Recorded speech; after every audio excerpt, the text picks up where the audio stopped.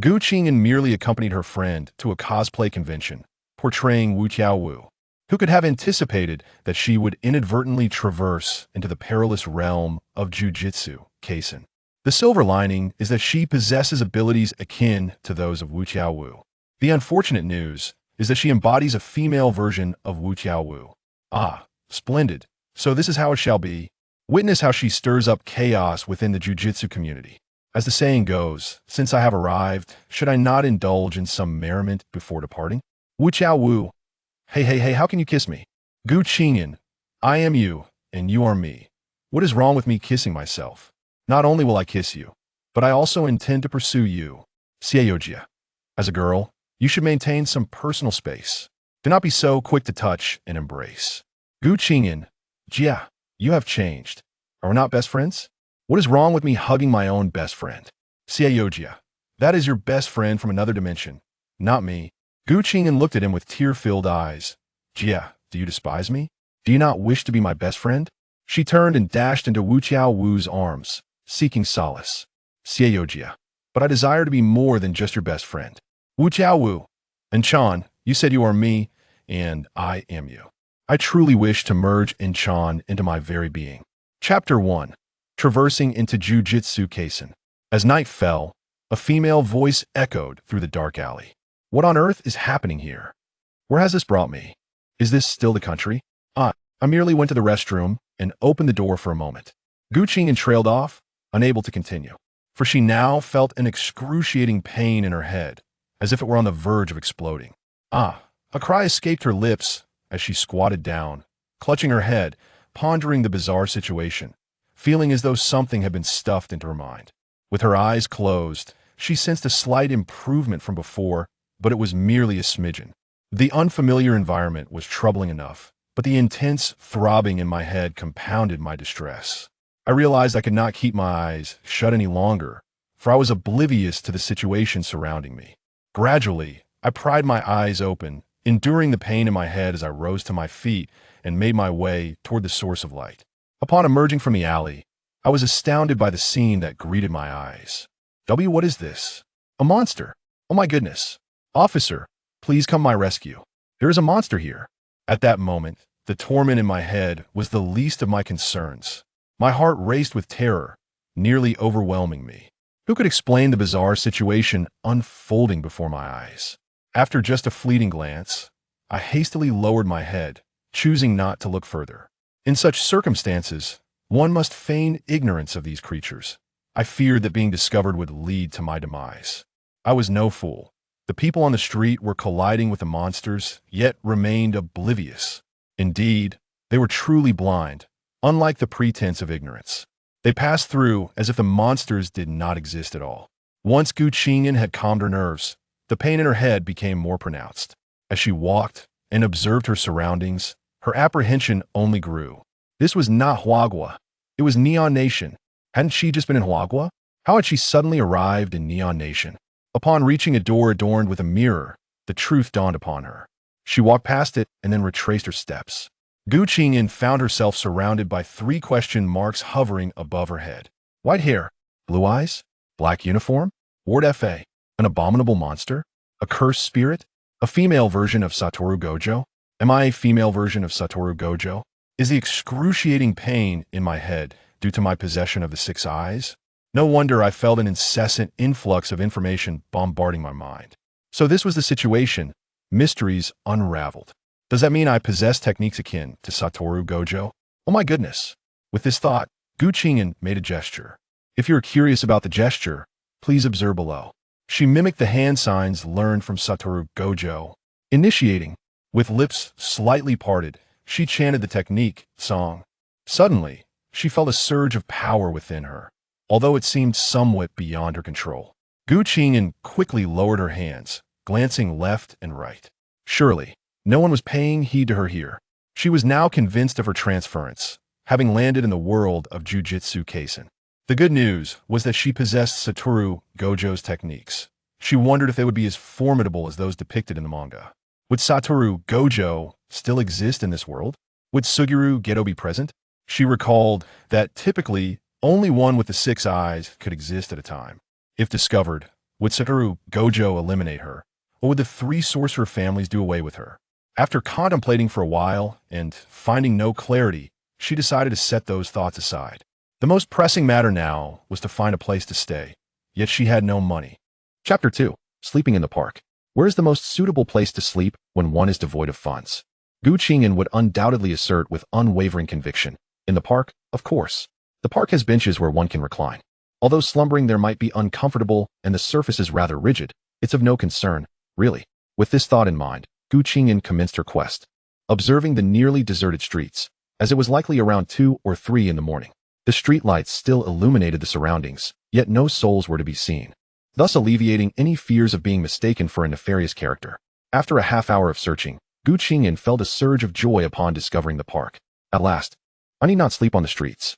However, it appeared somewhat different from her expectations. There were no pavilions, and the benches seemed rather small for lying down. She wondered if she might tumble off during the night. Nevertheless, she dismissed these concerns, reasoning that a brief slumber would suffice, as daylight would break in a few hours. Do not inquire why she did not seek out the embassy. The answer lies in her status as an undocumented individual.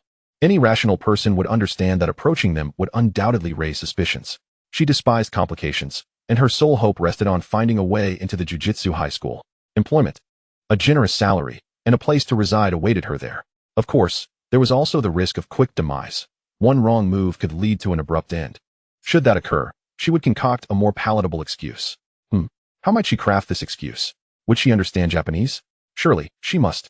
After all, she had transformed into a female version of Satoru Gojo. When questioned, she could claim to have lived in the mountains, adopted by an elderly woman, only to emerge upon the woman's passing. However, this excuse would likely be scrutinized. It was not particularly convincing. Without a doubt, the Gojo family would suspect her lineage. Wait a moment. If she were deemed a descendant of the Gojo family, she would no longer have to sleep on the streets. She would have food, drink, and endless funds at her disposal. Perhaps she might even inherit a fortune. Yet, one must consider that only one Six Eyes can exist at a time. What if she claimed to be a Six Eyes from a different timeline, also of the Gojo lineage? Qing'an felt quite clever. This excuse was undoubtedly the best, as the Six Eyes belonged exclusively to the Gojo family. Lost in these thoughts, she unknowingly drifted into slumber. In the early hours, as dawn broke, a ray of light pierced through, rousing Qing'an from her sleep. She raised a hand to shield her eyes, and, in an attempt to turn over, accidentally tumbled from the bench, immediately feeling a twinge of discomfort in her back. Ouch! She exclaimed, rubbing her waist. As she groggily opened her eyes, she was startled into full consciousness. Rubbing her eyes, she muttered, "I'm in agony." It felt as though her wandering thoughts had abruptly returned home. As daylight began to seep in, she struggled to recall her plans for the day. She was certain she had formulated a plan before drifting off. Yet it escaped her now. After a moment of contemplation, her stomach grumbled, reminding her of her hunger. Qing'an rubbed her belly, deciding to focus on finding something to eat, as that was of paramount importance. A person is like iron, and food is like steel. Missing a meal can incite panic. The pressing question remained. Where could she find sustenance without a penny to her name? Should she seek part-time work? Yet, she grappled with social anxiety. Not seeking out opportunities would lead to starvation. Thus, Qing'an sat in the park, mulling over her predicament for 2 hours without taking action. The sun had fully risen, and children began to trickle into the park to play. She watched these little ones with their snacks and felt her mouth water. How desperately I crave food. Could I snatch a little something from those children and make a swift exit? As she gazed at the sweet treats held by one child, a light bulb flickered in her mind. Sweet things? Six eyes. Indeed, why had her head ceased to ache? Shouldn't he possessing 6 eyes result in constant discomfort? She had only felt pain briefly yesterday. After that, while searching for a park, it had vanished. What could this mean? Chapter 3. Deceiving the children for food. Why was there no pain? Could it be that she had inadvertently mastered the reversal technique? Or was this timeline a remnant of Fushiguro Geto's betrayal? Confusion clouded her thoughts, leading Qing'an to sigh. Sometimes, it was best to let unanswered questions lie. Clarity would eventually come. In the midst of her contemplation, several more children appeared. Suddenly, an idea struck her. She focused intently on the group of children before her, a spark of mischief igniting in her eyes. Slowly, she approached one child, crouching down to their level. The child, seeing the older sister before them, curiously inquired, "Sister, is something the matter?" Their mother had warned them against speaking to strangers. However, this beautiful sister seemed harmless. With a smile reminiscent of a wolf deceiving Little Red Riding Hood, Qing'an softly replied, "Sister has a delightful story to share. Would you like to hear it?" The child's eyes sparkled, captivated by the enchanting face before them. Children are drawn to beauty, and they often believe that those who are lovely must be kind. Furthermore, this sister promised a story. Surely she was not the villain their mother warned about. The child's mother, noticing her child conversing with a stranger, approached Qing'an but said nothing. After all, children need social interaction, and she was watching closely. It was evident that her child was quite taken with this young woman. The child, beaming with excitement, asked, "Really?" Qing'an was utterly charmed by the child's innocence. "Of course it's true," the little girl exclaimed joyfully. "Sister, can I invite my friends to listen too?" Qing'an's heart leapt. This child was indeed a treasure. Her smile widened as she replied, "Absolutely. The more, the merrier." The more friends she had, the more food she could potentially acquire, after all. As she conversed with the little girl, more children began to gather around her, their faces filled with curiosity, eager yet hesitant to engage. Once she shared the story and made friends, wouldn't it be perfectly natural for them to share their snacks with her? After all, good friends understand the importance of sharing. Upon hearing her words, the children's faces lit up with delight. They cheered, "Yay! All right, little ones, quickly find a seat. We shall commence the storytelling." The children eagerly scrambled to find their spots, ready to hear her tale. Qing'an had already prepared her narrative. Of course it would be about Jujutsu Kaisen. Clearing her throat, she began, "Today, our story is titled Jujutsu Kaisen. In this era, there exists an enigmatic creature, shrouded in mystery. This extraordinary being is birthed from the negative emotions of humanity, such as fear and resentment. It is known as a cursed spirit, and upon reaching a certain threshold, it becomes lethal, preying upon humans. The cursed spirits are categorized into 4 tiers: Level 4, Level 3, Level 2, Level 1, and the Special Grade. A group of children, upon hearing that these spirits could kill and devour people, were understandably terrified, their wide eyes fixed upon Qing'an. Some were so frightened that they scurried to their parents for comfort, while Qing'an herself stood bewildered, unable to comprehend the gravity of the tale she had just recounted. Especially considering her audience comprised mere children. These young ones, barely old enough to be in kindergarten, had ventured out for a weekend of fun only to be met with such a daunting story from a beautiful elder sister. Chapter 4. The struggle for sustenance. The parents of several children hurriedly attempted to soothe their frightened offspring, and Qing'an soon realized that her narrative was ill-suited for such tender ears. Her embarrassment was palpable. Her cheeks flushed crimson as she cast her gaze at the parents before her. Hastily, she bowed in apology, expressing her regret. "I sincerely apologize. It seems I am not adept at storytelling for young children." Her voice brimmed with remorse for having frightened them, and the parents, observing her awkwardness, found their reprimands caught in their throats. Faced with her pitiable countenance, they could hardly muster harsh words. One parent smiled gently, reassuring her, "It's quite all right. Your intentions were good, but your story was indeed inappropriate for children." Upon hearing these kind words, Qing'an felt a modicum of relief. However, her initial plan to entertain the children and perhaps secure some food had been utterly thwarted. In this unfamiliar world, amidst unfamiliar surroundings, she felt utterly helpless. She had thought that amusing children would be a simple task, a means to earn a meal, yet it had turned out to be a daunting challenge. The weight of despair settled upon her as she realized that securing sustenance was far more difficult than she had imagined. The children, noticing the sudden shift in the demeanor of their beautiful elder sister, felt a pang of sympathy. They recalled her earlier words. She had not intended to frighten them. It was simply that her story was ill-suited for their ears. Thus, it must surely be their own fault, not hers. At that moment, a little girl with pigtails dashed from the crowd, tugging at Qing'an's sleeve.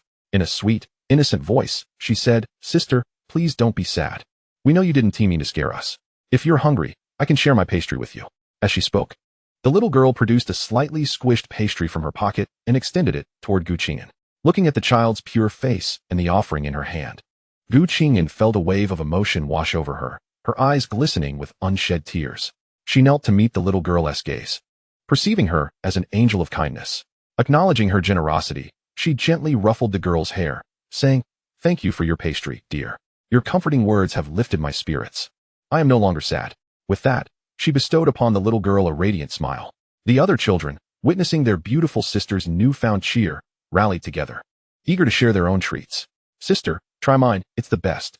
They clamored, each offering their snacks with delight. Surrounded by their enthusiasm, Qing'an felt enveloped in happiness as they presented her with an array of delectable goodies. Overwhelmed by their kindness, she began to sample their offerings, savoring each bite as they joyfully insisted she try theirs. Before long, Qing'an had indulged in an ample feast, her smile stretching from ear to ear. Once she had finished, she rose, her demeanor gentle as she addressed the children. "Little ones, allow me to share another story with you." The moment the words left her lips, the cacophony of their chatter ceased, an attentive silence enveloping the group. Yet, a few children, still wary, took a few steps back. Qing'an, recognizing their hesitation, reassured them, "Fear not. It is not the same frightening story as before." The children exchanged dubious glances, and Qing'an found herself at a loss for words. The parents, observing the interaction, couldn't help but chuckle at the scene unfolding before them. Eventually, it was the little girl who had first offered her pastry who stepped forward once more, her expression earnest as she asked, "Is it really true, sister?" She tugged at Qing'an's sleeve for emphasis. Qing'an, equally serious, replied, "Indeed, it is true. If it becomes unappealing, you may call for a halt, all right?" Chapter 5. A path unseen leads to encounter. Thus, Qing'an regaled the children with tales of enchantment and whimsy for the remainder of the morning, much to their delight. As noon approached, they insisted on inviting her to their home for a meal.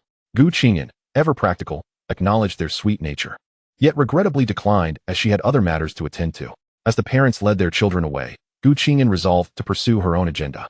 She needed to attract the attention of someone associated with the Jujutsu High, and she pondered where she might most easily encounter such individuals. A dessert shop. That was the favored haunt of Watanabe Satoru, who indulged in sweet confections following his missions, such as those from Kikafuku. However, Qing'an was unfamiliar with the area and uncertain of the offerings. Nevertheless, she could read. Thus, she determined to venture to the most popular dessert shop in the vicinity. As she walked, she inquired of passers-by about the most frequented establishments. Remarkably, within 3 hours, she discovered a bustling dessert shop, its popularity evident. Now, her task was to await the arrival of the silver-haired Watanabe Satoru. At this moment, Qing'an scanned the crowd with keen eyes, her lashes nearly sparking with anticipation. The well-dressed office workers carried an aura of cursed energy, while the girls in JK uniforms exuded a palpable resentment, their cursed spirits dark and unsightly. The sight was almost unbearable. She had endeavored to acclimate, but it was truly an assault on the senses. Observing that they posed no immediate threat, she chose not to intervene, for to do so might lead others to perceive her as unhinged, flailing her arms amidst the crowd. "Watanabe Satoru, will you ever arrive?" she mused. Qing'an squatted at the entrance of the dessert shop, drawing circles with her finger, waiting from noon until 3 in the afternoon. The sun had baked the asphalt road to the point where one could fry an egg on it. She rubbed her growling stomach, feeling as if she was about to transform into a human-shaped, self-propelled hungry ghost. It felt as though a swarm of little monsters was throwing a party inside her belly, the growls echoing incessantly. Her eyes longingly gazed at the delightful aromas wafting from the street-side shop, her mouth watering to the brink of drooling. Yet she found herself utterly penniless, left with no choice but to stare helplessly at the entrance. "Oh heavens, who will come to my rescue? If this continues, I shall surely starve to death." Qing'an lamented inwardly. Just when she was on the verge of breaking down, her keen eyes spotted a figure. Upon closer inspection, with that unique fashion sense and those distinctive bangs, Qing'an instantly recognized him as Fushiguro Geto. Even without Satoru Gojo, having Fushiguro Geto around would suffice. Her mind swiftly concocted a brilliant plan. She sprang to her feet, eager to dash towards Fushiguro Geto, but in her haste, she stumbled. Darkness enveloped her vision for a moment. After a few breaths, she regained her composure and took off running towards Fushiguro Geto, calling out loudly, "Geto! Geto! Geto!" She shouted his name thrice. Indeed, Fushiguro Geto was drawn to the unexpected voice calling his name. He looked up, his pupils dilating in surprise. It was Gojo. Watching the female version of Satoru Gojo sprinting towards him left Fushiguro Geto momentarily bewildered. Hadn't Gojo just gone to exorcise that cursed spirit? Why was he suddenly here? Hadn't they agreed that he would queue first, fearing that the coveted limited edition dessert would sell out? If one were to ask why he was not concerned about the possibility of this being an imposter Gojo, it was because of those star-like shining 6 eyes, the deep azure gaze, and the powerful cursed energy emanating from her. In the blink of an eye, Qing'an zoomed in front of Fushiguro Geto and, like a koala, wrapped her arms around him tightly. "Geto, Geto, I'm about to starve to death. I want to eat Jikufuku, and I want the limited edition." Without waiting for Fushiguro Geto to respond, she swiftly tugged him along to join the queue. Fushiguro Geto made no attempt to resist, allowing her to lead him to buy Jikufuku. At that moment, his mind was filled with questions. His gaze was fixed on Qing'an, while she, in her heart, felt like a clear mirror, knowing Fushiguro Geto would obediently follow her lead. It was as if her brain was borrowing Fushiguro Geto's body to call out to Satoru Gojo. She had deliberately let her cursed energy surge outward. If he still doubted her, she would genuinely wonder about his mental state. Fushiguro Geto, observing the girl radiating powerful cursed energy, assumed she was a remnant left after exorcising the cursed spirit. What an amusing misunderstanding it was. When it was Gu Qing'an's turn, she wasted no time and directly purchased the remaining jikofuku with edamame cream. Turning to Sugiura Geto, she said, "Geto, it's time to pay." Her eyes sparkled like stars as she gazed at him. Sugiura Geto had intended to ask Gojo what was happening after they bought the dessert, but upon turning, he found Gu Qing'an had already purchased the jikofuku and was expecting him to foot the bill. He found the person before him rather strange. Yet he couldn't pinpoint precisely what was odd about her. Sometimes, Gojo would speak to him in the tone of a high school girl. Gu Qing'an noticed Sugiura Geto was in a daze and urged, "Geto, hurry up. I'm about to starve to death." Gu Qing'an was determined to get her food. Sugiura Geto, now solely focused on unraveling the situation that had caused Gojo to behave in such a manner, obediently reached for his wallet. Moreover, Gojo referred to himself as I, not as this young lady. Seeing the payment completed, Gu Qing'an dashed out the door, with Sugiura Geto quickly trailing behind her. "Gojo, weren't you just exorcising a cursed spirit? How did you suddenly end up here?" He refrained from mentioning that it was Gojo who had sent him to buy jikofuku. Gu Qing'an, catching the probing tone in Sugiura Geto's voice, felt a smirk tug at her lips. Caught red-handed. However, her true identity was that of Satoru Gojo from another timeline, so she felt no fear. If her identity were to be exposed, she would simply claim that her counterpart from a parallel universe was good friends with this version of Sugiura Geto. After all, her cursed energy was the same. She would just say she had accidentally traversed into another timeline. As she savored the jikofuku blissfully, her heart swelled with pride. She was indeed quite clever. Eventually, the truth would reveal itself, but she was wholeheartedly committed to her ruse. With an innocent expression, she inquired, "Geto, what are you talking about? Didn't you say I should queue first while you went to exorcise the cursed spirit? Geto, has the cursed spirit scrambled your brains?" As she spoke, she reached out to touch Sugiura Geto's head. At that moment, Sugiura Geto truly realized that the female version of Satoru Gojo was not the real Gojo. His gaze sharpened, narrowing as he scrutinized her from a distance. "Who exactly are you?" he demanded. The person before him, possessing 6 eyes and an aura of cursed energy akin to Gojo's, was shrouded in mystery. Chapter 7. Face to Face. Is this not an invitation to kiss? Gu Qing'an continued to maintain an innocent facade as she gazed at Sugiura Geto. "Geto, I." Before she could finish, a voice resounded from behind. "Geto, where's my jikofuku?" Upon hearing that voice and the call of Geto, Gu Qing'an instantly recognized who it was. The real Satoru Gojo had arrived. She turned around, her expression one of shock as she regarded Satoru Gojo. "Who are you?" she exclaimed, her tone filled with surprise. Simultaneously, Satoru Gojo noticed that the girl before him shared the same 6 eyes and cursed energy as himself. He closed the distance, leaning in closely, removing his sunglasses. With a mix of curiosity and excitement, he exclaimed, "6 eyes, just like me. Our cursed energy is the same." Gu Qing'an, seeing Satoru Gojo leaning in so closely, impulsively kissed him, but was halted by the limitless barrier, resulting in an awkward moment where it felt like a kiss, yet was not. If one were to inquire why a barrier was in place, but a kiss seemed to occur, one would need to refer to the anime where Satoru Gojo and another character held hands. Sugiura Geto and Satoru Gojo stood there, utterly stunned by the scene unfolding before them. Satoru Gojo, who had previously worn a playful expression, suddenly froze, his eyes widening as if they might pop out at any moment. Sugiura Geto stood in shock, his mouth agape, disbelief etched across his face, as if he could never have anticipated such a scenario. Satoru Gojo, akin to a cat whose tail had been stepped on, sprang back, his voice trembling with agitation. "You little brat, how dare you kiss someone without permission? Do you even know how outrageous that is?" Gu Qing'an blinked innocently, her expression one of pure bewilderment. At this moment, she felt no sense of reality in her time-traveling adventure, still perceiving herself as a mere paper doll, lacking any genuine sense of reality. "You leaned in so close that I thought you were asking for a kiss." Satoru Gojo was left momentarily speechless by her response. As a seasoned observer of the world, he had encountered countless situations, yet the spectacle unfolding before him was unlike anything he had ever witnessed, leaving him utterly astonished. Sugiura Geto finally regained his composure, suppressing a twitch at the corners of his mouth. "Widow, even if you desire a kiss, it is quite impolite to thrust yourself upon a young lady so brazenly." Upon hearing this, Widow erupted in indignation. "Geto, do not presume I am oblivious to the glee you derive from this." Widow was clearly displeased, and it appeared that the mischievous antics were about to commence. Observing Widow's demeanor, Geto recognized that trouble was imminent and swiftly altered the subject. "Widow, your beloved jikofuku has been purchased by her." He gestured towards Gu Qing'an. Indeed, Widow's attention was immediately diverted. "What? My jikofuku?" He darted towards Gu Qing'an, his eyes fixated on the bag of sweets. Gu Qing'an, however, was far from pleased. Though she was in the wrong, she was determined to maintain her stance. Clutching the Jikufuku tightly, she eyed Widow warily. This was bought for me by Geto, not you, you white-haired freak. Widow stared at her in disbelief. Hey, you're also white-haired. He found it amusing that she could be so harsh, even turning the insults upon herself. Qing'an was momentarily at a loss for words. Realizing that she indeed shared the same trait, she scratched her head sheepishly. Widow burst into laughter. Geto, look. She's calling herself a white-haired freak. Geto added fuel to the fire. Widow, one should not speak so of a young lady, even if she is white-haired. Qing'an was nearly in stitches from the antics of these two clowns. They were truly kindred spirits, practically identical in their humor.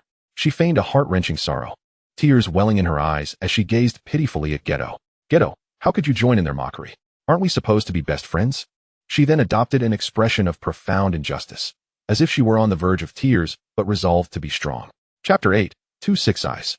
Widow and Geto exchanged glances, only to realize, as if awakening from a dream, that the other bore the same 6 eyes. Widow felt a tingling curiosity, desperately wanting to approach and examine her 6 eyes closely, but recalling the earlier incident, he hesitated. I'm so handsome. What if she can't resist and kisses me? What then? Geto, observing Qing'an's expression, was at a loss for words. Have you mistaken me for someone else? He began, only to falter mid-sentence. Seemingly unaware of her name, Widow remained beside him, fixating on Qing'an with his 6 eyes, examining her from every angle.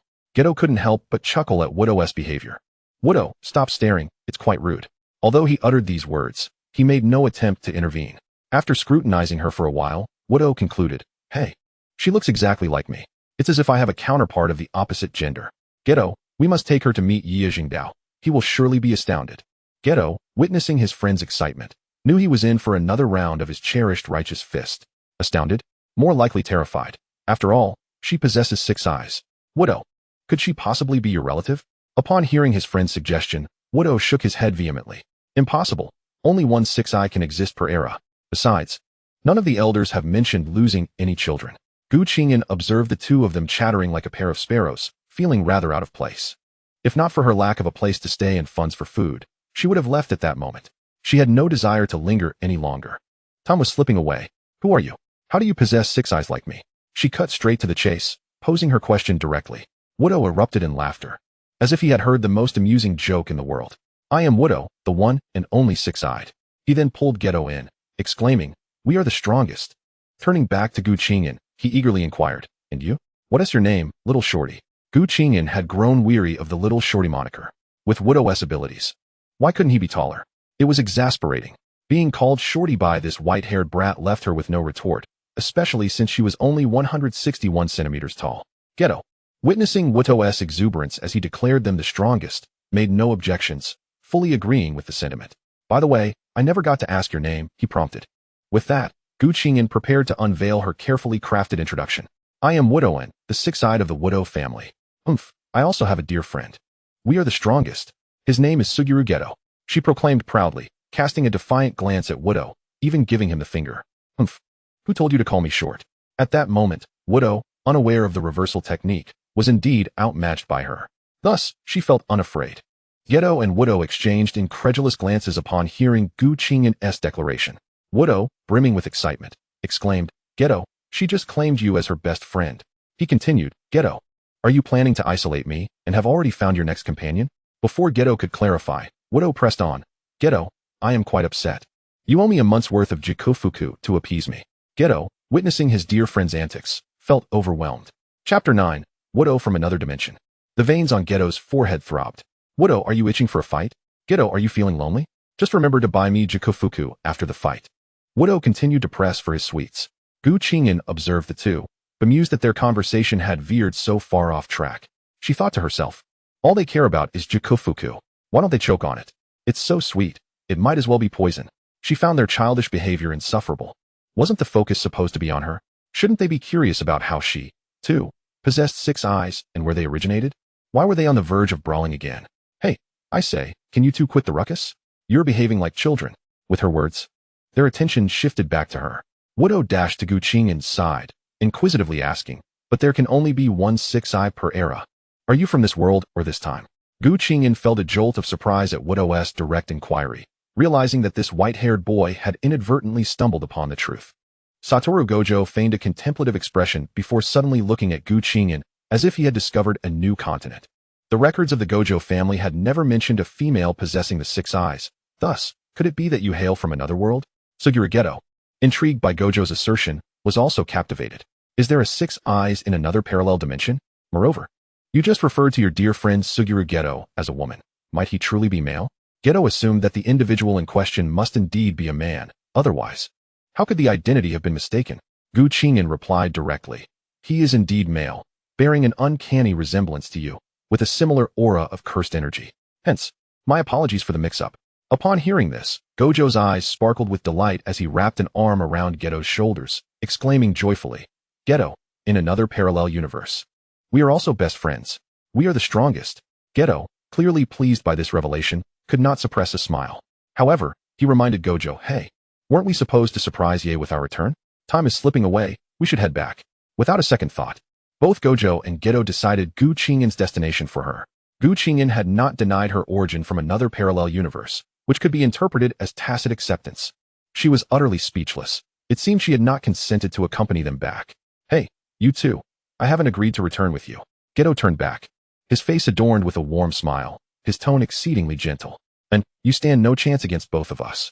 Gojo chimed in. Indeed, how could Inchan possibly defeat us? We are the strongest. His tone was laced with mischief. Qing'an felt an irresistible urge to strike them both. No, once we return, I must concoct an excuse to deliver a well-deserved thrashing to these 2 rascals to quell my indignation. As she mulled over this, her gaze landed on the box of Shijiu-fu in her hand. She had been savoring it piece by piece. Seeing this, Gojo's 6 eyes flared with excitement as he dashed ahead, fixating intently on the Shijiu-fu she held. It's the edamame cream flavor, my favorite. Gojo pleaded with exaggerated eyes. And Sean, considering how dashing I am, can't you spare me a little? I promise to take just a tiny bit. He wiggled a finger playfully, his cerulean eyes gazing at Qing'an with a look that suggested he would create a scene if denied. Chapter 10, Arrival at Jujutsu High. Qing'an, observing Gojo's antics, promptly launched into a demand for funds. I just arrived here and lack the means for living essentials and meal expenses. You must cover my food. She waved the Shijiu-fu enticingly. Gojo responded immediately, all right, and Sean, I'm never short on cash. As he spoke, he reached out to snatch the Shijiu-fu from her grasp. Before Qing'an could react, her treat was completely gone. There wasn't a single piece left. Of course, not a single piece left. Qing'an thought, incredulous at his audacity. While she had previously found his antics endearing in anime, experiencing it firsthand revealed just how insufferable he truly was. Gojo, having pilfered her Shijiu-fu, turned and dashed away, stuffing his mouth while calling out, Geto, hurry up. Qing'an pursued them fervently. Thus, the trio frolicked in the twilight, a scene witnessed by passers-by. However, in Qing'an's eyes, it became a tale of a despicable scoundrel seizing her Shijiu-fu. Meanwhile, Gojo perceived it as playful banter with future comrades, while Geto merely viewed it as 2 friends engaging in lighthearted mischief. Eventually, the world of Qing'an, marked by her grievances, came to fruition. Geto contacted the assistant supervisor to fetch them, and they boarded a vehicle back to Jujutsu High. As Qing'an gazed at the increasingly secluded surroundings, she mused, indeed, it is rather remote. It seems that places ordinary people are not meant to know are always the most isolated. Gojo, leading the way, called out, and Sean, hurry up. Are you really that weak? Even I can't keep up. You are a 6 eyes, after all. Qing'an felt a surge of irritation at Gojo's words. Indeed, she was a 6 eyes. Yet, it appeared she lacked proficiency in wielding cursed energy. Each attempt felt instinctive. Was it merely a reflex? Qing'an concentrated, channeling cursed energy into her legs, and to her astonishment, she surged forward with remarkable speed, far exceeding before. Gojo, witnessing this transformation, exclaimed, wow, and Sean, you're not too shabby. Not entirely dim-witted after all, using cursed energy to catch up. Geto, walking beside Gojo, spoke gently, Gojo, even if our future comrade may be a bit slow, please refrain from voicing it aloud. It can be quite hurtful. Qing'an, observing their banter, felt a vain throb on her forehead. Thus, the trio entered Jujutsu High. And no sooner had they stepped into the institution than Gojo eagerly pulled Qing'an towards Ye's office. As they approached the hallway, he began shouting, Ye, Geto. Witnessing Gojo's exuberance, felt an ominous chill. He sensed trouble brewing. With a resounding bang, Gojo kicked open the door to Ye's office. At that moment, Ye sat at his desk, engrossed in weaving a fluffy toy. The audacity of Gojo's entrance and the forceful kick nearly sent the door off its hinges. causing Ye's temples to throb with frustration. Gojo, didn't we agree to announce our presence before barging in? Gojo, undeterred by Ye's irritation, dragged Qing'an before him and, with exaggerated gestures, proclaimed, Ye, look what I've brought for you. Tada, a 6 eyes. I've discovered another one, just like me. His expression radiated pure joy and pride. Chapter 11. Entering Jujutsu High.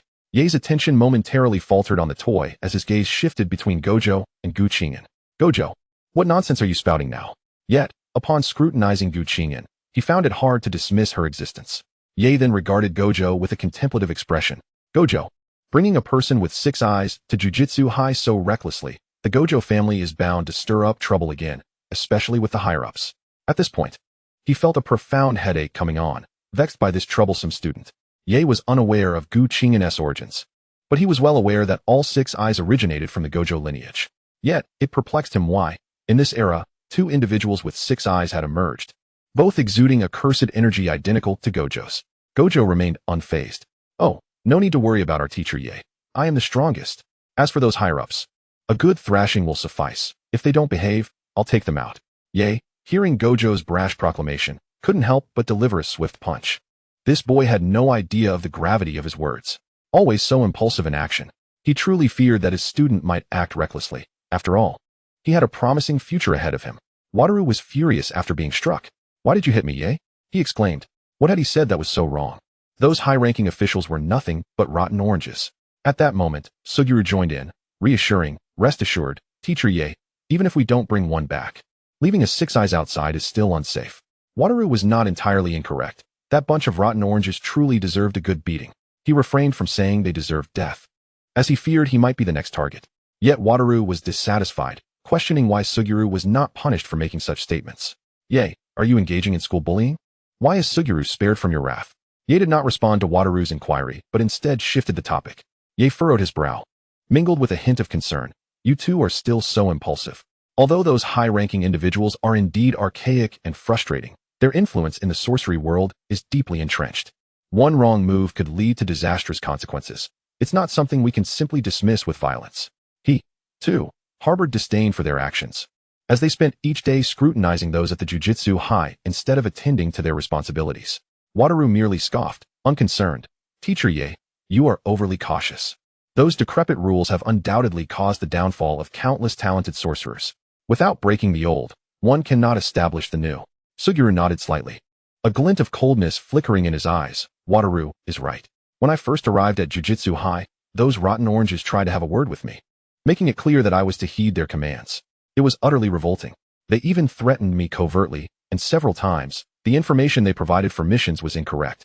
If I hadn't been strong enough, I might already be lying in the ground. Seeing his 2 students bickering, Ye felt exasperated. He waved his hand, instructing them to leave for the time being. All right, you 2 can go now. I have some questions to ask. At this point, he paused, realizing he did not yet know the other's name. Qing'an seized the opportunity to introduce herself. Hello, teacher. My name is Wataru. She bowed, as it seemed customary in Japan to greet in such a manner. Regardless, it was best not to dwell on it. Politeness is never unwelcome. Ye frowned, realizing that with the surname Wataru, she must be from the Wataru family, even if her name didn't reveal it. Having the 6 eyes meant she belonged to that lineage. Then, Ye proceeded to ask the pivotal question. He gazed at Qing'an with a serious demeanor and inquired, what brings you to Jujutsu High? Upon hearing Ye's question, Qing'an remained unfazed internally. She thought to herself, of course, it's for the food and accommodation. Yet, such bluntness would not suffice. She needed to articulate her intentions more eloquently. Thus, she assumed a serious and earnest expression, declaring, to uphold justice, to eradicate those cursed spirits that threaten humanity, and to restore peace to the world. With that, she straightened her posture, exuding a sense of righteousness. Ye scrutinized her closely, seemingly searching for any hint of insincerity in her gaze. Though Qing'an felt somewhat uneasy under his intense stare, she maintained her composure, locking eyes with Ye. After a brief moment, Ye spoke slowly. Very well, you have passed the assessment. Chapter 12. Familiarizing with Jujutsu High. Ye's expression softened as he slightly inclined his head to Suguru and Wataru. Suguru, Wataru. Please take Wataru and to familiarize her with the dormitory and campus. It's her first time here, and everything must seem quite unfamiliar. Suguru smiled gently, glancing at Qing'an, and, come with us. Wataru, brimming with enthusiasm, bounded over to Qing'an, wrapping an arm around her shoulder. Let us go. We'll ensure you know this place inside and out. Thus, the three of them made their way to the dormitory. They strolled along the gravel path of the campus. Arriving at the dormitory's entrance, the cream-colored exterior glowed warmly in the golden hues of the setting sun. This is our dormitory, Suguru explained as he opened the door. The male dormitory is located on the second floor, as is the female dormitory. Each room is equipped with its own private restroom. Qing'an entered, surveying the minimalist room, a wardrobe, a bed, a chair, and that was all. Wataru grinned mischievously. We have another classmate living next door? But she should be in the infirmary right now. She has quite a rare talent in reversal techniques. If you get injured like in Chan, you can always seek her help. But in Chan, with those 6 eyes, you're surely just as strong as I am, so you won't get hurt. Suguru added, her name is Kaori Natsuki. Wataru nodded enthusiastically, indeed. Now that we're familiar with the dorm, let us head into the city to buy some essentials. Qing'an suddenly remembered that she had been so focused on catching up to Wataru earlier that she hadn't had the chance to purchase daily necessities. What are we waiting for? Let us go now. Wataru, you promised to cover the cost of my supplies. Qing'an reminded him, hearing her lack of faith in him. Wataru feigned distress. And Chan doesn't trust me, Wataru? Oh, how it saddens me. He struck a dramatic pose. Suguru couldn't help but chuckle at Wataru's antics. Wataru, stop fooling around. Let us hurry down the mountain to buy what we need and get back. Qing'an watched Wataru's exaggerated expressions and couldn't help but giggle softly. It's not that I don't trust you. I just thought that with so many items to buy, it might be a hassle for you. Upon hearing this, Wataru crossed his arms and raised his chin defiantly. Humph. You think this little errand could trouble me, Wataru? You underestimate me and Chan. With that, he returned to his lively demeanor. Suguru, hurry and call for the assistant supervisor to take me shopping. Suguru nodded. They walked while waiting for the assistant supervisor, and by the time they reached the school gate, they were nearly there. Qing'an, noticing only the three of them, inquired, should we call Natsuki? Suguru pondered for a moment before responding. I'm not sure if she can make it. She is quite busy. He proceeded to call Kaori, informing her about their new classmate and inviting her to join them for shopping. At that moment, in the infirmary, Kaori was diligently treating an injured sorcerer.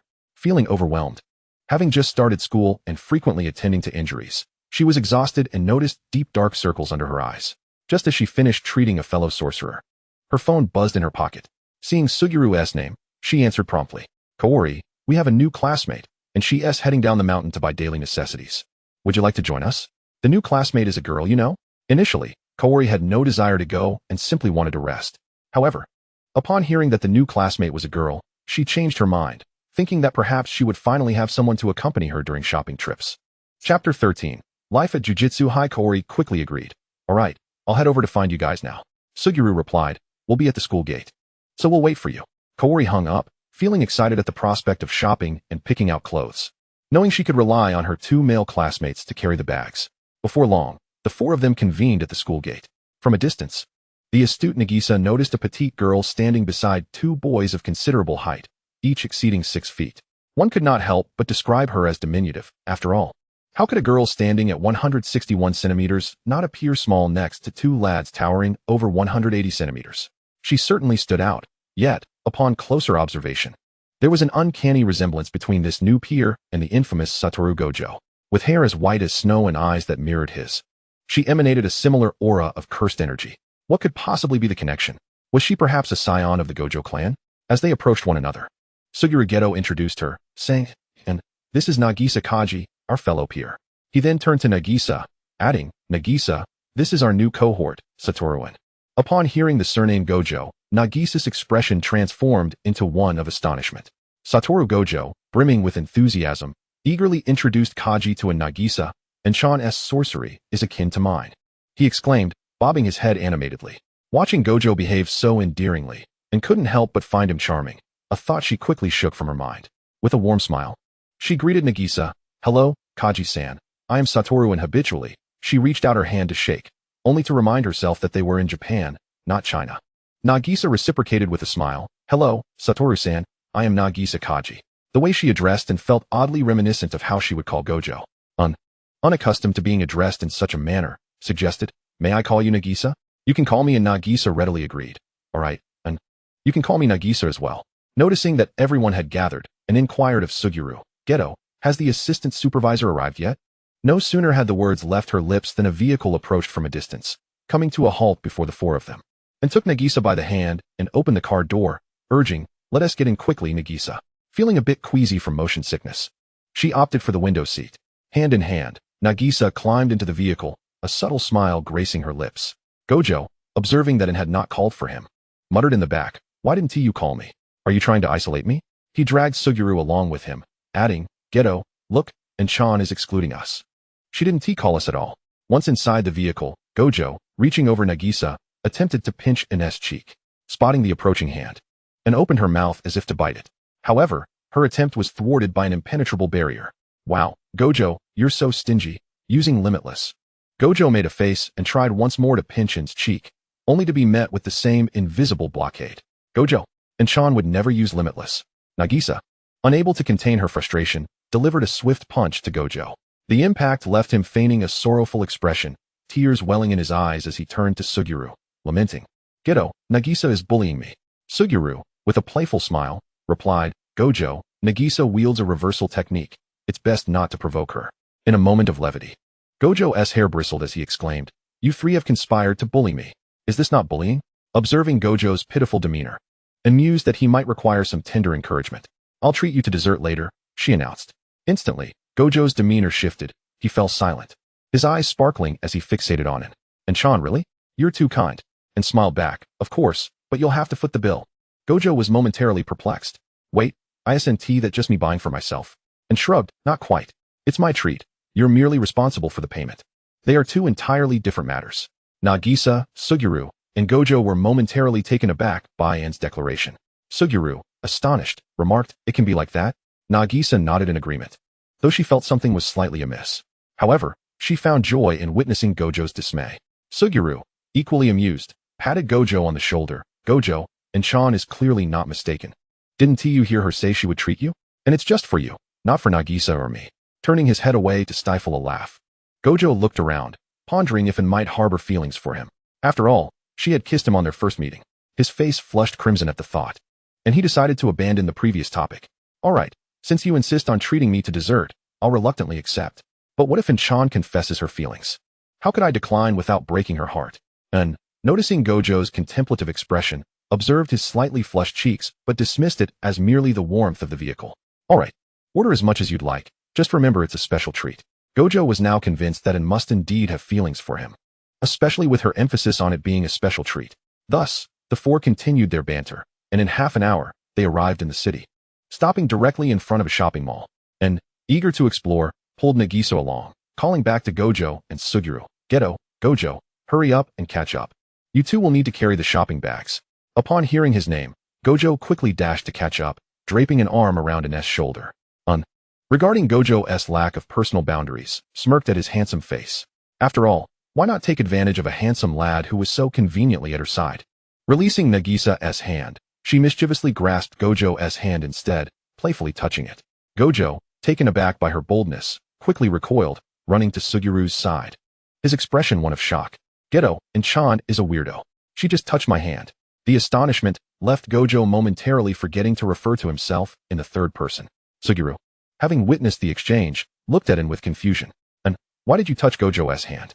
And, looking perplexed, replied, "What do you mean? I don't understand what you're saying." Chapter 15, I touched, but I do not admit it. "Jay, what are you talking about?" "I did not touch Wu Gao," I said, as I took Shoko's hand and lifted it for Wu Gao to see. Just moments ago, Wu Gao had rushed over, and I assumed he wished to hold hands and walk together like Shoko. I merely grasped his hand briefly, and he accused me of touching him. Gazing at Wu Gao with a sorrowful expression, "Wu Gao, aren't we peers? You just came over and placed your arm around my shoulder. I thought our relationship was good enough for me to allow that. So, Wu Gao, are you a perverted rogue?" Suguru suddenly began to doubt, wondering if Wu Gao had misinterpreted my intentions, as I merely wished to hold his hand.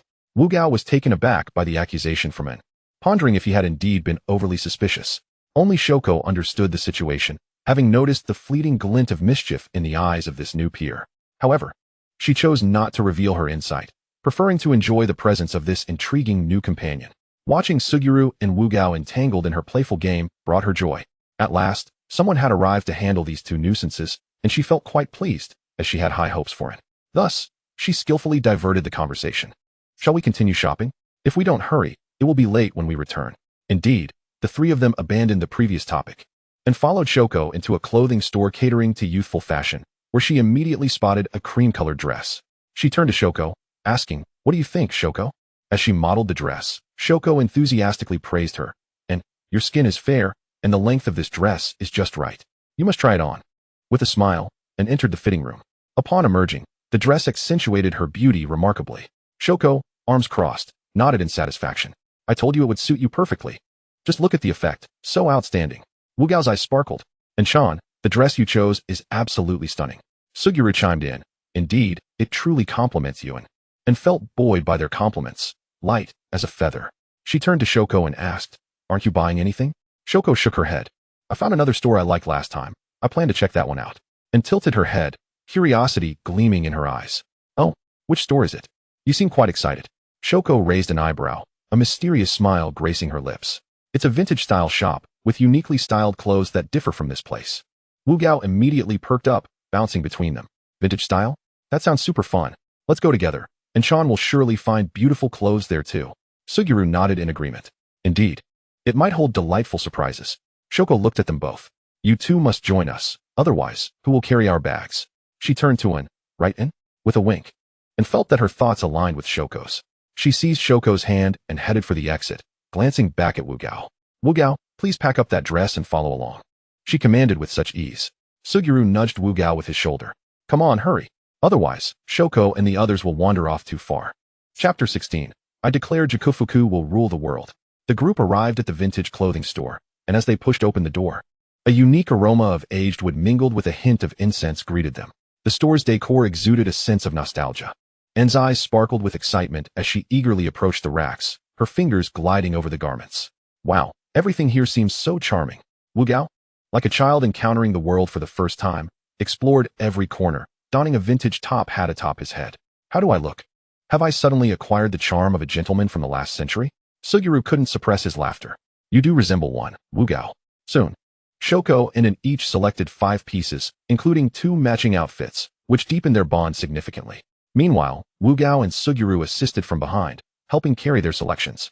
As night fell, they decided to place their items in the supervising vehicle before continuing their outing. The 2 girls were as joyful as children, reveling in the delight of shopping, especially with someone to help carry their bags. Spotting a favorite piece, they exchanged opinions, and Shoko was particularly elated. Previously, she had always shopped alone, but now, having a female peer was simply magnificent. Wu Gao, observing the 2 girls' eagerness to continue shopping, couldn't help but grumble internally, and had completely forgotten their agreement to treat him to dessert. "And Sean, didn't you promise to take me for dessert? Let's go eat something first." Suguru also felt it was time for a break, wondering how girls could shop without tiring. "Yes, and Shoko, let us eat something first. We've been shopping for quite a while. You must be hungry." Only then did An and Shoko realize their stomachs were indeed grumbling. Dinner had yet to be eaten. With no other choice, they agreed to have dinner first and resume shopping afterward. This was Anne's first dining experience in Neon Country, and she was uncertain what to choose. Fearing it might not suit her palate, she asked Shoko, "What do you think we should eat for dinner?" Shoko, equally unsure, turned to Wu Gao and Suguru. "What do you two want to eat?" Suguru immediately replied, "I'll have soba noodles." Wu Gao, noticing Suguru's choice, teased him. "Jay, do you have some vendetta against soba noodles from your past life? Why do you love them so much?" Suguru remained unfazed and shot back. "Wu Gao? Then you must have been Jakufuku in your previous life, loving all things sweet." Wu Gao, instead of getting upset, felt enlightened. "Jay, I think you might be right. Perhaps I was indeed Jakufuku. Jakufuku is the most delicious in the world, especially the edamame cream flavor." He raised his hand in a cheer. "I declare that Jakufuku shall rule the world. Jay, once I find Jakufuku, I'll share it with you. It's truly delightful." Shoko and An exchanged nervous glances, hastily declining. "Wu Gao, you can enjoy it yourself. I'll stick with soba noodles." Shoko added, "Who could possibly eat something that's sweet besides you, Wu Gao?" Wu Gao scratched his head in confusion. "But it really is delicious. You two just haven't appreciated it enough. It's not Jakufuku's fault." Chapter 17. Eating crossbridge rice noodles. After much deliberation, the group decided on dining out, opting for a nearby establishment that offered crossbridge rice noodles, and was thrilled to discover such a place nearby. Delighted at the prospect of enjoying this dish, Shoko, Suguru, and Wu Gao had never experienced crossbridge rice noodles before. Observing Gu Qing'an's excitement, it was clear that he was in agreement to dine. Xia Yoje glanced at the delicacies presented in the establishment and remarked, "This place must be owned by Chinese people." Gu Qing'an, taken aback, responded, Jia, how did you know? Wu Tiaowu was equally curious about Xia Yojia's knowledge. Jia, have you secretly come here to eat? You sly cat. How could you not bring me along? Xia Yojia, witnessing his dear friend's reaction, could only sigh in exasperation, massaging his temples with a wry smile. Wu, I read about it online. As Gu Qing'an watched the bowl of crossbridge rice noodles being served, he urged the two across from him, you two should dig in quickly. It'll lose its flavor if it gets cold. Apart from Gu Qing'an, the other three opted for a mild spiciness, as they had never before indulged in spicy food. Gu Qing'an, however, chose a medium spiciness. Curious about the establishment's extra hot version, he figured that once he discovered the level of heat, he could select a more suitable option for his next visit. As he observed Wu Tiaowu and the others take their first bites, their faces flushed with the spice, he hurriedly grabbed a cola for Naozi. Here, Naozi, drink this. Naozi accepted it with a grateful nod, while Wu Tiaowu was rendered speechless by the heat. Xia Yojia fared slightly better, having previously tasted a mild version of soba noodles out of curiosity, though that was some time ago. Gu Qing'an couldn't help but chuckle at Wu Tiaowu's flustered expression. Haha, Wu, you're usually so talkative, yet now you're mute? Is it that you were born to be quiet? He then looked at Wu Tiaowu as if he had just discovered a new continent. Wow, the strongest can't handle spice. Wu, you're quite pathetic. After a moment, Wu Tiaowu finally managed to regain his composure. His eyes slightly reddened from the spice, and feigned nonchalance. Humph, it was merely a moment of oversight. Deep down, however, he was astonished by the potency of the chili. Xia Yojia shook his head in resignation while sipping water. I never anticipated the spiciness of this crossbridge rice noodle would be so exaggerated. It was indeed a miscalculation. Naozi, having taken a few sips of cola, finally felt some relief from the burning sensation in her mouth and teased. And, are you intentionally setting us up? Knowing full well how spicy this dish is, Naozi had discerned that this new cohort's personality seemed to mirror Wu Tiaowu's exuberance, which amused her. She refrained from using harsher words. As he was her only female peer, Gu Qing'an waved his hands with a smile. I truly did not know. I came here because I saw they serve crossbridge rice noodles. I didn't expect the spice level to be overwhelming for you. Upon hearing this, Wu Tiaowu retorted defiantly. How can this be considered overwhelming? I could easily handle another bowl. He struck a pose as if ready for a challenge. Xia Yojia patted Wu Tiaowu on the shoulder. If it's too spicy, just don't eat it. We'll have dessert later. Gu Qing'an chimed in. Wu, hold off for now. Let me finish this bowl, and then I'll take you for dessert. We wouldn't want you ending up with a stomach ailment, especially if the Wu family discovers their divine child fell ill from dining out with me. He then cautioned the three, you all should stop eating. Too much chili can lead to stomach issues. Let's explore other culinary delights. The evening's festivities have just begun, and there are many more places to visit. The three nodded in agreement with Gu Qing'an's words, albeit reluctantly letting the freshly served crossbridge rice noodles go to waste. Gu Qing'an swiftly polished off his bowl and instructed Wu Tiaowu to settle the bill. Wu, go pay the bill, and then we shall procure some dessert. Chapter 18, Reversal Technique. Upon hearing this, Wu Tiaowu promptly went to pay. Gu Qing'an felt no guilt in asking Wu Tiaowu to cover the bill, as she would repay him with gifts during their missions. Wu Tiaowu, unfazed by the expense, cared little for money. It was the least of his concerns. Once outside, the trio made their way towards the night market. The sky now darkened. The bustling crowd was vibrant, with vendors selling a myriad of wares.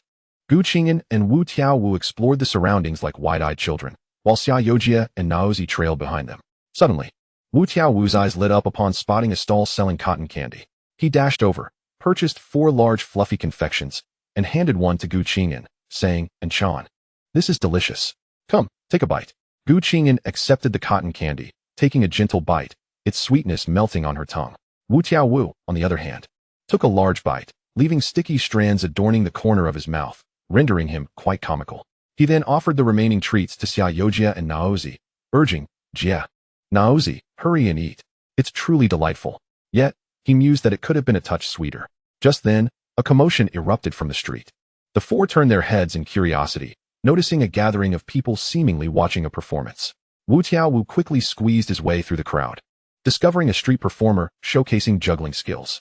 Gu Qing'an, accompanied by Naozi, approached to take a look. Oh, it's a little monkey. She then turned to Xia Yojia, her expression enigmatic. Xia Yojia, puzzled by her demeanor, asked, and what's the matter? Is there something on my face?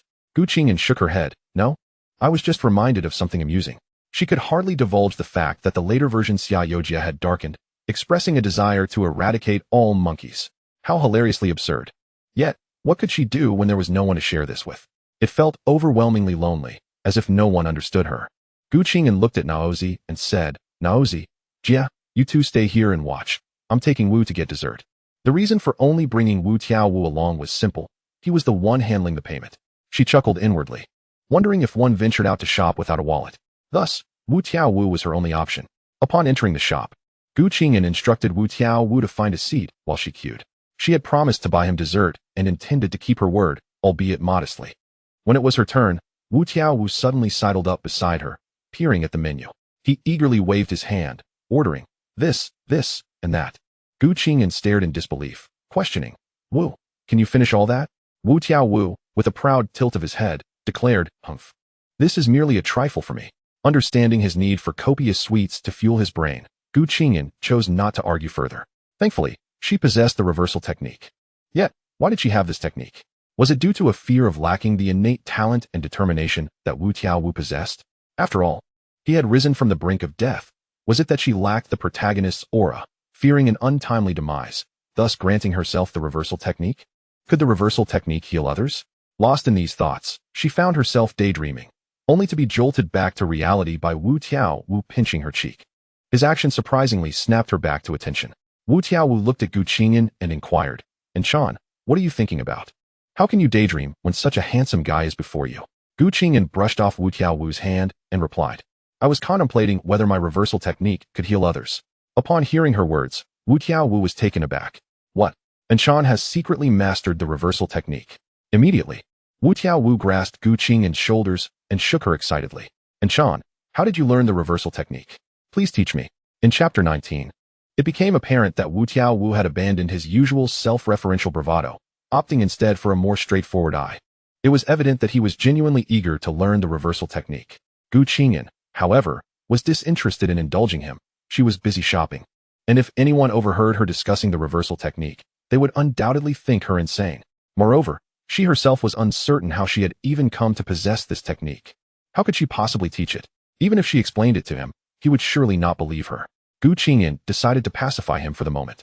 I'll tell you when we get back, Wu.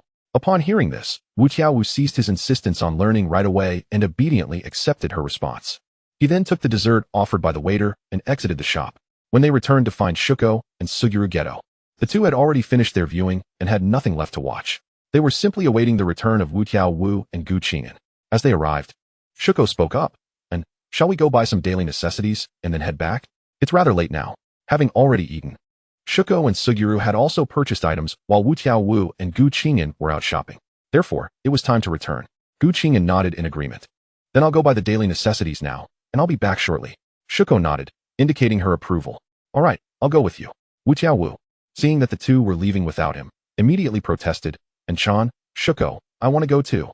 His tone was overly familiar, mimicking the voice of a schoolgirl. Shuko and Gu Qing'an turned their heads, feigning disgust. Fushiguro Geto, unable to bear it any longer, remarked on his friend's mischievousness. Indeed, quite the troublemaker. Shuko retorted sharply. Could you refrain from using such a strange and nauseating voice? Gu Qing'an wore an expression reminiscent of an elderly man on the subway, engrossed in his phone. Heaven knows how he produced that voice. Her curiosity was piqued. With that thought, Gu Qing'an circled around Wu Tiaowu. TSK. Wu Tiaowu looked at her, bewildered. Enchan, what is the matter? Have you been enchanted by my charm? Of course, it's only natural to be captivated by someone as handsome as me, he added confidently. Gu Qing'an pondered, realizing that to interact with Wu Tiaowu, one must possess a thicker skin than his. She boldly declared, you are trying to seduce me. Wu Tiaowu's expression shifted to one of confusion and shock. What are you talking about? Fushiguro's eyes widened, and Shuko's pupils dilated in disbelief. What was happening? How had it turned into Wu Tiaowu seducing it? The three of them were utterly perplexed. Wu Tiaowu flared up. What are you little shrimp, talking about? How could someone as handsome as me possibly be trying to seduce you? He inadvertently used the affectionate term he had called her upon their first meeting. Gu Qing'an looked unwaveringly into Wu Tiaowu's eyes and solemnly stated, you are trying to seduce me. Otherwise, why do you keep emphasizing your handsomeness? Is that not an invitation? Fushiguro and Shuko exchanged glances, embarrassed. What did this have to do with seduction? Shuko thought her new friend seemed to have a rather peculiar thought process, perhaps akin to Wu Tiaowu's. Had she been influenced by him? After just one day? Could it be that she was also as troublesome as Wu Tiaowu? Fushiguro was equally baffled by Gu Qing'an's reasoning, and then he realized that Wu Tiaowu might have finally met his match. Wu Tiaowu attempted to defend himself. I noticed you staring at me. You must be infatuated with me, not the other way around.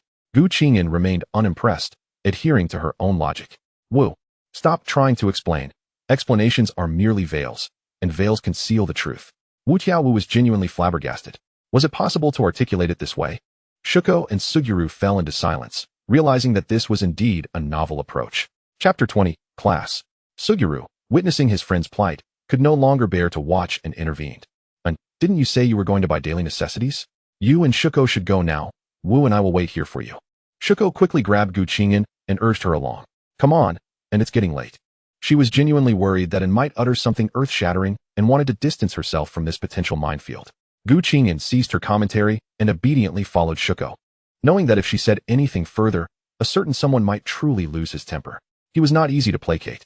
After they finished their shopping, the four returned to the school, and upon reaching the dormitory, they each retreated to their respective rooms to rest. As they departed, Shuko told Gu Qing'an, I'll wake you up in the morning to go to class. Gu Qing'an replied, Okay, Shuko, good night, sweet dreams. At that moment, Wu Tiaowu opened his door, his white-haired head peering out. And Sean, aren't you going to wish me good night? Gu Qing'an looked at Wu Tiaowu's childlike demeanor. Good night, Wu. Sweet dreams. Then she called out towards Suguru's room, Geto, good night, sweet dreams. From within his room, Suguru's lips curled upward as he softly murmured, Good night, and Sean. Wu Tiaowu boisterously echoed, Good night. And Sean, sweet dreams. Shuko added, Good night, and sweet dreams. Returning to her room, Gu Qing'an smiled softly. It had truly been a wonderful day, at least for the time being. In the early hours of the morning, a knock resounded on her door, rousing Gu Qing'an from her drowsy slumber. Damn it! Who is disturbing my peaceful dreams at this ungodly hour? The knocking paused momentarily before resuming. Resigned, Gu Qing'an scratched her tousled hair and rose to open the door. Upon opening it, Shuko was met with a face full of irritation from Gu Qing'an. Gu Qing'an, still groggy from sleep, suddenly became fully alert, more annoyed than before. How could she forget that she had traversed into another world? She had just cursed, but thankfully, Shuko did not understand. Observing Shuko's expression carefully, she found it reassuring. She did not want to lose her newly formed friendship over something so trivial, or she would feel utterly unjustified. Shuko, come in. I'm going to freshen up. Please sit here and wait a moment. I'll be quick, just 10 minutes. After saying this, she hurried inside. In less than 10 minutes, she emerged. Shuko looked surprised at how quickly she had returned. So fast, and? Gu Qing'an replied proudly, Of course, Shuko, I only washed my face and brushed my teeth. Shuko understood. Realizing that there was no skincare routine involved, which explained the speed, Gu Qing'an remarked that, at present, there were no skincare products available, as she had not purchased any the previous day. As the two prepared to venture out, she speculated whether Satoru Gojo and Suguru Geto had risen from slumber. Likely presuming they had not. It was common to witness their tardiness in anime, especially Gojo, who seemed to have a penchant for arriving late even after becoming a teacher. Gu Qing'an inquired if Shoko wished to rouse the two, to which Shoko replied that they would awaken when the time was right. As the two latecomers entered the classroom, the bell rang, and Yaga Yoshinobu made his entrance. Habitually, Gu Qing'an stood to greet the teacher, but as she did so, Yaga's gaze fell upon her. His expression one of bewilderment. And, is there something the matter? At that moment, she felt a wave of embarrassment wash over her. As if her toes were clawing out a 3-bedroom apartment, she could forego buying a house altogether. She could only offer a sheepish smile and reply, I've been sitting for too long and needed to stretch a bit. Yaga, observing her demeanor, mistakenly believed it was Gu Qing'an's first day and that she had risen early, which brought him a sense of comfort. However, Gu Qing'an only felt more awkward under his appreciative gaze. Chapter 21. A lack of enthusiasm for meals indicates a problematic mind. Yaga chose not to elaborate further, merely furrowing his brow as he noticed Gojo and Geto arriving late once more. He thought to himself that a swift reprimand would suffice, as the two were evidently unrepentant and prone to repeat their missteps. With time, he had become somewhat desensitized to such behavior, albeit only slightly. Yaga opened his textbook and declared, Today, we shall primarily discuss the source of cursed energy. Within minutes, Gojo and Geto strolled in, their timing as synchronized as ever. Despite not sharing a room, Gojo entered with a nonchalant swagger, while Geto followed, admonishing him, Gojo, you must inform the teacher if you're late. You can't just waltz in. Yet, despite his words, he still trailed behind Gojo into the classroom. Yaga, witnessing their antics, felt a vain throb on his forehead. He hurled his textbook at Gojo, but it was intercepted by a limitless barrier. Subsequently, he launched a piece of chalk at Geto, which also missed its target. Ultimately, he resorted to delivering a righteous punch, which provided him with a modicum of relief. Thus, Gojo sat in class with a bump on his head, Unyielding, Gojo protested, Yaga-sensei. I already knew all of this when I was a child. Is it truly necessary to reiterate? Geto interjected, Gojo, when speaking in front of the teacher. You should refer to yourself as I. Shoko, observing their exchange, remarked, you two are both insufferable. Qing'an heartily concurred with her sentiment. I wholeheartedly agree with you, Shoko. Gojo's boldness was matched by Geto's subtlety. Both were equally troublesome. Yaga, feeling exasperated, urged, Gojo, just listen attentively.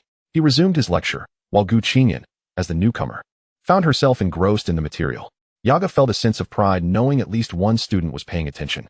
Hoping that Qing'an would not be led astray by Gojo and Geto, as she was a rare, obedient pupil. The morning passed swiftly, and when lunchtime arrived, Qing'an dashed out of the classroom. Before Yaga could reach the door, she had already exited, leaving the other four to exchange puzzled glances, unsure of what had transpired.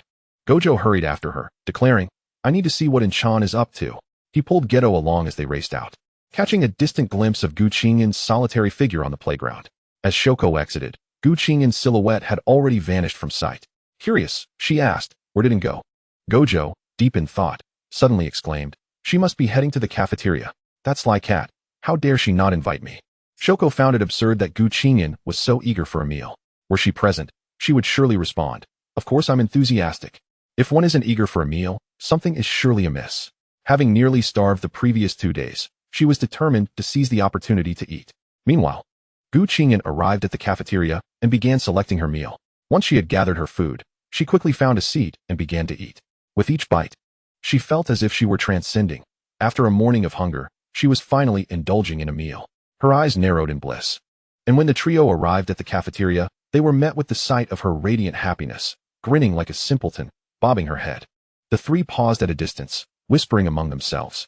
Is Qing'an's mind really intact? Shoko replied, I have no idea. Geto, with a knowing expression, observed, I believe I understand. Gojo and Shoko chimed in unison. Geto, do you know something we don't? Geto nodded and shared. When I first met him, she kept lamenting about being starved. She must be famished now, possibly having skipped breakfast. Geto's deduction was surprisingly accurate. Yet Qing'an could not fathom why they would openly mock her in her presence. Surely she was not deaf. How could they treat her this way? But on the other hand, if she feigned sadness, could she not coax them into bringing her delicious food? She was indeed clever. Chapter 22, Physical Training Class. With this thought, Qing'an lowered her head, pretending to be utterly heartbroken, her shoulders trembling as if she were sobbing. The trio, witnessing her display, assumed she had been upset by their teasing. Shoko rushed over to console her, and, I truly did not mean to imply that you were lacking in intelligence. As she spoke, her words faltered, realizing something was amiss.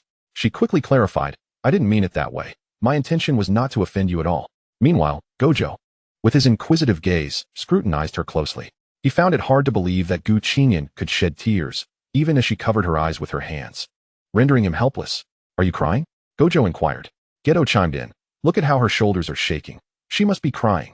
At this, Qing'an felt an overwhelming surge of frustration, wishing she could deliver a punch to each of them. This scenario was far from what she had envisioned. Truly, they were two unreliable individuals. Realizing the futility of subtlety, Qing'an declared, I am indeed quite saddened. I might need something delicious to cheer me up. Gojo scratched his head, confused. But Qing'an, aren't you already eating? Geto added, perhaps Qing'an's appetite is simply larger. Maybe this isn't enough for her. Qing'an was taken aback. How could one suggest that a girl had a large appetite? These two were insufferable. No wonder they remained single at nearly 30. She had discovered the root of their perpetual bachelorhood. Shoko listened to their conversation, utterly speechless. How could two scoundrels possibly comment on a girl's appetite? As they spoke, Chikai and another person settled beside Qing'an.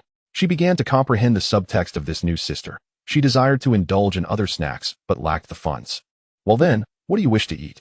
Qing'an inquired, a hint of embarrassment surfacing as she gazed at Naozi. Timidly, she responded, I would like some spicy strips and dessert. Upon hearing the mention of sweets, Wataru was quick to interject, and Chan, when I go on a mission, I shall bring you some. Suguru also chimed in with enthusiasm. Indeed, and Wataru always buys from Kijika food during his missions. Just ask him to bring you extra portions. The trio discerned that their companion was feigning sadness simply to express a desire for different treats.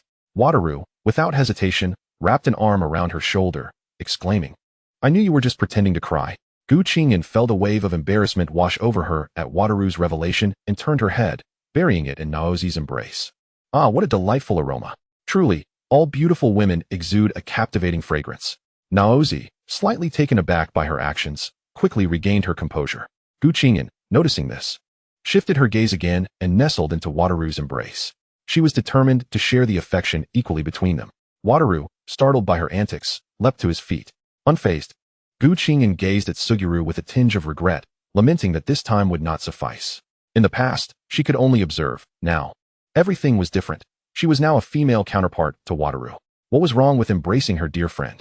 Wataru was, in essence, another version of herself, merely differing in gender. She was simply curious about her parallel self. After her playful antics, Qing'an turned to the trio. Aren't you going to eat? If we wait any longer, there will be no food left. The cafeteria was surprisingly empty. It was only after a considerable time that she had spotted a few people. The three promptly headed to get food, and once they finished, they made their way to the playground. The afternoon was reserved for physical training, and Wataru was brimming with anticipation, while Qing'an had no desire to spar with him for fear of being knocked out. After all, she had never trained before and was merely a delicate flower. Currently, she lay beneath a tree, sunlight filtering through the leaves, casting warmth upon her face. What a comforting sunlight it was, if only it weren't for Wataru's incessant chatter. Chapter 23. She feared Wataru might inadvertently harm her. Qing'an chose to disregard him and drifted off to sleep. Observing her slumber, Wataru crouched nearby, stealthily extending a finger to gently poke her. "Anchan, if you wish to nap, you ought to return to the dormitory," he urged. "Anchan, he repeated like a broken record when she did not respond. Naozi, unable to tolerate this any longer, swung her fist at him. "You fool, she is trying to sleep. Be quiet." Consequently, Wataru fell silent, much like a deflated balloon. Suguru, lounging leisurely, couldn't he help but smirk at Wataru's plight. "Wataru, you should lie down too. It's so comfortable here, especially when the gentle breeze sweeps by. One could catch a whiff of the fragrant grass and trees. Ah, what bliss." He turned to glance at Qing'an, a smile tugging at the corners of his mouth. It was no surprise she slept so soundly. It truly was a delightful experience. After receiving a punch from Naozi, Wataru behaved himself and obediently lay down. As the soft breeze caressed his face, he closed his eyes, realizing how serene this moment was. The surroundings were tranquil, and with the breeze's gentle caress, his spirits lifted considerably. Thus, the four of them comfortably napped beneath the tree. When Jujutsu arrived, he found his four students sprawled on the grass, peacefully asleep. He initially intended to inform them of his mission in the afternoon and that they should practice their physical techniques. However, witnessing their serene slumber, he could not bear to disturb them. After all, sometimes his two students would return from missions utterly exhausted. Jujutsu quietly turned and left, deciding to notify them later. Even without a reminder, Wataru and Suguru would practice on their own. Though they occasionally ventured out to play, it did not affect their training. After 2 hours of slumber, they awakened at 2:30, each revitalized. Wataru, upon waking, was as lively as a sparrow, chattering incessantly. "That nap was incredible. I must return here to sleep again." He then turned to Naozi and Qing'an. "Anchan, Naozi, you must join us next time." Naozi had to admit that napping here was indeed quite pleasant. As they spoke, she suddenly exclaimed, "Wait, Suguru, it's class time." Checking her phone, she realized it was already 2:30. "Where's teacher yet? Why hasn't he called us?" Suguru replied, "Perhaps he went on a mission. We might have to practice on our own." The mention of practice sent Wataru into a frenzy of excitement. "Finally, I get to spar with Anchan." With that thought, he wasted no time dragging Qing'an towards the playground, eager to begin their training. Qing'an stumbled as he pulled her, quickly patting his hand. "Wataru, let go. I can walk on my own." However, this time, she didn't merely tap him. She inadvertently made contact. Startled, Qing'an thought, what if I were to be knocked out by the strongest sorcerer? Would tomorrow's sorcery world report such news? Shockingly, has morality decayed, or has humanity twisted? The strongest sorcerer, Wataru, heir to the Gojo family and possessor of the 6 eyes, sparring with his peer and accidentally causing their demise. The mere thought sent shivers down her spine. She turned to Naozi and Suguru, a distressed expression on her face. "Suguru, Naozi, save me. I cannot fight Wataru. He will surely defeat me." Naozi found her exaggerated expression amusing and chuckled. "And Wataru won't harm you. It's just practice. And he will be careful." Qing'an found this hard to believe, recalling the destruction left in Wataru's wake when he sparred with Suguru. "You think Wataru will exercise caution?" "I doubt it." She turned to break free from Wataru's grasp and rushed to Suguru, clutching his leg. "Suguru, you are my dear friend. You must protect me and spar with Wataru in my stead." Suguru, taken aback by her unexpected maneuver, could only respond, "I am not your dear friend." Unperturbed, Qing'an insisted, Even if you do not know the Suguru from another timeline, you are still the same person. How can you not be my dear friend? You promised to protect me. I don't care. You are my dear friend. Chapter 24, The Sparring Match. As Satoru Gojo observed the reluctance in his opponent to engage in combat, a wave of confusion washed over him. Could this truly be the possessor of the six eyes? Why was this individual so timid? With exaggerated exasperation, Gojo looked at Qing'an and exclaimed, "Enchan, you possess the six eyes. Why do you fear me so? Even if you cannot best me, there is no need for such trepidation." Likewise, Fushiguro Geto was equally puzzled. "And why are you so afraid of Gojo?" Qing'an felt that to uphold a lie, one must weave a tapestry of deceit. "It's just that I never took my training seriously before." Gojo, assuming it to be a trivial matter, reassured her, "Don't worry. With both Fushiguro and me training you, we are the strongest." Geto chimed in, "Rest assured, and Gojo and I will be careful. Your fears of being utterly defeated are unfounded. Look beside you. This one possesses the reverse curse technique." Shoko Nishimiya enthusiastically concurred, her confidence in her sorcerer unwavering. With me around, you shall not come to harm." Hearing the collective reassurances, Qing'an felt an inescapable fate looming over her. Resigned to her destiny, she prepared to spar with the two, hoping to cultivate some muscle memory. She needed to, or else she would simply endure the blows. The thought brought tears to her eyes. Slowly trudging to the training ground, she was met with Gojo's exuberant demeanor, which sent shivers down her spine. "Alas, my fate is sealed." Gojo looked at her with a grin and declared, "Enchan, I'm about to begin." Before Qing'an could respond, he charged at her. As a fist swung toward her, she instinctively seized his wrist, attempting a shoulder throw. Gojo, quick to react, withdrew his hand and executed a sweeping kick. She leaped aside. And with those initial exchanges, Qing'an gained confidence. Perhaps she did possess some skill. Muscle memory was indeed present. Gradually, as they continued to spar, she became more at ease. Engaging seriously with Gojo, coupled with the assistance of the six eyes, she found a newfound fluidity in her movements, and Gojo, too, grew increasingly invigorated by the bout. However, as the sparring progressed, Qing'an began to feel her stamina waning. Gojo soon noticed this, and before long, they halted their training. With a playful smile, Gojo remarked, "Enchan, your stamina is quite lacking. This simply will not do." Fushiguro nodded in agreement. "Indeed, your endurance leaves much to be desired. It hasn't even been 10 minutes. Qing'an was aware that more training was essential. Though she believed her current stamina was commendable compared to her past self, she used to be winded after climbing 5 flights of stairs. Yet, she recognized the dangers of this world.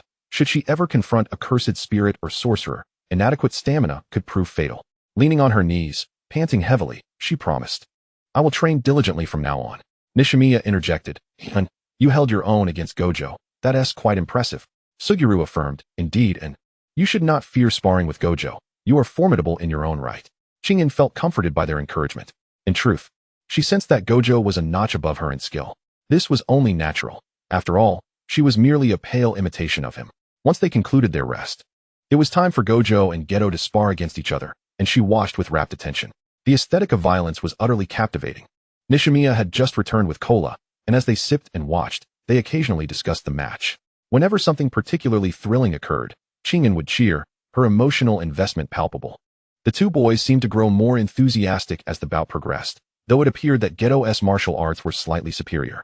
Thus, the afternoon slipped away, and she seemed to catch a whiff of the delicious aromas wafting from the cafeteria.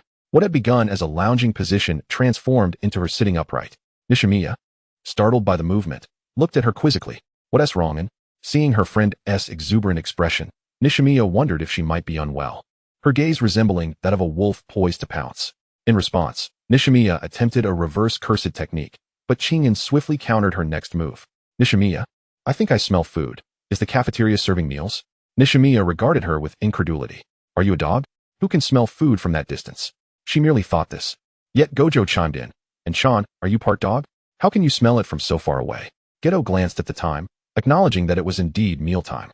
"It's time to eat." He then turned to Gojo. "Gojo, don't say that," and simply has a keen sense of smell. You might upset her. True to form. Upon hearing Geto's words, Qing'an shot an indignant look at Gojo.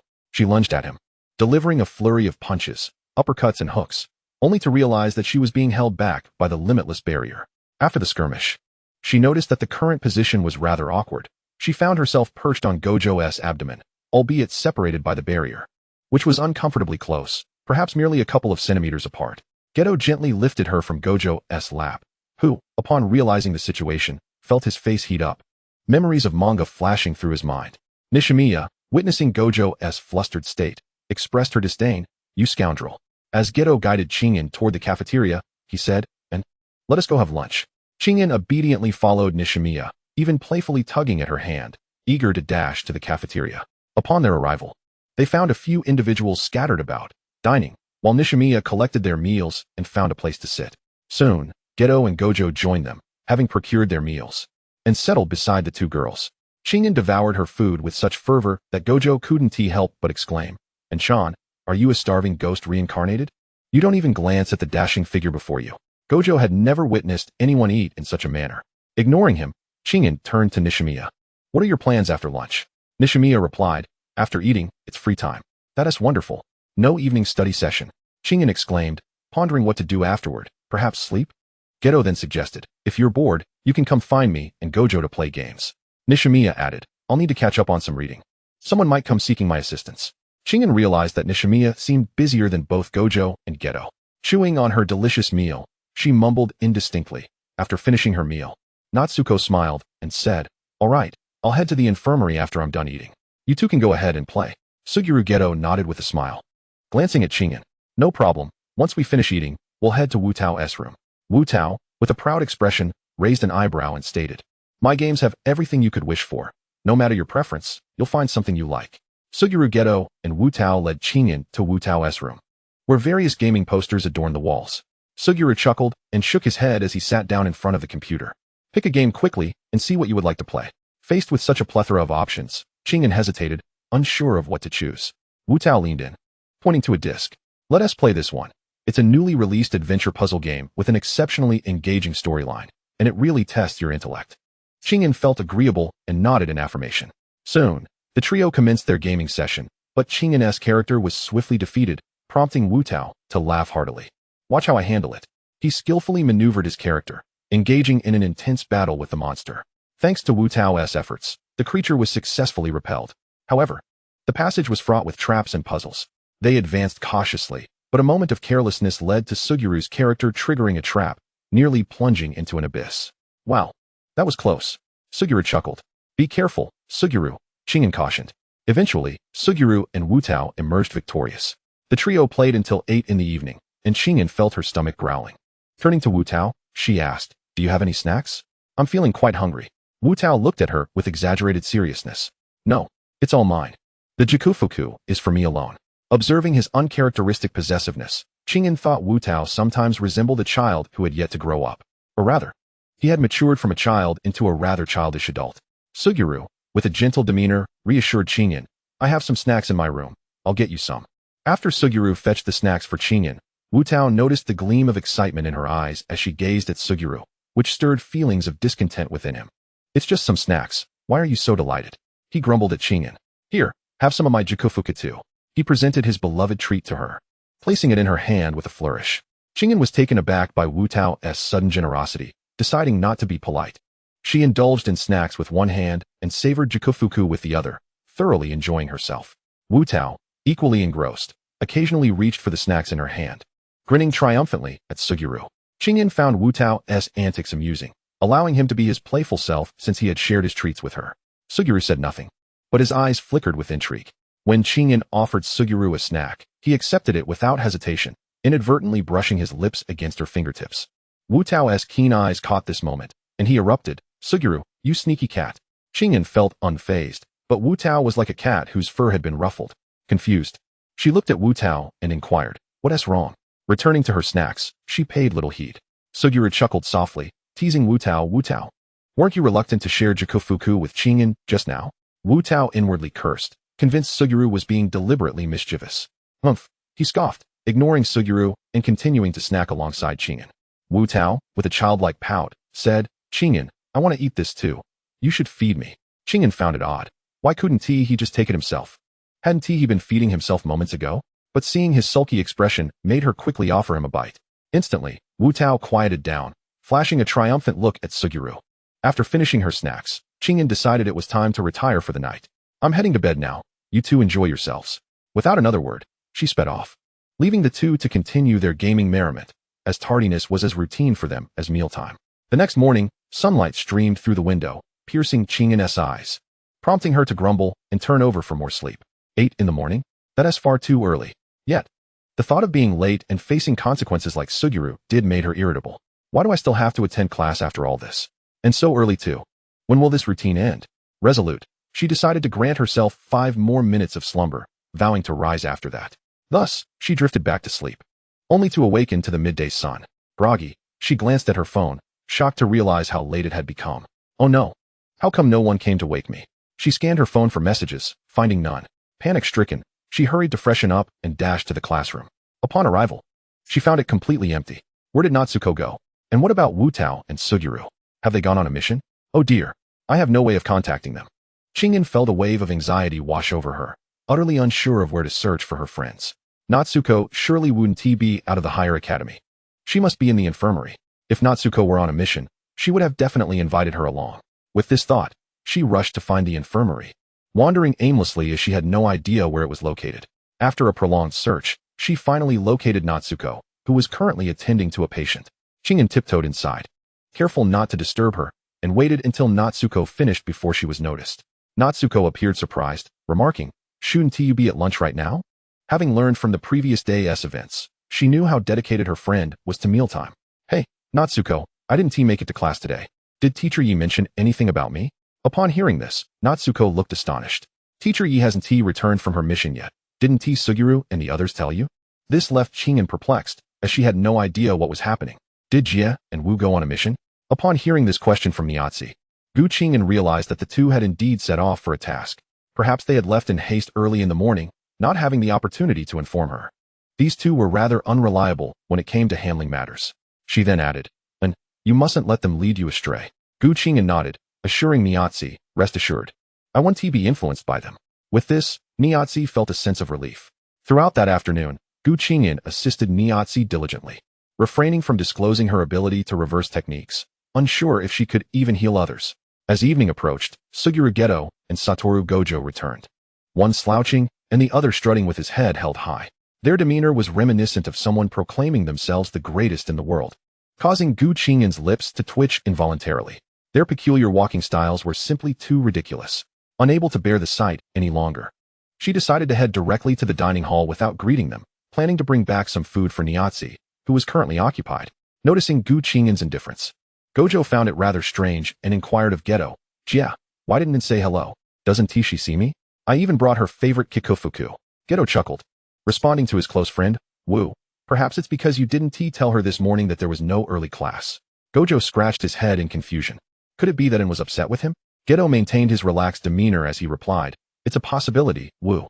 Upon hearing his friend's remark, Gojo's expression transformed into one of realization. "Then I shall go explain it to An." Geto watched as Gojo dashed off in pursuit of Qing'an, following at a leisurely pace. When Gojo finally found Qing'an, she was in the midst of her meal. Halfway through, she sensed a shadow looming over her. Looking up, she saw Gojo and curiously asked, "What is up, Wu?" Gojo, noticing her seemingly displeased expression, momentarily lost his bearings. In truth, Qing'an was not angry, but to Gojo, her expression suggested otherwise. He quickly raised the gift he had brought, exclaiming, "And look at the delightful treat I've brought for you." Qing'an followed his gesture and was surprised to see his beloved kikofuku. "Is this for me?" she exclaimed. Gojo proudly tilted his chin, "Of course, and shouldn't you thank the incredibly handsome Satoru Gojo?" Delighted, Qing'an accepted the kikofuku. "Thank you, Wu, I really like it. Next time I go on a mission, I'll bring you something you enjoy." Gojo beamed at her words, feeling elated that An promised to bring him a gift just for himself, unlike Jie and Niatsi. Yet, recalling what his friend had said about possibly upsetting An earlier, he began to explain, "And this morning, Teacher Yi said there was no early class, and I intended to tell you. But Jie rushed me out the door for a mission right after, and I didn't get the chance. Don't be angry with me, and if you're upset, it should be with Jie. It's all his fault."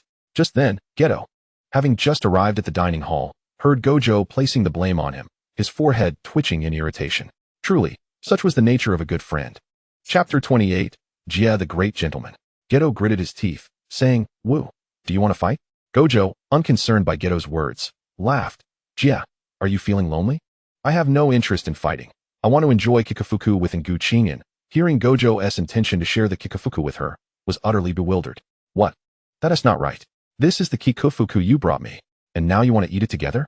Truly, You are something else, Satoru Gojo. Having just received it. She was already frustrated with his intentions. Without further ado, she turned to leave, and Gojo, noticing her departure, hurriedly followed. And, are you taking it back to the dorm? Let me help you with that. Qing'an tossed the item to Gojo, insisting he carry it himself, as she needed to fetch food for Niatsi. Gojo was astonished to see her prepare for another serving. Are you really getting another portion? Can you eat that much? Qing'an internally pondered if Gojo perceived her as a bottomless pit. Geto, sensing that Qing'an had been annoyed, quickly interjected, woo, and is likely just helping Niatsi with her meal. Qing'an felt a wave of gratitude toward Geto, appreciating his kindness, which seemed to surpass even Gojo's. Those who labeled Jia as inferior were undoubtedly influenced by Gojo. Upon hearing his friend's words, Gojo nodded in understanding, then quipped, I thought and could eat that much. At that moment, Qing'an genuinely considered severing ties with Gojo for 10 minutes. How could he not control his tongue? Unbeknownst to Gojo, who continued to hover around her. He mistakenly believed she was too busy assisting Niatsi to converse with him. Only Geto recognized that Qing'an's mood was far from pleasant. He approached her gently and, let me help you carry that. Seeing Geto's considerate demeanor only deepened her admiration for him. Upon their arrival at the infirmary, Niatsi was nearly finished with her tasks, with just one last patient remaining. Within minutes, it was all wrapped up. Niatsi, surprised to see the three of them, noted that usually, Jia and Wu seldom visited the infirmary, as they typically rushed off to play games after completing their missions. Niatsi, come eat. I brought you several dishes. Niatsi approached and was delighted to find them all to her liking. And how did you know I love these? She asked, astonished. Qing'an replied with a proud smile. I noticed during our meal yesterday. Niatsi was taken aback, recalling how she had been devouring her food, yet Qing'an had paid attention to her preferences. Feeling a warm sense of appreciation, Niatsi smiled at her. Thank you. And Qing'an, upon hearing Niatsi's gratitude, felt her heart swell. It's nothing. If you ever want something, just tell me. Don't forget to eat regularly. It's not good for your stomach to skip meals. When I go on missions, I'll bring you gifts every time. Qing'an was determined to make things right. As expected, Niatsi's smile grew even brighter at her words. Gojo, observing the scene, chimed in. And don't forget to bring me kikufuka too. Qing'an regarded Wu Tiaowu with a dismissive expression, responding nonchalantly, I understand. She then waved him off, urging him to go enjoy his game. In the next moment, she turned to Suguru Geto with a gentle demeanor, saying, Geto, let me know what you would like to eat, and I shall bring it back for you. Suguru smiled warmly at her and replied, I will eat whatever you bring. Wu Tiaowu interjected, displeased, why do you treat me so dismissively while being so amiable to Geto and Shoko? And Chan, why aren't you smiling at me like you do with Geto? You're isolating me.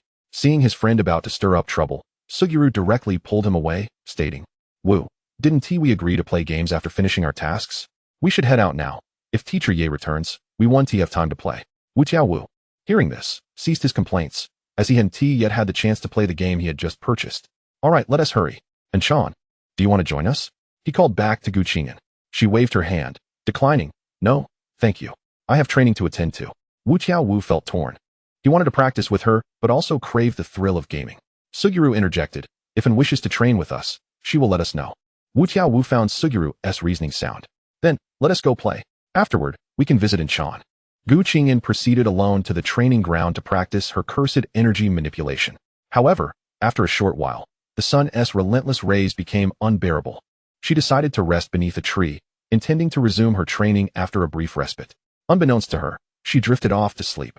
When Suguru and Wu Tiaowu eventually found her, they were greeted by the sight of her lying beneath the tree. Wu Tiaowu approached and crouched down, poking her gently. Like a child discovering a new wonder, he poked her from side to side, exclaiming, she is so soft. When I poke her, she bounces back. Get over here and see Inchan's face, he urged Suguru, who, although amused, cautioned, Wu, if you disturb her sleep, she might get angry. Despite his words, Suguru did not intervene, instead lying down beside her with his head resting on his hands. After a while of poking without any response from Qing'an, Wu Tiaowu lost interest and lay down as well. When Qing'an finally stirred awake, she was met by Suguru's gaze. Reaching out instinctively, she touched his handsome face. But as she did so, a sense of wrongness washed over her, and she gradually became fully awake. Suguru, seeing her awaken, gently took her hand away from his face. Have you awakened in? Wu Tiaowu poked his head over her shoulder, grinning. And Chan, weren't you supposed to be training? How did you end up here? Qing'an jumped at his sudden appearance, sitting up abruptly. What are you both doing here? She asked, brushing off the dirt from her clothes. Glancing at the sun, she noticed it had set, leaving only the fiery glow of dusk. It's time for dinner, she mused, heading toward the cafeteria, with Suguru and Wu trailing behind. Feeling a bit disoriented after her nap, Qing'an's mind was clouded. Wu exchanged worried glances with Suguru, silently questioning what was wrong with her. Suguru shrugged, indicating he was unsure. Wu speculated that perhaps her anger stemmed from not having trained with her. At that moment, Qing'an simply longed for her friends from another realm. Suguru turned to her gently, asking, what troubles you? You seem preoccupied. Her voice, heavy with sorrow, replied, I just miss my friends. We used to eat together, attend classes, and hang out. As she spoke, her melancholy deepened. She felt that traversing to this world was not at all pleasant. She was devoid of friends and familiar faces, missing her favorite foods and the essence of home. All that surrounded her were anime characters, and she felt guilty for deceiving them. Suguru noticed the aura of despair enveloping her, as if she were carrying the weight of the world. After a moment's thought, he spoke softly, and, didn't you say we are close friends? Qing'an stared at him, momentarily taken aback. But they are from another realm. Suguru persisted gently. Didn't you say we are essentially the same person? From now on, Geto, Wu, and Shoko will attend classes, share meals, and be with you. We are friends now, are we not? Wu chimed in, and Chan, don't forget about me. I am you, and you are me. Qing'an was touched by Wu's rare display of comfort. She felt her spirits lift slightly. Upon arriving at the cafeteria, the trio finished their meal and headed back to gaming. Qing'an felt the monotony of her days weighing heavily upon her. Tossing the game controller onto the ground, she lay down, exclaiming, if this continues, I shall fall into despair.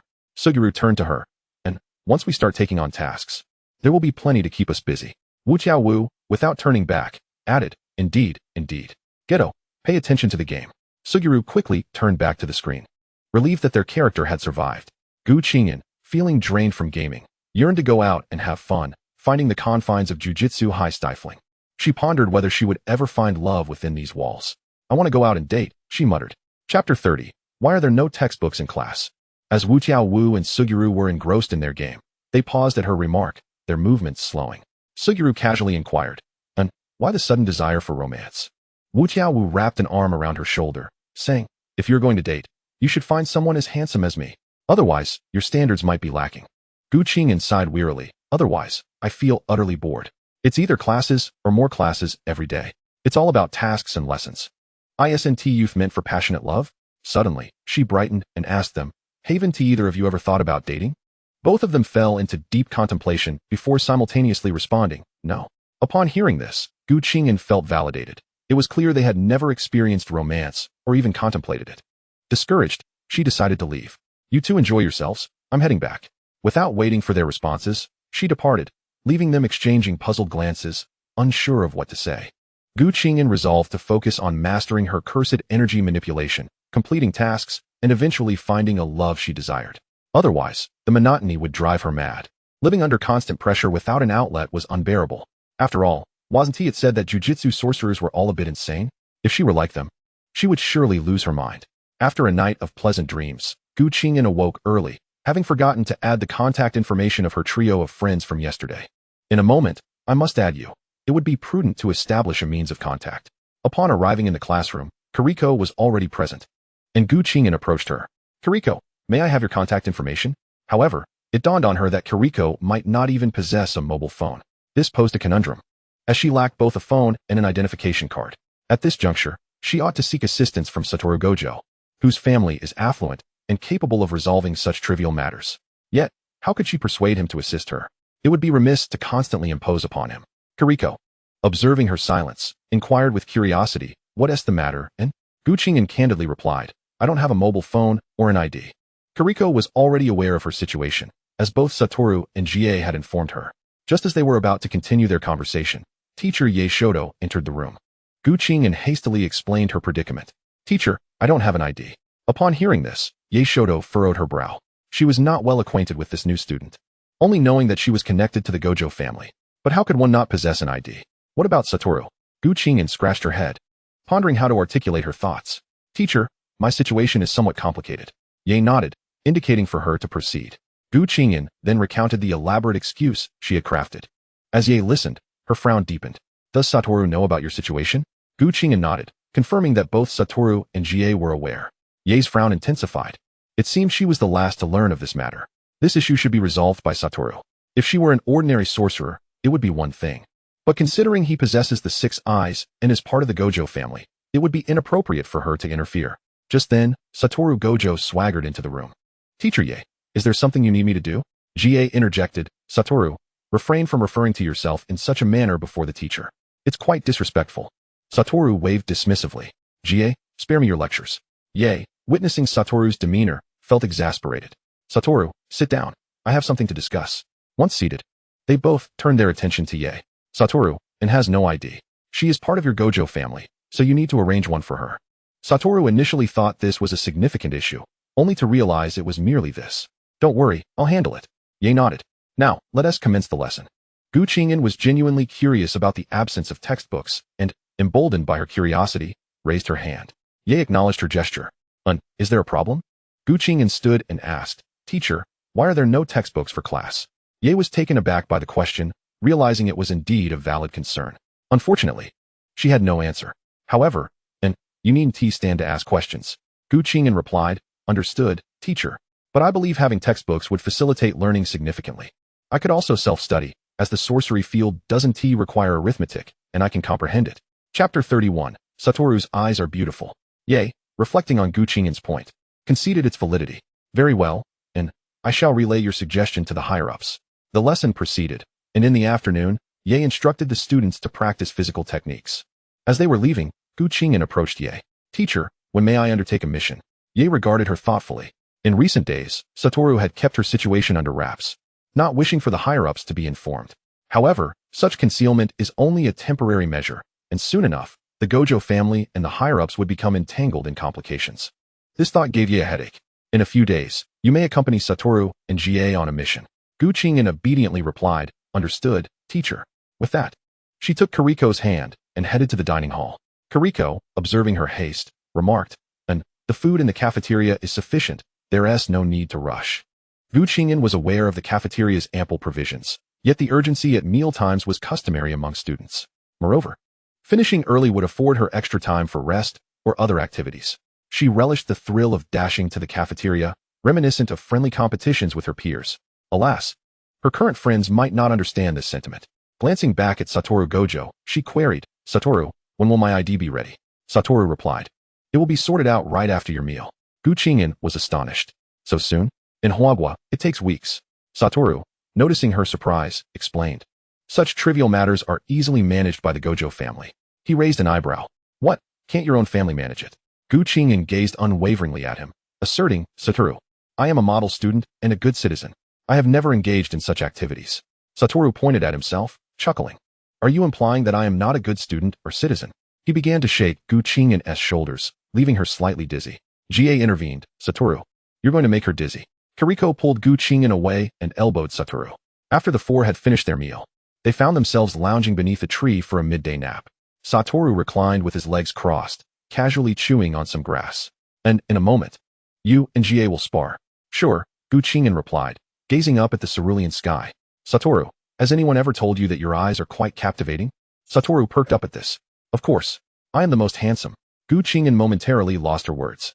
Did this guy not understand the concept of humility? "Your eyes truly are beautiful, akin to the azure sky." Ga, also admiring the heavens, remarked, "Satoru's eyes are indeed striking."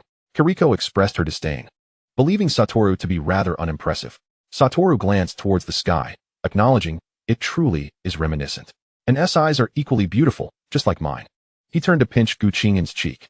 She wondered if Satoru had some peculiar inclination towards pinching her face. She swatted his hand away, choosing to ignore him instead. "Ga, next time you embark on a mission, please take me along. I find myself quite bored here at the school." Satoru, hearing Qing'an invite Ga instead of him, squeezed between them. "Why doesn't he say that to me? I can take you too." He reached out again, attempting to pinch her cheek. Qing'an was prepared this time, evading his grasp. "Satoru, are you looking for a fight?" Qing'an thought to herself, feeling quite bold for speaking to Satoru in such a manner. It was no wonder that sometimes Ga and Satoru would engage in friendly brawls. Satoru simply had a knack for inciting irritation. Thus, they made their way to the playground, engaging in a spirited exchange of blows. Just as they were caught up in the fray, Qing'an noticed two girls approaching and, in a moment of distraction, found herself thrown over Satoru's shoulder in a surprise move. With a thud, he fell to the ground. Wit, you insensitive brute. You'll never find a girlfriend in your life. Gu Qing'an genuinely believed that Wuzhou Wu would forever be devoid of romantic prospects. Were it not for his striking visage, he would have been met with a far harsher fate. No, it would be more accurate to say he would have been verbally lambasted. Yet, who could resist his strength and charm? He had an abundance of admirers, herself included, but starting today, she would no longer be one of them. Truly, someone like Wuzhou Wu was only fit to be admired from a distance. Once one interacted with him, the frustration would be unbearable. Chapter 32. On a mission. Mingming approached, observing Gu Qing'an on the ground, then casting a glance at Wuzhou Wu. Are you bullying the new student? And JJ, upon seeing Gu Qing'an sprawled out, rushed over to help her up. Pointing an accusatory finger at Wuzhou Wu, she exclaimed, Wuzhou, you're at it again. Wuzhou Wu looked at JJ with indifference, replying, I was merely sparring with Chan. She is far more formidable than you, and we've been at it for quite a while. And JJ's irritation only grew. Wuzhou, you must use honorifics when addressing your seniors. Mingming observed as the two began to bicker again, shaking her head in exasperation before turning her attention to Gu Qing'an. Are you the new junior? Gu Qing'an stepped forward, bowing respectfully. Hello, senior. I'm Wuzhouan. She then bowed again towards JJ. Hello, senior. I'm Wuzhouan. And JJ introduced herself in turn. Hello, junior. I'm JJ. Mingming added, I'm Mingming. She raised an eyebrow. Are you from the Wuzhou family? And JJ glanced between Wuzhou Wu and Gu Qing'an. The junior doesn't resemble that guy at all. Wuzhou Wu, still reveling in his own vanity, boasted. And Chan is definitely not as handsome as me. After exchanging pleasantries, Mingming called for JJ to leave with her. And JJ skipped along behind Mingming, growing increasingly distant. Gu Qing'an looked at Wuzhou Wu, lifted her hand onto her tiptoes, and gently patted his shoulder, saying, Wu, you really ought to be a more polite person. Otherwise, one day you might find yourself on the receiving end of a punch without knowing who struck you. Wuzhou Wu scoffed dismissively. I'm the strongest. I'm not afraid. At that moment, Fushiguro Geto approached, stating, Wu, there's a mission we need to undertake. He then glanced at Gu Qing'an, who was gazing at him with wide, eager eyes, her expression screaming, I want to go too. Geto, let Chan join us. We're the strongest, and we'll protect her, Wuzhou Wu interjected. Gu Qing'an nodded enthusiastically. Yes, Geto. She reached out to tug at his arm. Fushiguro Geto, feeling somewhat uncomfortable, nodded in agreement. All right, then it will come with us. Gu Qing'an was elated. After 3 days in this place, she would finally get to explore. She approached Shoko and informed her, Shoko, I'm heading out for a mission. I'll bring back a souvenir for you. Shoko nodded. Okay, but please be careful. Wuzhou Wu, overhearing Shoko's words, reassured her, don't worry Shoko. With Geto and me around, and Chan will be just fine. Having said that, he started heading towards the school gates, where the auxiliary supervisor would soon arrive to escort them. Once seated in the vehicle, Fushiguro Geto explained the mission details to Gu Qing'an. Their task involved a grade 1 cursed spirit located in an abandoned school. A few students had ventured inside a couple of days ago for an adventure and had yet to emerge. When search parties were dispatched, they too vanished, prompting a report that ultimately confirmed the presence of a grade 1 cursed spirit. Gu Qing'an, upon hearing this, was filled with excitement. Geto, let me take the lead when we arrive. Once the mission is complete, we can buy a souvenir for Shoko and then enjoy a meal before heading back. We could even visit the high school. Both Fushiguro Geto and Wuzhou Wu felt a sense of unease at her words, recalling her prior declaration about wanting to experience romance. Geto refrained from inquiring further. And missions can be time-consuming. Once we acquire Shoko's souvenir, we need to return quickly. If Teacher Yaga discovers we've been out too long, we'll be in trouble. Wuzhou Wu nodded in agreement. Yes, and Chan, we need to hurry back. Gu Qing'an, sensing their skepticism, felt a twinge of disbelief but was deterred by the thought of being reprimanded. She certainly did not wish to face the consequences of being late for class. Resigned, she conceded, all right, we can play next time. The two boys sighed in relief at her response. Neither wanted their dear companion to be misled by other boys, for she was rather naive. By the time the trio arrived at their mission site, it was already past 2 in the afternoon. Gu Qing'an stretched her arms and legs. Wuzhou Wu, observing her, mocked. And Chan, are you really that timid? I could handle this with a single blast. Chapter 33, Forgetting to Release the Curse. Gu Qing'an raised an eyebrow at Wuzhou Wu's comment. I have my own techniques, you know, she retorted, gesturing dramatically in Wuzhou Wu's direction as if launching a blast, making a sound effect of bang. However, she quickly retracted her hand, laughing. She certainly didn't want to cause any damage, otherwise, Yaga would have her head. Determined, Gu Qing'an strode towards the derelict school. Fushiguro Geto and Wuzhou Wu were unperturbed by the potential dangers, yet a hint of worry lingered in their hearts. Wu, And can we truly handle this? Wujo Wu waved his hand dismissively. She is a 6 eyes user. If she can't exorcise a grade 1 cursed spirit, that'd be quite embarrassing. Don't let anyone know she is as skilled as me. As they spoke, the dilapidated building ahead suddenly collapsed. Fushiguro Geto looked at Wujo Wu. Wu, didn't you forget to release the curse? Wujo Wu exploded with indignation, refusing to admit it was his oversight. Geto, wasn't he at your responsibility? They both pointed accusatorily at Qing'an in unison. It's and who forgot to release it. After exchanging knowing grins, they turned to see Qing'an returning. Sensing the peculiar atmosphere. What is going on with you two? What devious scheme are you concocting? Little did she know, they were indeed plotting against her. However, they had no intention of revealing their plans. Thus, the trio bought gifts for Shoko and enjoyed a meal before making their way back. Qing'an was lost in thought throughout the journey, pondering why Wujo Wu was unusually quiet. Something felt off, and she wondered if a conspiracy was afoot. She replayed the events from their departure from the high school to their return, pinpointing one significant error. They had neglected to release the curse during the exorcism. Surely, Teacher Yaga would notice and question them. Would they then throw her under the bus? How infuriating. Those two scoundrels. Qing'an suspected she had unraveled the truth. She needed to devise a strategy. She couldn't remain passive. Upon their return to the high school, as expected, they were indeed confronted by Teacher Yaga. At this moment, the three individuals were kneeling below, while Ye sat above. You have not settled the accounts this time either, remarked Wataru. He expressed his desire to deflect blame, insisting that he did not wish to be the target of reprimand. Teacher, it was Inchan's actions that were too swift. We had no time to settle the accounts. Silently observing Wataru was Suguru, who chose not to speak. Qing'an voiced her dissent, raising her hand. Teacher, it was Wataru who claimed there was no need to settle the accounts. One shot of song would suffice. He said if I settled the accounts, he wouldn't play with me anymore. He had been pulling Suguru along to buy some delicious snacks, leaving no time for settling the accounts. When the cursed spirits burst forth, it was too late. Wataru, taken aback by her statement, expressed his astonishment. Is Inchan really that articulate? Before he could fully comprehend the situation, Ye delivered a swift punch. Wataru shielded his head, casting an indignant glance at Qing'an, who responded with a cheeky grimace. Ye observed their antics without comment. Wataru, a reflection of 3,000 words, due tomorrow. Wataru exclaimed in dismay.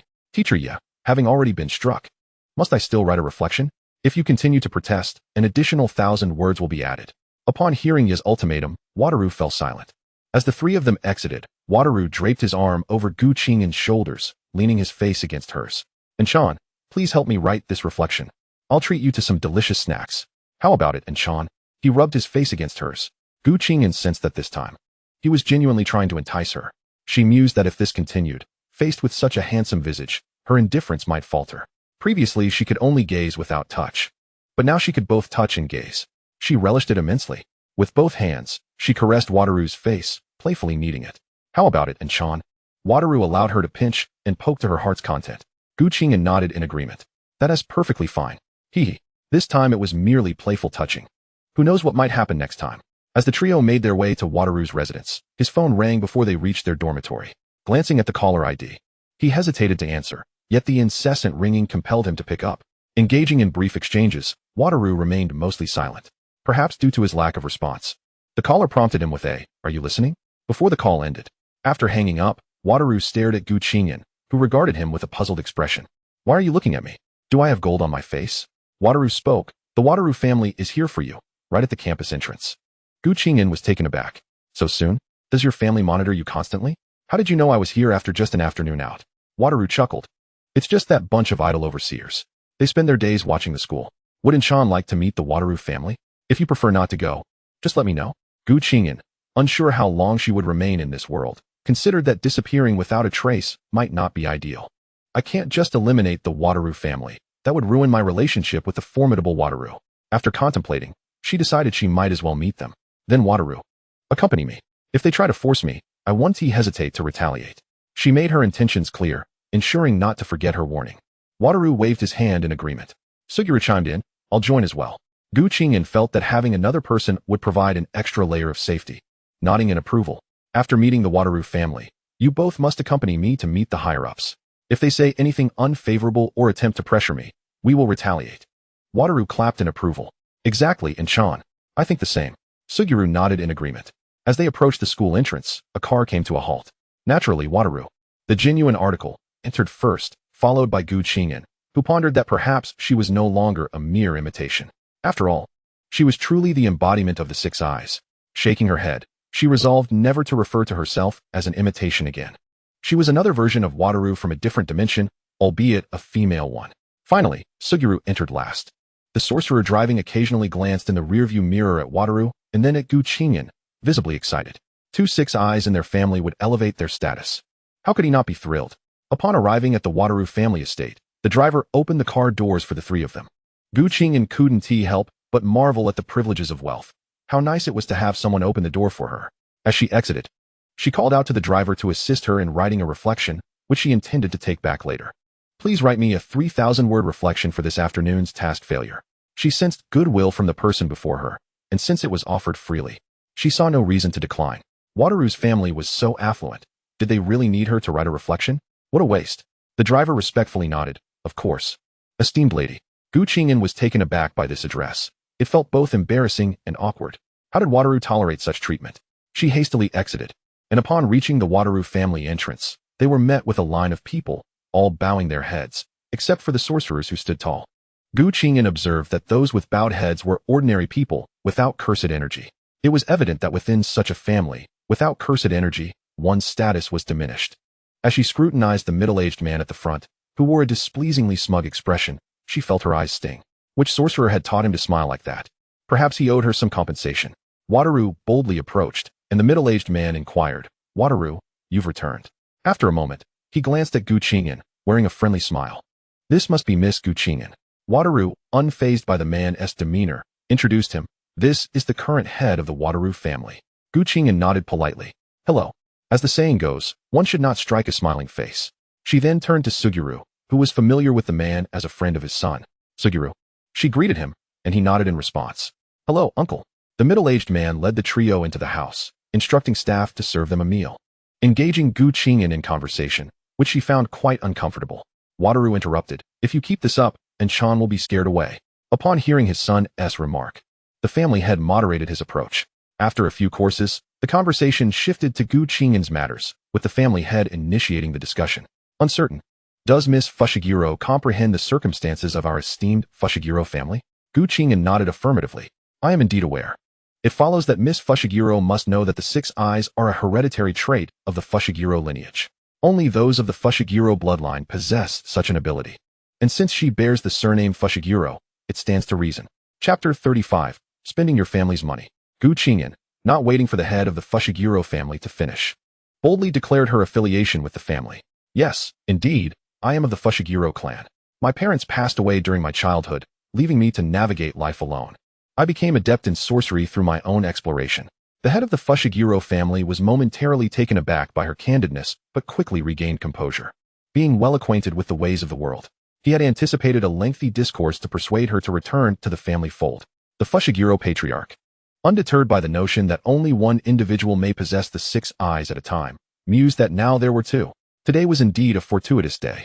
Observing his joy, Qing'an felt a surge of happiness herself. When individuals are at their most jubilant, they are often inclined to grant requests, especially when they are of the same bloodline. I have no money to spend. Could you lend me some? She boldly asserted, unabashedly revealing her intentions. The head of the Fushiguro family paused, pondering if sorcerers could indeed be short on funds. Qing'an, interpreting his silence as reluctance, exclaimed, What? After all my efforts to return to my family, you want to even acknowledge it? What if I go out claiming that the 6 eyes sorceress of the Fushiguro clan is destitute? How embarrassing would that be? Her words rendered the Fushiguro family momentarily speechless. Her demeanor seemed strikingly similar to that of his son. Is it possible that those with the 6 eyes share such a temperament? Fushiguro Wataru and Fushiguro Geto stood by, observing her antics in silence. However, Wataru eventually interjected, his tone irritable. Hurry up, old man. I need to get back. The patriarch, infuriated by his rebellious son, yet unable to retaliate, did not refuse Qing'an's request. He summoned someone, whispered instructions, and the individual departed, turning back with a beaming smile. He addressed Qing'an. I shall send someone to fetch the funds immediately. Qing'an nodded in satisfaction. This elder was rather accommodating. Shortly thereafter, the messenger returned, and Qing'an fixed her gaze intently upon him. The head of the Fushiguro family received a card from the messenger and handed it to Qing'an. There are 200 million here. Take it and spend as you wish. Leave your contact information, and should you require more, I will ensure you receive it. Hearing this, Gu Qing'an nodded approvingly. However, she realized she lacked a mobile phone. I don't have a phone. You must buy me one, she insisted, extending her hand once more. The patriarch observed her behavior and felt a swell of compassion, understanding that she must have endured significant hardship over the past several years. Noting the gravity of the situation, he empathized with her plight. After all, within the Fushiguro family, the 6 eyes were revered.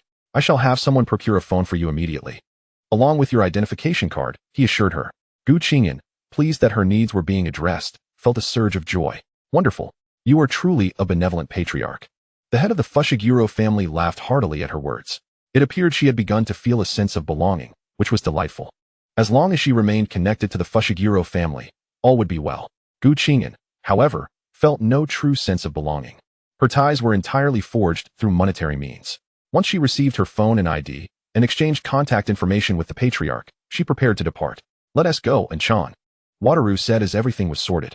On their way out, she wore a smile, having secured assistance with her written apology, funds in hand, an ID arranged, and a phone on the horizon. Haha, she was effectively on the path to success. It would be even better to use the Fushiguro family's wealth to indulge a handsome suitor.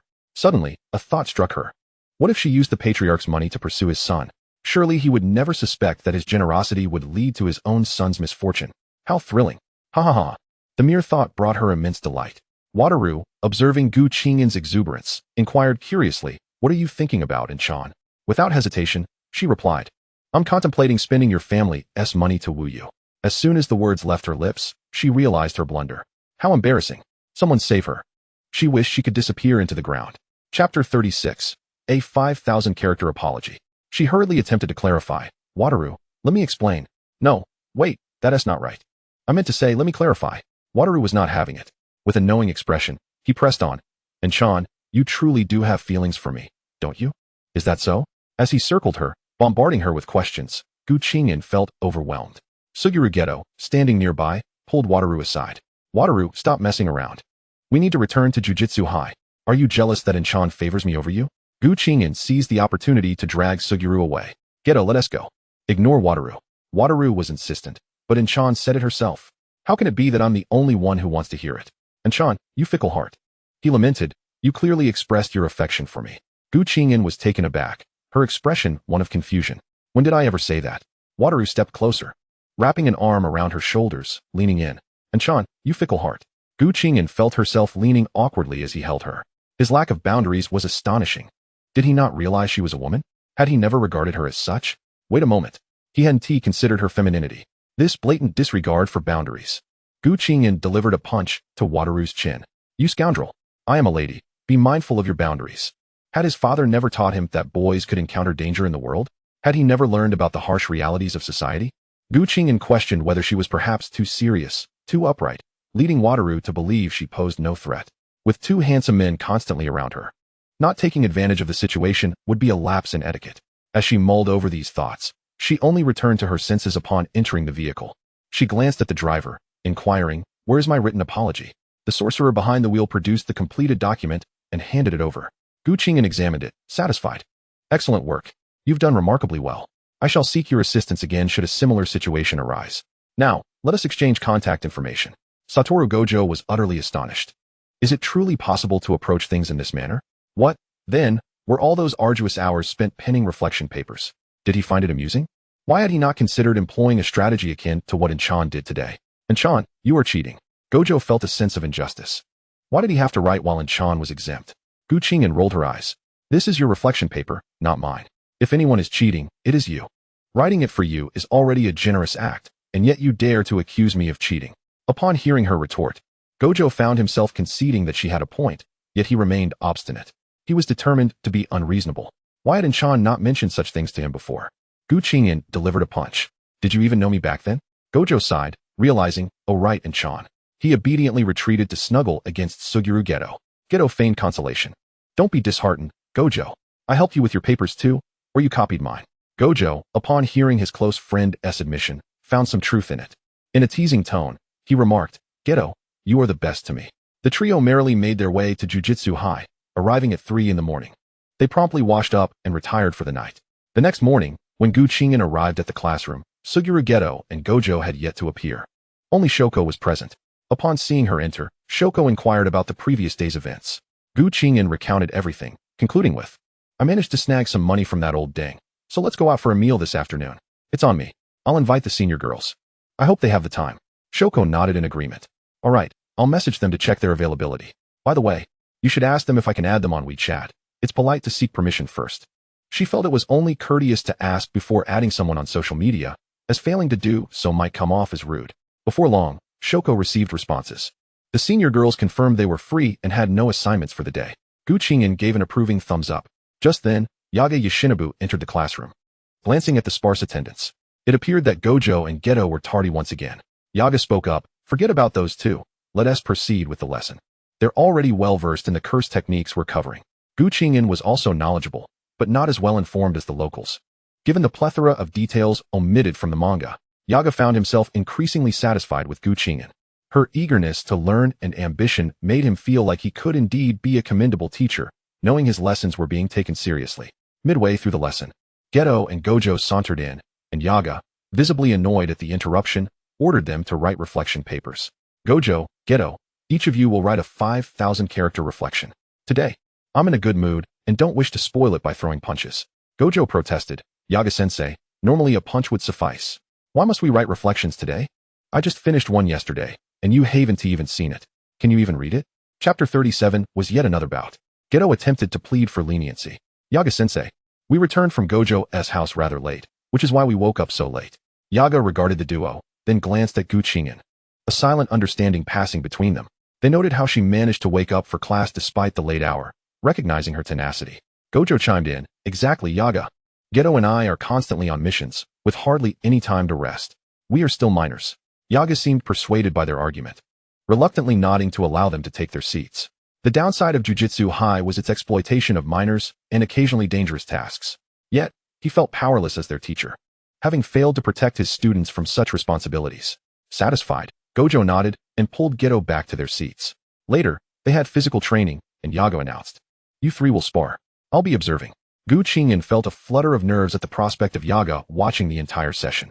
However, she also recognized that this would hasten her progress in completing missions. She decided to practice with Geto first, followed by Gojo, as Shoko specialized in reversal techniques and didn't require physical training. The afternoon training session commenced under the scorching sun on the training field. Gu Qing'an took a deep breath, striving to calm her nerves as she focused on Yaga, who stood nearby. Gojo, with his trademark playful grin, quipped, Hey, don't be so tense. I'll go easy on you. Gu Qing'an possessed a common trait among her fellow countrymen, feeling anxious when teachers were watching, particularly during exams. She shot him an exasperated glance. It's easy for you to say, Yaga-sensei is right there. Geto chimed in to offer reassurance. There's no need to be anxious. You were formidable in the last sparring session. At that moment, Yaga approached with his arms crossed, his gaze scrutinizing yet expectant. Let us begin. Following the order you previously discussed, I'm eager to see how this 6 eyes compares to the other. Gu Qing'an stepped toward Geto, both exchanging nods. Geto initiated the attack, his movements swift and sharp, the sound of his fists slicing through the air as they approached Gu Qing'an's face. She deftly sidestepped, narrowly evading the strike, then retaliated with a swift kick aimed at Geto's waist. He reacted instantly, leaning back slightly while grasping her ankle, attempting to topple her. Gu Qing'an utilized his momentum to perform a flip, twisting her body midair before landing gracefully and launching a new offensive. Their exchange was fierce and evenly matched, drawing a slight nod of approval from Yaga. And your reaction speed and adaptability are impressive. Geto's physical prowess surpasses even Gojo's. Clearly, your previous training was diligent. Gu Qing'an offered a wry smile. What training? It's all thanks to that guy Gojo. Perhaps she would treat him to something nice later, as his efforts might eventually benefit her as well. After a brief respite, Gu Qing'an took a deep breath and positioned herself opposite Gojo. He wore that trademark mischievous smirk, casually standing there. Though Gojo often appeared carefree, his abilities were undeniably formidable. He launched the first strike like a bolt of white lightning, and Gu Qing'an sensed the rapid deployment of the 6 eyes. Without them, she might have struggled to counter his assault, but her muscle memory kicked in. She quickly sidestepped, Gojo's fist grazing her clothing, creating a gust of wind. Seizing the opportunity, she delivered an elbow strike aimed at his ribs. But Gojo seemed to possess an uncanny awareness, almost as if he had eyes in the back of his head. Indeed, the 6 eyes were a cheat. Effortlessly sidestepping, she deftly grasped Gu Qing'an's arm, twisting it gently in an attempt to subdue her. Gu Qing'an, exhibiting remarkable flexibility, leaned back, her legs scissoring towards Wu Tiaowugo's neck. A smirk tugged at Wu Tiaowugo's lips as he effortlessly evaded the sharp strike, flipping gracefully and landing steadily a short distance away. And Sean, quite impressive. Gu Qing'an mused that while engaging in combat, she ought to unleash her full potential, embodying the confidence of the world's greatest. She aspired to be as formidable as Wu Tiaowugo, now envisioning herself as a dominant sister in her own right. With a bit more time, perhaps she could even overpower Wu Tiaowugo and Fushiguro Geto, compelling them to sing her praises. The thought brought her immense delight. And Sean, you look quite adorable when you're so serious, Wu Tiaowugo remarked playfully, feigning an attack. Gu Qing'an realized too late that something was amiss, and was swiftly brought down by Wu Tiaowugo. Frustrated, she pounded her fist against the ground. Disgusting. She had been outsmarted. It was entirely her fault for losing focus. Wu Tiaowugo crouched down, extending a hand to help her up. And Sean, what were you daydreaming about? Were you mesmerized by my handsome face during our fight? You lack martial ethics, Gu Qing'an retorted sulkily. Fushiguro Geto approached her side, stating, and remember that when battling curses, they certainly won't adhere to any code of ethics.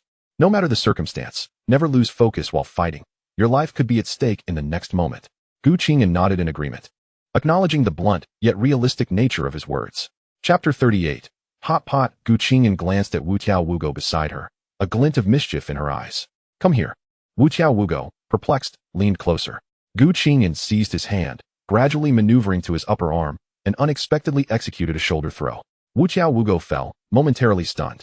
Who am I? Where am I? Once he regained his senses, he exploded in indignation. And Sean, how could you ambush me? With that, he attempted to shake her shoulders. Gu Qing'an reacted swiftly, darting behind Fushiguro Geto. Thus, Wu Tiaowugo and she circled around Fushiguro Geto. The latter was growing increasingly exasperated. Wugo, you ought to be gentler with girls. Wu Tiaowugo, feeling betrayed, lamented that his best friend no longer supported him as he once did. Geto, you've changed. You're not the same Geto anymore. Fushiguro Geto sighed at Wu Tiaowugo's impending monologue. I'll bring you half a month's worth of Jikufuku for your mission. Instantly, Wu Tiaowugo ceased his complaints. Realizing that Fushiguro Geto understood him best, he threw an arm around Fushiguro Geto's shoulders. Geto, you truly know me. Gu Qing'an pouted. Buying Jikufuku means you understand me. Not buying it means you've changed, Geto. Men. Natsuki observed that the three had finished their sparring and approached. Gu Qing'an watched Natsuki with curiosity. She was eager to discover whether Natsuki was genuinely strong, or if her prowess lay solely in reversal techniques. Her eyes sparkled with anticipation as she looked at Natsuki. Natsuki felt a chill as Gu Qing'an's gaze bore into her. And what are you planning? Gu Qing'an rubbed her hands together. Natsuki, how about we spar a bit? Don't worry, I'll be very careful. Natsuki thought she was joking, yet she seemed rather serious. Ye stared at her with a puzzled expression. What do you think letting a healer spar with her will achieve? Natsuki flatly refused. I decline. I am a healer. I don't need to practice martial arts. Ye chimed in. And Natsuki specializes in reversal techniques. She could easily get hurt. Don't act recklessly. Fushiguro Geto added. And as sorcerers, we sometimes inadvertently cause accidents that could injure Natsuki. Gu Qing'an realized she had been careless. Having only just arrived in this world a few days ago, she was still unfamiliar with using her cursed energy and had thought to spar with a precious reversal technique user. What if she accidentally hurt her? It was indeed a lapse in judgment. Although she possessed reversal techniques, she didn't wish to drive away her only sister. Gu Qing'an approached Natsuki, taking her hand. Natsuki, I didn't think things through earlier. Let us drop this and go get something to eat. Upon hearing this, Wu Tiaowugo cheerfully interjected. All right, let us go eat. Natsuki nodded with a smile, having not truly considered Gu Qing'an's earlier suggestion. After all, and was merely curious about her own martial prowess. Let us go. We'll eat first. After their meal, Gu Qing'an suddenly remembered that she had promised to treat her senpai to dinner. Yet the entire afternoon had been spent practicing martial arts. Gu Qing'an smacked her forehead. How rude of her to leave them hanging. She decided to go out for a late-night snack and texted the two senpai, receiving an affirmative response. She turned to Natsuki, who was walking beside her. Natsuki, we'll go out for dinner later. Then she glanced at Wu Tiaowugo and Fushiguro Geto. You two are coming too. I'll treat. Wu Tiaowugo, ecstatic, wrapped an arm around her. Yay. And Sean is going to buy me delicious ice cream, jikufuku, and so many delightful desserts. And my soba noodles, too. And Fushiguro Geto chimed in, following Wu Tiaowugo. Natsuki, with a beaming smile, added, and my sake. Gu Qing'an felt elated. The last time she had promised the three something had come to fruition. At 7 in the evening, the six gathered at the school gate. They traveled in 2 cars, naturally driven by their supervising instructor. Upon reaching their destination, Gu Qing'an eagerly chose hot pot. It had been so long since she last had it, and she could hardly wait. After ordering the hot pot and ingredients, she opted for a Ingyang pot, remembering that the three could not handle spicy food.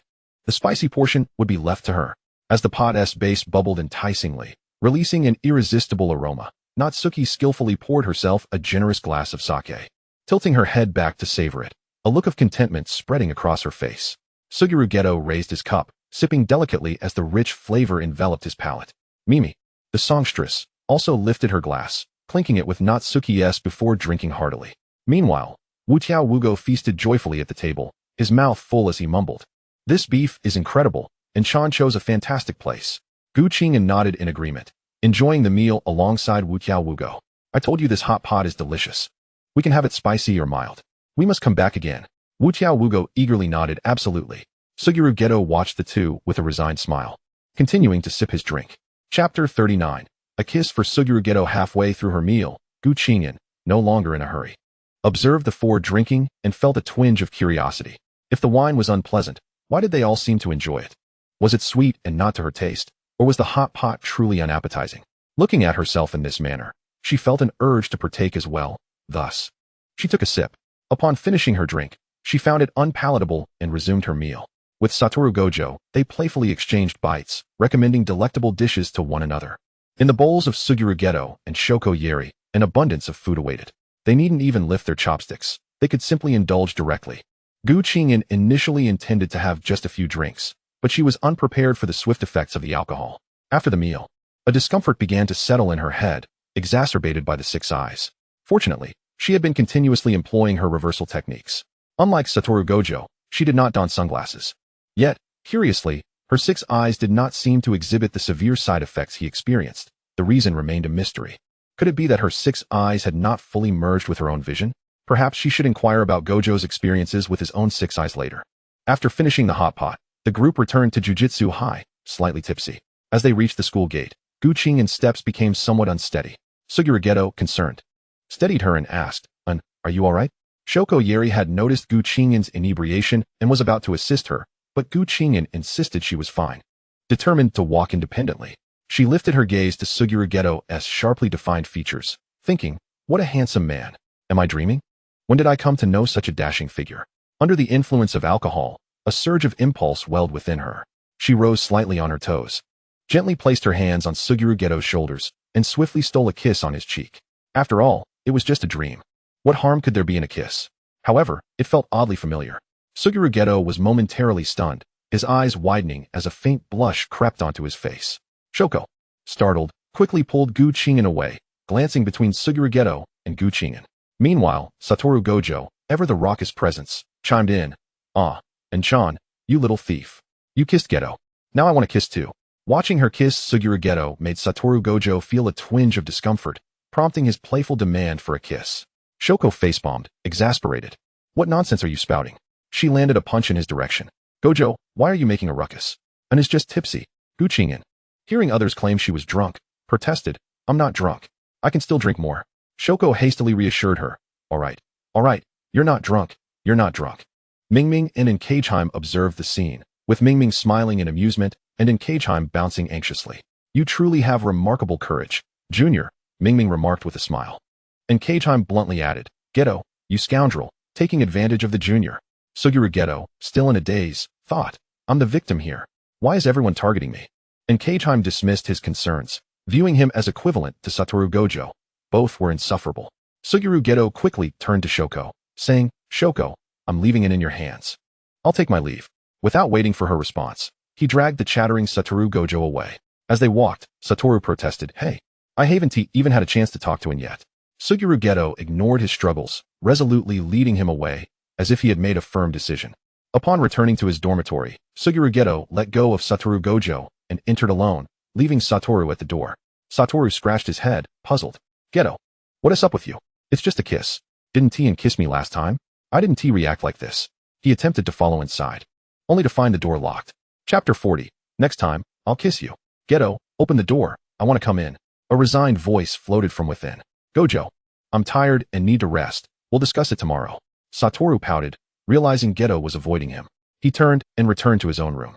Under normal circumstances, he would have kicked the door down, but today, his mood was far from pleasant. Meanwhile, in his room, Fushiguro Geto's face remained flushed. He dashed to the bathroom to splash water on his face, gazing at his reflection. Still quite handsome. No wonder and kissed me.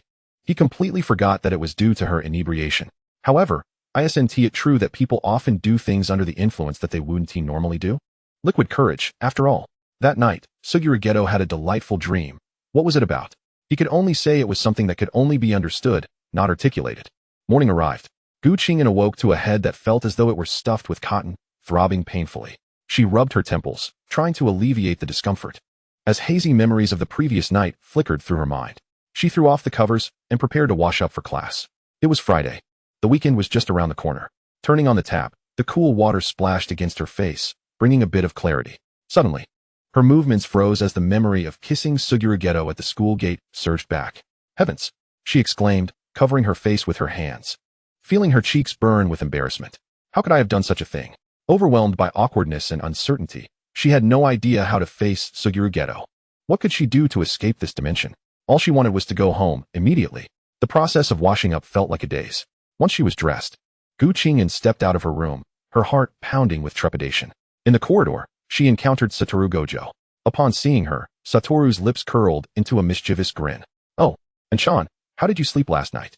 He had spent nearly the entire night thinking about it, and it seemed dark circles were forming under his handsome eyes. Qing'an stammered. I'm fine. Satoru leaned in closer, teasing. And Sean, you little thief, you kissed Geto yesterday. I didn't tea. Don't say such things. I didn't tea. Qing'an vehemently denied it. Just then, Fushiguro Geto's door creaked open. Qing'an's heart leaped into her throat, her feet seemingly glued to the ground. She averted her gaze, unable to meet Fushiguro Geto's eyes, her ears tinged with a faint blush from anxiety. What if Fushiguro Geto held her accountable? Perhaps she should just let him be her boyfriend. And Satoru Gojo had kissed her upon their first meeting too. She could have both as boyfriends. Her mind raced with these thoughts, half in jest, as she realized she was merely daydreaming. But returning to the matter at hand, she had now found a way back. Should she pursue a romantic relationship before departing? Good morning. What are you two discussing? Fushiguro Geto broke the awkward silence, striving to maintain a casual tone. If one looked closely, they might notice a hint of redness in his ears. If Qing'an saw it, she would undoubtedly comment on his innocence. Satoru glanced between Fushiguro and Qing'an, dragging out his words. Oh, Geto, we were just talking about last night. It seems Inchan has quite the vivid memory of it. Qing'an felt a rush of panic and irritation, shooting Satoru Gojo a glare, wishing she could vanish into a crack in the ground. She hurriedly lifted her head, casting a swift glance at Fushiguro Geto, and stammered, Geto, I drank too much last night. I am truly sorry. It was not my intention. Before she could finish her sentence, her words faltered. In truth, she felt a twinge of discomfort within her as she observed Qing'an, who seemed eager to distance herself from the situation. Fushiguro Geto was momentarily taken aback, and then a soft warmth flickered in his eyes as he gently replied. It's quite all right, and you were intoxicated last night. I understand it was unintentional. Please, do not dwell on it. Thus, the three of them walked towards the classroom, their hearts laden with awkwardness. Along the way, silence enveloped them, save for the echo of their footsteps resounding in the still corridor. Qing'an found herself in the midst, flanked by Fushiguro Geto on her left and Satoru Gojo on her right, feeling as though she was ensconced in an invisible circle, utterly uncomfortable. Fushiguro Geto lowered his gaze slightly, deliberately avoiding Qing'an's eyes, seemingly striving to evade the tense atmosphere. His hands were buried in his pockets, and he slowed his pace intentionally. Qing'an stole furtive glances at Fushiguro Geto, noting the chiseled lines of his profile. Yet her impulsive actions from the previous night had rendered their relationship exceedingly delicate. Regret swelled within her as she chastised herself for her reckless abandon, lamenting her drunken escapade that led to such absurdity. What would happen if they grew estranged in the future? The thought of parting ways loomed ominously. Moreover, the prospect of not being able to pursue him was equally daunting, much like the awkwardness of their current predicament. A mere kiss had already woven an uncomfortable tension between them. Unable to withstand the stifling atmosphere, Satoru Gojo playfully pulled Qing'an close, cheerfully exclaiming, "Oh dear, everyone. Let us not be so reserved. It was merely a minor incident. Why make it so serious? It's utterly dull." He intentionally lightened the mood, hoping to dispel the suffocating ambience. Qing'an was startled by his sudden gesture, her body instinctively stiffening. She hadn't anticipated Satoru Gojo to act in such a manner at this moment. Fushiguro Geto was momentarily taken aback as well, raising his gaze from its previous low, now focused on Satoru Gojo and Qing'an. A complex emotion flickered in his eyes, but it quickly settled back into tranquility. Realizing that he had advised her not to take it to heart, Qing'an began to revert to her previous demeanor. Gojo, this isn't the first time we've encountered such a situation, is it? Satoru Gojo dismissed her concern with a wave of his hand. Oh, it's nothing. You'll grow accustomed to it with time. After his words, silence enveloped them once more. Qing'an elbowed him playfully. Next time, let us see if you'll feel awkward. Satoru Gojo, unfazed, leaned in closer. Well then, Enchan, why don't you kiss me? Come on. Observing Satoru Gojo's teasing demeanor, both Fushiguro Geto and Qing'an felt a wave of relaxation wash over them. Fushiguro Geto chuckled helplessly. Gojo, enough of the antics. It's time for class. Qing'an continued to banter with Satoru Gojo. The last time I kissed someone, that someone was quite startled. Satoru Gojo stammered. That was because it was the first time. Qing'an leaned in closer, gripping his collar, noses almost touching, and teasingly whispered, "Oh really?" Satoru Gojo's gaze darted away, refusing to meet hers. Qing'an felt he was merely posturing. When it came to the real deal, he was reluctant to make eye contact. No wonder you're the infamous six-eyed. Fushiguro Geto observed his best friend's flustered state, finding it quite amusing. Huh, Gojo, I've never seen you like this before, he remarked, pulling out his phone to capture the moment before quickly stowing it away. Satoru Gojo erupted in indignation, standing up and striding towards Fushiguro Geto. Geto, what did you just take a picture of? Delete it right now. Fushiguro Geto ignored him, taking Qing'an's hand and leading her into the classroom. Come on, and Qing'an smiled as she felt Fushiguro Geto's hand grasping hers. It seemed this awkward chapter had turned a page. Upon entering the classroom, they found Nagi already seated, lazily leaning against her chair with a cigarette in hand. Qing'an greeted her. Good morning, Nagi. Her voice bore a hint of embarrassment as she lowered her gaze, unable to meet Nagi's teasing eyes. Nagi, noticing her demeanor, understood that Qing'an was recalling the events of the previous day. Morning, and she replied. Qing'an nodded, settling beside her. The more she reflected, the more vexed she felt. Was it just a kiss? She realized she had been rather naive. Hadn't she once told her friends about wanting to hire male models? Male models. Wait, now that she had the means, could she actually hire one? In her life, she had yet to see what a male model looked like. No, she must make time to explore this. Perhaps Fushiguro Megumi was a male model, right? Yes, perhaps she might even bump into him. Muscular physique. Impressive build. Nagi wondered what her friend was suddenly excited about, her expression bordering on the absurd. Huh. It seemed a rather lewd expression for a girl. Nagi curiously inquired, and what is on your mind? As she reached to touch Qing'an's forehead. Qing'an did not shy away, instead smiling cheerfully at Nagi. Nagi, do you want to try something thrilling? Nagi was confused but understood the importance of asking questions. What sort of thrill? Just as Qing'an began to explain, Yaga entered the room, prompting her to suppress her eagerness and wait until after class to discuss it. She gestured for a pause, and Nagi responded with an okay sign. After class, Qing'an leaned closer to Nagi, whispering, Nagi, I want to visit a male model shop. Nagi paused, her expression shifting to one of surprise with a hint of mischief. Oh, and what made you suddenly want to visit a male model shop? Did last night's incident excite you, and are you seeking new thrills? Qing'an's face flushed crimson as she hastily waved her hands in denial. No. It's just that I've heard others say male model shops are quite interesting, and I've always been a bit curious. So I thought I'd take a look. Satoru Gojo and Fushiguro Geto, who were nearby, overheard the conversation and exchanged glances. Satoru Gojo suddenly wrapped his arms around both girls' shoulders, turning towards Qing'an.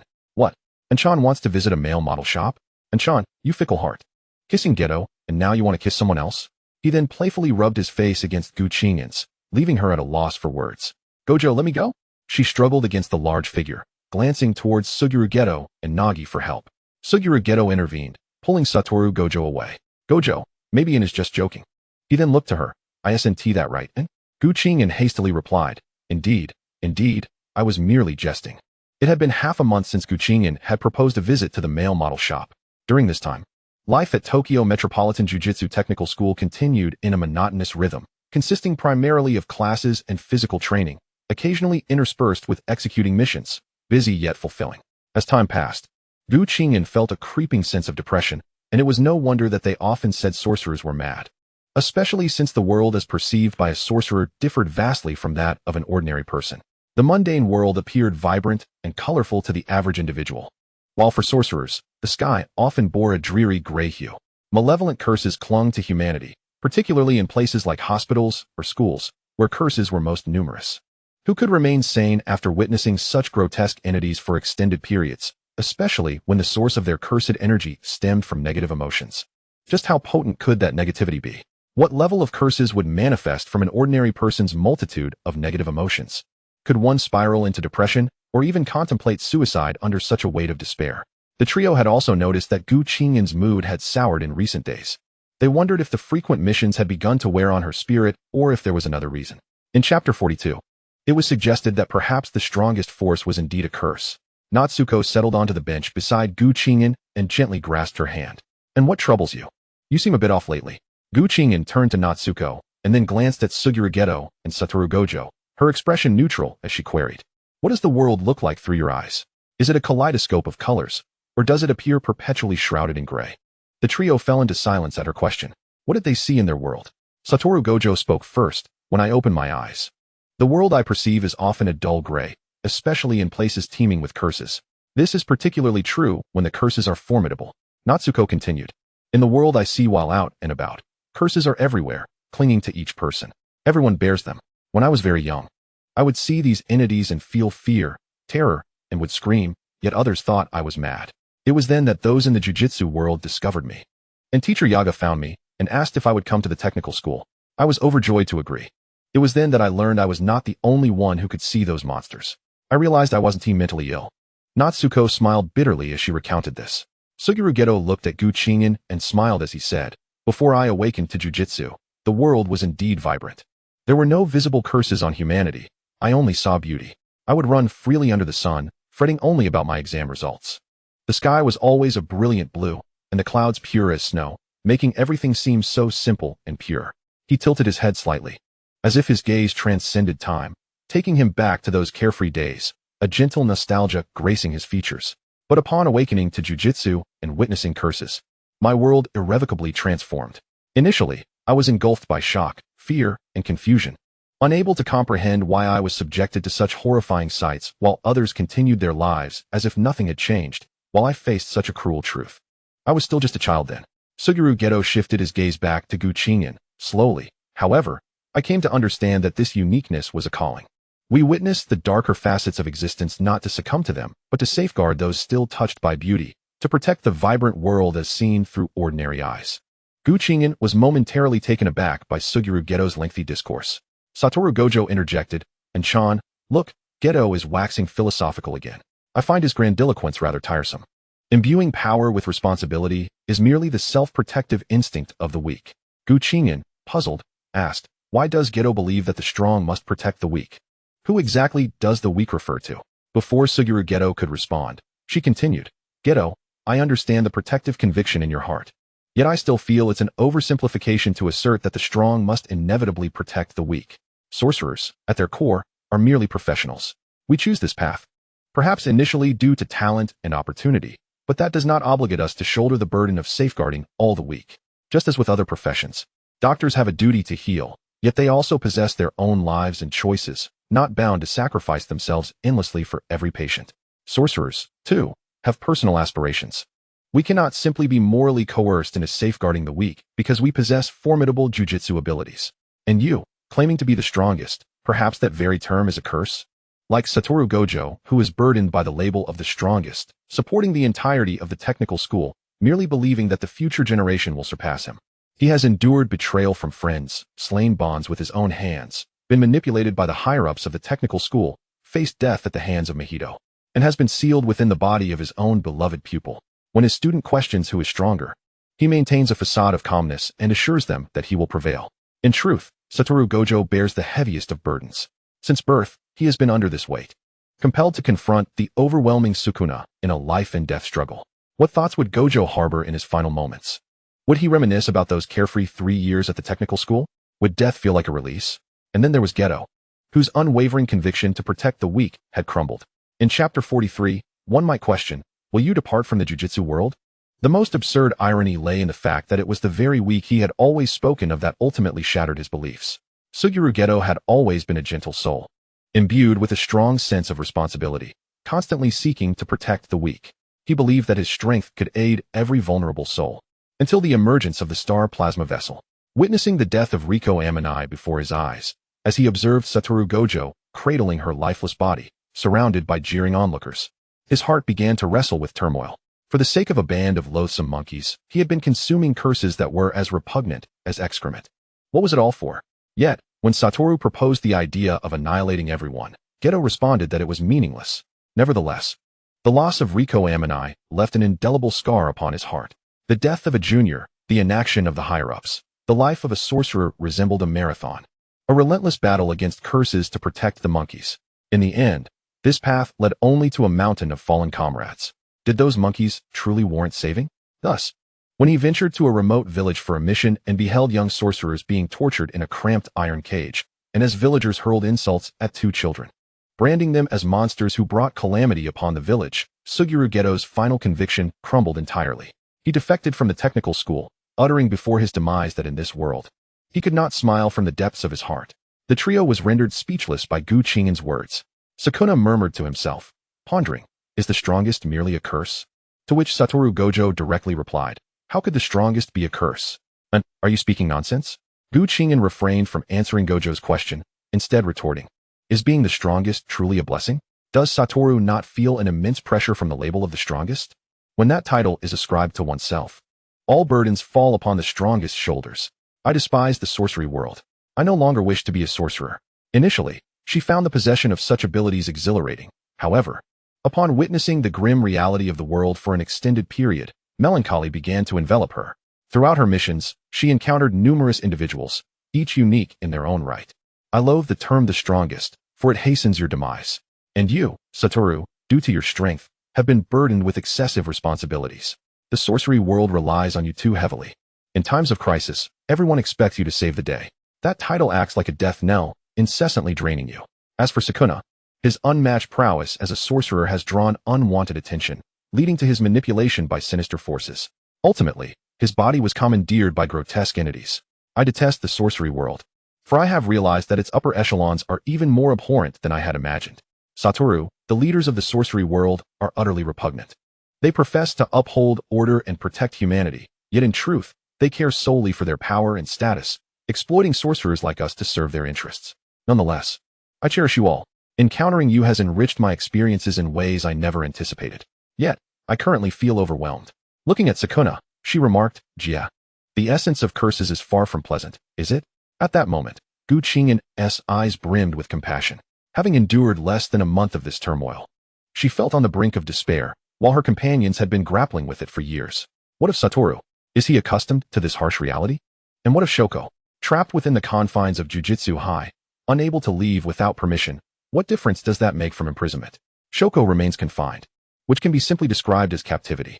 Without companionship or permission, one cannot exit Jujutsu High. Satoru, what burdens do you bear? Have you grown accustomed to them simply because you are the strongest? The three, Shoko, Satoru, and Sukuna, fell into silence, the atmosphere thick with tension. The twilight's warm glow enveloped them. Yet it failed to dissipate the heavy ambience. Finally, it was Satoru who broke the silence. Are you considering withdrawing from the sorcery world? Sukuna and Shoko fixed their gazes on her. Qing'an pondered, if she were to leave, what would become of Satoru and the others? Would they meet the same fate as in the original narrative? What, then, is the purpose of her presence here? Could she articulate all the reasons behind her choices? Qing'an was certain they would not abandon the sorcery world. Sukuna's conviction remained steadfast in protecting the weak. Satoru, being one of the three prominent families in the sorcery realm, held significant sway. Shoko, as a user of reverse techniques, would never be allowed to leave by the higher-ups. Even if the higher-ups were eradicated, another batch would inevitably rise. Those in power are best dealt with when they escape one's control. Chapter 44 nearly obliterated the original plot. Qing'an's silence led the trio to believe she was genuinely contemplating her departure from the sorcery world. Shoko, with a smile, said, if you feel unhappy in the sorcery world, then perhaps you should leave. Your happiness is paramount. I've noticed your lingering sadness these past few days. She embraced Qing'an. Satoru, observing Shoko's words, opened his mouth but found himself at a loss for words. What should he say? Should he plead with her not to leave? Yet she had expressed her disdain for the sorcery world and her unhappiness. Sukuna remained silent as well, and had indeed been quite disheartened lately. When they first met, her arrival at Jujutsu High was filled with anticipation and dreams. Now, gazing at the individuals before her, she sensed a pervasive melancholy that starkly contrasted with her initial exuberance. It was as though she had transformed into an entirely different person. Perhaps leaving would be the best choice for her. With a gentle countenance, Sukuna addressed her, and, "Your choices hold significance. Distancing oneself from what one detests is the right course of action." Satoru added, "And if you truly wish to leave, then do so. I will handle matters with the higher-ups of the Gojo clan." Upon hearing their words, Qing'an felt a tightening in her throat, her eyes brimming with tears. As she burst into sobs, Shoko held her tightly, sensing that it had lost considerable weight since her arrival, indicative of her distress within the sorcery world.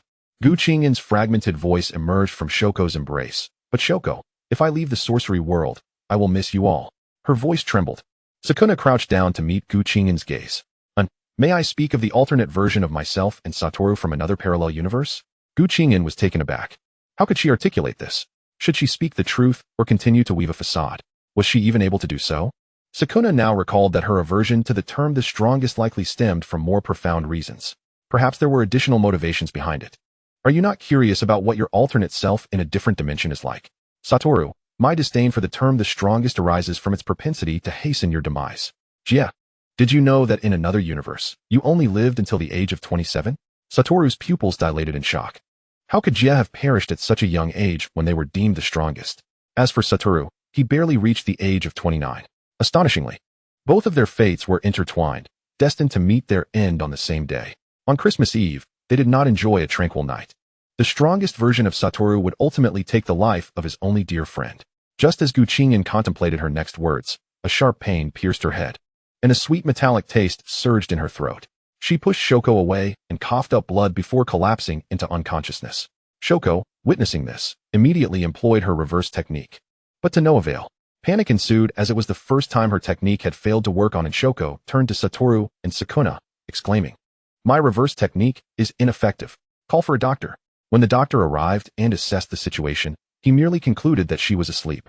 At that moment, Ye received a message and rushed to the infirmary, observing Qing'an lying there as if peacefully slumbering. She inquired of the trio, "And what happened? Wasn't she fine during class?" Satoru and Ye explained the circumstances surrounding Qing'an's earlier remarks, leaving Ye in contemplative silence. Was it forbidden to disclose events from another world? Or was there some binding constraint? Furthermore, what did it mean for Jia to be killed by Satoru? Did the narrative of another universe pertain to En and Jia? Had En also met her end? And had she suddenly manifested in this world? There were far too many enigmas to unravel, and clarity could only be attained upon En's awakening. However, these matters could not be directly articulated.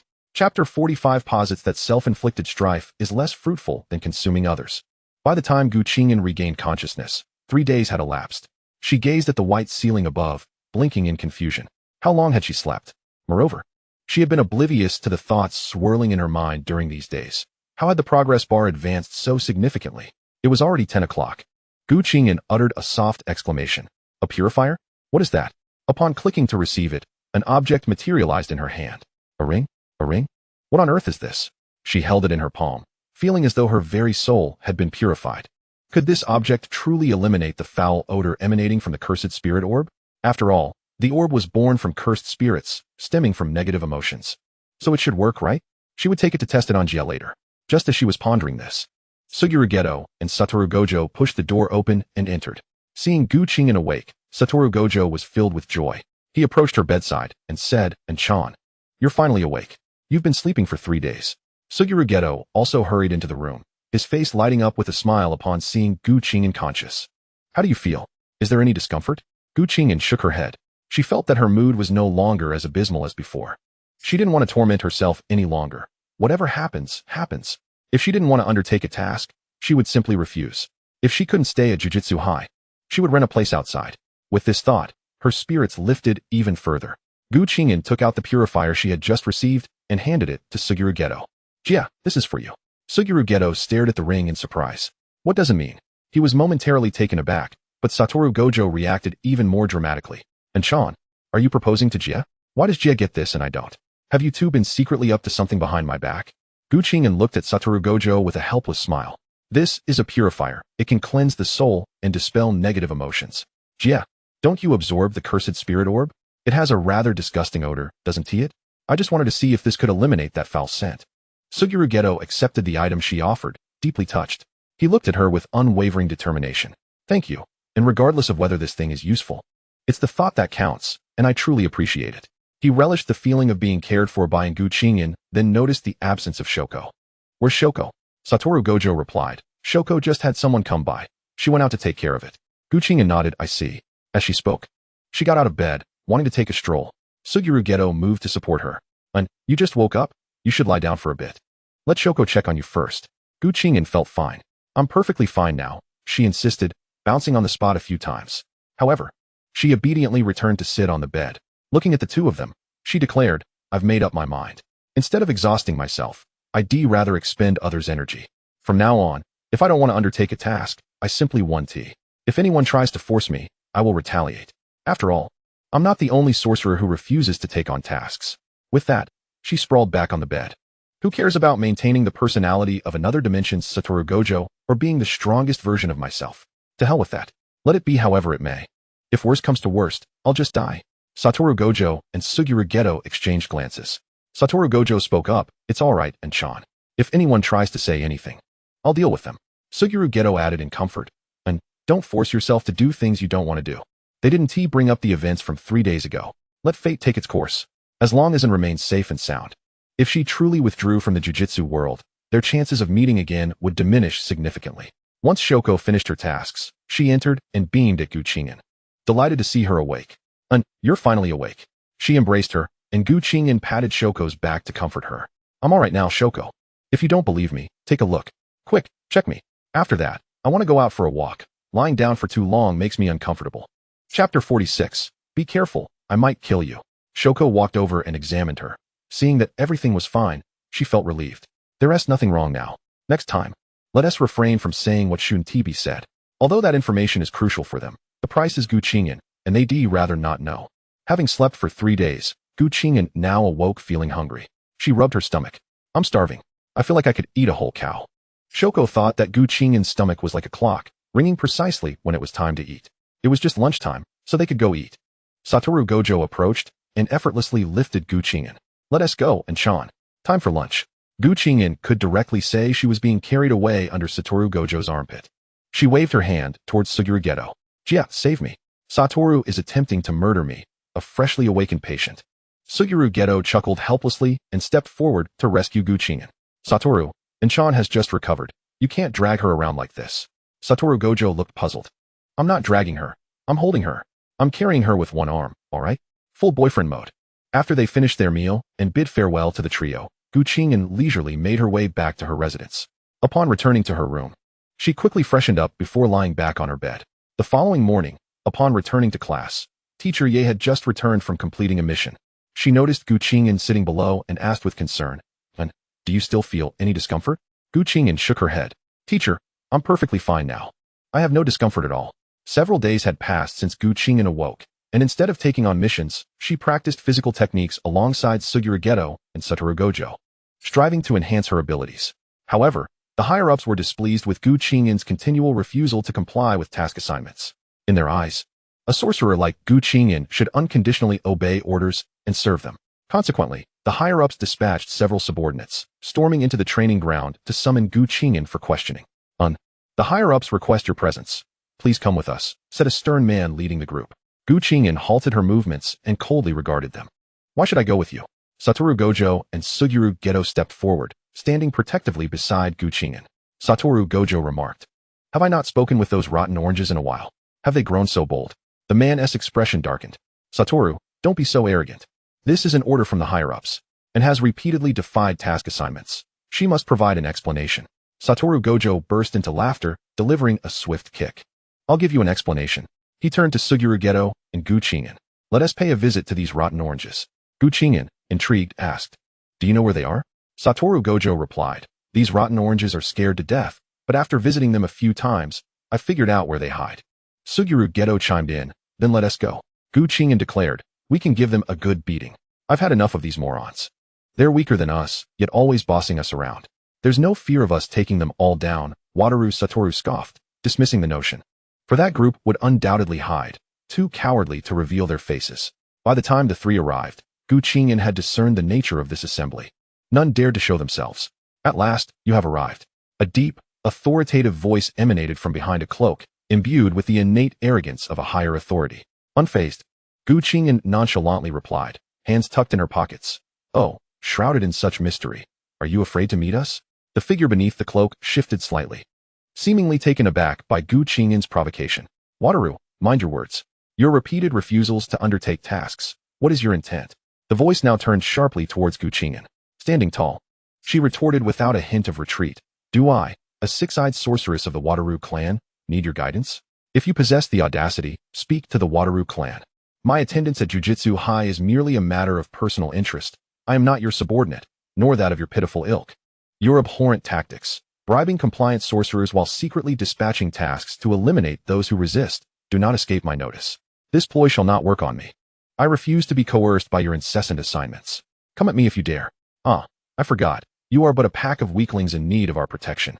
How do you presume to command us, the strong? Beware, lest you find yourselves annihilated. With that, she made a gesture akin to a sorcerer's spell, channeling her cursed energy towards the pitiful group. The figures behind the screen recoiled in fear, some even fleeing in terror. One quivered, exclaiming, if you dare to kill us, you will be pursued by sorcerers from the entire Jujutsu community. Chapter 47. This is the life one should live. Wataru Satoru chuckled. Who in the Jujutsu community could possibly contend with us? Now, it was the turn of the pitiful group to fall silent. Presently, there was only one special grade sorcerer, Jujutsu Kaisen's Yuki Tsukumo. Yet, Wataru Satoru and his companions were no mere pushovers, particularly with two six-eyed sorcerers and a cursed spirit manipulator among them. Get on with it. Satoru, it's nearly mealtime, and we'll soon be famished, Fushiguro Geto interjected. In former times, the higher-ups might have sent sorcerers to intervene, but it was merely a beating for them, not a loss to those in power. Yet now, with the sudden emergence of Wataru, who had not been so brazen previously, the situation had shifted. Tasks were no longer being executed. It was as if she had transformed overnight. With two six-eyed sorcerers, how could they even attempt to intervene? The potential for demise loomed ever closer. Thus, the trio strode forth with swagger. Gu Qing'an inhaled the fresh air outside, exclaiming, "Ah, how refreshing. Let us invite Shoko to join us for some fun today. You've both been entrenched in tasks for so long. Prolonged engagement can affect one's mood.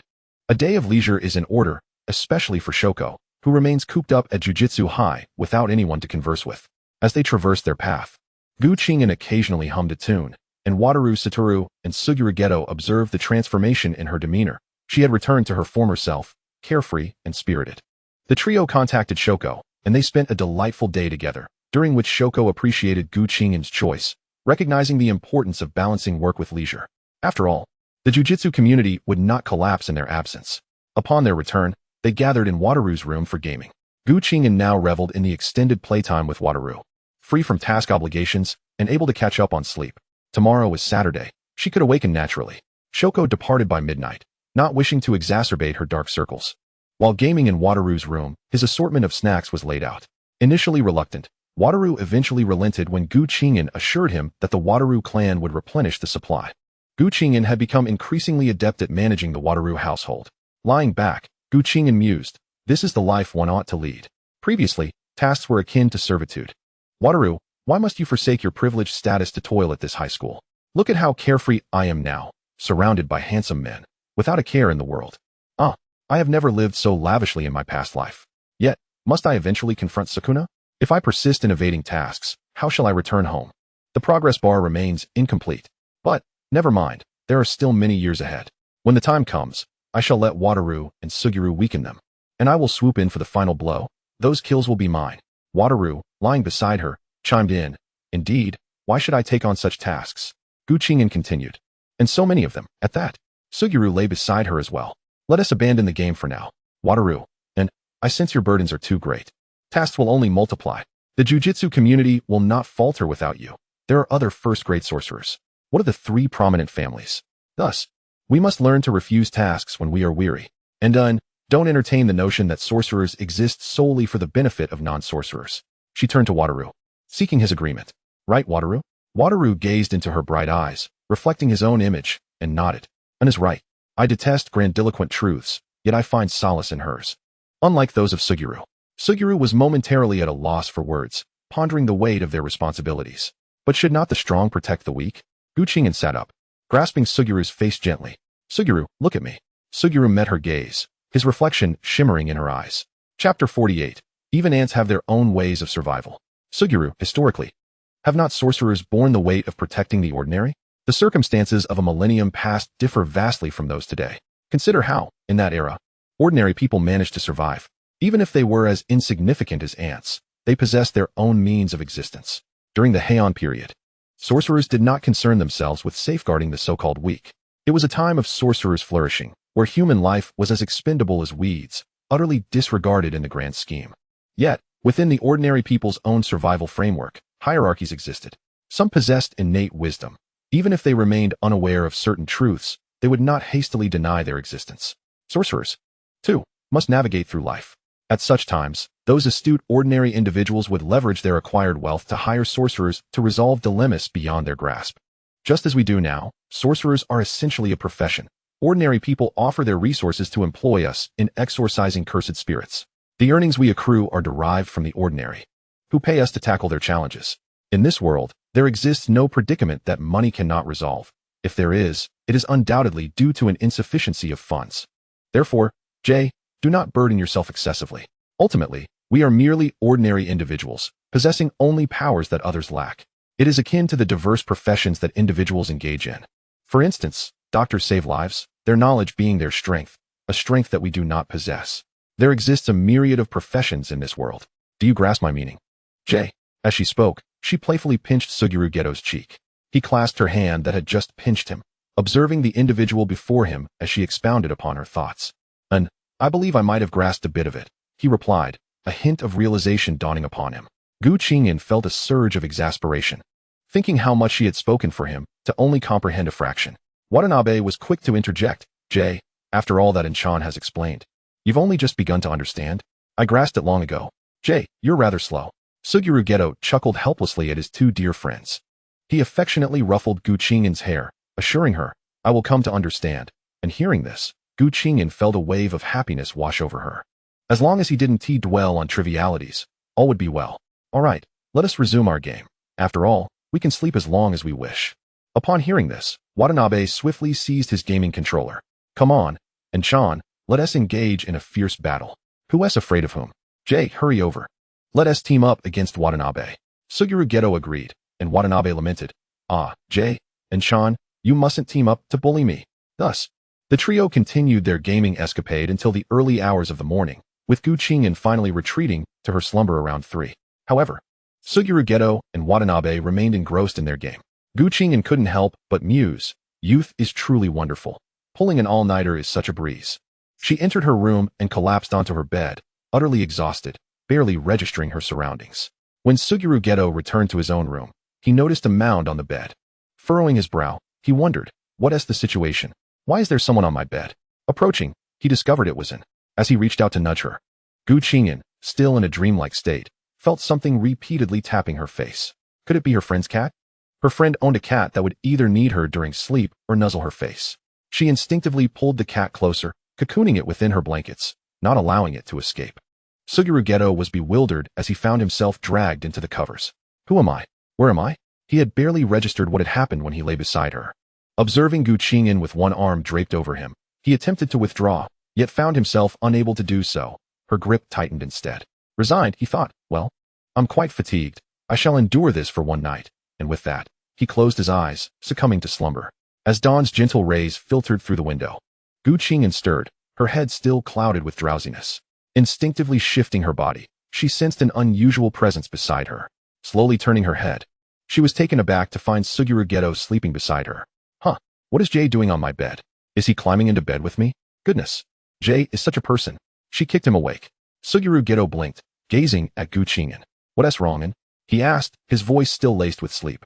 Qing'an stared at him incredulously and crawled closer, gripping his shoulders and shaking him. Do you even realize you're in my bed? Did you mistake me for that Watanabe guy yesterday? Fushiguro Geto, now fully awake, paused in confusion before hastily clarifying. You're mistaken. This is my room. You must have wandered in by accident. Qing'an surveyed her surroundings and quickly recognized that the room's decor was indeed distinct from her own. Feeling a wave of embarrassment wash over her, her mouth opened, ready to articulate something, but all that emerged was a stammered, sometimes sleeping together can strengthen friendships, right? As she laughed, tears threatened to spill. Was this what they called lip service and friendship? Seeing Fushiguro Geto's silent gaze, Qing'an quickly offered an apology.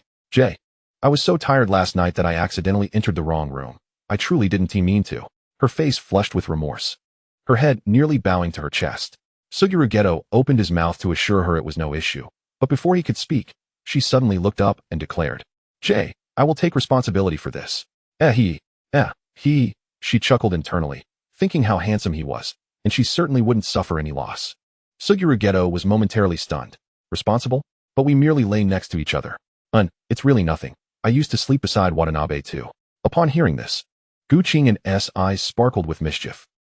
Are we not best friends? He nodded. Yes, what of it? And then will you let me touch your abs? She exclaimed, having never touched a pair of abs in her life. Both Watanabe and Fushiguro Geto surely had them. She had a defined waistline from her daily training. Fushiguro Geto's expression faltered. Why the sudden desire to touch abs? And it's not appropriate to touch a boy's body casually. Qing'an felt his rejection and realized this tactic might not suffice. Yet, she remained undeterred. Would you allow Watanabe to touch your abs out of curiosity? Fushiguro Geto replied, Watanabe already has his own. Why would he need to touch mine? Qing'an had been waiting for this very moment. But I don't have any. Aren't we best friends? Can't you satisfy my curiosity just this once? If you refuse to let me touch them, I might just seek someone else. Hearing her mention seeking someone else to touch abs, Fushiguro Geto was quick to agree. Fine. And you may touch mine. Just to satisfy your curiosity. All right, I can't wait. Qing'an thought, stifling a laugh at her own mischievous demeanor. She couldn't let her excitement show. With a swift motion, she lifted Fushiguro Geto's shirt before he could react. He stiffened at the unexpected touch as her hand glided over his abdomen. Feeling the contrasting softness and firmness, Fushiguro Geto was acutely aware of her delicate hand exploring his abs. The countenance of Fushiguro Geto flushed in immediate crimson, his body growing rigid with discomfort. The sensation of warmth enveloped him, an indescribable heat rapidly spreading throughout his being, causing an involuntary reaction in a particular region. Flustered and mortified, he abruptly shoved away Qing'an. The latter tumbled onto the bed, gazing at Fushiguro with a bewildered expression. Geto, what are you doing? He reached out, attempting to touch once more. Fushiguro quickly sat up, hastily vacating the room and darting into the adjacent quarters of Satoru Gojo, leaving Qing'an in a state of utter confusion. Startled by the sudden intrusion, Satoru looked at Fushiguro with a perplexed gaze. Geto, what's wrong? Upon noticing Sugiyuru's predicament, Satoru burst into laughter. Geto, what's this? Are you seeking my assistance? Though I am indeed handsome, I do not engage in homosexual affairs. You should return to your own room. Sugiyuru regarded Satoru's infuriating demeanor. Are you looking for a fight, Gojo? Are you feeling lonely again? I refuse to spar with you. I wish to sleep. Sugiyuru, you even allowed someone to touch your abs. Sugiyuru looked at Satoru, a smirk playing on his lips. And is asleep in my room. I merely came to freshen up. What? Satoru jolted upright, rushing to Sugiyuru's side. Why isn't Chan in your room? You scoundrel. I must check on her. Sugiyuru was at a loss for words, wondering how he had become the villain in this scenario, and mistakenly entered my room yesterday. Then where did you sleep? Satoru's gaze was piercing. Sugiyuru smirked, in my bed, of course, and is quite bold, wanting to touch my abs first thing in the morning. He feigned exasperation, dramatically placing a hand on his forehead with a rueful smile. Satoru, and Chan and you are both unfaithful cats. His voice resonated loudly, easily audible to Qing'an and next door. Before long, Satoru flung open Sugiyuru's door with a bang, confirming his suspicion as he found Qing'an reclining on Sugiyuru's bed. She regarded Satoru with a look of irritation. What do you want? It's early, and you're causing a ruckus. I'm going mad. Satoru pointed at himself, incredulous. And Chan, you dare say I'm being unreasonable? You and Geto, the unfaithful cats. You're sleeping together behind my back. Don't you like me? You kissed me last time. He approached the bed, shaking Qing'an, and Qing'an, in a state of surrender, lay still, allowing him to shake her without resistance. Satoru, witnessing her indifference, felt as if the world were collapsing around him. Did he not hold significance in her heart compared to Sugiyuru? Why else would she touch Sugiyuru's abs, but not his?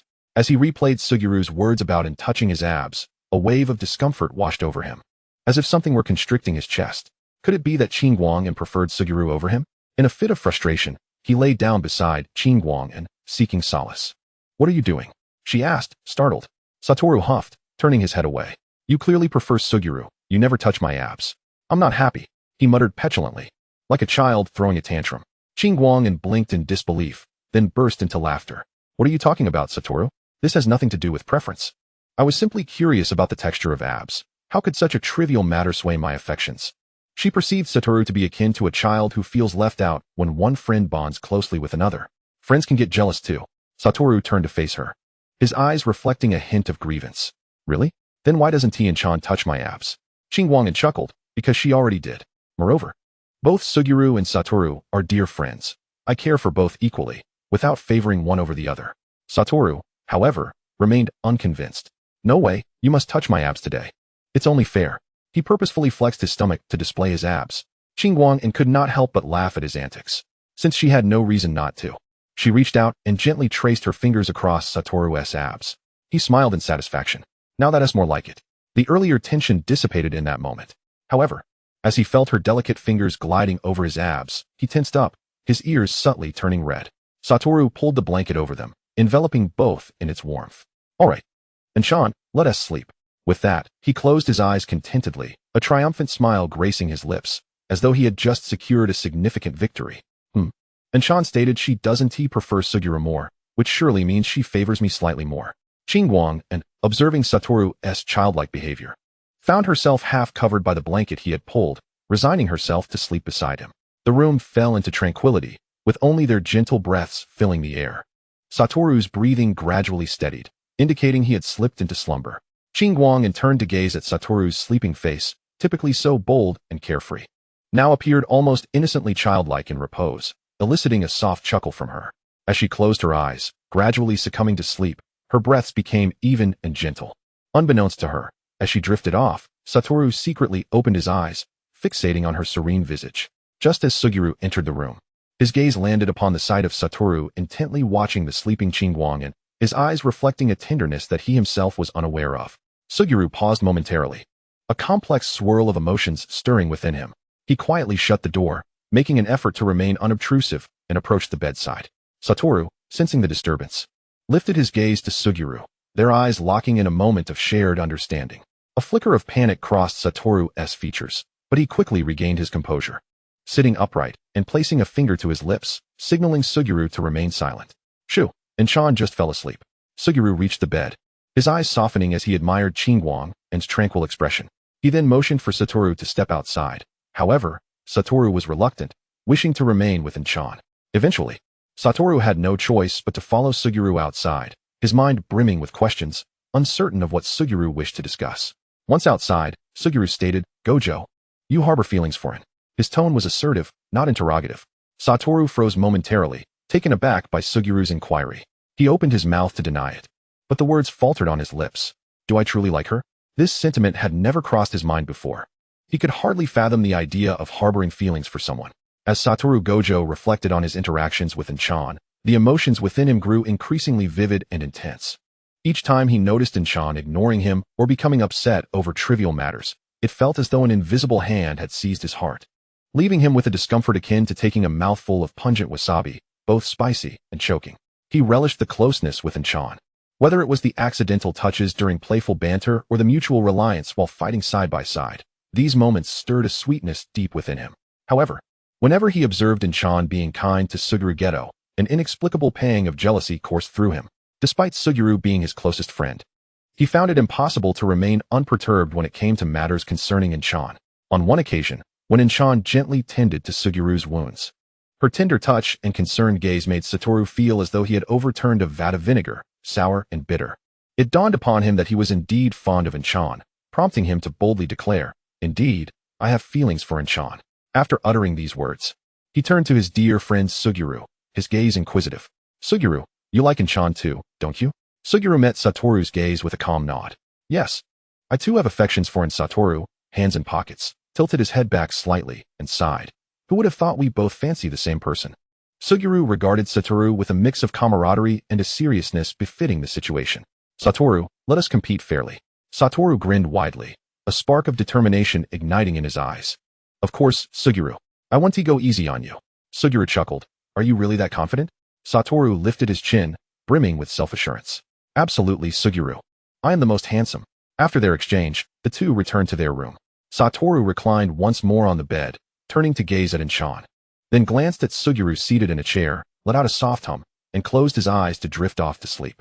Suguru, witnessing this childish side of Satoru, couldn't help but smile with a hint of exasperation. He knew well that it had always indulged Satoru. Typically, Satoru would tease and playfully annoy him, who would only feign anger. Her scolding was merely for show. In truth, she always went along with Satoru's antics, the laughter in her eyes betraying her delight. From these little moments, Suguru could genuinely sense a unique intimacy between and Satoru. Yet, and was equally kind to him. She would enthusiastically share her favorite things. Whether it was an intriguing book or a newly discovered beautiful sight, recounting every detail with sincerity and anticipation. On days when he swallowed cursed spirits and felt downcast, lacking the appetite to eat, and would regale him with absurdly amusing tales, gradually lifting his spirits. She would smile and say, "Suguru, you look best when you smile. Don't always wear a frown." She was like a little sun, dispelling the shadows from his heart. However, there had been a time when she was quite unhappy, even expressing a desire to withdraw from the world of jujitsu. In that moment, he felt a surge of panic, not wanting her to leave, terrified of never seeing her again. After a restful sleep, she seemed to have found clarity, returning to her former self, which brought him immense joy. His little son had returned, and even helped him rid the foul taste lingering from swallowing cursed spirits. Chapter 52, The Task. By the time Anne woke, it was already midday. She rubbed her head, sat up, and stretched widely. Her stomach rumbled, reminding her of her hunger. Glancing at Satoru, who lay beside her, she gently nudged him. "Satoru, wake up, it's noon." Suddenly, Satoru jolted awake, startling Anne. He stared at her for a moment before realizing. Grinning widely, "And Chan, good morning." "No, I suppose it's good afternoon."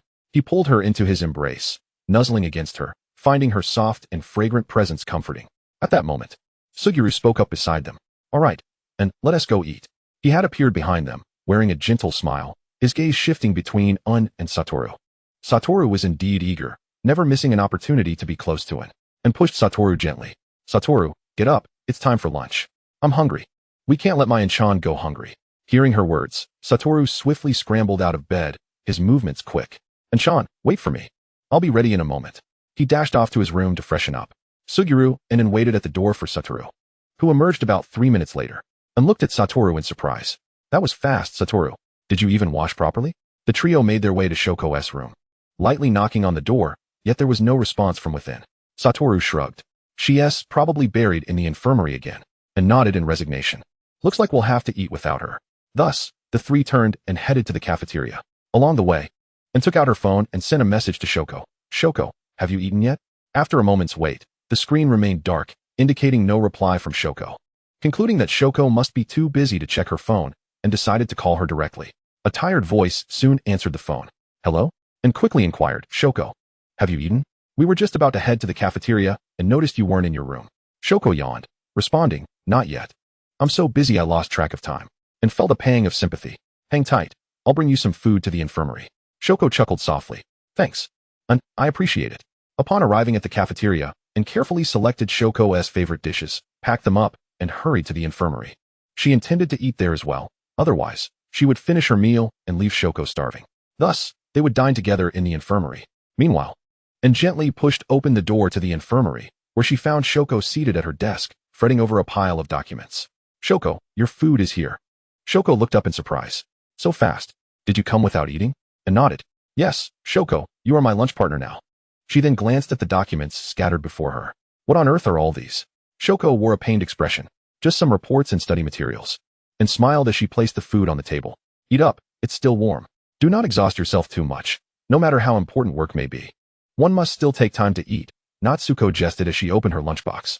"I know, with you being such a considerate little warm blanket. How could I possibly let myself go hungry?" She replied, promptly digging into her meal. Qing'an, who was not engaged in any tasks that day, spent her time at the high school, either sleeping or leisurely browsing the internet, or perhaps accompanying Natsuko in the infirmary. Wataru and Geto finished their meal and headed straight to the infirmary. Wataru, leaning nonchalantly against the doorframe, called out loudly, "And Chan, we're off to take on a mission. Would you care to join us?" Upon hearing the call, she looked up at them, contemplating that since she had no plans, joining them seemed reasonable. Completing the mission would also allow for some fun along the way, so she readily agreed. "Sure, I'll go with you." Their mission destination was an abandoned mine, where reports indicated an unusual surge of cursed spirit activity. Upon arriving near the mine, a chilling atmosphere enveloped the surroundings. Wataru, eager to proceed, intended to enter without setting up camp. Qing'an grasped his arm, saying, "Are you trying to get Night Moth Sensei to scold you by going in without even setting up camp?" She then set up their tent, and allowed Suguru and Wataru to proceed into the mine while she waited outside. Inside, Wataru utilized his 6 eyes to process the information transmitted to his brain. Geto, the cursed spirit, is approximately 200 meters ahead, he informed. It seems to be on the verge of breaking through to a special grade. Suguru nodded slightly, swiftly gathering his cursed energy. Once they located the cursed spirit, they approached directly, with Wataru watching closely. Summoning a cursed spirit to assist him, Suguru launched an assault on the spirit that was about to attain special grade. Wataru, with his hands in his pockets and a confident smile on his face, observed leisurely. He believed in Suguru's strength and knew that this special grade spirit would struggle against their combined powers. True to their expectations, the cursed spirit was on the brink of defeat within 10 minutes. Suguru deftly subdued it using cursed spirit manipulation. Wataru, watching from the side, remarked, "Nice job, Geto." Suguru smiled. Now we have another spirit nearly at special grade. Upon exiting the mine, they found Qing'an idly counting ants, clearly bored. Wataru turned to her and Chan. "We're up. Let us go buy some cakes before they're all gone." Qing'an stood up, glancing at the two. That was quick. Wataru threw an arm around Suguru's shoulders. Of course, Geto is exceptionally strong. Qing'an raised an eyebrow. Geto seems to be getting stronger. She had sensed that the cursed spirit was on the verge of breaking through to special grade while she waited outside, dusting off the dirt that had clung to her. She declared, "Let us go eat." The trio arrived at the bustling Chinatown, and as they stepped onto the street, the rich aroma of food wafted through the air, with foot traffic bustling around them. Qing'an excitedly glanced around, captivated by a shop selling exquisite traditional handicrafts. She hurried over, picked up a hand-painted folding fan, and gently waved it, admiring the lifelike depiction of flowers and birds. "Wow, this is beautiful," she exclaimed. Wataru leaned in. "It really is stunning," and Chan. "Buy it." He reached into his pocket for his card. "Shopkeeper, ring it up." The shopkeeper, noticing the young man who was willing to pay without question, thought to himself that the girl had good taste in partners. "Ah, look at this young man, treating his girlfriend so well." Wataru beamed at the shopkeeper's assumption that they were a couple. "See, even the shopkeeper thinks Chan is my girlfriend." Suguru glanced at them, his eyes flickering but remaining silent. Regardless, Wataru buying something made Qing'an happy, and that was all that mattered. Qing'an watched as Wataru paid without hesitation, thinking to herself how he truly was wealthy. But then again, she had her own wealth now, didn't she? Continuing their stroll, they passed a food stall, the enticing aromas anchoring Qing'an in place. The stall was filled with an array of snacks, golden, crispy spring rolls, fragrant rujiamo, and bright red tonghalu. Qing'an's eyes sparkled as she bought a rujiamo, taking a bite that released a burst of juice. It's so delicious. You both must try it," she said, offering it to Suguru. Suguru looked at the rujiamo she held out, warmth flooding through him. Qing'an, cheeks stuffed with food, resembled an adorable hamster. Her eyes gleamed as she urged, "Geto, you must try this. It's truly amazing." Suguru smiled slightly and took a delicate bite. The outer layer was crisp while the inside was tender, the rich flavor enveloping his palate. "Indeed, it's quite good," he praised. Wataru, observing that Qing'an only offered the food to Suguru, seized her hand and turned her to face him. "And Chan, you're being partial. Why only feed him and not me? I want some too." And with that, he took a huge bite. Qing'an stared in shock at the rujiamo that now bore a significant bite taken out of it, her eyes widening in disbelief. "Wataru, how could you eat so much in one bite? It feels like you could swallow a child whole," she exclaimed in astonishment. Wataru blinked innocently, his mouth full of food as he mumbled, "And Chan, I only took one bite. This rujiamo is just too small. How could a handsome guy like me have a big mouth?" Suguru looked on helplessly at the amusing banter between Qing'an and Wataru, chuckling softly as he shook his head. "And, shall we explore other places instead?" He knew if he didn't interrupt, they could continue this back and forth for quite some time. Qing'an nodded at his suggestion. "Let us go, Geto." She linked her arm with Suguru's and then glanced back at Wataru, deciding to link both their arms. Quickly finishing the rujiamo, she thought to herself that she needed to do so before Wataru caused a ruckus. The trio walked along the street until they arrived at a small cultural performance venue. At that moment, a folk artist was performing acrobatics, skillfully manipulating several colorful balls. The balls danced through the air, soaring high and spinning rapidly, drawing cheers from the audience below. Qing'an watched, captivated, her eyes filled with wonder. Wataru, meanwhile, mimicked the artist's movements, gesturing wildly in the air as if attempting to catch non-existent balls. His comical antics made Qing'an burst into laughter. After the performance concluded, the artist showcased traditional juggling props and invited audience members to come up for a hands-on experience. Wit and enthusiasm surged within Wataru, as he eagerly seized Qing'an's hand and dashed onto the stage. Once there, He grasped a prop resembling a diabolo, yet despite his efforts, he could not master it. The diabolo wobbled precariously in his hands, provoking raucous laughter from the audience below. Qing'an patiently offered her guidance, and through their combined efforts, the diabolo finally began to spin gracefully. As they descended from the stage, both Qing'an and Wataru remained enveloped in the joy of the moment. At that instant, a melodious flute melody wafted through the air, leading the trio to discover an elderly gentleman playing the flute by the roadside. The notes were poignant and enchanting, as if narrating an ancient tale. Listening intently, Qing'an found herself reminiscing about a friend from another realm, longing for the comforts of her homeland, the culinary delights of her childhood. As the performance concluded, she could not restrain her applause. "Grandfather, that was splendid." The old man regarded her with astonishment. "Little girl, you hail from the land of flowers, don't you?" With a smile, Qing'an replied, "Indeed, grandfather, I am here to study." Their conversation flowed effortlessly for a brief time, leaving Qing'an elated at encountering someone from her homeland in a foreign land. Meanwhile, Fushiguro and Wataru observed the exchange, perplexed by their inability to comprehend the language. Astonished that Qing'an understood the dialect of her native land, Wataru remarked, "And Chan, your command of the language is impressive." Fushiguro chimed in, "Indeed, and it's quite unexpected." Blushing, Qing'an shyly admitted, "I learned it out of boredom, hoping to visit one day, but time has always eluded me." By the time the trio returned to the school, it was already midnight. The campus lay in tranquil stillness, bathed in moonlight that spilled like water over the cobblestone path, elongating their shadows. As they walked, Qing'an stifled a yawn, rubbing her eyes. "I'm so tired, but today was truly delightful." Fushiguro gently brushed her hair with his hand. "As long as you're happy, and let us hurry back to wash up and get some rest." Wataru joined in the playful banter, tousling Qing'an's hair into a chaotic mess. She swatted his hand away, exclaiming, "Wataru, don't mess up my hair." In retaliation, she leapt onto his back, and Wataru, fearing she might fall, supported her by holding her thigh. Once she had thoroughly disheveled his hair, she hopped down, satisfaction radiating from her. Fushiguro observed the playful interaction, his gaze darkening slightly. A pang of bitterness stirred within him. He had always known Qing'an was indulgent towards Wataru, yet witnessing it firsthand rekindled an involuntary sense of loss. Upon reaching their dormitory, the three were about to part ways for the night, when Fushiguro gently tugged at Qing'an's hand, his voice soft. "And may I have a hug?" Taken aback, Qing'an looked at Fushiguro, bewildered by his sudden request. Unable to comprehend it, she decided a hug wouldn't hurt and nodded slightly, stepping forward to embrace him. Chapter 55, Jia, feed me. Her arms encircled Sugiyuru's back, patting him gently, as if to soothe him. As Fushiguro felt Qing'an's soft embrace, a whirlwind of emotions surged within him. He closed his eyes momentarily, thoughts swirling. She wouldn't refuse Wataru or himself. She showed this affection to everyone.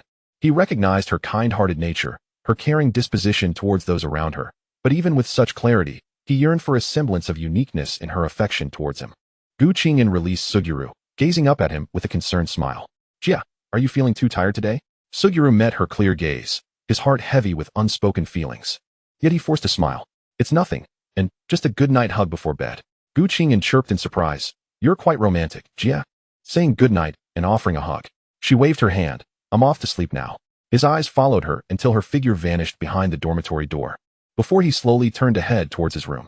The image of their embrace lingered in his mind, the warmth and softness still echoing in his heart, evoking both longing and resignation. Upon returning to his dormitory, Fushiguro did not immediately rest. He sat at the edge of his bed, cradling his head in his hands. Lost in contemplation, he was acutely aware of his feelings for N. Yet Wataru shared those sentiments as well, and N's demeanor towards both of them seemed strikingly similar, leaving him in a state of confusion. Perhaps she simply regarded them as her most cherished friends, he mused, the thought stinging within him. He understood he could not remain in this turmoil indefinitely. The following morning, sunlight streamed gently through the cracks in the window, casting a warm glow upon the floor.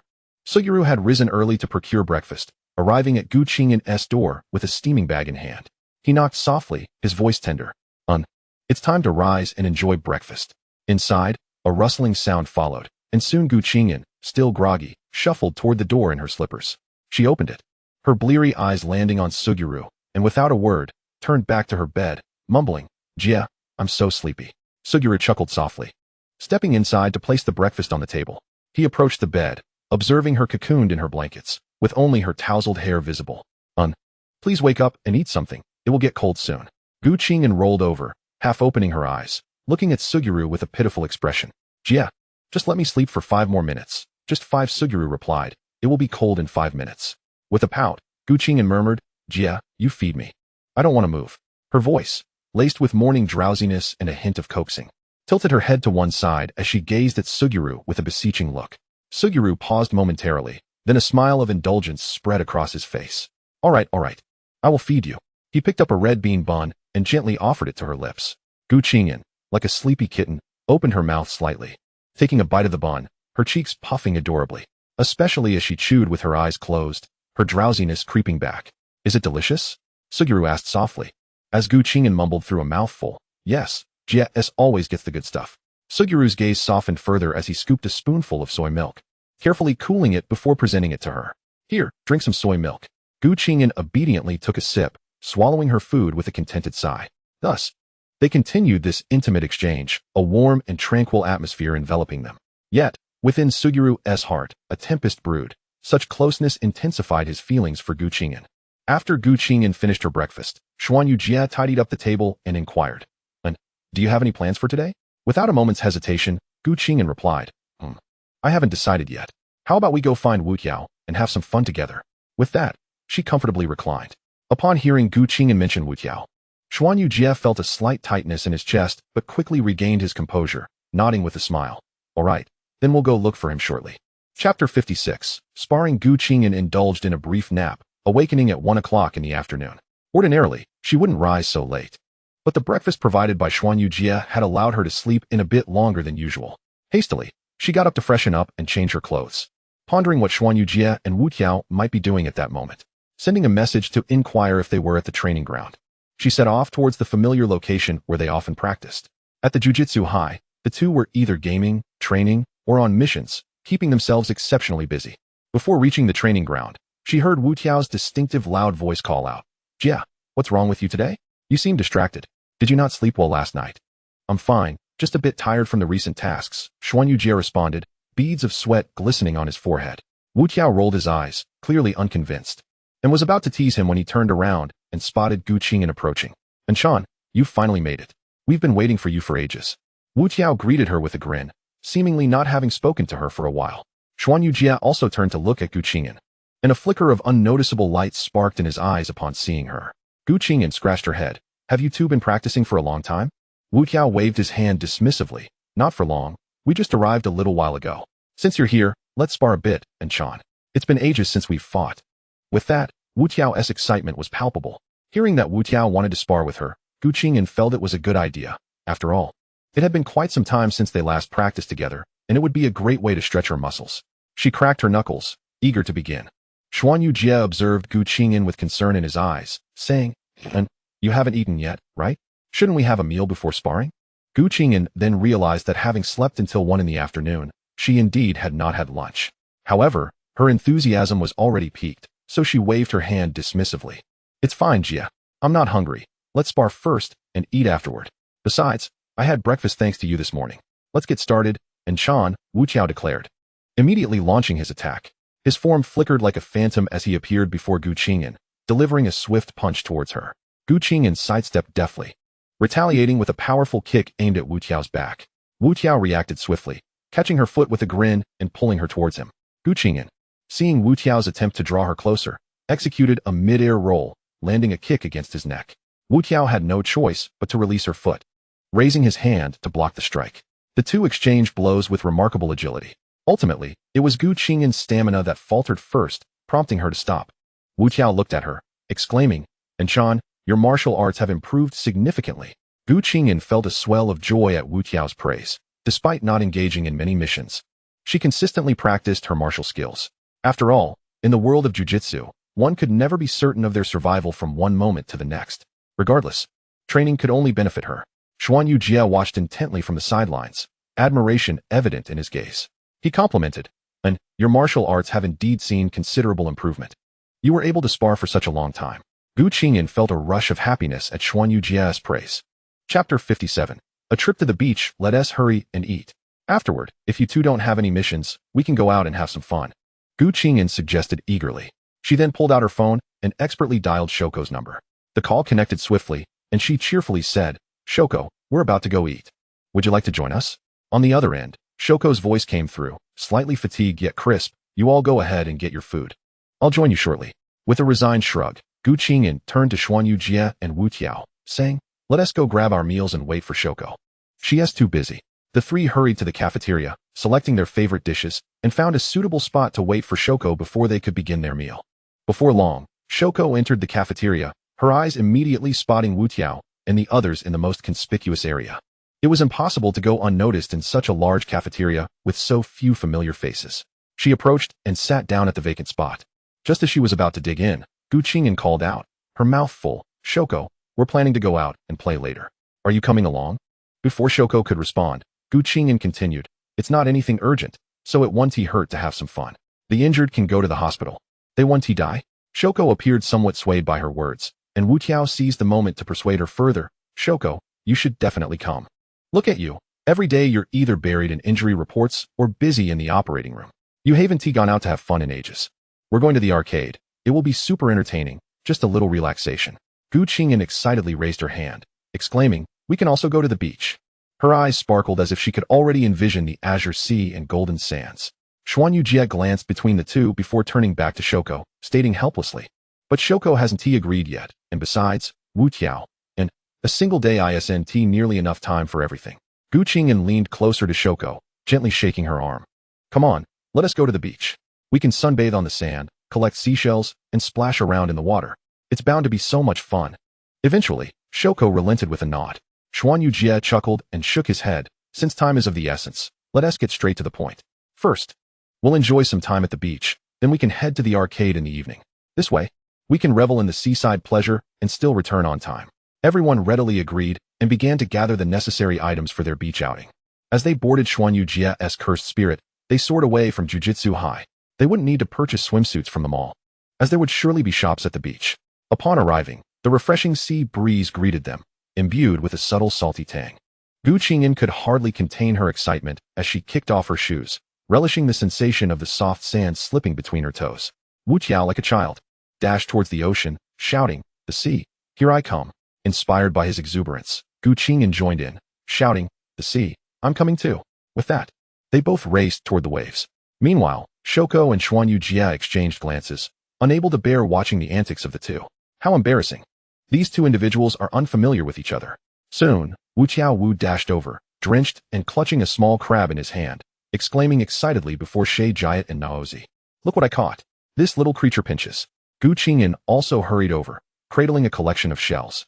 Wow, Naozi, Jia, look at these beautiful shells. I want to take them home as keepsakes. With that, she placed her treasures into Shay Jia's hands before returning to her playful pursuits. Shay Jia and Naozi found a spot with an excellent view to sit, as the gentle sea breeze caressed them, bringing a refreshing coolness. Shay Jia rose to purchase some grilled squid and fried shrimp cakes from a nearby stall, bringing back a few bottles of chilled fruit juice. Naozi accepted the juice, twisting off the cap and taking a sip, her eyes narrowing in contentment. The two savored their snacks while observing Gu Qing'an and Wu Tiao frolicking nearby. Unbeknownst to them, the duo had procured water guns and were engaged in a spirited water gun battle. Wu Tiao, nimble and quick, skillfully dodged the streams of water shot by Gu Qing'an while preparing to retaliate, shouting with enthusiasm, "And Sean, you better watch out. My water cannon is ready to fire."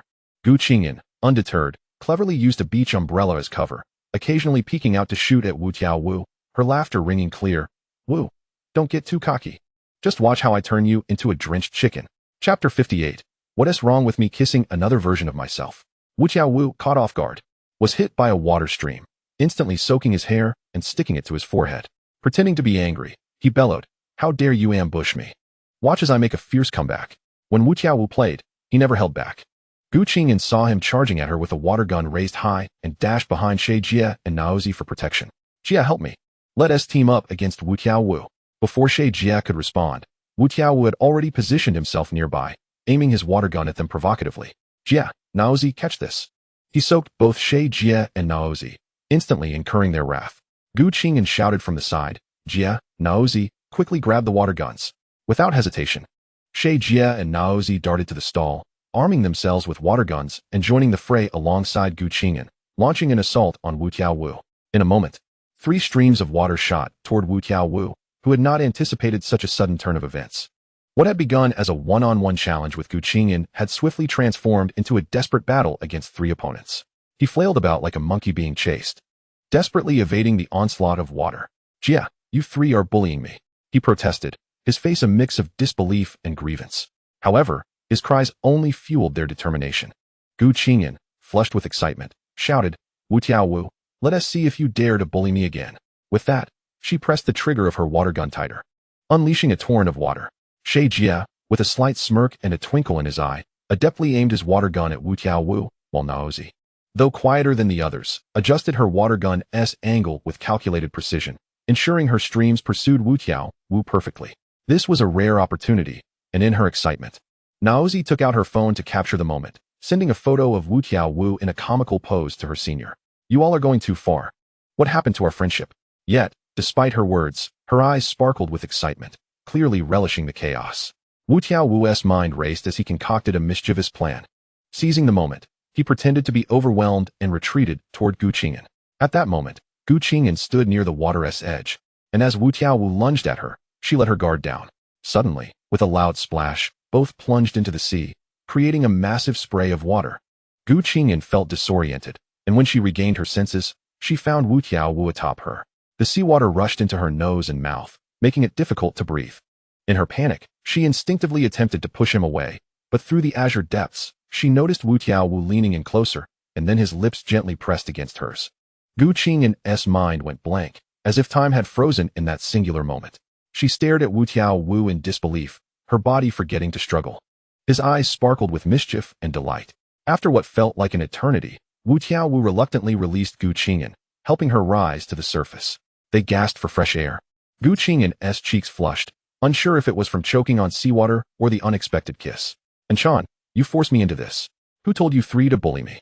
Yet, the emotions in his eyes betrayed him, revealing a tenderness he could not conceal.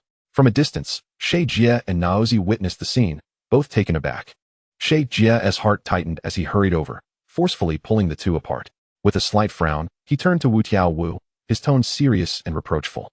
"Wu, what you just did was dangerous. The water is quite deep. What if something happened? And you can't just kiss girls without permission." Naozi approached, her gaze fierce as she accused Wu Tiao Wu, "Scoundrel." She then struck him with a punch. "How could you kiss him? Do you have ulterior motives?" Wu Tiao Wu, nursing his bruised arm, looked aggrieved. "Naozi, I had no bad intentions. I just got too carried away while we were having fun." Wu Tiao Wu insisted. "I only like Chan and wanted to kiss her." "Huh." Naozi's expression clearly conveyed her disbelief. Jia, watching the unfolding drama, felt a pang of discomfort. He harbored feelings for Qing'an, and witnessing Wu Tiao Wu kiss her felt like a heavy blow to his heart. Nevertheless, he suppressed his emotions. Wu Tiao Wu boldly wrapped his arm around Qing'an's shoulders, pulling her close. "Chan and I are one. Last time, Chan said I'm hers, and she is mine. What is wrong with me kissing another version of myself?" Chapter 59. Wu Tiao Wu's stubbornness. Qing'an felt a rush of embarrassment, wiping away non-existent sweat from her forehead. What had started as a casual remark had somehow become a reality for Wu Tiao Wu. Jia intervened, "Wu," and was just joking. Yet Wu Tiao Wu remained obstinate, an air of determination on his face as he declared, "Regardless, Chan said I'm hers, and she is mine. What is wrong with that?" He tightened his embrace around Qing'an, as if to meld her into himself. Qing'an found herself in a state of discomfort, struggling to breathe as her small face flushed an alarming shade of red. She forcefully tapped Wu Tiao Wu's hand, managing to stammer, "Wu, let go. I can hardly catch my breath." Both Jia and Naozi were taken aback by Wu Tiao Wu's sudden action. Jia furrowed his brows and stepped forward, attempting to pry Wu Tiao Wu away, admonishing him seriously, "Wu, calm down. Don't do this." However, Wu Tiao Wu remained unfazed, tightening his grip even more, muttering, "No, I won't let go, and is mine." Naozi forcefully tried to pry Wu Tiao Wu's hand away, scolding, "Wu Tiao Wu, have you lost your mind? Release it at once. Look at what you've done to her." Upon hearing Naozi's words and witnessing Qing'an's distressing, near-asphyxiating state, Wu Tiao Wu was struck with a jolt of realization. As if a bucket of icy water had been poured over him, awakening him to the gravity of the situation. He hastily loosened his hold on Qing'an, his face a mask of anxiety and regret. Stammering, he confessed, "Chan, I didn't mean to." Even refraining from his usual bravado, he directly addressed her. Lowering his head, he approached Qing'an and earnestly said, "Chan, I'm truly sorry. I realize my folly. I shouldn't have been so reckless and frightened you. Please don't be angry with me."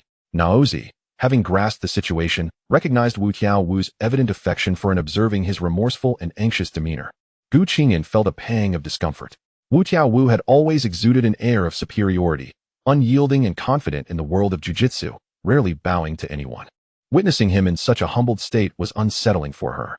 She regarded Wu Tiaowu, whose head hung low in regret. Wu, Gu Qing'an spoke softly, prompting Wu Tiaowu to lift his gaze, his eyes filled with anticipation and trepidation. Please, don't be like this, Gu Qing'an gently continued. I know you didn't do it on purpose. Since hearing Yasho Jie's interest in Gu Qing'an, Wu Tiaowu had been plagued by a restless unease. Akin to a rabbit trapped in a snare, the thought that it might develop feelings for Yasho Jie instead of him pricked at his heart like countless tiny needles. Night after night, lying in bed and staring at the ceiling, he found his mind wandering to images of Gu Qing'an and Yasho Jie together. Their laughter during daily interactions felt like daggers piercing his heart. Lost in thought, he would toss and turn, unable to find sleep. Yasho Jie, witnessing his best friend's distress, felt a heaviness in his own heart. The Wu Tiaowu he knew was brimming with confidence and carefree spirit, seemingly untroubled by the challenges of the world. He had never seen him so consumed by insecurity. Gu Qing'an gently rubbed Wu Tiaowu's head, a tender smile gracing her face as she softly reassured, I'm fine now, Wu. You were just a bit too strong earlier. Please don't do that again. Upon hearing her words, Wu Tiaowu felt as though he had been granted a reprieve, nodding fervently. And Sean, I promise I won't do that again. Naozi, observing the scene, couldn't help but smirk, muttering under her breath, love indeed drives one to madness. Even he no longer refers to himself as I. She crossed her arms, and Wu Tiaowu, seeing that Gu Qing'an harbored no anger, felt his spirits lift and return to his usual lively self. Yasho Jie, noticing that Gu Qing'an was indeed unscathed and that Wu Tiaowu had apologized, decided to intervene as the atmosphere began to thaw, saying, It seems we've had our fun. Didn't Wu say we were heading to the arcade? It's about time to return. Upon hearing this, Wu Tiaowu's eyes lit up. Right. I almost forgot.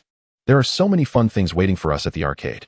Thus, the four of them tidied up their belongings and, in high spirits, departed from the seaside, heading toward the arcade.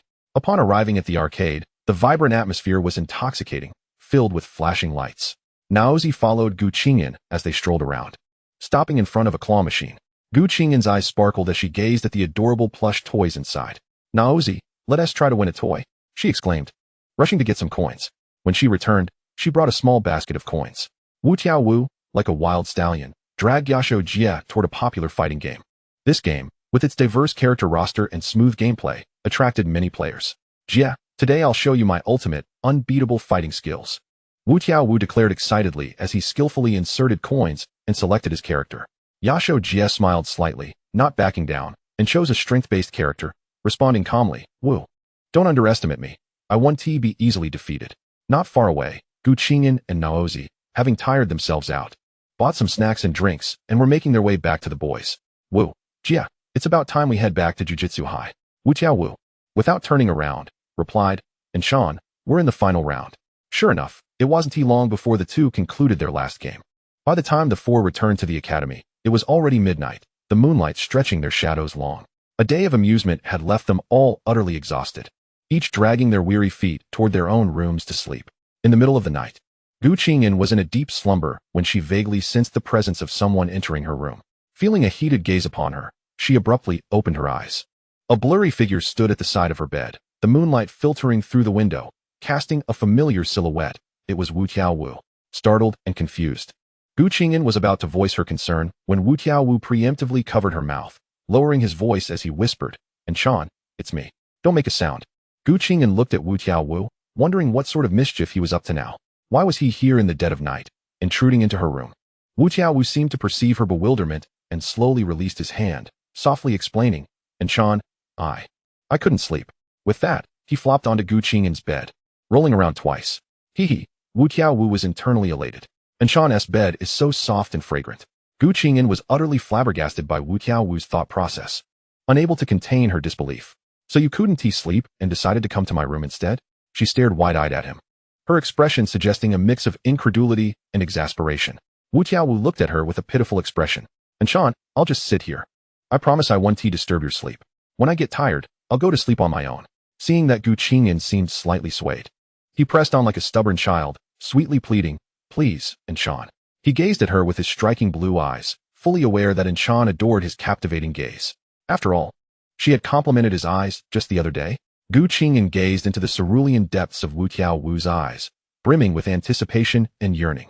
Coupled with his strikingly handsome visage that rendered one unable to avert their gaze, her inner defenses crumbled instantaneously, leaving her reluctant to reject him. With a resigned sigh, she tacitly acquiesced to his request. Upon witnessing Gu Qing'an relent, Wu Tiaowu's lips broke into a broad smile, and he promptly reclined, pulling the blanket over himself. Gu Qing'an was taken aback. Hadn't they agreed to sit? Wu Tiaowu, why are you lying down? Chapter 61. A confession begins with a bouquet. Wu Tiaowu feigned slumber, adopting an expression that conveyed, "Do not disturb me. I am asleep." Gu Qing'an, her eyes darting mischievously, leaned closer to him, her warm breath caressing his face as she whispered, "Wu, do you like me? If not, why is he so clingy? Always wanting hugs. Surely he should also embrace Shozi, whom he seems to favor. If he is not clinging to Shozi but only to her, it must stem from one undeniable possibility. He has feelings for her." Wu Tiaowu was momentarily taken aback by this unexpected proximity, his heart racing like a startled deer. Gazing into Gu Qing'an's earnest eyes, he felt a dryness in his throat and instinctively swallowed. Suddenly, he leaned in and pressed a kiss to the corner of her mouth. Gu Qing'an froze, her mind momentarily short-circuiting as she failed to comprehend the situation.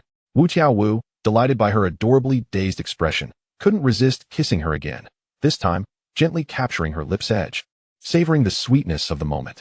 As Gu Qing'an finally registered what had transpired, her eyes widened in shock as she stared at Wu Tiaowu. He, meeting her astonished gaze, showed no sign of retreat but instead grinned broadly, unabashedly proclaiming, "Indeed, Enchan, I like you immensely, so much so that I wish to have you by my side every day." As he spoke, he reached out to gently pinch her cheek, relishing the softness that prompted him to indulge in further playful affection. Gu Qing'an, having expected this confession, found herself taken aback by the reality of it. Wu Tiaowu liking her. Who would have dared to imagine such a thing? Yet, she had entertained such fantasies. After all, who hasn't dreamed of stepping into the world of Jujutsu Kaisen and embarking on a romance with Fushiguro Geto or Wu Tiaowu? With a teasing glint in her eye, Gu Qing'an asked, "So, does this mean you wish to be my boyfriend?" Wu Tiaowu's eyes sparkled with excitement as he nodded vigorously, akin to a child who has just received their cherished toy. "Of course, Enchan." He affectionately nudged her nose with his own. Gu Qing'an did not shy away. Instead, she welcomed his affectionate gesture.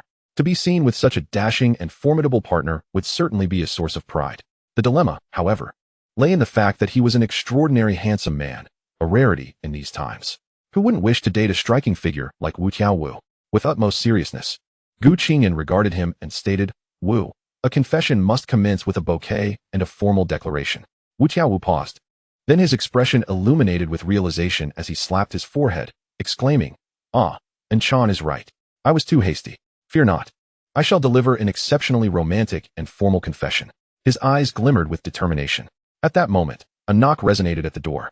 Gu Qing'an scratched her head, wondering who could be visiting at such an ungodly hour. As she approached to open the door, she found Fushiguro Geto standing outside. With a puzzled expression, Gu Qing'an inquired, "Geto, what brings you here at this late hour?" Fushiguro Geto's gaze unconsciously drifted toward the room behind her, where he spotted Wu Tiaowu lounging nonchalantly on Gu Qing'an's bed. His expression shifted to one of knowing amusement as he stepped inside, prompting Gu Qing'an to awkwardly follow. Upon entering, Fushiguro Geto remarked, "I heard sounds from your room next door and, concerned for your safety at this late hour, came to check."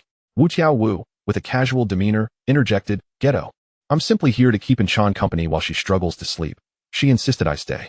As he spoke, he draped an arm around Gu Qing'an's shoulders, wearing a look of smug satisfaction. Gu Qing'an, hearing this, playfully swatted Wu Tiaowu's arm, admonishing, "Wu, don't say such things." She then turned to Fushiguro Geto. "Geto, don't listen to Wu's nonsense. Actually, it's..." But Wu Tiaowu cut her off, declaring, "Geto, Enchan is now my girlfriend." He beamed proudly at Fushiguro Geto, his cerulean eyes sparkling with triumph, as though announcing his victory in a significant contest. Fushiguro Geto's body stiffened slightly, his smile faltering momentarily before he quickly composed himself, offering a strained smile. "Is that so?" Gu Qing'an was left dumbfounded by Wu Tiaowu's boldness, quickly interjecting, "Wu, don't say that. I haven't officially accepted your confession yet." Upon hearing her words, Wu Tiaowu was taken aback before a pitiful expression spread across his face. "Enchan, you just tacitly agreed. How can that not count?" He tugged at her clothing like a child, gently shaking her. Neither of them anticipated that Gu Qing'an's loose sleepwear would slip off. revealing her form to Wu Tiaowu's shocked gaze, causing him to bleed from his nose. The atmosphere instantly turned chaotic and awkward. Fushiguro Geto swiftly assisted Gu Qing'an in adjusting her clothing, while Wu Tiaowu turned crimson, one hand covering his nose. Gu Qing'an, now aware of what had occurred, lunged towards Wu Tiaowu, shouting, "Wu Tiaowu, I'll have your head for this." As he retreated towards the bathroom, Wu Tiaowu called out to Fushiguro Geto, "Geto, help me out." Fushiguro Geto gently placed a hand on Gu Qing'an's shoulder, attempting to soothe her agitation. "And please calm down. Wu Tiaowu is just a bit reckless. He didn't mean any harm." "Well," Gu Qing'an replied, her eyes glistening with unshed tears, "I've been wronged. Wu Tiaowu has ruined my reputation." Fushiguro Geto, witnessing her distress, enveloped her in a comforting embrace, patting her back as he softly consoled, "It's all right. I will take responsibility." Gu Qing'an was taken aback by his words. "Wait, why should you take responsibility for Wu Tiaowu's actions? And while I do feel wronged, I am not the sort to demand accountability just for being seen." Wu Tiaowu emerged from the bathroom, his expression earnest as he gazed at Gu Qing'an, hastily declaring, "And Chan, I shall take responsibility. Do not be disheartened." His hair still bore traces of moisture, droplets cascading down the tips. Gu Qing'an lifted her gaze and shot him a glare, her eyes still tinged with red. "Responsibility? How do you intend to assume that?" Wu Tiaowujin hastily replied, "And Chan, from now on, you shall be my girlfriend." Gu Qing'an regarded Wu Tiaowujin and inquired, "What advantages would there be in being your girlfriend?" Upon hearing her words, Wu Tiaowujin's eyes sparkled like brilliant stars, his spirits soaring instantly. He grasped Gu Qing'an's hand exuberantly and declared, "And Chan, the benefits of being my girlfriend are boundless." Firstly, he tilted his head slightly, a look of pride adorning his face. "I am the most formidable sorcerer. With me by your side, no nefarious curse dares approach you, ensuring you navigate the sorcery realm with utmost safety. And Chan, whatever you desire, I shall provide, and should I be absent, I will find it for you." As he spoke, he attempted to extricate Gu Qing'an from Fushiguro Geto's embrace, but Fushiguro held her tightly, refusing to let her go. He looked at Gu Qing'an and added, "I saw everything just now. I too shall take responsibility." Gu Qing'an took a moment to calm herself, her gaze shifting between Wu Tiaowujin and Fushiguro Geto, biting her lip as if summoning immense courage to suggest, "How about both of you being my partners?" As soon as the words left her lips, the room fell into an uncanny silence, as if time itself had frozen. Wu Tiaowujin was momentarily taken aback, but then a broad smile illuminated his face. "And Chan, what a bold proposition. I have no objections. As long as I can be with you, I am open to anything." He provocatively glanced at Fushiguro Geto. Fushiguro, however, appeared utterly astonished, having never anticipated Gu Qing'an would propose such an idea. He furrowed his brow, a conflicted expression crossing his face, wrestling internally. On one hand, he harbored profound feelings for Gu Qing'an and did not wish to miss the opportunity to be with her. On the other hand, this unconventional love triangle was too shocking for societal norms, especially considering his longtime friend Wu Tiaowujin was involved. Fushiguro looked between Wu Tiaowujin and Gu Qing'an. Disbelief etched in his eyes, convinced that Wu Tiao must be out of his mind to entertain the notion of a three-way relationship. "Wujin, are you serious?" Wu Tiaowujin gazed earnestly at Fushiguro, his eyes ablaze with passion and determination. "Jia, I am indeed serious. I deeply cherish Chan, no matter the circumstances. I only wish to remain by her side.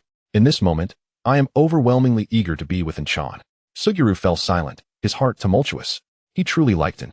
Yet now Wu Tiaowujin proposed a triad, plunging him into a moral quandary. From the depths of his soul, he did not wish to share in with Wujin.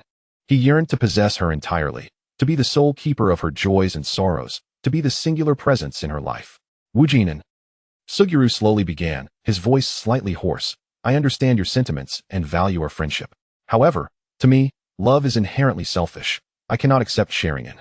His gaze fell upon Gu Qing'an, filled with longing and reluctance. "I adore you. And this affection is so intense that I only desire to be the one and only in your life." Chapter 63. Friends last longer than lovers. Gu Qing'an observed the two of them and timidly raised her hand. Is it possible that I was merely jesting? Moreover, upon reflection, being friends seems to last longer than being lovers, does it not?" Her voice was laced with caution, her gaze flitting between Wu Tiaowujin and Fushiguro Geto. Wu Tiaowujin was momentarily stunned, his previously resolute expression swiftly replaced by bewilderment. "And Chan, what do you mean by that? Weren't we just having a good conversation?" He looked utterly aggrieved, his azure eyes filled with confusion.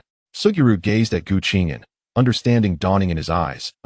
"Do you believe I would be the type to enter a relationship only to part ways with you?" Wu Tiao Wujin crossed his arms defiantly, pouting. But I do not wish to merely be friends with Qing'an. I genuinely like her. His demeanor resembled that of a child denied a coveted toy. Gu Qing'an rolled her eyes in exasperation. Who can predict the future? Emotions are ever-changing, and no one remains constant.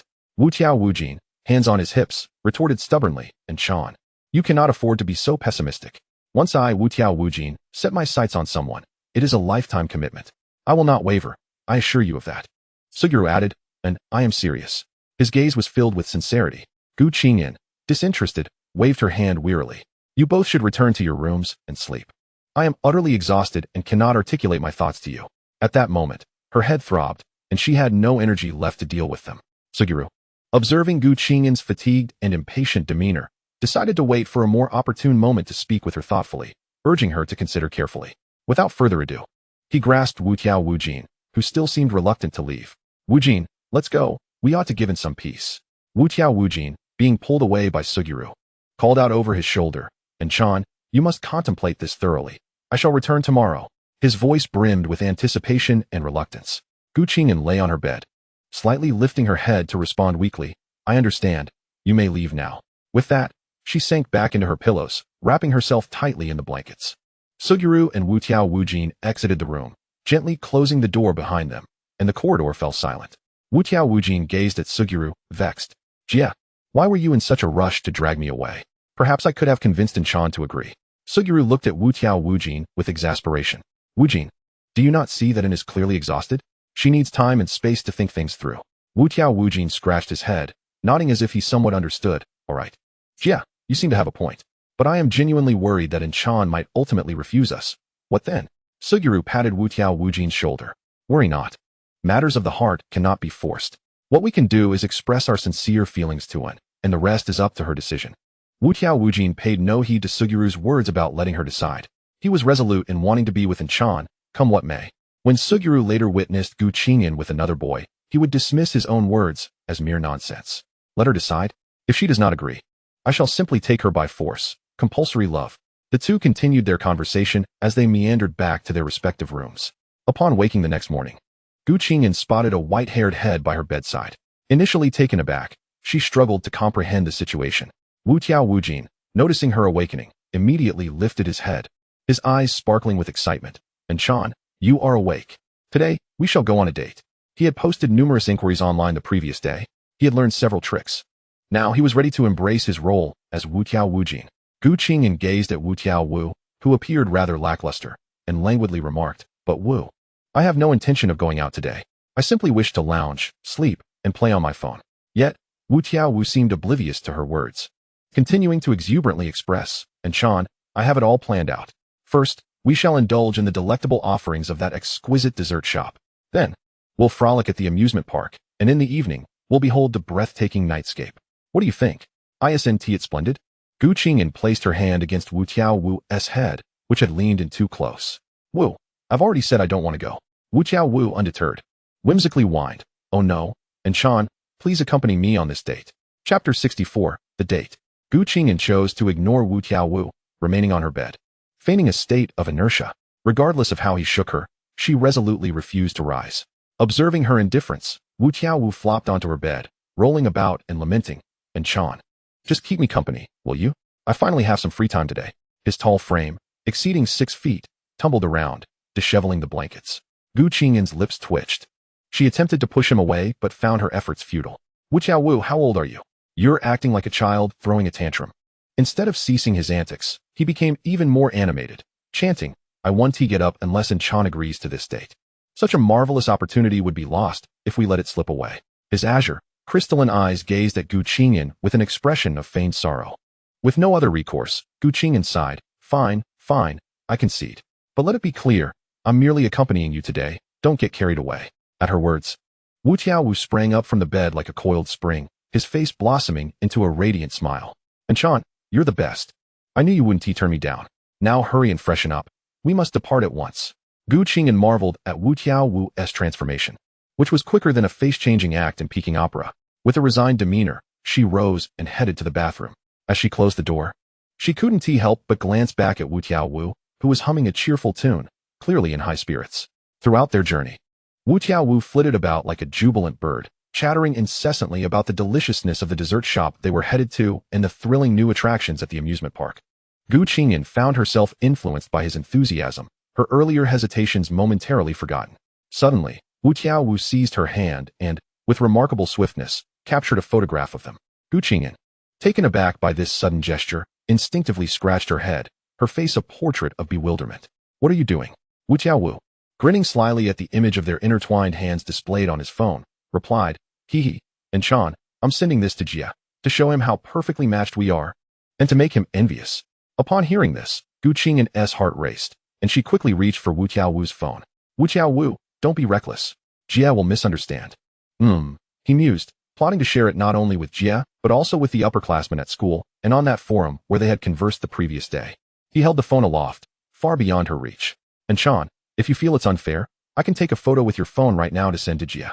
That would make it fair, wouldn't it? Hee. Gu Qing'an, hearing this, swiftly withdrew her hand, clutching her phone tightly to prevent Wu Tiaowu from seizing it.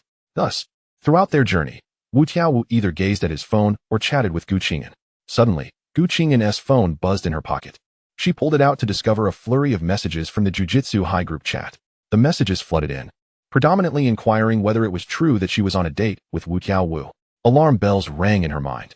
It was evident that the photograph Wu Tiaowu had just taken had circulated among them. Scrolling back, she quickly spotted the very image in question. Furrowing her brows, she responded hastily, Wu Tiaowu is feeling down today, so I'm here to keep him company. After sending the message, a sense of unease lingered. Uncertain if her explanation would be believed, Wu Tiaowu leaned closer, catching sight of Gu Qing'an's message, and grumbled discontentedly, and Chan, I'm in perfectly good spirits. Why say that? Besides, we are indeed on a date. Before long, they arrived at the dessert shop, where the air was filled with the rich aromas of milk and sweetness. Igniting one's appetite, Wu Tiaowu expertly guided Gu Qing'an to a table by the window, enthusiastically beginning to place their order. In no time, their table was adorned with an array of exquisite desserts, adorably shaped macarons, rich chocolate cake, and delicately fluffy cheese pudding. Most importantly, there was Wu Tiaowu's favorite, the kyokafu, the edamame cream variety. Wu Tiaowu devoured the kyokafu with abandon, while Gu Qing'an savored the treats, forgetting her earlier concerns. Indeed, delightful desserts have a way of uplifting one's spirits. As they indulged in the sweets, the atmosphere was blissfully harmonious. However, in an unguarded moment, Gu Qing'an caught sight of a familiar figure through the window. It was Jia. Gu Qing'an abruptly stood and made her way towards the door. Chapter 65, A Day of Fun. At that moment, Gu Qing'an felt a surge of panic, akin to being caught in an act of infidelity by a boyfriend. Wu Tiaowu followed her gaze and spotted Fushiguro Geto, grimacing slightly and muttering, our date has been interrupted. Jia must be doing this on purpose. Midway through their conversation, Geto approached with a smile. And, why didn't you call me to join you and woo for some fun? His smile appeared amiable. Yet Gu Qing'an sensed an undercurrent of subtle bitterness beneath it. Gu Qing'an found herself momentarily at a loss for words, unsure of how to respond. Wu Tiaowu, however, stepped forward confidently, throwing an arm around Geto's shoulder. Jia, I was just worried you'd be busy. Geto observed Wu Tiaowu's eagerness to cling to Gu Qing'an and silently clenched his jaw. Recalling the previous night, he had tossed and turned. Contemplating the intricate dynamics between himself, Gu Qing'an, and Wu Tiaowu, ultimately losing sleep and waking later than the exuberant Wu Tiaowu. If only he had risen earlier. Perhaps he wouldn't have allowed Wu Tiaowu the opportunity to whisk Gu Qing'an away for a date, nearly allowing him to steal her away. Wu Tiaowu was well aware that Geto would be late to rise, and thus had stealthily awoken early, intending to seize the moment and relish a rare date with Gu Qing'an. Now, witnessing Geto's unexpected arrival, he felt a swell of annoyance. In truth, Geto had been awakened earlier by the incessant buzzing of his phone. Groggy, he opened it to discover an avalanche of messages regarding Wu Tiaowu and Gu Qing'an's outing. Filled with speculation and teasing, he couldn't fathom that Gu Qing'an would willingly agree to a date with Wu Tiaowu. It was clear that the latter had relentlessly pursued her. Upon contemplating this, Fushiguro Geto could no longer remain languidly reclined. He promptly sprang from his bed, completing his morning routine at an astonishing speed, and stealthily followed along. Gu Qing'an could only feign nonchalance, attributing the situation to Satoru's hasty departure, exclaiming, I didn't even have the chance to call you, Geto. She forced a smile. Fushiguro Geto raised an eyebrow, casting a sidelong glance at Satoru, and with a smirk, remarked, Satoru, it appears you are quite eager. Observing the interaction between the two, Gu Qing'an, wishing to dispel the awkwardness, seized Suguru Geto's hand and guided him to their seats. She turned to him and inquired, "Geto, is there anything you wish to eat?" As she presented the menu to him, she added, "I just had some delightful little pastries. There are a few others as well. Take a look." Suguru smiled softly at Qing'an and replied, "Qing'an, let us order those delightful desserts you recommended." Since he was not particularly fond of sweets, Qing'an enthusiastically agreed. Satoru, noticing that Qing'an was no longer engaging with him now that Suguru was present, felt a pang of discomfort. "Qing'an, why do you ignore me when Geto is around?" Qing'an, puzzled, scratched her head in confusion. "What are you talking about? I am simply chatting with Geto." Suguru interjected, "Perhaps Satoru is just sulking a little." Satoru instantly flared up, exclaiming, "That squinty-eyed schemer has truly ill intentions. How can you not see that, Qing'an?" Suguru's veins visibly throbbed. "Satoru, must you resort to personal attacks?" Upon hearing Satoru's remarks, Qing'an turned to Suguru, her expression one of bewilderment. How could Geto be scheming? "Satoru, are you being overly sensitive?" Satoru retorted, "This is not personal. I am merely stating the truth." Suguru glared at Satoru, enunciating each word with precision. "Satoru, do you wish to step outside for a fight?" Observing that both were on the verge of conflict and ignoring her pleas, Qing'an swiftly intervened, pulling each of them aside. "Now is the time for us to enjoy desserts. Let us not dwell on fighting. Satoru, eat quickly, and after we finish, we can play some more. Geto, you should eat too." She then took a small cake and fed it to Satoru. He opened his mouth eagerly, for this was a treat personally offered by Qing'an. Without hesitation, she did the same for Suguru. The sweetness of the cake overwhelmed Suguru, yet he silently consumed it, grateful for Qing'an's gesture. Seeing both of them finally quiet down, Qing'an felt a wave of relief wash over her, allowing a small smile to grace her lips. "This is how it should be. It is wonderful for everyone to be happy together. Once we finish eating, we shall play. Weren't you both enjoying the games last time? Or we could go to the amusement park as well." Chapter 66, Adding Handsome Guys Contacts. After the trio had finished their meal, Qing'an summoned a waiter to pack the remaining desserts. She figured that upon returning to Jujutsu High, Satoru would undoubtedly devour them all, as he had an irresistible weakness for sweets. "All right, let us head to the amusement park," Qing'an declared. Upon arriving, the lively and joyful atmosphere instantly enveloped the three of them. The vibrant amusement rides and the chorus of laughter and cheer lifted their spirits. Satoru, suddenly invigorated, pointed towards the distant Ferris wheel and exclaimed, "Qing'an, let us ride the Ferris wheel. I've heard that making a wish at the highest point is quite effective." Suguru glanced at Satoru, then turned to Qing'an, gently asking, "Qing'an, do you wish to go?" Qing'an had never ridden a Ferris wheel before, and with a smile, she nodded, "Yes, but I wish to go later in the evening when the city lights are all aglow. It must be a breathtaking sight from up high." As the three queued for other attractions, Qing'an inadvertently turned her head and was instantly captivated by a figure nearby. What a charming sight, she thought. This was the first time she had laid eyes on a handsome man outside of Satoru and Suguru. He was undeniably appealing, aligning perfectly with her aesthetic preferences. The young man stood tall, with striking features and an exquisite visage, exuding a gentle aura akin to a spring breeze. Qing'an's gaze followed him, brimming with admiration. Satoru, noticing where Qing'an was looking, felt an unsettling pang of jealousy. He subtly inched closer to her and obstructed her view, saying, "Qing'an, what are you daydreaming about? Hurry and buy your ticket." Suguru also caught sight of Qing'an's fixation on the handsome stranger. "Is he more attractive than Satoru and me?" he pondered. Qing'an snapped back to reality. "I merely find him quite appealing," she said, gently nudging Satoru, hoping he would allow her a clear view. Satoru, however, was unwilling to let her gaze linger, quickly signaling to Suguru to help divert her attention. Suguru understood Satoru's intent and obliged. As they pulled Qing'an away, she cast a lingering glance back, lamenting, "What a shame to miss such a handsome guy." In the midst of their fun, Qing'an suddenly felt the urge to use the restroom. "I need to go to the restroom. Just wait for me here," she informed Suguru and Satoru before making her way alone in that direction. Satoru watched her retreating figure, suddenly losing interest in their playful antics, idly kicking at the small stones beneath his feet. Suguru stood nearby, arms crossed, appearing calm, yet his eyes occasionally darted towards the direction Qing'an had departed. He wondered if she might seek out that handsome stranger for his contact information. Recalling her previous desire for romance and her recent statement that friendships often last longer than relationships, Suguru increasingly felt uneasy. Surely, she wouldn't actually seek out that handsome man for his contact details. At that moment, the very handsome man Qing'an had noticed earlier was also heading towards the restroom, coincidentally encountering her around the corner. In his haste, he accidentally knocked the paper bag from Qing'an's hands. Swiftly, he bent down to retrieve it. A look of apology on his face as he handed it back to her, his voice warm and gentle. I am truly sorry. I was in a bit of a rush.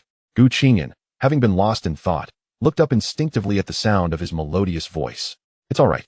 I wasn't paying attention either, she replied as she accepted the paper bag, continuing towards the restroom, sensing that his gaze lingered on her retreating form. Though she found him handsome, she had never considered seeking out his contact information. That simply was not her nature. She would never take the initiative to approach a man, let alone ask for his contact details. As Qing'an emerged from the restroom, she spotted the handsome man still lingering at their previous spot. Assuming he was waiting for someone, she thought little of it. Just as she was about to pass by him, he spoke up, his face slightly flushed, tinged with a mix of nervousness and anticipation. Excuse me, I would like to get to know you. May I have your contact information? Qing'an was momentarily taken aback, utterly unprepared for the other party to proactively suggest exchanging contact information. However, on reflection, having such a handsome gentleman in her contact list wouldn't be an issue at all. As she gazed at the young man before her, his flushed cheeks bestowed upon him a rather innocent appearance. She retrieved her phone and replied, all right. The young man had braced himself for rejection, but to his surprise, the other party agreed, and he joyfully added her contact. Chapter 67. I harbor no ulterior motives. In truth, he had noticed Qing'an while queuing earlier. Amidst the bustling crowd, she had caught his eye immediately. Her fair skin and blue eyes resembled the vast expanse of the sky. Her eyes sparkled like stars twinkling in the night. He noticed two individuals accompanying her. One was presumably her brother, sharing the same striking white hair, while the other, with peculiar black bangs, appeared to be her brother's friend. Once Qing'an had saved the contact, she waved her hand with a smile, saying, I'll take my leave now. We can connect later. As her figure vanished into the throng, Suzuki Yujin suddenly realized he had forgotten to introduce himself, leaving her unaware of his name. Yet, the thought of having exchanged contact details brought a smile to his face. When Xiaojia saw Qing'an return, he observed her expression but discerned nothing amiss. In contrast, Wu Wuji, upon seeing her return, eagerly pulled her along to enjoy the festivities.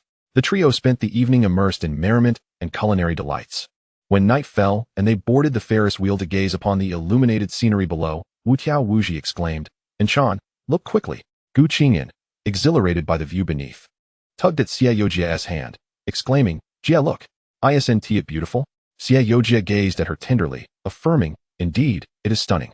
Yet, one could only wonder whether her admiration was directed towards the scenery or the people. Wu Wuji, observing Qing'an grasping Xiaojia's hand while neglecting to hold his, pouted in displeasure, grumbling, Enchan, why don't you hold my hand? His tone was laden with palpable grievance. Xiaojia, witnessing Wu Wuji's relentless clinginess to one, felt exasperated. Yet he was confident that An would not find him bothersome. As the trio prepared to dine, they realized it had grown late, and it seemed gaming would have to wait for another day. They reluctantly returned to the Jujutsu High. Wu Wuji, lamenting the loss of gaming time, cried out, Jia, we can't play games anymore. Xiaojia patted Wu Wuji's shoulder, reassuring him, there will be other opportunities. We've enjoyed so many activities today, and An must be tired. He then turned to Qing'an, his eyes filled with concern. And what do you think? Are you exhausted?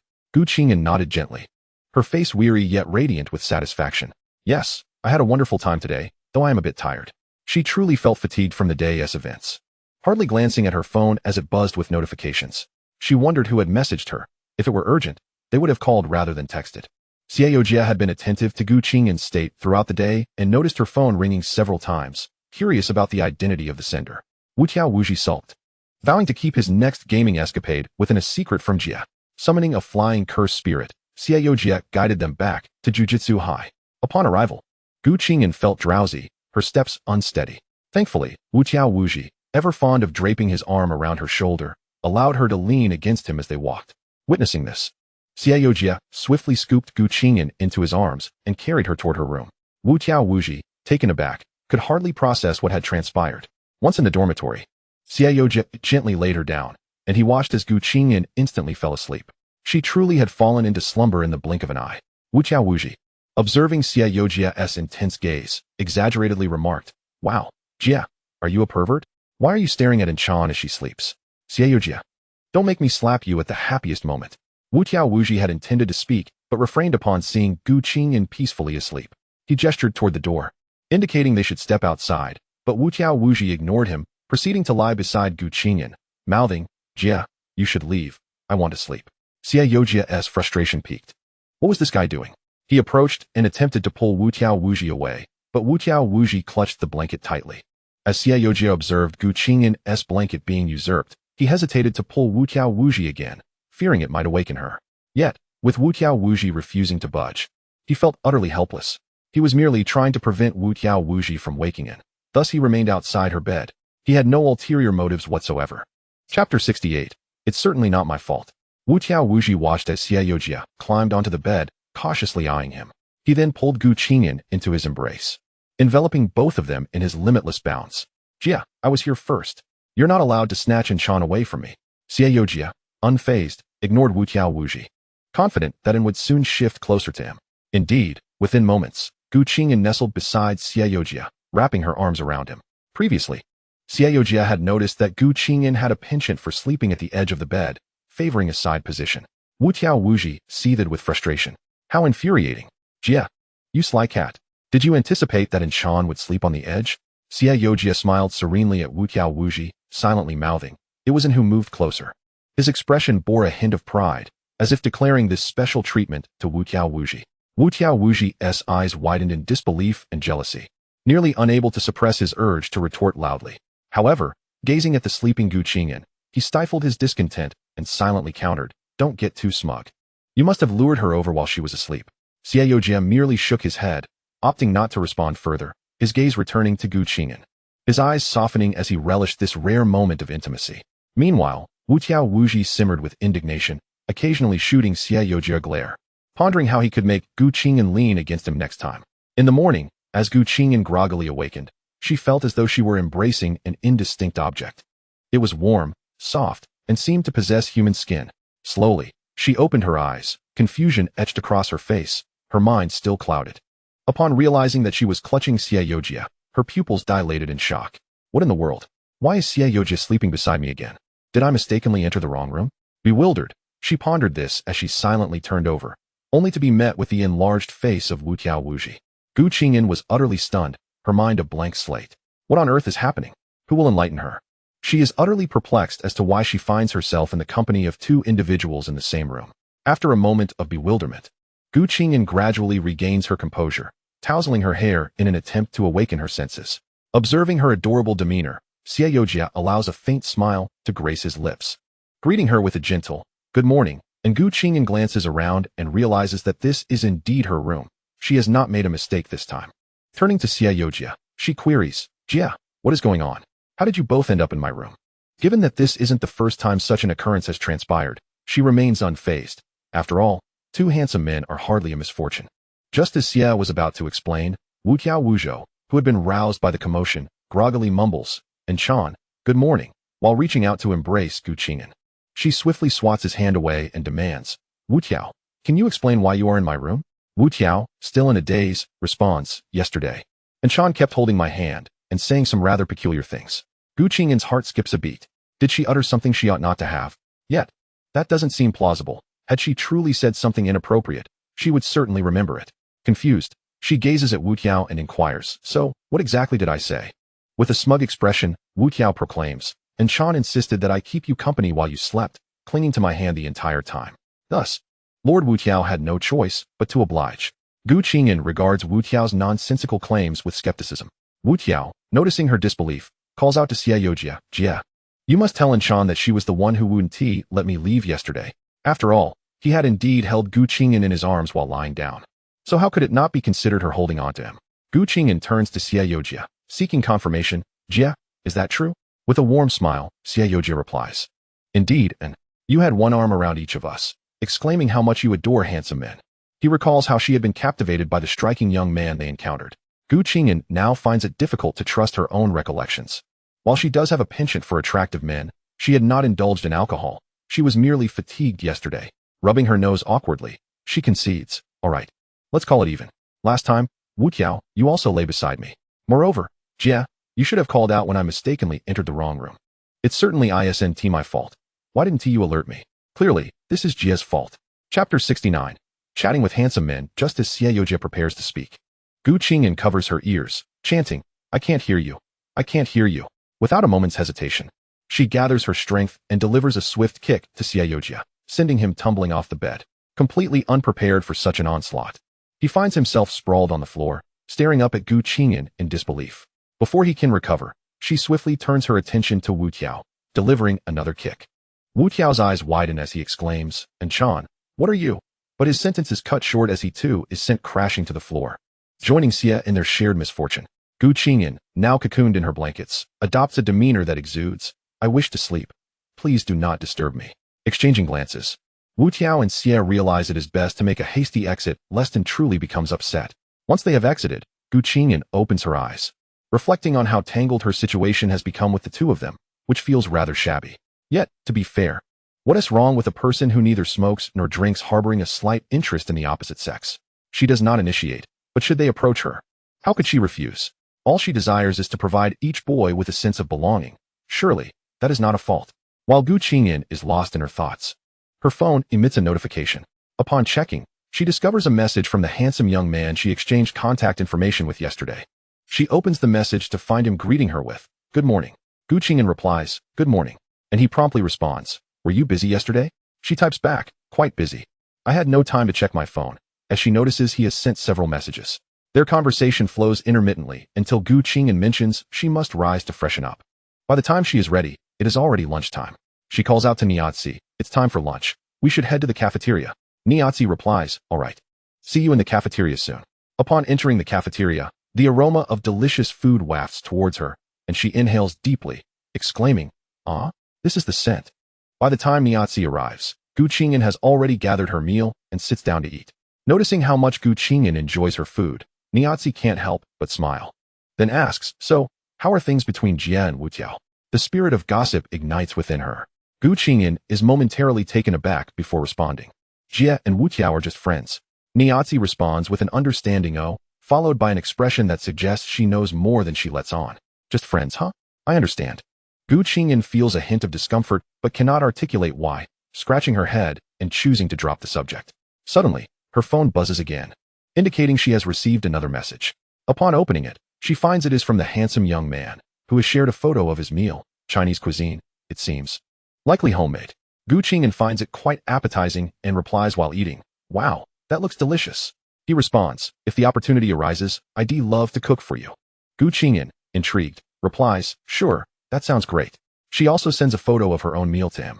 Meanwhile, Muling Yojin, observing from the other side of the screen, furrows her brow, pondering, "Isn't and Chan fond of Chinese cuisine? Why is she eating Western food for lunch?" Gu Qing'an raises an eyebrow. "Yes, I am." Muling replies, "Did you switch it up today?" Gu Qing'an is surprised that he remembers her mentioning her love for Chinese food earlier. Could it be that the photo was deliberately sent to pique her interest? A sly smile spreads across her face. You have caught my attention, young man." Gu Qing'an replies, "Because I'm at school." He quickly replies, "If Chan enjoys Chinese food, I can bring some for you to try when I make it. I love cooking it, and it's perfect since you enjoy eating it." Gu Qing'an is now certain that he has feelings for her. It appears her charm rivals that of Wu Tiao. However, she politely declines, "No need, it sounds too troublesome. I only occasionally eat Western food." He responds with a hint of disappointment, "All right then."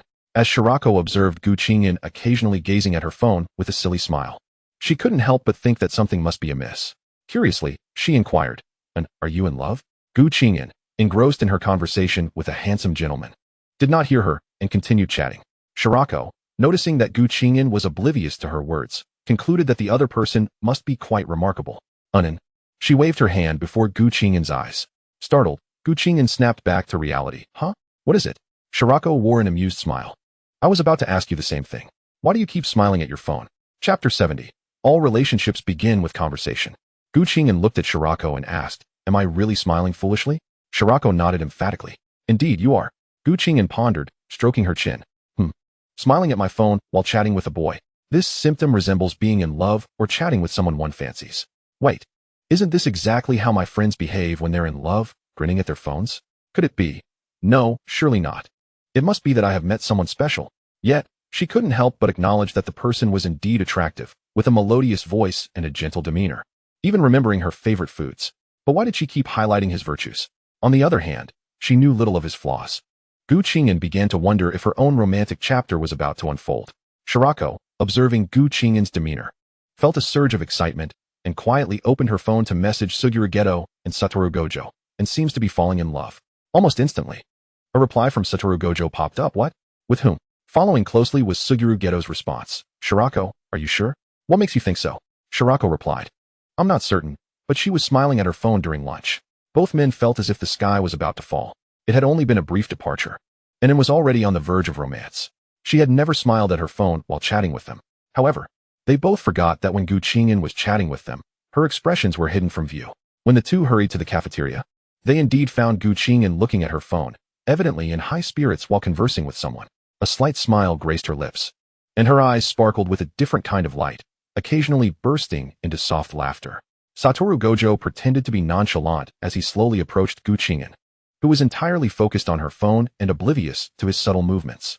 In that moment, Satoru's eyes darted rapidly, fixating on Qing'an's phone screen, absorbing every word of their exchange, and he felt a surge of anger. The other person was calling her Chan, a title that only he was entitled to use. On the screen, the charming gentleman displayed humor and often sent endearing emojis that evoked numerous smiles from Qing'an. In truth, the emojis were cute, but to Satoru, they appeared nauseating. He even invited Qing'an to watch a popular movie together that weekend, to which Qing'an replied that she felt a flutter of excitement and would see if she had time. Suguru Geto, sitting beside Shirako, observed Satoru's expression and deduced that the other party was indeed a male.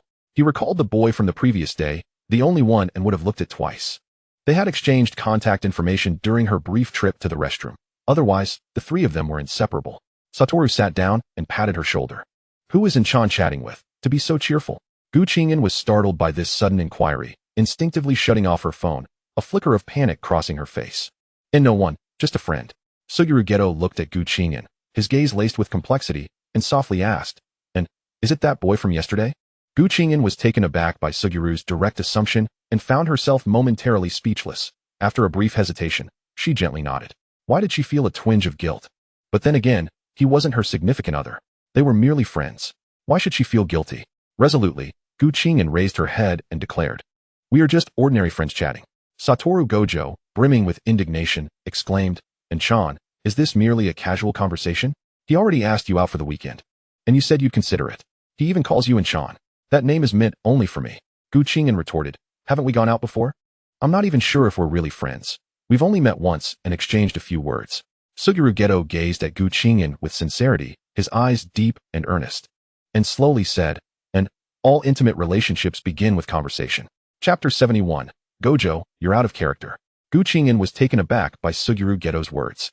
Is it true that all close relationships start with conversation? It seemed plausible, though Qing'an wasn't entirely certain.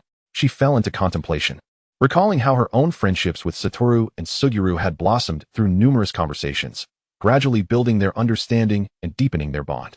But she shared little with this new acquaintance. Qing'an looked at Suguru earnestly. Yeah, I assure you, we are merely ordinary friends.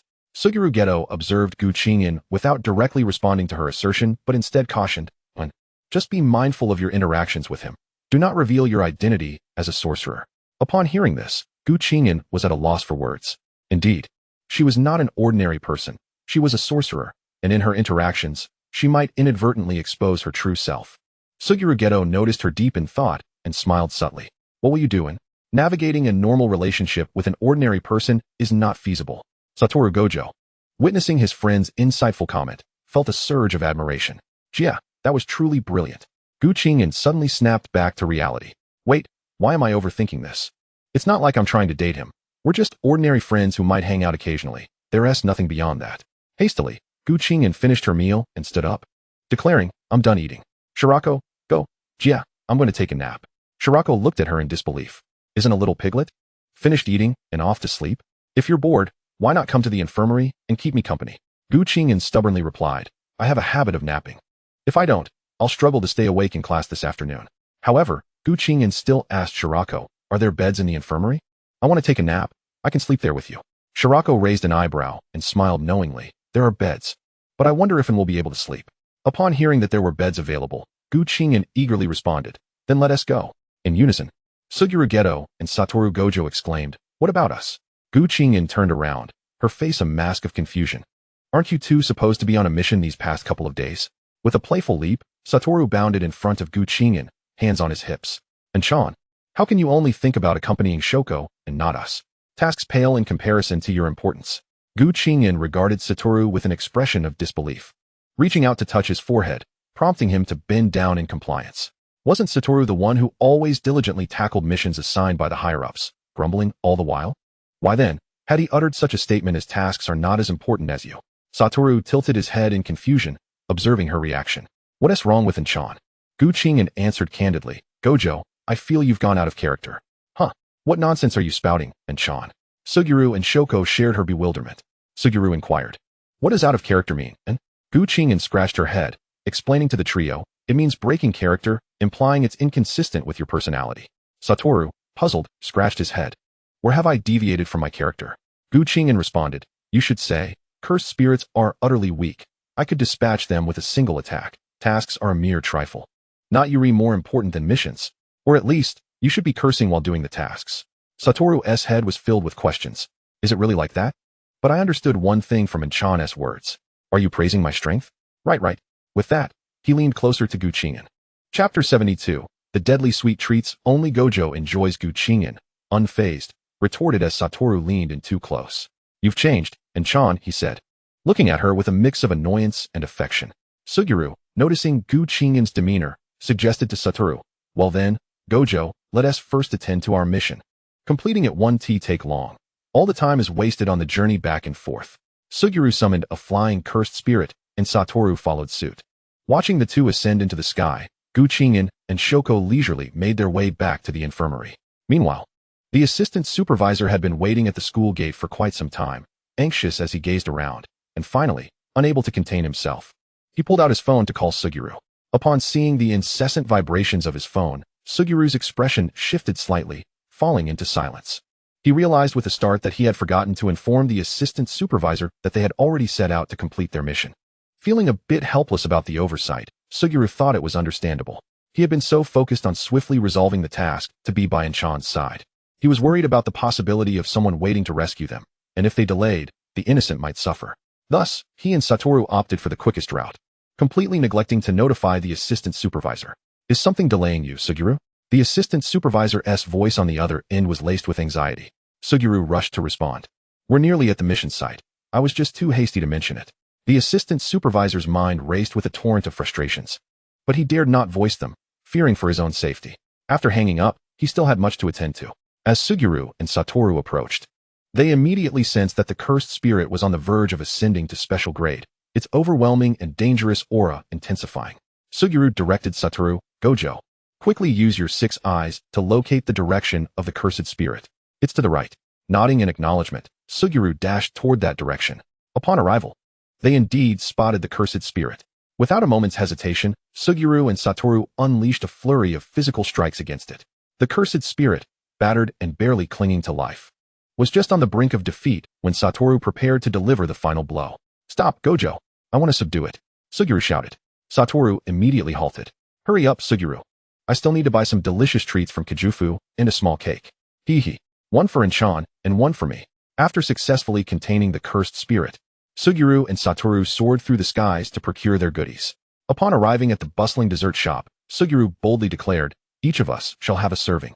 The staff, taken aback by his generous demeanor, hastened to package an array of exquisite pastries. Satoru settled into a seat, humming a tune while he waited. Moments later, a hefty bag of desserts was handed to him. With a satisfied grin, he exited the shop, the weight of the bag a testament to his spoils. Suguru, noticing the abundance of sweets Satoru had purchased, couldn't help but ask, Gojo, can you possibly finish all of this? Satoru beamed with pride, patting the collection of treats. Suguru, you simply don't understand. I'm sharing joy with everyone. Qing'an and Shoko will surely love them, and with all of us together, how could we not finish it? Suguru yearned to loudly declare that nobody, besides Satoru himself, would appreciate those overly sweet confections. Hee, let us go, Suguru. The two slipped away to a secluded spot, summoning the cursed spirit to take flight. Upon returning to Jujutsu High, Satoru eagerly placed the desserts in his dormitory, planning to share them with everyone later. After stowing them away, he hurried to the infirmary to find Qing'an and Shoko. Upon entering, he gently pushed the door open to find Qing'an and Shoko engaged in conversation. Satoru, brimming with delight, announced like a child seeking praise, Qing'an, Shoko, I've brought you the most delicious desserts. Following closely behind, Suguru noted that Shoko and Qing'an had likely worked hard all afternoon and must be feeling hungry. Qing'an, upon hearing Suguru's words, realized she was indeed a bit peckish. Rising, she turned to Shoko. Let us go eat what Gojo brought back. Then, glancing at Satoru, she inquired, did you remember to bring back that small cake? With a wide grin, Satoru replied, of course, I wouldn't forget what Inchan likes. Qing'an tugged at Shoko. Shoko, I must tell you, that small cake is genuinely delightful, not one of those sickly sweet varieties. Shoko twitched her lips. Are you sure it's not sickeningly sweet? But she shared the same 6 eyes as Satoru. Surely, that ability would require ample sweetness to nourish the mind. Chapter 73. The final call from Yulin Yu. As they conversed, they made their way back to the dormitory. Once there, Satoru eagerly laid out the desserts across the table. Gazing at the splendid array of treats, Qing'an's eyes sparkled with excitement. Wow, so many delectable treats. Satoru Gojo, you are being quite extravagant. Is it truly possible to consume all of this? Satoru Gojo had already settled down, nudging Suguru Geto impatiently. Hurry up, Suguru. However, Suguru Geto was not particularly fond of these cloyingly sweet confections. Yet, he still took a seat. Qing'an observed as Suguru selected some pastries he had previously tasted to share with Shoko. The remaining treats were left for Satoru and herself. As the feast commenced, Satoru eagerly devoured a piece of kijukafu with 1 bite and a small cake in 2. Qing'an watched with sparkling eyes as Satoru relished his food. Witnessing his enjoyment, her appetite seemed to flourish as well. Satoru was immensely pleased. Finally, he could share his beloved desserts with someone. However, amidst this joyous atmosphere, Qing'an's phone abruptly rang. She glanced at the screen and saw it was a call from Yujin Moku. Rising, she walked aside to answer the phone. The others cast curious glances her way, wondering who was on the line. Suguru couldn't help but speculate. Could it be that handsome guy from yesterday? Satoru paid no mind, continuing to indulge in his treats. If left too long, they lose their initial flavor. Just as Suguru had guessed, it was indeed the handsome gentleman from yesterday. Once Yujin's call connected, he spoke urgently in a hushed tone. Inchan, listen to me. I've encountered a mysterious creature, and I may not have much time left. I wanted to say that meeting you has made me very happy. This might be our last encounter. Also, the promise I made to cook for you might not be fulfilled. As he spoke, tears welled in his eyes, realizing he hadn't confessed to Inchan yet. But now facing death, he didn't want to burden her with his feelings. Qing'an's grip on her phone tightened as she anxiously inquired, where are you? Don't panic. Tell me your exact location, and I will find a way to rescue you. Satoru, Suguru, and Shoko sensed Qing'an's distress and set aside their desserts. Concern etched on their faces. Satoru leaned closer, whispering, Inchan, what happened? Is everything all right?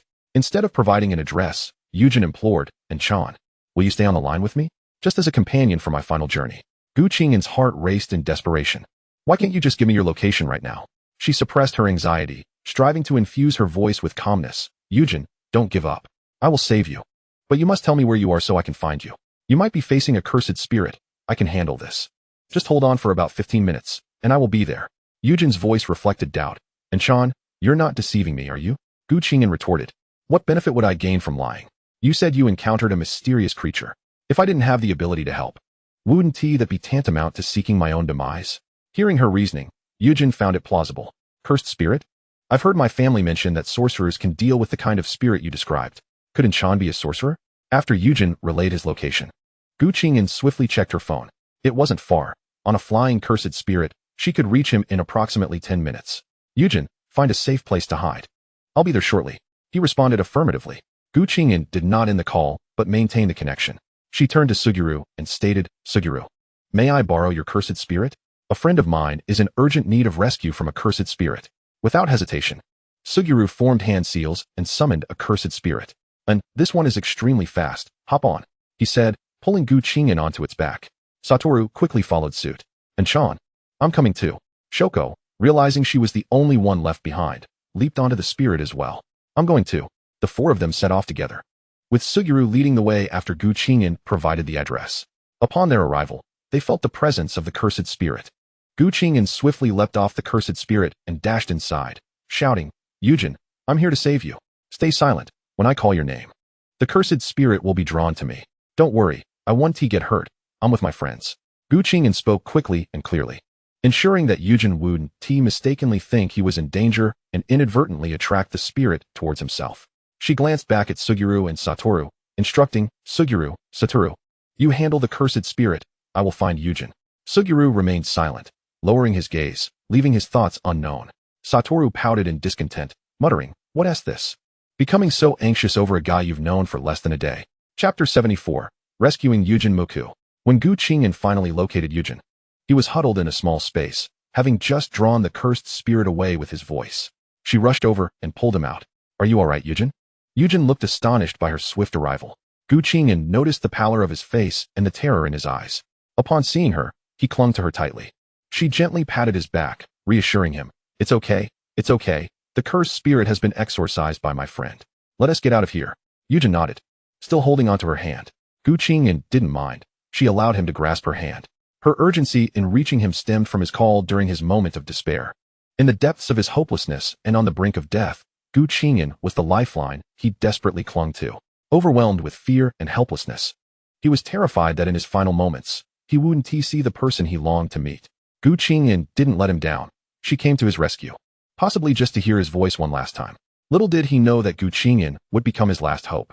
As they exited, Fushiguro and Satoru were still engaged in battle with the cursed spirit. Gu Qing'an was perplexed. Why are Fushiguro and Satoru taking so long to defeat a second-level cursed spirit?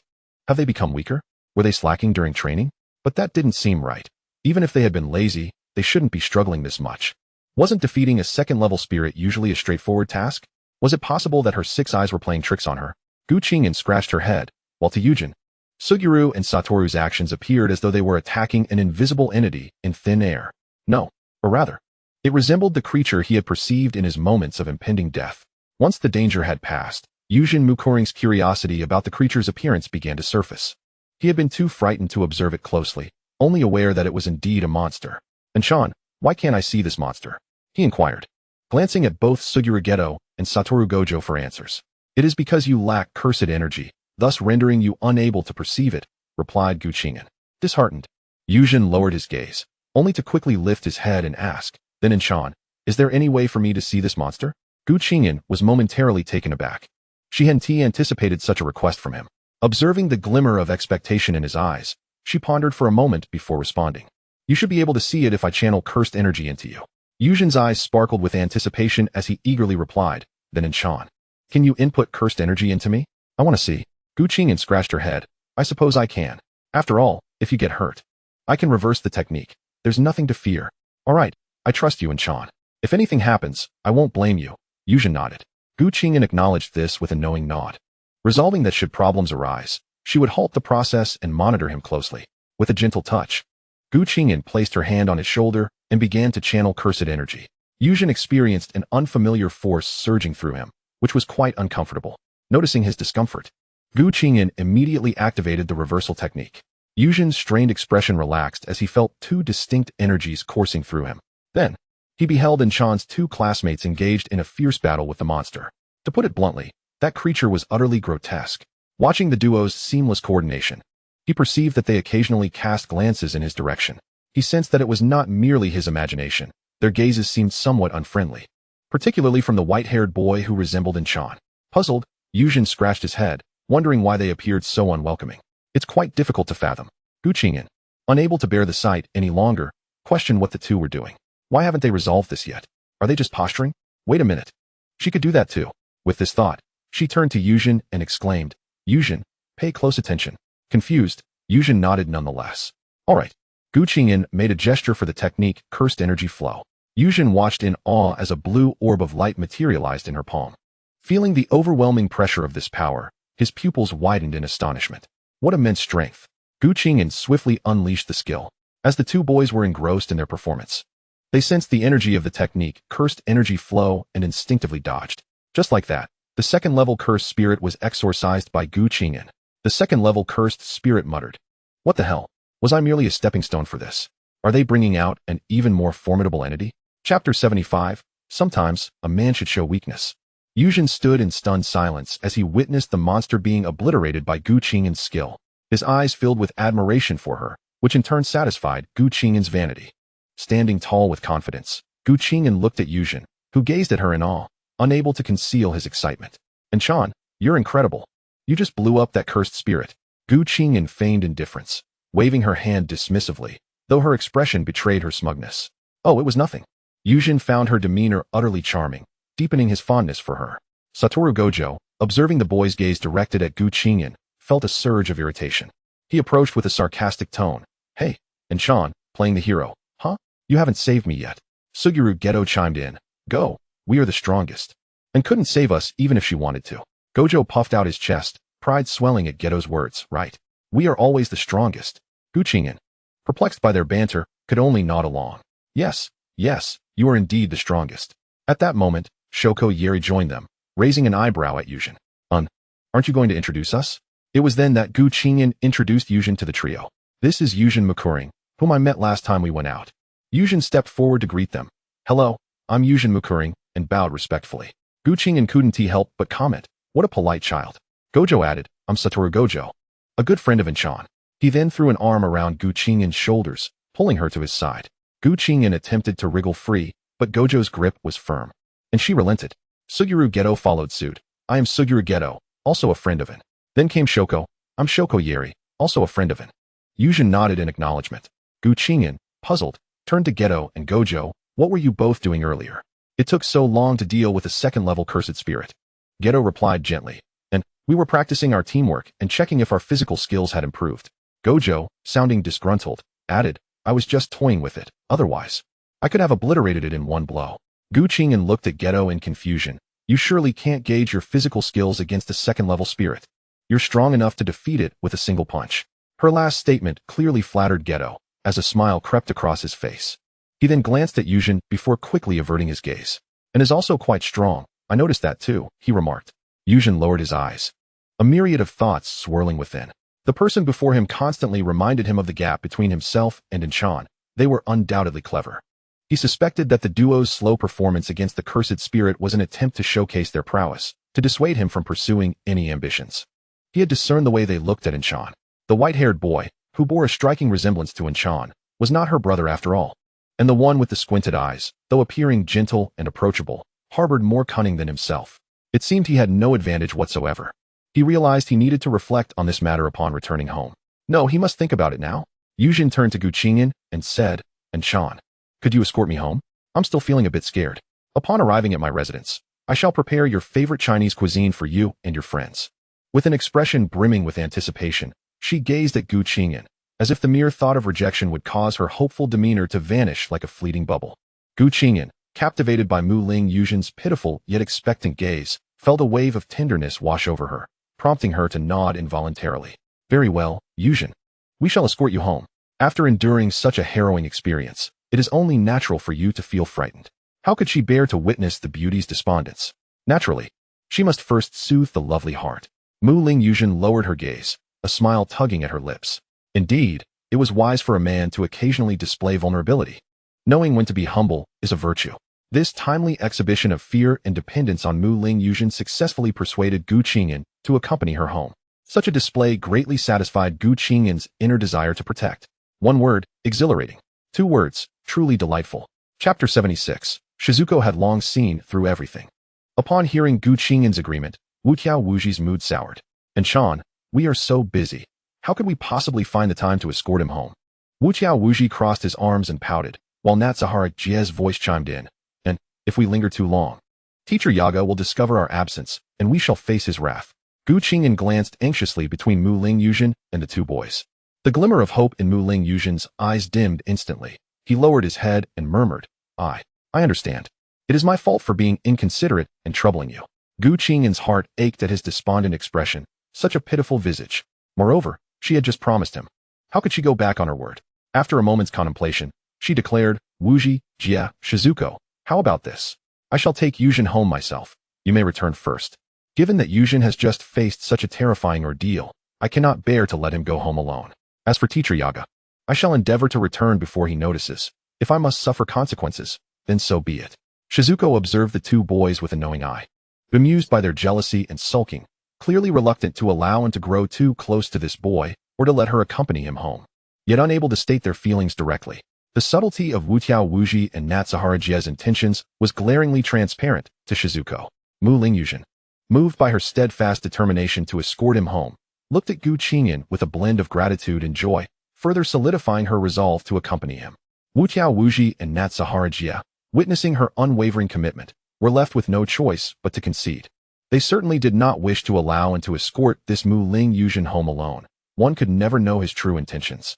Wuqiao Wuji felt that this individual was more cunning than Jie, prompting a quiet vigilance within him. At last, the group arrived at Mu Ling Yuzhen's doorstep. He opened the door and warmly invited everyone inside.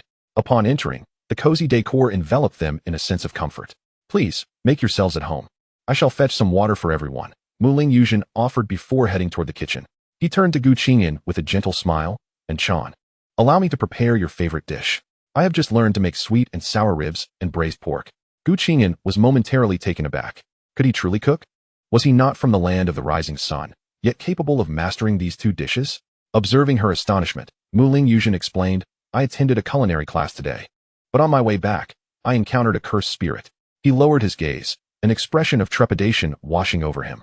Natsuhara Jie furrowed his brow, pondering silently. This person was quite the actor, surpassing even himself in theatricality. Was he deliberately mentioning his culinary endeavors for Anne's sake, only to be ambushed by a cursed spirit, thereby inciting her guilt to win her favor? Wu Tiao Wuji was less than tactful, exclaiming, You weakling, why venture to such dangerous and remote places? Hearing Wu Tiao Wuji's remark, Mu Ling Yuzhen's spirit sank as he mumbled, I merely heard that the chef was in the outskirts, where it is quieter and more conducive to learning. I did not anticipate encountering a cursed spirit. Gu Qing'an, witnessing Mu Ling Yuzhen's dejected demeanor, could not help but intervene. All right, Wuji. Yuzhen did not intend for this to happen. He meant well. Besides, it turned out to be a close call without any real danger. Gu Qing'an recognized that Wu Tiao Wuji's words would only incite further ire, yet she was acutely aware of her closest bonds. Natsuhara Jie chimed in, however, Mu Ling, you must exercise greater caution in the future. Avoid venturing into isolated areas. Cursed spirits are unpredictable, and the vulnerable are easily devoured. Gu Qing'an observed the palpable tension between Natsuhara Jie and Wu Tiao Wuji. The atmosphere was thick with animosity. She scratched her head, feeling it prudent to extricate herself from this situation. Prolonging her stay could only lead to further complications. Shizuko, on the sidelines, watched the unfolding drama with amusement, wishing for a snack to accompany this splendid performance. Truly, a delightful spectacle. Mu Ling Yuzhen, noting that Chan had not rebuked the two boys, realized that he held less importance in her eyes compared to them. With a grateful expression, he nodded, I understand, Jia. And thank you both for accompanying Chan to rescue me. His eyes brimmed with sincere gratitude as he offered a slight bow in appreciation. At times, it is wise not to appear overly vulnerable, especially in moments such as these. Thus, Mu Ling Yuzhen shed his earlier demeanor, reverting to his usual self. Chapter 78. Wu Tiao Wuji perused a comic. As for Yuzhen's meal, we shall forego it for now. We must hasten back to school. We can dine another time. Mu Ling Yuzhen, recognizing her intent, did not press the issue further. Upon finishing her words, Gu Qing'an stood to leave. Wuji, Jia, Shizuko, let us depart. Mu Ling Yuzhen accompanied the four to the threshold, stopping as they reached the door. Gu Qing'an waved goodbye. Mu Ling Yuzhen echoed, until next time, and Chan. Wu Tiao Wuji hastily tugged at her, urging, and Chan, let us move quickly. Gu Qing'an playfully swatted at the grip on her collar. Wuji, let go. Wu Tiao Wuji retorted. You are not permitted to glance back at him. Gu Qing'an scratched her head in confusion. Why not? Shizuko couldn't suppress her laughter. Because Jie and Wuji dislike seeing you gaze at other boys. Gu Qing'an wore a bewildered expression as she regarded the two. Is that true? Wu Tiao Wuji jumped in protest. Absolutely. I simply cannot abide by you interacting with other boys. Upon hearing this, Gu Qing'an boldly embraced Natsuhara Jie. What about Jie? Wu Tiao Wuji raised his chin defiantly. If it's Jie, then it's permissible, but no one else is allowed. Gu Qing'an, amused, then threw her arms around Shizuko. Turning to Wu Tiao Wuji, she inquired, and what of Shizuko?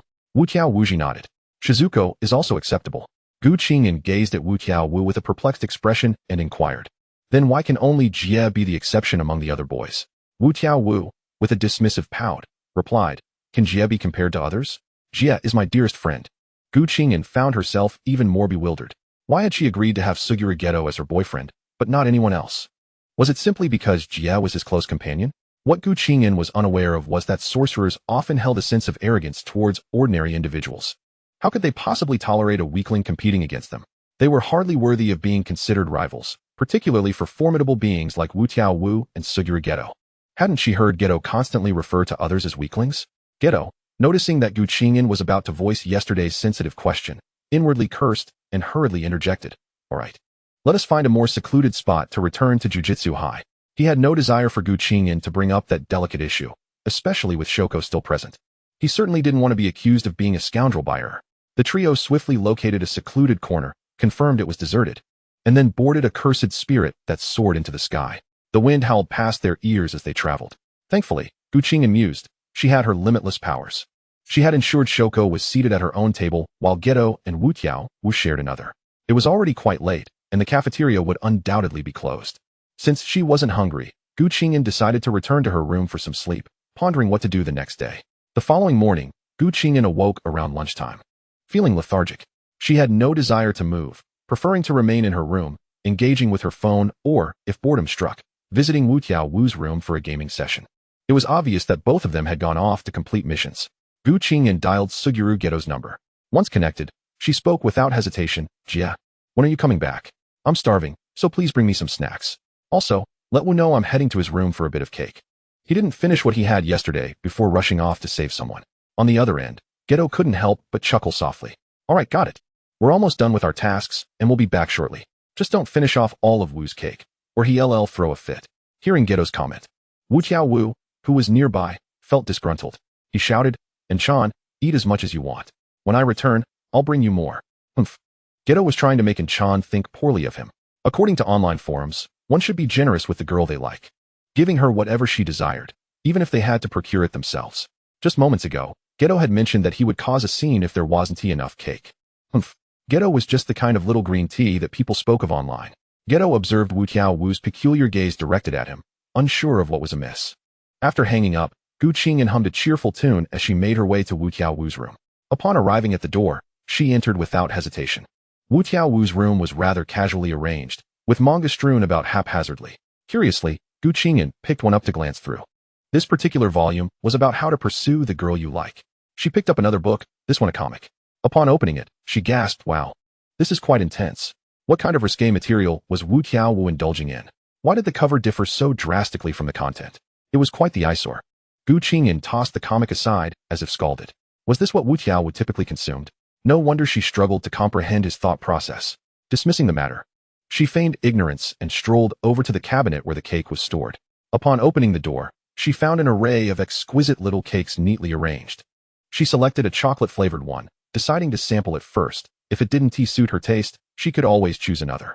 After all, Wu was around to ensure nothing went to waste. Chapter 79. Outing with Mu Lingyu. After taking a bite, she found it quite delightful. So she picked another piece that she particularly enjoyed and returned to her own room. She dared not linger too long in Wu's space, fearing she might witness something scandalous. After finishing her cake, she resumed her idle position, staring blankly into space, lost in thought. Qing'an felt a newfound sense of freedom and abundance, but found herself at a loss as to what to do next.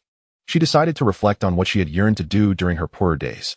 The first notion that surfaced in her mind was to visit a nightclub and hire a male model, relishing the novel experience of touching well-defined abs, and without hesitation, indulge in shopping for numerous outfits she adored.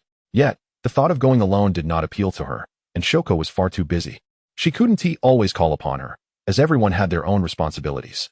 Realizing this made her feel overly comfortable, as if she had grown complacent, merely waking up each day wondering what to do. Then, as a light bulb went off in her head, she realized she could indeed hire a male model. The next time Wu and Geto went off on a mission, she could quietly slip away with Shoko. With that thought, Qing'an promptly took out her phone and dialed. "Jia, when exactly will you and Wu be back?" Geto, puzzled, replied, "And Chan, is something the matter? Wu and I still have 2 tasks left. Are you hungry? You can always go eat Wu's desserts." Qing'an barely registered Geto's rapid chatter. She simply wanted to know when they would return, as she was eager to go out and scout for male models. "So, Jia, how much longer until you return?" On the other end, Geto's voice responded, "It might take another 2 hours." Qing'an scratched her head. That was too soon. It seemed she wouldn't be able to go out after all. With a sigh, she replied, "All right," and hung up. She then contemplated whether to find Mu Lingyu for some genuine fun. With that in mind, she messaged Mu Lingyu. "Yojin, do you have some free time?" The response came almost instantaneously. "And Chan, I'm free. What is up?" Qing'an replied excitedly. "Do you want to go out together?" "Sure, and Chan, I'll come pick you up," came the reply. Qing'an responded, "I'll go by myself. Just send me the address." Mu Lingyu understood that Qing'an likely couldn't disclose the location of sorcerers, so she refrained from insisting on picking her up. After sending the address, Qing'an felt a surge of joy. After getting dressed and applying her makeup, she headed out, sending Shoko a message. "Shoko, I have something to attend to." Shoko replied, "Okay." As Qing'an exited the school gates, Shoko spotted her from a distance, looking stunning and ready for a date. Shoko was puzzled and scratched her head. Is she going out with Jia? But aren't they on a mission today? Shoko decided to message Geto for clarification. Jia, have you finished your task for today? A moment later, the reply came. Not yet. We still have 2 tasks left. Why do you ask, Shoko? Do you need anything? Shoko responded, never mind. Before the screen, Suguru Geto stared perplexedly at his phone. Not having received a message from Shoko for some time, he slipped the device into his pocket, choosing to disregard it. Shoko scratched her head. She wasn't supposed to be going on a date with Geto, but with whom, then? Was it with Yuma?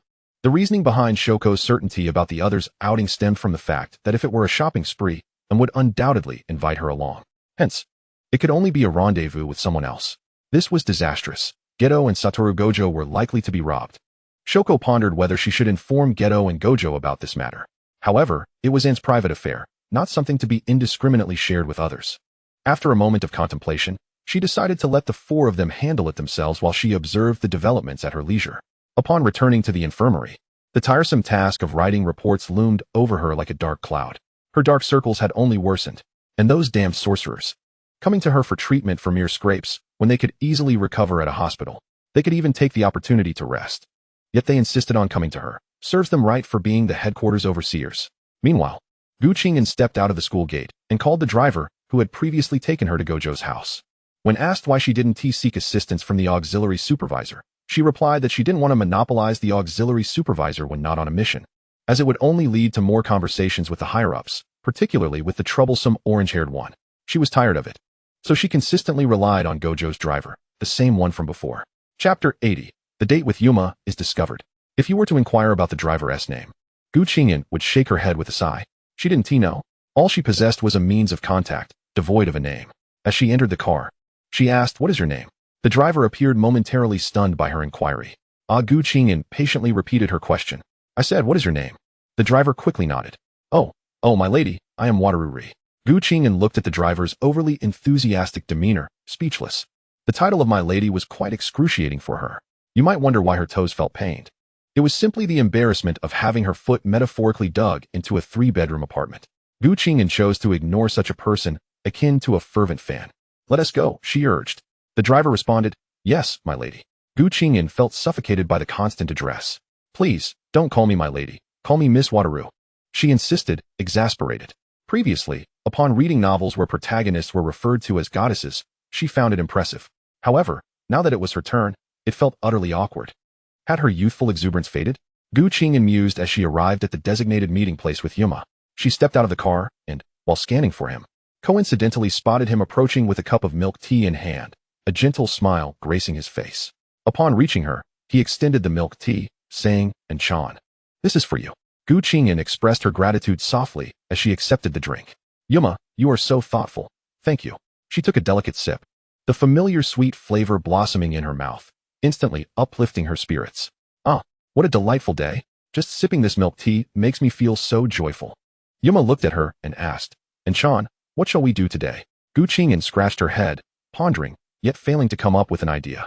Observing her struggle, Yuma suggested, "And Chan, I've prepared a little itinerary. Would you like to hear it?" Qing'an's eyes sparkled at his words. Yuma was simply wonderful. Having prepared an itinerary was a true mark of an excellent companion for outings. She gazed at him with admiration, as if he were a rare treasure. Yuma blushed at being looked at so intently by someone he liked, feeling bashful. Clearing his throat, he began to share his plans. "And Chan, I think we could first visit that newly opened theme park. I've heard it boasts an array of thrilling rides and various unique performances. Afterwards, we could head to the nearby food street, where a myriad of delicacies awaits to satiate our appetites. In the evening, we could enjoy the night view by the seaside. Feeling the ocean breeze while taking a leisurely stroll, it sounds so pleasant." As Qing'an listened, her eyes widened with excitement, clapping her hands. "Wow, Yuma, your itinerary is fantastic. Every single activity sounds incredibly fun. I just know today will be a blast." Yuma, witnessing Qing'an's joyful expression, felt his heart swell with happiness. As long as Chan enjoys herself, that's all that matters. "I was worried you might find it dull." At this moment, Qing'an completely forgot about the matter of scouting the male model shop. All she desired was to enjoy herself. She could even stay out longer, as she had no pressing obligations, allowing her to relish the day even more. As they conversed, they arrived at the theme park. Upon entering, Qing'an was immediately swept away by the lively and joyous atmosphere, eagerly pulling Yuma towards a roller coaster. As they boarded the ride, Qing'an could not contain her excitement. cheering as the coaster ascended the tracks. When it plummeted down at breakneck speed, the wind howled in her ears, and her laughter echoed in the air. Watching her revel in sheer joy, Yuma joined in the jubilant shouts, releasing all their happiness into the world. When they finally disembarked, Qing'an felt this was the life she was meant to lead. Ordinary, enjoying time with friends, rather than being embroiled in the madness of sorcerers. She was just a regular person, not some sorcerer as described by Kento Nanami. If they wanted to act like fools, they could do so without her. After the roller coaster, they continued to experience the carousel, the drop tower, and other attractions. Each ride filled Qing'an with wonder and excitement, and Yuma, observing her delight, felt his meticulously crafted itinerary was an undeniable success. They then arrived at the food street, where the tantalizing aromas wafted through the air, igniting their appetites. Yuma led Qing'an through the various stalls, sampling grilled squid here, and trying specialty pastries there, relishing every moment. Qing'an could hardly contain her tears of joy. Yuma truly excelled at crafting itineraries and providing emotional support. He would discuss with her which places were fun and which were delicious. Embracing Yuma happily, she exclaimed, "Yuma, you are so wonderful. You truly know how to provide emotional value." Yuma looked at Qing'an, his eyes filled with tenderness. "As long as you're happy, I'll always prepare more fun itineraries for you." At this moment, Qing'an felt that Yuma was the epitome of an ideal boyfriend. However, unbeknownst to her, not far off, a white-haired boy and a black-haired boy were intently observing the two of them. Suddenly, Qing'an felt a chill run down her spine, scratching her head. She wondered what was happening, shivering slightly. Yuma's concerned voice broke through, "And Sean, what's wrong? Are you cold?" He instinctively began to remove his jacket to drape over her shoulders. Chapter 81. Fushiguro Geto's Failed Schemes. Besides Fushiguro Geto, Satoru Gojo beheld Qing'an joyfully embracing Mu Lingyuzan, his teeth nearly grinding to dust with frustration. He was about to dash forward when Geto restrained him. "Gojo, hold your horses." Gojo gazed incredulously at Geto. "Geto, do you even hear yourself?" And Sean is in someone else's arms. Unbeknownst to Gojo, Geto's hand, which had fallen, was clenched tightly, blood seeping through his fingers. Gojo, exasperated, turned to Geto. "What shall we do now? Should we pull someone out for a good thrashing?" Geto fixed his gaze on the two in the distance, his brow furrowing. "If and finds out we attacked Mu Lingyuzan, she will surely admonish us." Gojo was in a state of frenzy, akin to an ant on a hot stove. "Geto, if you keep hesitating, and Sean will end up getting cozy with someone else." The reason for Gojo's anxiety stemmed from the first time Qing'an had met him, when she had kissed him, leading to his constant worry that she might do the same with others. Geto replied, "Let us follow them for now. Our mission is complete." On their way back, they chanced upon the two, who seemed to be enjoying a delightful conversation. Geto's expression darkened, a complex emotion stirring within him. Previously, he had believed that being An's boyfriend would cause him discomfort, as he harbored possessive feelings, wishing for her to belong solely to him, without excessive interactions with the opposite sex. However, witnessing the joy between Qing'an and Mu Lingyuzan made him realize that if he continued to be so possessive, and might soon be in a relationship with Mu Lingyuzan. As Qing'an and Mu Lingyuzan sought a stroll by the sea, she felt an unsettling sensation of being watched. Anxiety crept in, prompting her to glance back multiple times, yet the view remained empty. After confirming this repeatedly, even with her 6 eyes detecting no one, she could only reassure herself that it was merely her imagination, perhaps due to her own beauty attracting lingering gazes. Nonetheless, the feeling of being observed clung to her like a shadow, refusing to dissipate. Instinctively, she edged closer to Mu Lingyuzan, seeking a semblance of security. This scene was observed by the formidable duo, Gojo and Geto, lurking nearby. Gojo's eyes widened in disbelief, his mouth agape as if he were on the verge of charging at Mu Lingyuzan. "Geto, look, and Sean is leaning in so close to that guy. This is unacceptable." As they observed the two walking toward the beach, Geto's mind began to churn with an idea. "Gojo, go fetch a cursed spirit, but remember, do not use cursed energy." Gojo scratched his head, bewildered. "What are you planning, Geto? You'll find out soon enough. Hurry." Gojo dashed away, returning moments later with a cursed spirit in tow.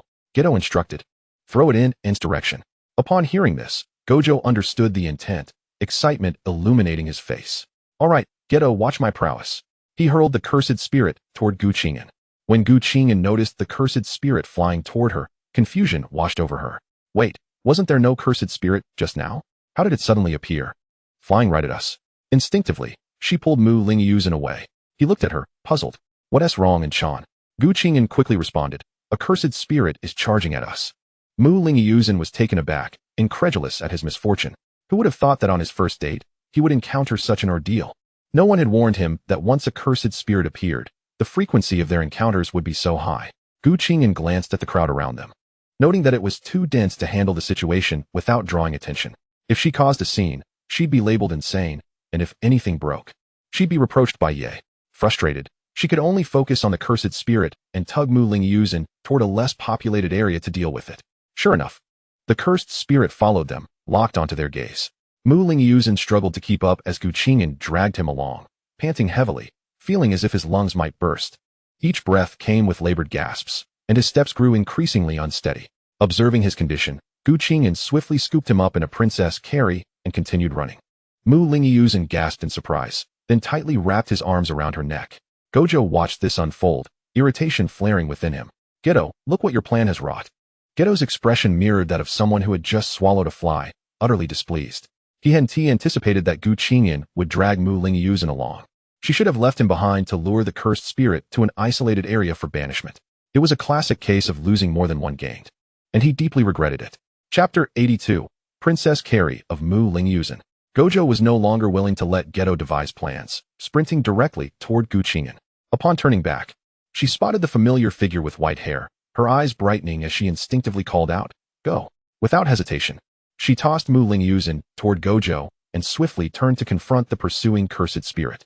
Gojo instinctively caught Mu Lingyuzhen, who was momentarily dazed. The two locked eyes, and Gojo promptly released him. With a thud, Mu Lingyuzhen landed on the ground, momentarily stunned before scrambling to his feet and brushing off the dust.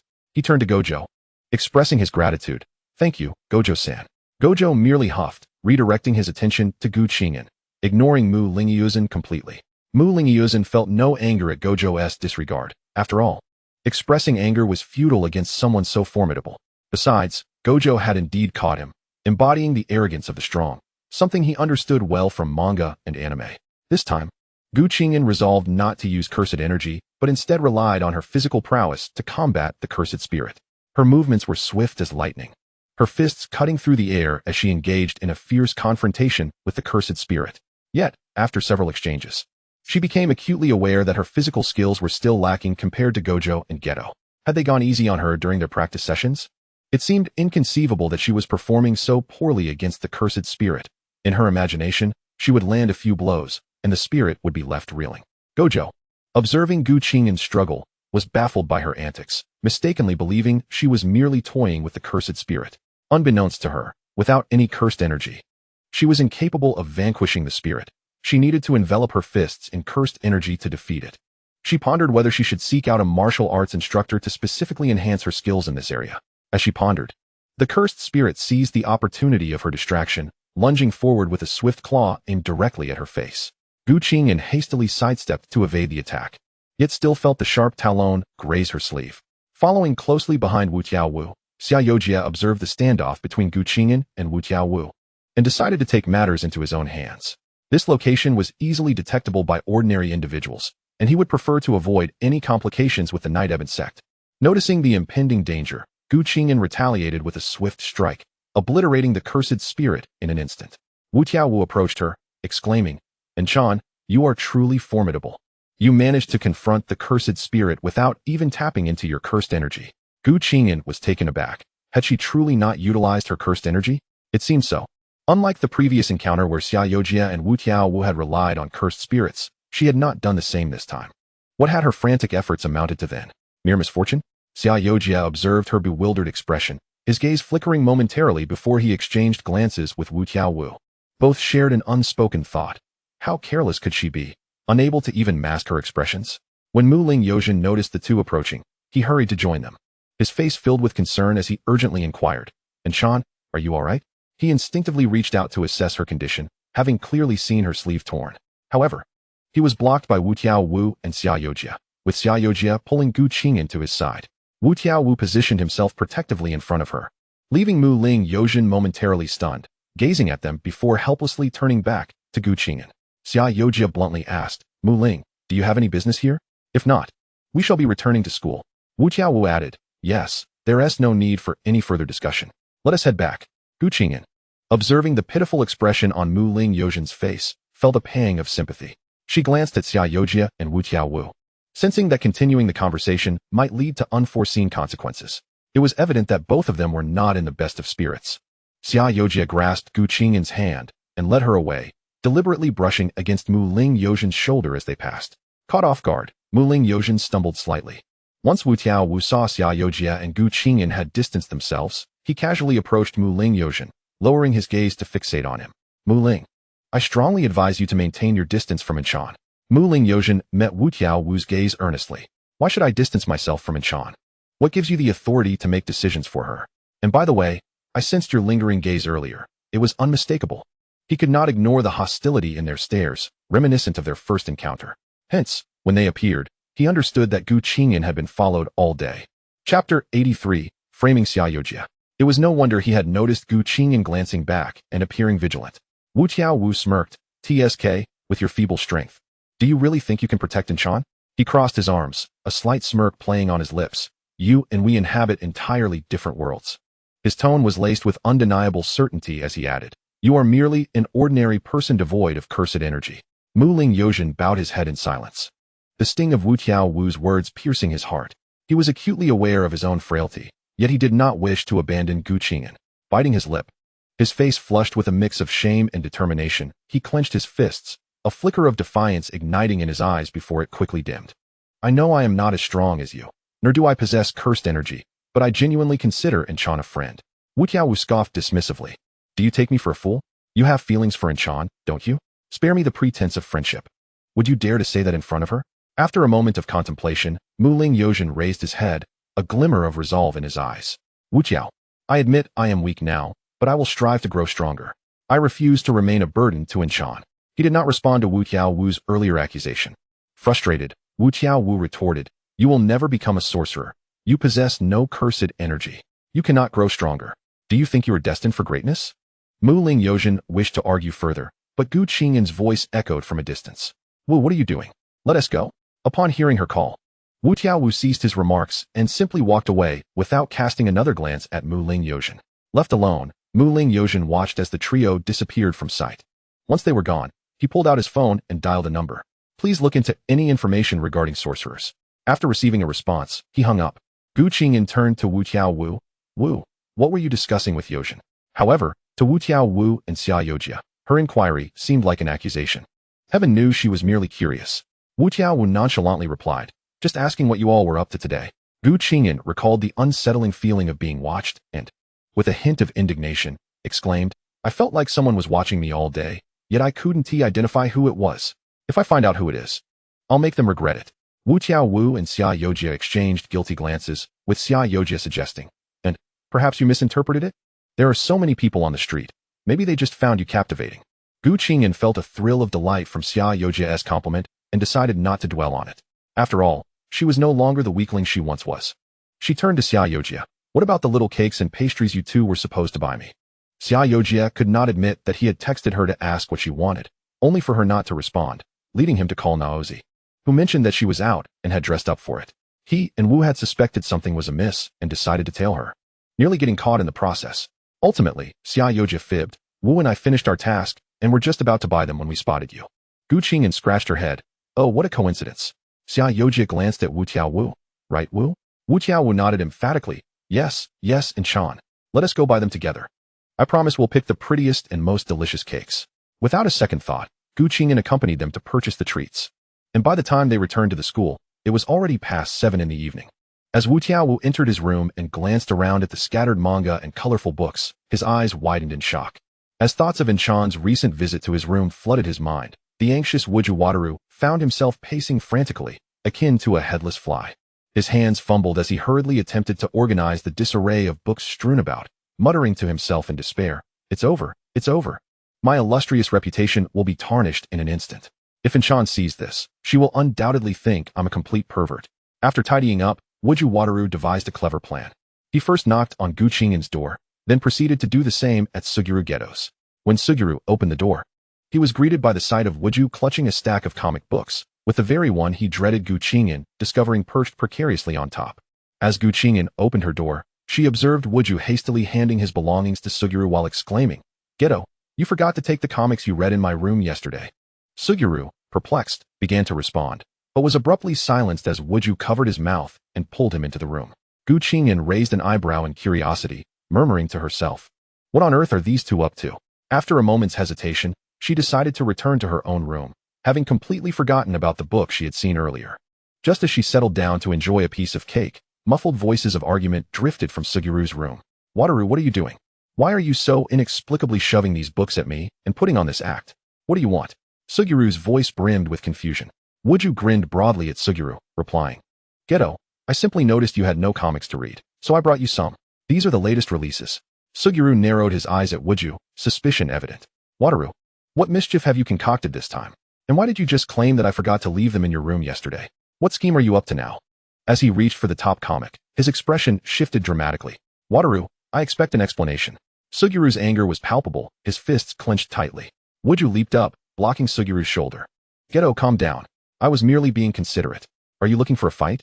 Suguru retorted, swinging his fist, and thus began a raucous brawl between the two. Meanwhile, Gu Qing'an could hear the cacophony of their scuffle from her room, the walls trembling under the force of their antics. To her astonishment, she noticed cracks forming in her own walls. Rubbing her eyes in disbelief, she confirmed that indeed, her walls had begun to fracture. Enraged, she stormed out, pounding on the adjacent door and shouting, "Wuju! Suguru, what on earth are you two doing? Do you intend to demolish the house?" At that moment, the door she had been knocking on suddenly collapsed under her force. Staring at the fallen door in shock, she questioned how she could have exerted such strength. To her bewilderment, she found Wuju and Suguru entangled, seemingly in an embrace. Her eyes widened, and she thought, "Am I interrupting something? Could it be that their so-called fight was merely a guise for some adult game? And Chan, my apologies. We were just having a little sparring match, and I lost track of my strength," Wuju exclaimed as he and Suguru released their hold on each other. Suguru added in, "I sincerely apologize. I didn't realize we were being so loud. Did we disturb your rest?" Gu Qing'an shot them a glare, exasperated. "Even sparring requires some caution. Look at the state of this wall. If you keep this up, the house will come crashing down." Following her gaze, both Wuju and Suguru noticed the slight crack. And without missing a beat, they exchanged glances before resuming their brawl, this time with Wuju causing even more damage to his own room. Gu Qing'an watched in disbelief as Wuju recklessly destroyed his own space, muttering under her breath, "Is Wuju truly this reckless? He is demolishing his own room." With a sigh, she turned and walked away, thinking, "Two lunatics. All they do is fight without regard for their surroundings." Once they were certain she was out of sight, the two paused, exchanging a glance that spoke volumes, as if they understood each other's unspoken thoughts. When Gu Qing'an emerged from the bathroom post-shower, she was taken aback by the sight before her. "What on earth are you two doing in my room?" she exclaimed, her face flushed from the warmth of the steam. Wuju and Suguru stood before her, their expressions a mix of surprise and admiration. The steam enveloped her, casting a soft glow around her, and her eyes sparkled with a hint of mischief. "And let me help you with your hair," Suguru offered, stepping forward. Wuju cursed under his breath. Feeling a pang of jealousy, Gu Qing'an, unable to refuse the attention from the handsome men, allowed Suguru to lead her to the sofa as he began to dry her hair. Wuju, determined not to be outdone, resolved to offer her a massage. Recalling tips he had read online about how to treat one's girlfriend well. "And Sean, let me give you a massage to help you relax," Wuju chimed, eager to impress. "Just don't break my shoulders," Gu Qing'an retorted, half jokingly. "How could I? I know how to control my strength," Wuju replied, his pride swelling. As she settled into the moment, Gu Qing'an reveled in the delight of being pampered. "This is the pinnacle of my life," she mused. "Suguru is drying my hair, and Wuju is giving me a massage. Who could ask for more?" She sighed contentedly. "I never even dared to dream of this." "What did you dare not dream of?" Wuju inquired, leaning closer with curiosity.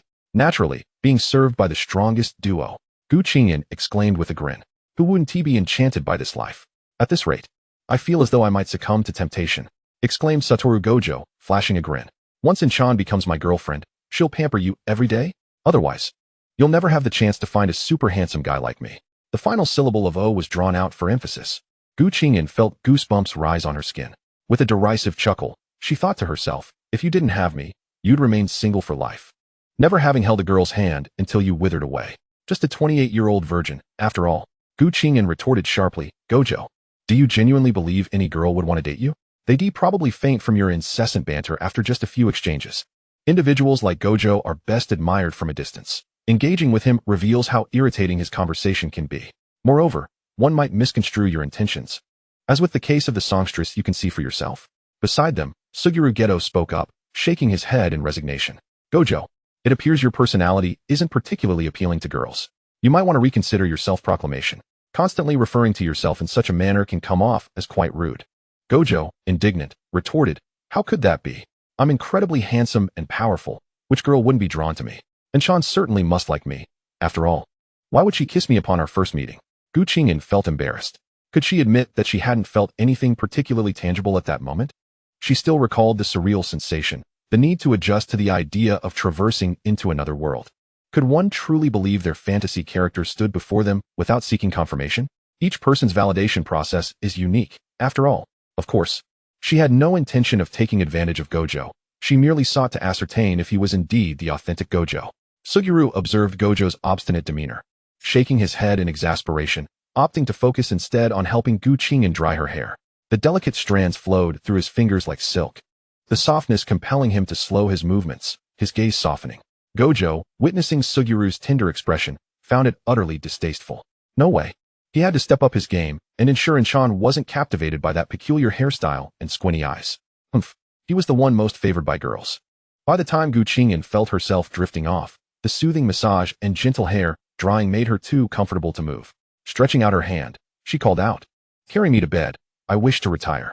Qing'an wished for a favored concubine to accompany her to sleep. What a delightful thought. Hee. Gojo quickly interjected, "Inchan, let me carry you to bed." Internally, he was thrilled at the prospect of closeness. After a glance at Suguru, he adopted an expression that seemed to ask why he was still lingering. "Geto, hurry up and leave. Inchan and I need to rest." Suguru hesitated, glancing at Gojo. "If we're leaving, shouldn't we leave together?" "Geto, there's only room for two on Inchan's bed," implying that he should vacate because there wasn't space for him. Qing'an, now slightly more alert, interjected, "Wait, what are you two doing? Did I say you could sleep in my room?" Had they intentionally damaged her room just to seize the opportunity to sleep in hers? If they weren't as handsome, she would have already dealt with them. Alas, it seemed that good looks granted undue leniency, and she found herself softening. In the past, she would have simply called the police to have them taken away. The world operates on the whims of appearances. Upon seeing attractive individuals, one tends to consider their own advantage, thinking, with such looks, I won't lose out. How far she had fallen. Chapter 86, The Cunning Gojo Cat. Qing'an regarded the two and asked, "Did you both deliberately fight and damage the room?" In unison, Gojo and Suguru replied, "No." Gojo, with a hint of defiance, insisted, "Inchan shouldn't think such things about the dashing Gojo." Qing'an shivered at his words. "Gojo, speak properly." She sprawled on the bed, arms outstretched, declaring, "No lying on my bed." Suguru, with a slight smile, chose not to argue, instead taking a seat on the sofa. He knew full well that Gojo would soon throw a tantrum to claim a spot on Inchan's bed, and once that happened, he could play the sympathy card until she inevitably relented. Everything was under his control. Upon hearing Qing'an's words, Gojo feigned a pitiful expression. "Inchan, this bed is so large. I promise I'll only take up a little space, okay?" When his usual tactics failed, he began to whine, "I don't care, I don't care. Poor Gojo is being bullied by Inchan." He declared that Gojo was Inchan's and Inchan was Gojo's, adding, "Inchan is stingy and won't share." Qing'an, overwhelmed by his antics, closed her eyes in frustration but ultimately relented. "Fine, come lie down." Gojo's face lit up with joy. "Inchan is the best. I love you, Inchan." Qing'an gazed at Gojo, pondering whether he possessed any awareness of danger. Her reluctance to share the bed stemmed from a fear of inadvertently crossing boundaries with Gojo, regretting it later with no recourse. The innocent cat seemed blissfully unaware of the need for caution in the company of boys. Suguru, observing this scene from the sofa, couldn't help but chuckle inwardly, thinking that Gojo's ability to charm was becoming increasingly refined. But could it be called charm?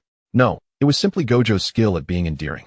Qing'an, seeing Gojo settled in while Suguru remained forlorn on the sofa, felt a pang of guilt. It wouldn't be right to be so inconsiderate.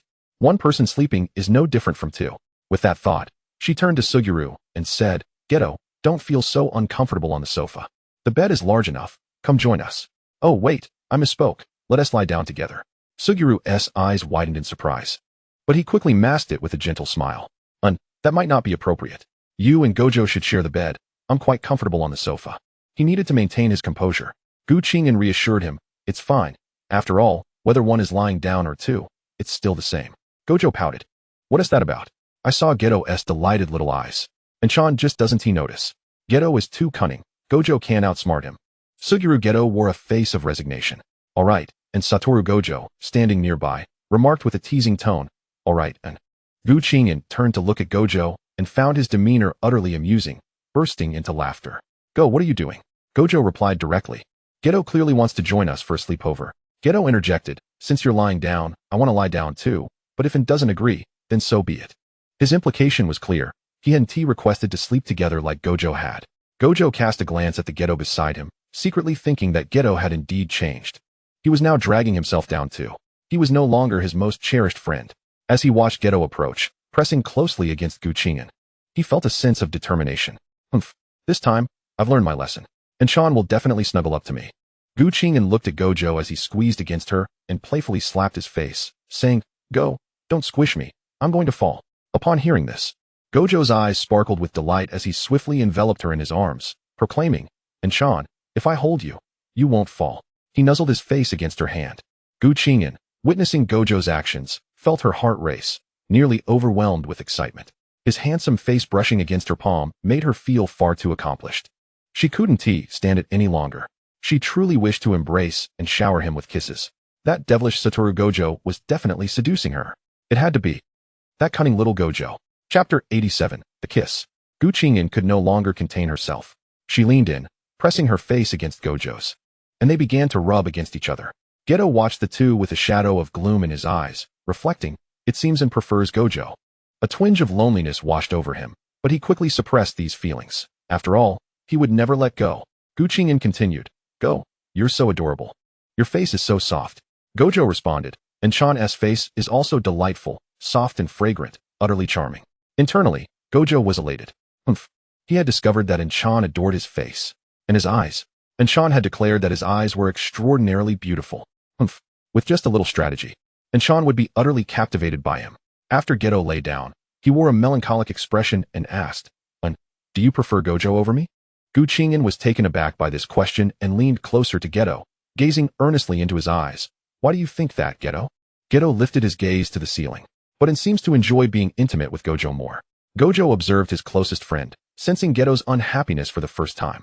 Had he overlooked Geto's feelings? He glanced at Gu Qing'an, then pulled her between them and encouraged, Geto, quickly embrace Chan. A hug will surely make you happy. Gojo believed that Geto, sharing the same affection for Chan, would find joy in holding her, just as he did. Geto felt a stirring within. Did Gojo notice his discontent? And what about it? Had she noticed it too? Gu Qing'an had indeed sensed it, and was no longer snuggling with Gojo, instead turning to Geto and asking, Is there something bothering you, Geto? You can tell us. We're here for you. Now the three were seated rather than lying down. Hearing Gu Qing'an's concerned words, Geto could no longer suppress his emotions. He lowered his gaze momentarily before lifting his head and embracing Gu Qing'an, his muffled voice emanating from her neck. I just wish for him to pay a bit more attention to me, to be closer to me. Gu Qing'an was momentarily startled, her heart brimming with compassion.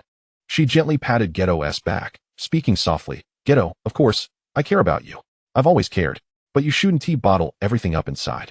You need to learn to express your emotions. Geto had always been one to keep his feelings hidden. Gojo chimed in, Geto, you knucklehead. Just speak up about whatever's bothering you. After all, we are the strongest. Nothing can defeat us. Geto gradually released Gu Qing'an, a hint of shyness on his face. Actually, I was just feeling a bit insecure. He placed a hand on her shoulder, looking serious. Do you remember what I said last time? Gu Qing'an, puzzled by his earnest expression, scratched her head. Last time? There were so many things. How could I remember? Geto leaned down and gently kissed the corner of her mouth, pecking her softly. Gu Qing'an stared blankly at Geto. What is Geto doing? Noticing her bewildered expression, Geto smiled, leaning close, their noses nearly touching, whispering, I'm talking about how I like Chan. I want to be Chan's boyfriend. With that, he leaned in and kissed her. Gu Qing'an was taken aback, her mouth slightly agape, and Geto seized the opportunity to slip his tongue inside, firmly pulling her into his embrace. Gu Qing'an felt as if she could no longer breathe, gripping the fabric of Geto's shirt tightly. As Geto kissed her, he kept his eyes open, stealing glances at Gojo behind her, his smile widening. When they finally pulled apart, a silvery thread of connection snapped in the air. Geto cupped her face with one hand, gently rubbing his thumb against her lips. His voice laced with uncontainable joy and a hint of hoarseness. Chan, you didn't even take a breath while kissing? Chapter 88. Think it over before you speak, Chan. Gu Qing'an gasped for air. Gojo felt a surge of jealousy as he watched their intimacy, nearly grinding his teeth in frustration. Was that kiss from Geto a blatant provocation aimed at him? Absolutely. That infuriating squinty-eyed fool, usually so serious, had turned out to be quite the charmer. And Sean had previously accused him of seducing her. Humph. It was clearly Geto, the sneaky cat, who was seducing Inchan. And why was Geto allowed to call her Inchan just like he did? Wouldn't he accept that? The more Gojo thought, the angrier he became. He wanted to kiss Inchan too. Qing'an's breath was still uneven when Gojo pressed himself against her from behind, wrapping his arms around her. His head nestled against her neck, causing her to squirm uncomfortably. Gojo's husky voice drifted to her ears, Inchan, I want to kiss you too. His breath, warm against her skin, made Qing'an freeze in place. Was she touched? At that moment, she certainly didn't dare to move. Her mind went blank, completely unprepared for Gojo's sudden advance. Go you. Qing'an struggled to articulate a few words, her voice trembling slightly due to overwhelming shock and anxiety. In a reflexive attempt to escape, she found herself ensnared by Wu's iron-like embrace, rendering her immobile. Her hands still clutched onto Suguru Geto's clothing. With her gaze raised to meet Suguru's, she wore an expression of desperate plea. Little did she know how irresistibly enticing her demeanor appeared at that moment. Suguru clearly discerned every nuance of emotion etched upon her face. Qing'an's countenance was utterly pitiful, her eyes glistening with a hint of redness. The flush on her lips, a vivid reminder of their recent kiss, rendered her exceptionally alluring. Suguru gazed at her, perceiving her entire visage as a canvas painted with a yearning for affection, her eyes brimming with vulnerability. A surge of anger welled up within him as he cursed silently, cursing himself for being unable to bear the sight of the one he cherished displaying such an expression. How could a youth in the throes of adolescence withstand such an onslaught of emotions? He fought to suppress the impulse surging within him, clenching his jaw and unconsciously balling his fists. Fortunately, Wu, positioned behind her, remained oblivious to Anne's expression. Otherwise, the scene would have unfolded quite differently. Had Qing'an been aware of how she appeared in Suguru's eyes, she would have undoubtedly erupted in fury, launching a flurry of punches. What? I was seeking his help with my eyes wide open. What on earth is he thinking? The redness of my lips was a result of his kiss, wasn't it? Regardless, Suguru remained unfazed, and his current expression was indelibly imprinted in his mind. Wu, having finished speaking, felt her lack of response and, in annoyance, nuzzled his nose against her neck. Qing'an spoke in a quivering voice, Wu, please, don't do that. Heaven knows her neck was rather sensitive. Wu, as if discovering a new land, pressed his lips against her skin. With every kiss, he felt and shiver slightly, and with a low, husky laugh, he mused. Is this Inchan's sensitive spot? Without awaiting her reply, he continued to kiss down her neck. Wu's hand lifted, intent on grasping Qing'an's clothing, but was swiftly halted by Suguru Geto. Frowning, Suguru admonished, Wu, don't go too far. Only then did Wu realize his earlier intentions. Sighing, he resumed embracing Qing'an, burying his head in her neck to inhale her intoxicating scent. Qing'an sighed in relief as Wu finally paused, returning Suguru's gaze with a radiant smile. Suguru, with their noses nearly touching, pecked her gently before asking, Inchan, have you thought it over? Qing'an, momentarily bewildered, blurted out, thought about what? Observing her confusion, Suguru wondered if this little lady had a poor memory, having forgotten in such a short span.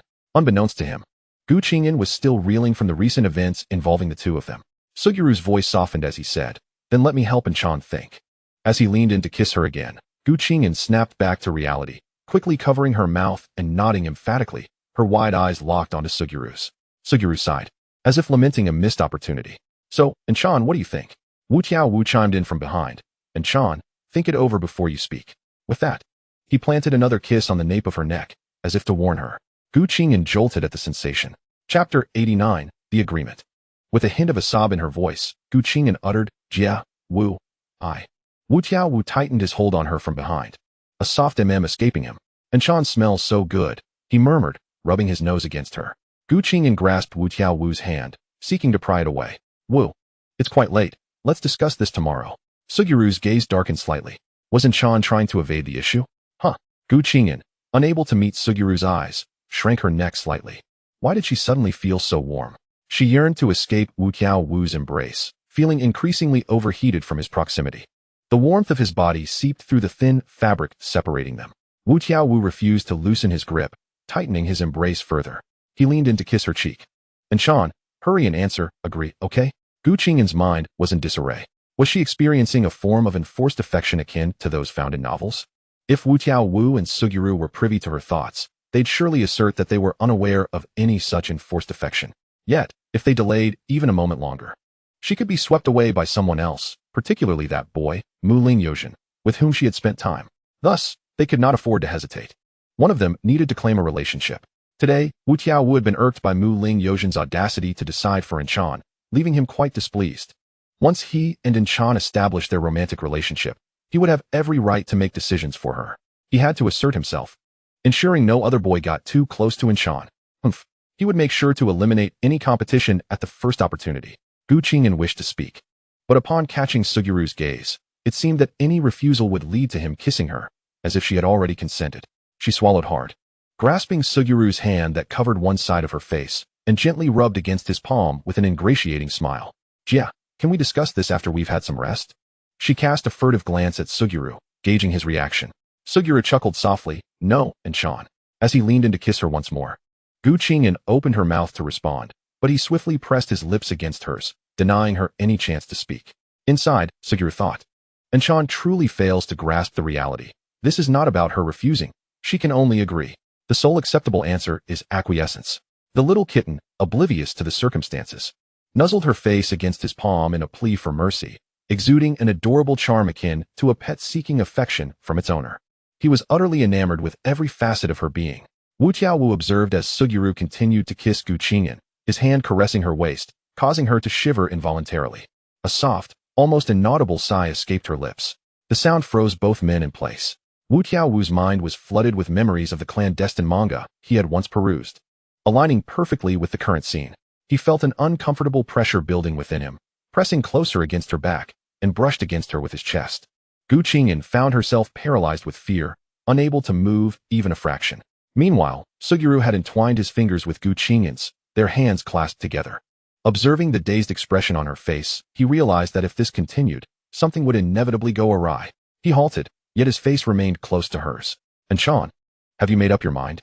Qing'an was genuinely frightened by the two of them. If she did not acquiesce, she felt they might consume her whole. Trembling, she managed to stammer, I agree." Her voice, as it danced in the ears of the two, seemed to possess an ethereal filter, rendering it exquisitely soft. If Qing'an were aware, she would simply exclaim, "Insanity." Wu Tiaowu's eyes sparkled with delight. "Inchan has consented. Henceforth, I shall be Inchan's boyfriend." He reveled in his newfound identity. Wu Tiaowu's gazed at Fushiguro Geto with brightened eyes. One might wonder why Wu Tiaowu's did not cause a scene upon witnessing Geto kiss Qing'an. The truth lay in his self-awareness. He comprehended that he lacked the prowess of Geto. As anticipated, Geto did not disappoint him. Geto chuckled. "Then I shall be in your care, my girlfriend." Qing'an nodded absent-mindedly. All right." Wu Tiaowu's, embracing her with joy, proclaimed, "Inchan, I am now your boyfriend." Qing'an could not decipher the conversation between the two, but felt that nodding was the appropriate response. Regret flooded her. Why had she softened her heart and allowed them to stay the night? Was Geto's initial display of sorrow merely an act? Despite her musings, she felt a sense of satisfaction with the presence of two tall, handsome, and powerful companions. In the future, who would dare to treat her with anything but respect in the world of cursed techniques? Chapter 90. Less than a few hours into their relationship, she contemplated breaking up. After a moment, Qing'an regained her composure, tilting her face upwards to regard Geto. "Geto, can we sleep now?" Geto chuckled softly. "Is Inchan suggesting we share a bed?" Qing'an regarded the cunning man before her. At that moment, all she wished for was a peaceful slumber to process the events of the evening. She elbowed Wu Tiaowu's, who was caught off guard, casting her a resentful glance. "Inchan, you're committing domestic violence just after we got together." Ignoring the two, Qing'an lay down, placing her hands on her abdomen and closing her eyes, appearing remarkably serene. Time passed, and Qing'an had seemingly drifted into slumber. Observing her, Geto felt she needed time to digest the events of the night. He turned to Wu Tiaowu's. "Wuzai, let us give in some space to process everything. We shall step outside." Wu Tiaowu's pouted, reluctant to part with his newly acquired girlfriend, still warm in his embrace. Nevertheless, he obediently followed Geto out. Once the door clicked shut, Qing'an quietly opened one eye to confirm their departure. Once assured of their absence, she fully opened her eyes to stare at the ceiling. Internally, Qing'an was in turmoil. She had discovered a means to return home by completing tasks until her progress bar was full, thereby redeeming a time travel voucher. Glancing at the progress bar in her mind, it stood at 10, leaving 90 remaining. At this pace, she surmised she could return home within 2 years. Yet, she had now committed to being with Geto and Wu Tiaowu's. This sentiment weighed heavily on her heart.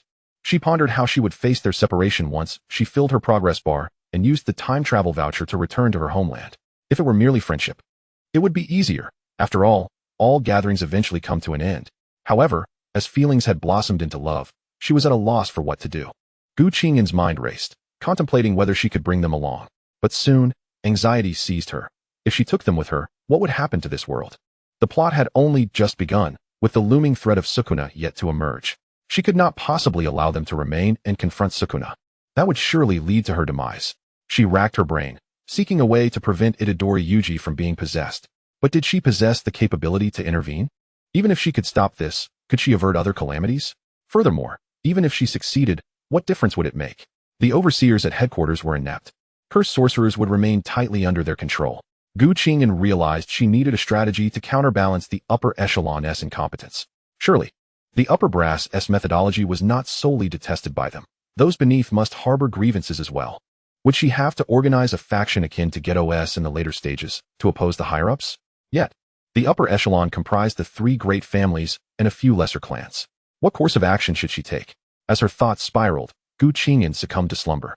Reassuring herself that she would tackle these matters upon awakening, she drifted off, only to awaken when midday had arrived.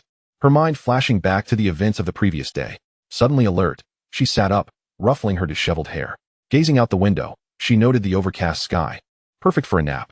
With that thought, she settled back down, dismissing yesterday's musings about organizations and possessions. Sleep was paramount, and time was still plentiful. Not long after lying down, a knock at the door jolted her from her thoughts. Qing'an, feeling irritable, called out, "Who is it?" "It's me," and it was Geto's voice. What could he possibly want so early? Perhaps breakfast? "Come in." She was not inclined to get up, allowing Geto to open the door himself. Whatever happened, she would face it.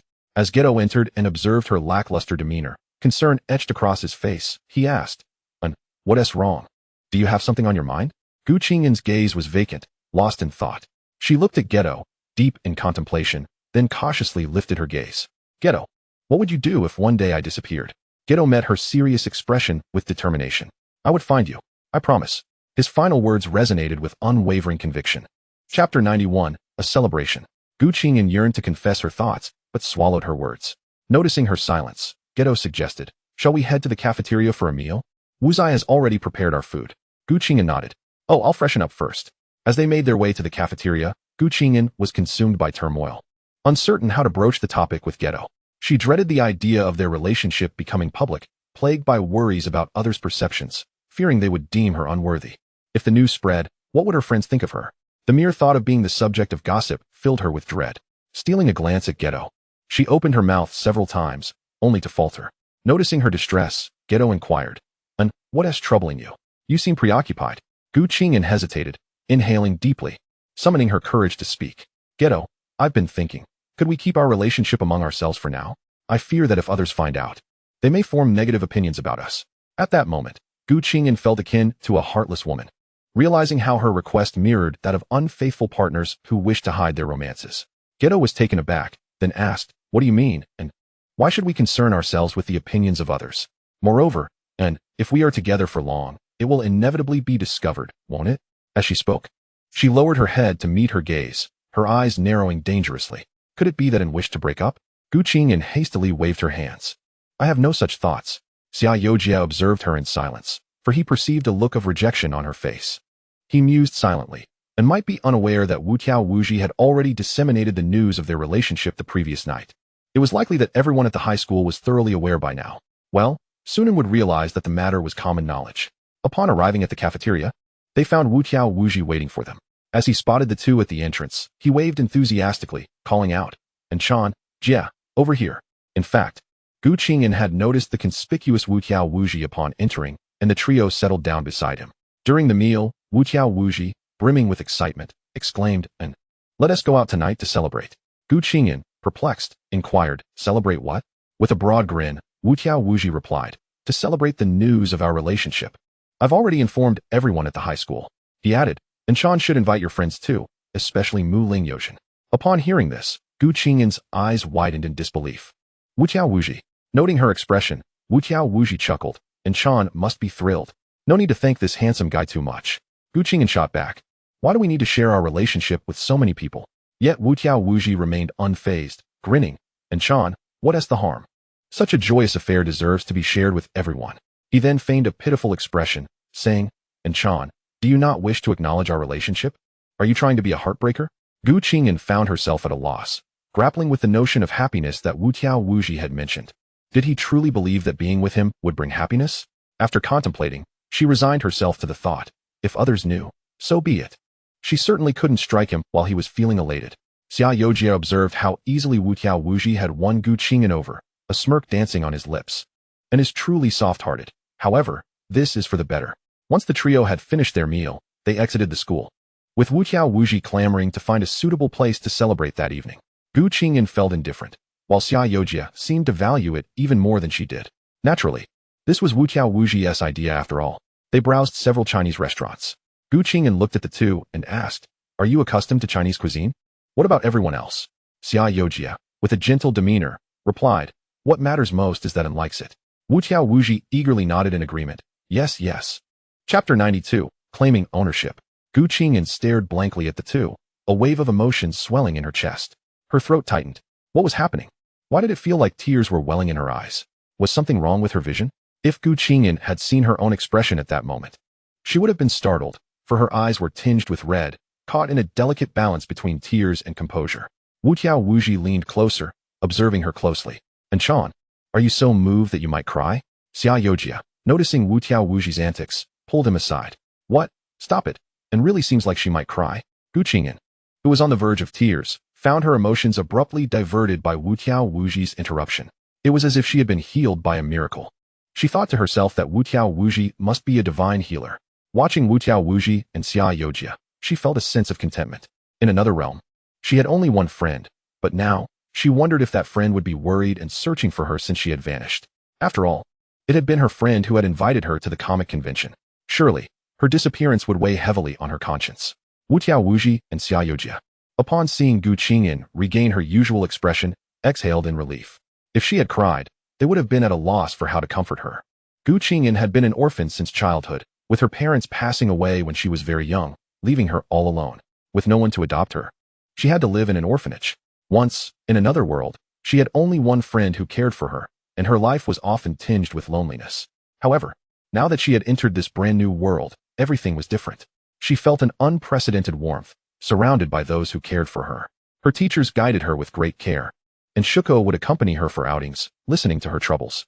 Then there were her boyfriends, Wat and Jia, who tenderly nurtured her with warmth and affection. There were also senior students, and even male friends like Mu Ling Yojin, who treated her kindly. Such kindness had been absent before, but now it was abundant. And at times, it felt almost surreal. If this were a dream, how would it ever come to an end? After deciding on a restaurant for the evening, they headed back. On the way, Gu Qing'an found herself lost in thought, contemplating whether or not to invite Mu Ling Yojin.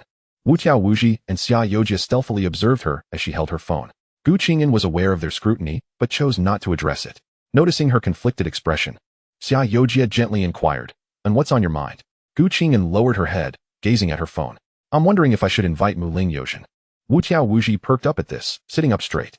Of course, and Chan should invite her. Isn't she your friend? If you don't invite her, how will she know to claim her position? He added, If she doesn't come, we'll just have to bring her. Xia Yojie chimed in. Yes. If she is your friend, just ask her. If she doesn't come, it might mean you're not quite at the friendship stage yet. Especially since you've only known each other for a few days. Xia Yojie thought to himself that if Mu Ling Yojin didn't show up, it would indicate that she didn't regard him as a friend, but rather that it was an one-sided affection. If she did come, he and Wu Tiao Wuji would need to assert their claim, as in was their beloved. Gu Qing'an, considering Xia Yojie's words, found them somewhat reasonable and resolved to send a message inviting Mu Ling Yojin. After sending the message, she felt a flutter of nervousness, uncertain if Mu Ling Yojin would agree. After all, in her eyes, Mu Ling Yojin was indeed a friend. Why else would she have accompanied her out? As for the previous notion that Mu Ling Yojin might have feelings for her, it had been cast aside. She already had Wat and Jia. The two were enough to handle. Within moments, Mu Ling Yojin replied, And Chan, I was busy earlier, but now I'm free. Gu Qing'an responded, Let us go out for dinner tonight with some friends I know. At that moment, Mu Ling Yojin smiled, her fingers swiftly tapping on her phone. All right, and Chan. See you tonight. Indeed, Mu Ling Yojin had been occupied with genuine matters. He instructed someone to investigate the sorcery realm, and his subordinates were reporting their findings to him. Chapter 93, The investigation results of the sorcery realm. The sorcery realm is divided into three prominent families: the Gojo clan, the Kumo clan, and the Zenin clan.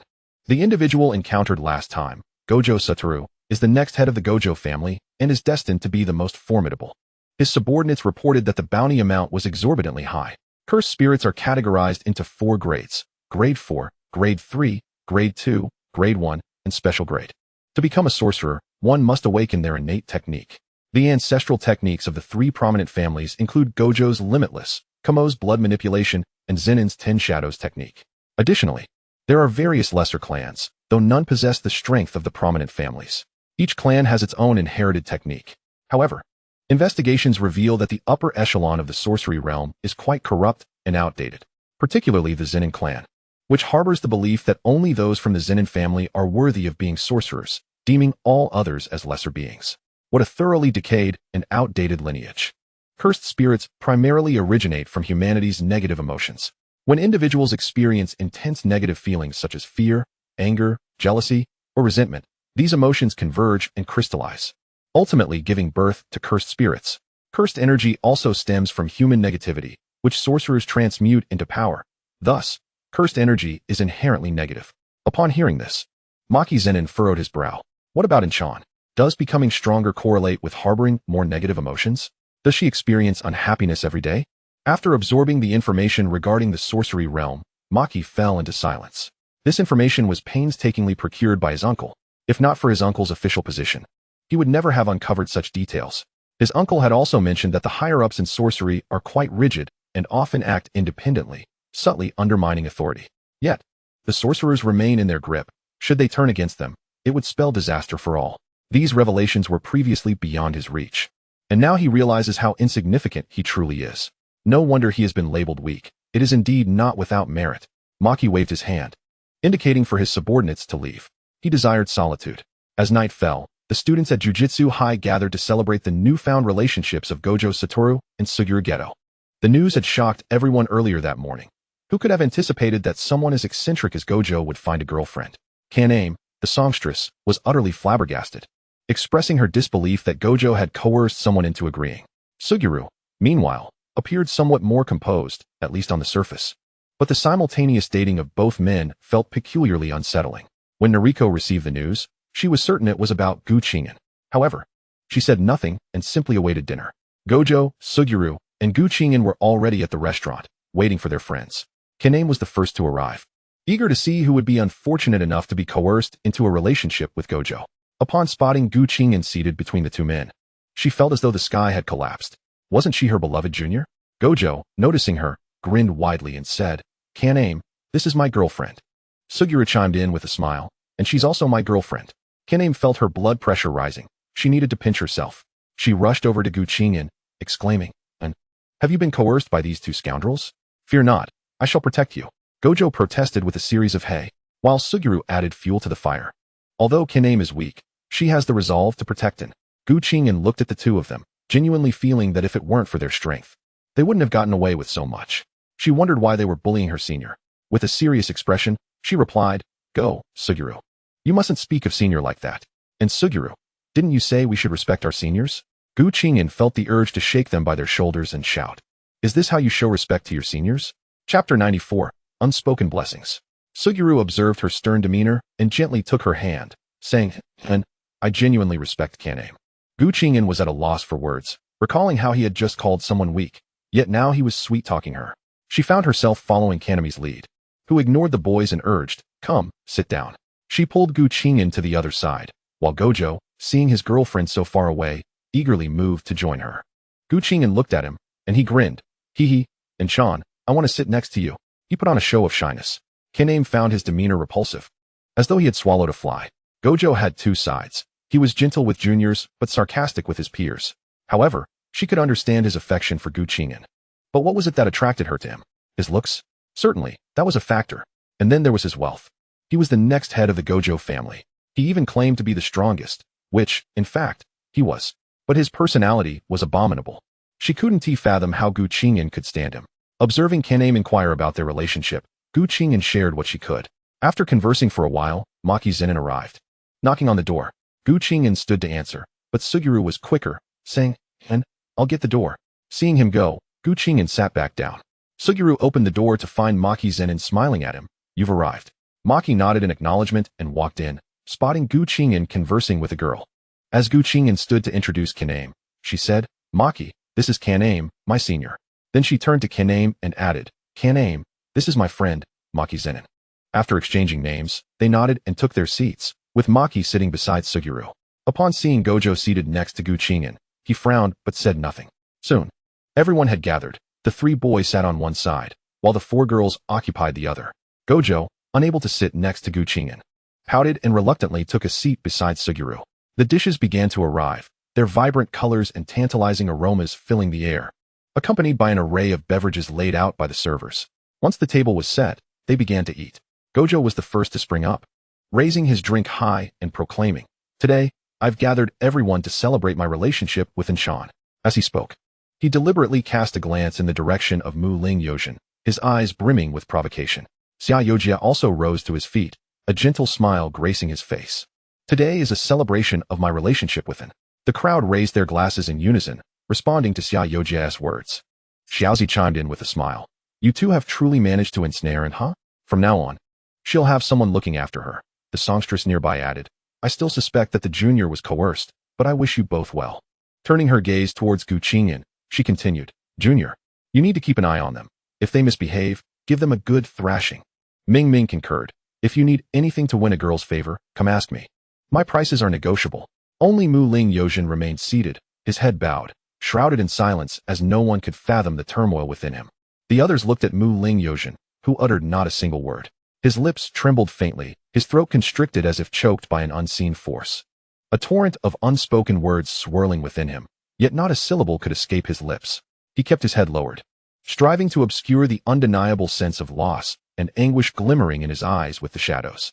Wu Qiao Wugo's gaze fell upon Mu Ling Yojin, and he queried with keen interest, and Chan's friend, why do you look so reluctant to bless her? To Mu Ling Yojin, that voice pierced like a sharp blade, striking directly at the most vulnerable corners of his heart. He thought to himself, what an insufferable fellow Wu Qiao Wugo is. Xia Yojia, noticing the increasingly grim expression on Mu Ling Yojin's face, felt a pang of sympathy. If it were him, he would have certainly walked away. However, that was merely a fleeting thought. He would reclaim his friend. Seeing Mu Ling Yojin's countenance grow darker, Xia Yojia addressed Wu Qiao Wugo, Wugo, let it be.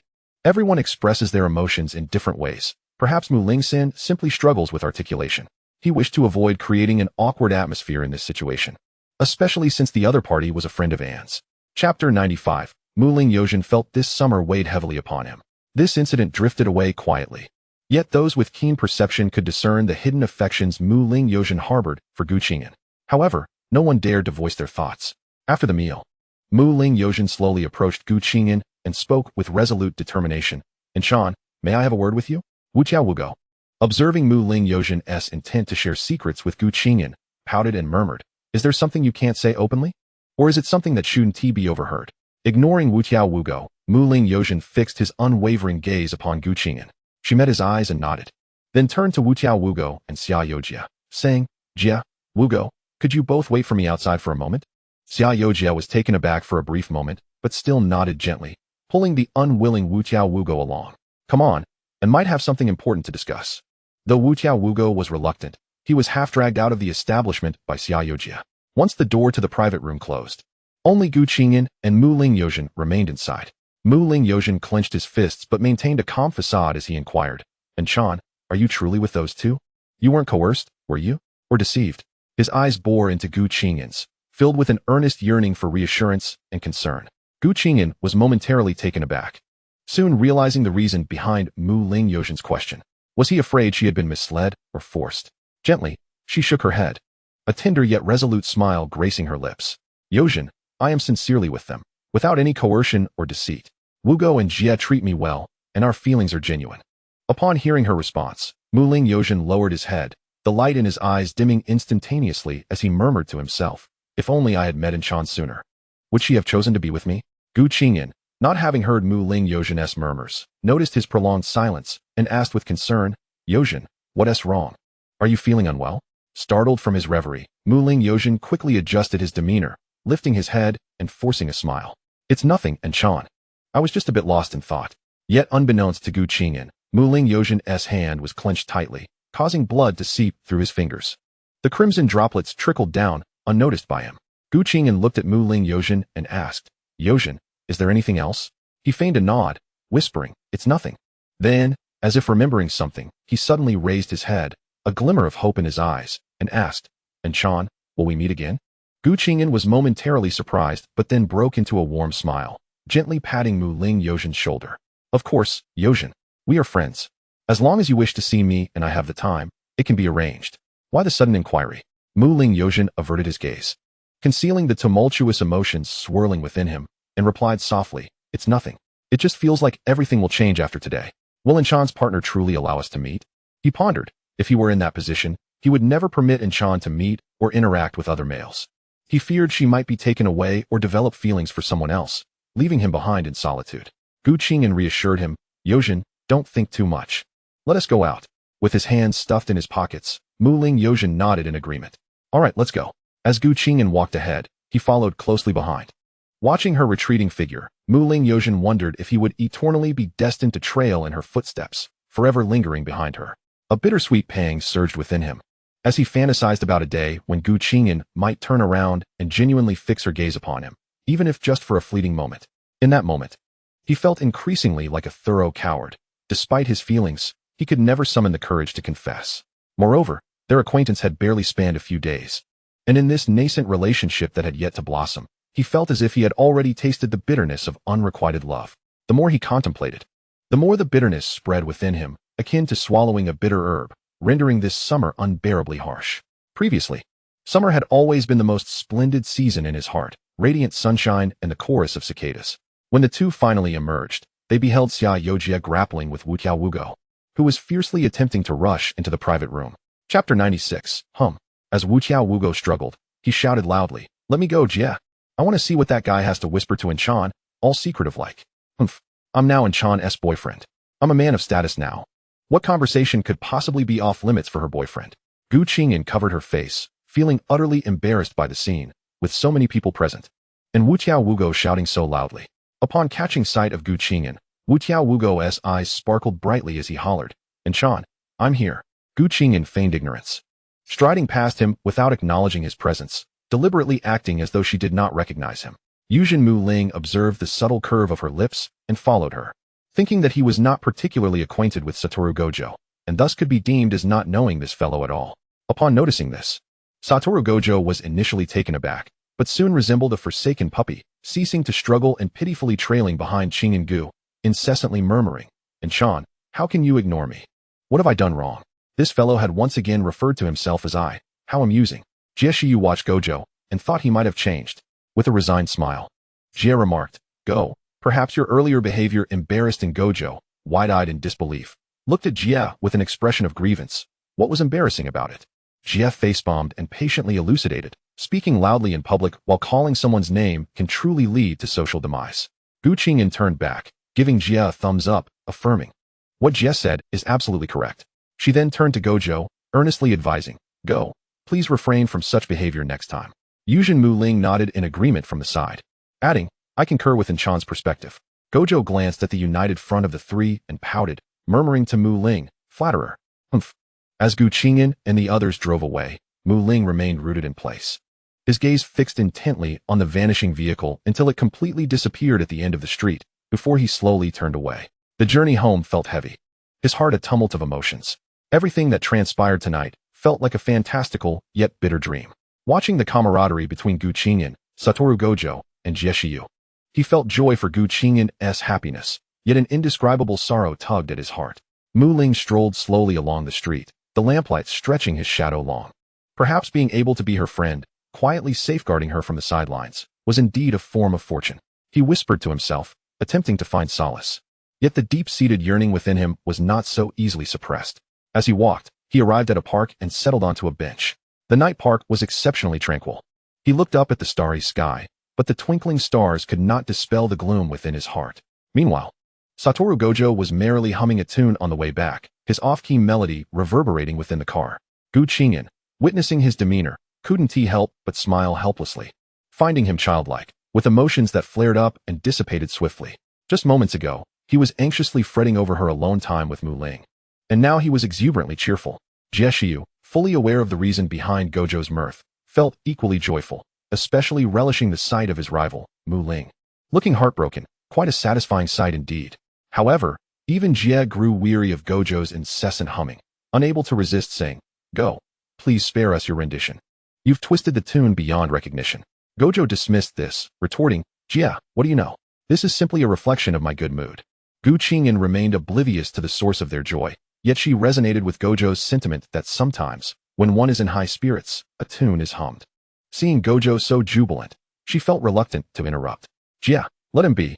We're almost at the high school anyway." Jie, hearing her words, decided to leave Gojo be. Chapter 97. The Circuitous Thoughts of Satoru Gojo. Gojo, upon hearing her words, ceased his singing and leaned in to embrace Gu Qing'an, proclaiming, "Enchan treats me the best." Gu Qing'an regarded his frivolous demeanor, pondering whether other girls would lure him away with the promise of milk tea. The trio returned to the dormitory building. But Gu Qing'an found herself puzzled by the presence of Satoru Gojo and Jie Xiu lingering outside her door. "What are you two doing?" Jie replied gently, and, "Did you forget our room is still under repair?" Gojo nodded fervently beside him. Yes. Gu Qing'an, perplexed, queried, "Aren't there other rooms? Didn't you set up your things?" Gojo leaned closer, disregarding her question, "And Sean, can we squeeze in here for a night? Our room isn't ready, and we have nowhere else to go." He blinked pitifully. Gu Qing'an shook her head in disapproval. "I won't agree. No cohabitation before marriage." At this, Gojo's eyes sparkled with excitement as he clapped his hands and cheered. "Hooray, cohabitation." Gu Qing'an shot him an exasperated look. Did this fellow hear only what he wanted to hear? She had clearly stated no cohabitation. Jie Xiu's gaze softened even further. "Yes, and is saying that we will marry in the future." If Gu Qing'an were aware of their thoughts, she would surely exclaim, "Break up!" immediately. How could she return home if they were married? While love could lead to a breakup, marriage would be far more complicated to dissolve. Wouldn't that feel like playing with someone else's emotions? If the two became divorced, finding another partner would be even more challenging. Just then, Natsuko opened her door. Glancing at the duo, "What are you two doing at An's door?" Startled by her sudden appearance, Gojo was the first to recover, grinning widely. "Natsuko, our room isn't ready, so we're planning to borrow a night at Enchan's." Yet there was a hint of guilt in his demeanor. After all, he was Enchan's boyfriend. It was perfectly normal for a girlfriend to host her boyfriend for a night, right? He was not like those older men. Natsuko raised an eyebrow, a knowing smile playing on her lips. "Oh, is that so? You two seem more like two cunning wolves lurking at the door of a little lamb." Jie, with a resigned smile, suggested, "Natsuko, why not let him stay with you for the night? Gojo and I can sleep in an S room." Gu Qing'an found this idea splendid, and Natsuko agreed readily. All right. Gu Qing'an then followed Natsuko to sleep. Jie observed as everyone closed their doors, while Gojo remained staring longingly at Natsuko's door. Jie, with a sigh, patted Gojo's shoulder. "Go, it's time to sleep." Not bothering with Gojo further, he stepped into Gu Qing'an's room. Gojo pouted behind him, muttering under his breath, "Why can't I be with Enchan?" Jie, walking ahead, turned back and replied, "Go. It is indeed inappropriate to live together before marriage. It could tarnish An's reputation." Gojo's expression instantly morphed into one of disbelief, staring at Jie as if to say, "What are you talking about, Jie? Jie, what are you saying?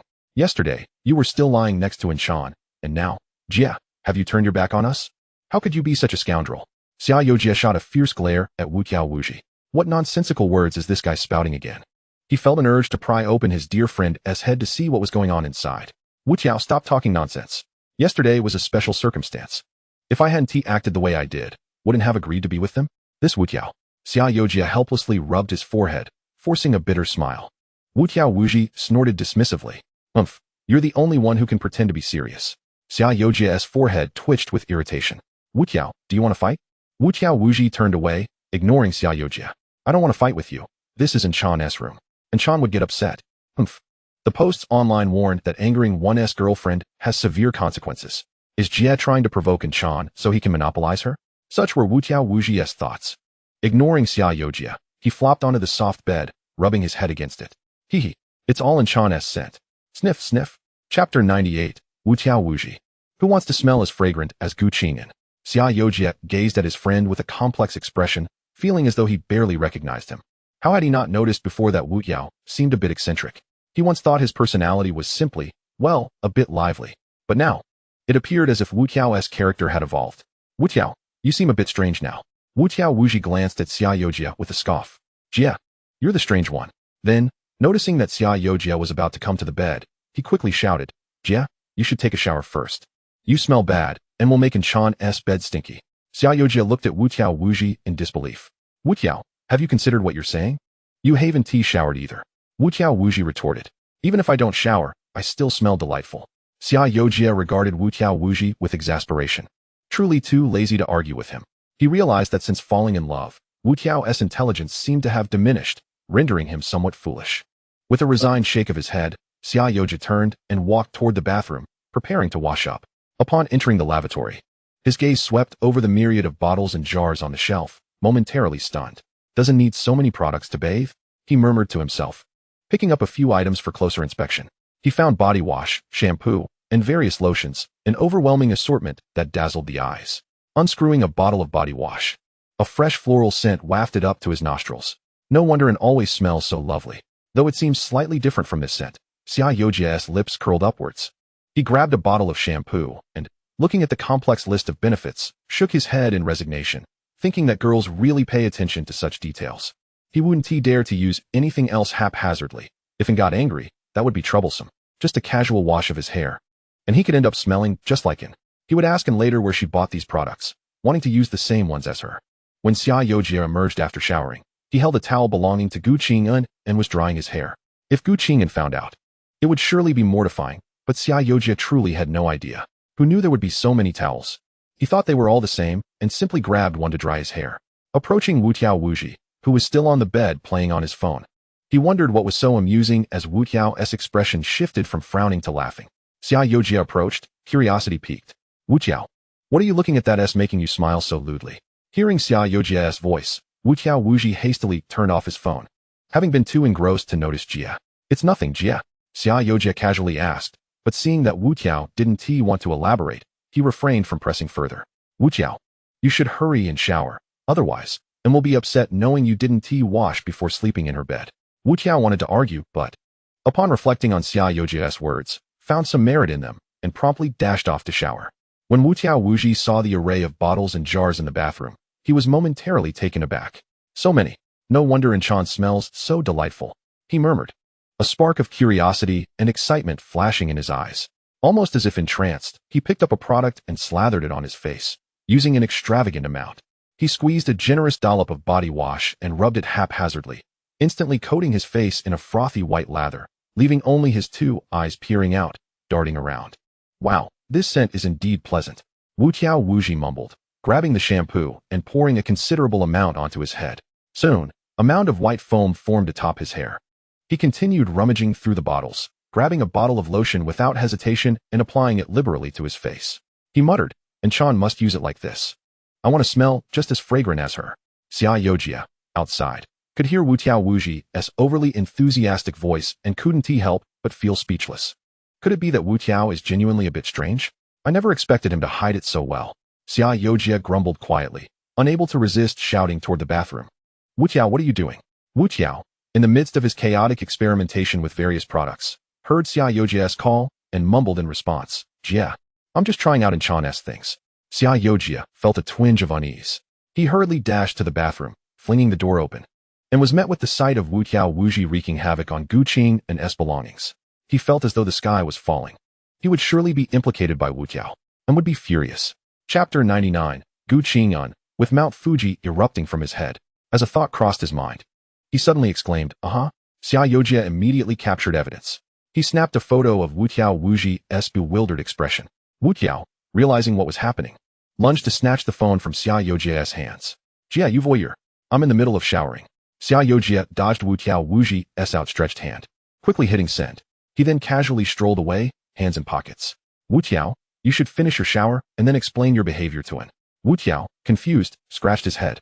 Isn't he just taking a shower? Why would he need to explain to Qing'an? What nonsense is Jia spouting? Not understanding, he continued showering, slathering this and that. Once I'm done, I'll definitely smell just like Qing'an. With this thought, Wutiao Wuji felt even more delighted, humming a little tune. Jia, listening to Wutiao Wuji's cheerful humming, shook his head, realizing that this big oaf was utterly unaware that trouble was on its way. Just wait. You'll be the one crying. With this thought, a smile crept up on Jia's lips. Meanwhile, Gu Qing'an received the message sent by Xiaoyojia. Initially, she paid it no mind, but once she opened it, she felt herself boiling with rage. As she gazed at Wu Tiaowu's bewildered expression directed at the camera, she couldn't shake the feeling that he was merely putting on an act, attempting to elicit her sympathy. You might wonder why her first reaction was such. It was simply because Wu Tiaowu always wore that same expression whenever he found himself in trouble, particularly when it came to provoking Gu Qing'an's ire. He was especially fond of this look. Gu Qing'an, with her hair resembling a miniature erupting Mount Fuji, forcefully kicked open her bedroom door. The resounding crash startled Fushiguro Geto, who instinctively turned around. Yet, without even needing to look, he knew it was Gu Qing'an. He quietly retreated to the corner, holding his breath, thinking to himself, Wu, may fortune favor you. At that moment, Wu Tiaowu was still oblivious to the unfolding drama, calling out from within, Geto, what are you doing? Meanwhile, Gu Qing'an's inner thoughts were seething. What do you mean? What am I doing? Of course, I'm coming for you. With a face full of rage, she strode purposefully toward the bathroom. Upon reaching the door, she yanked it open with a forceful tug and stormed inside, shouting, Wu Tiao. However, upon witnessing the scene before her, the last syllable of his name caught in her throat, rendered speechless as she stood frozen. There stood Wu Tiaowu, his hair adorned with thick lather, resembling a giant cotton candy. He gazed at her with a dazed expression, his look both comical and endearing. His face was a patchwork of colors, coated with an unidentifiable multitude of skincare products and shower gels, while droplets of water cascaded down his cheeks.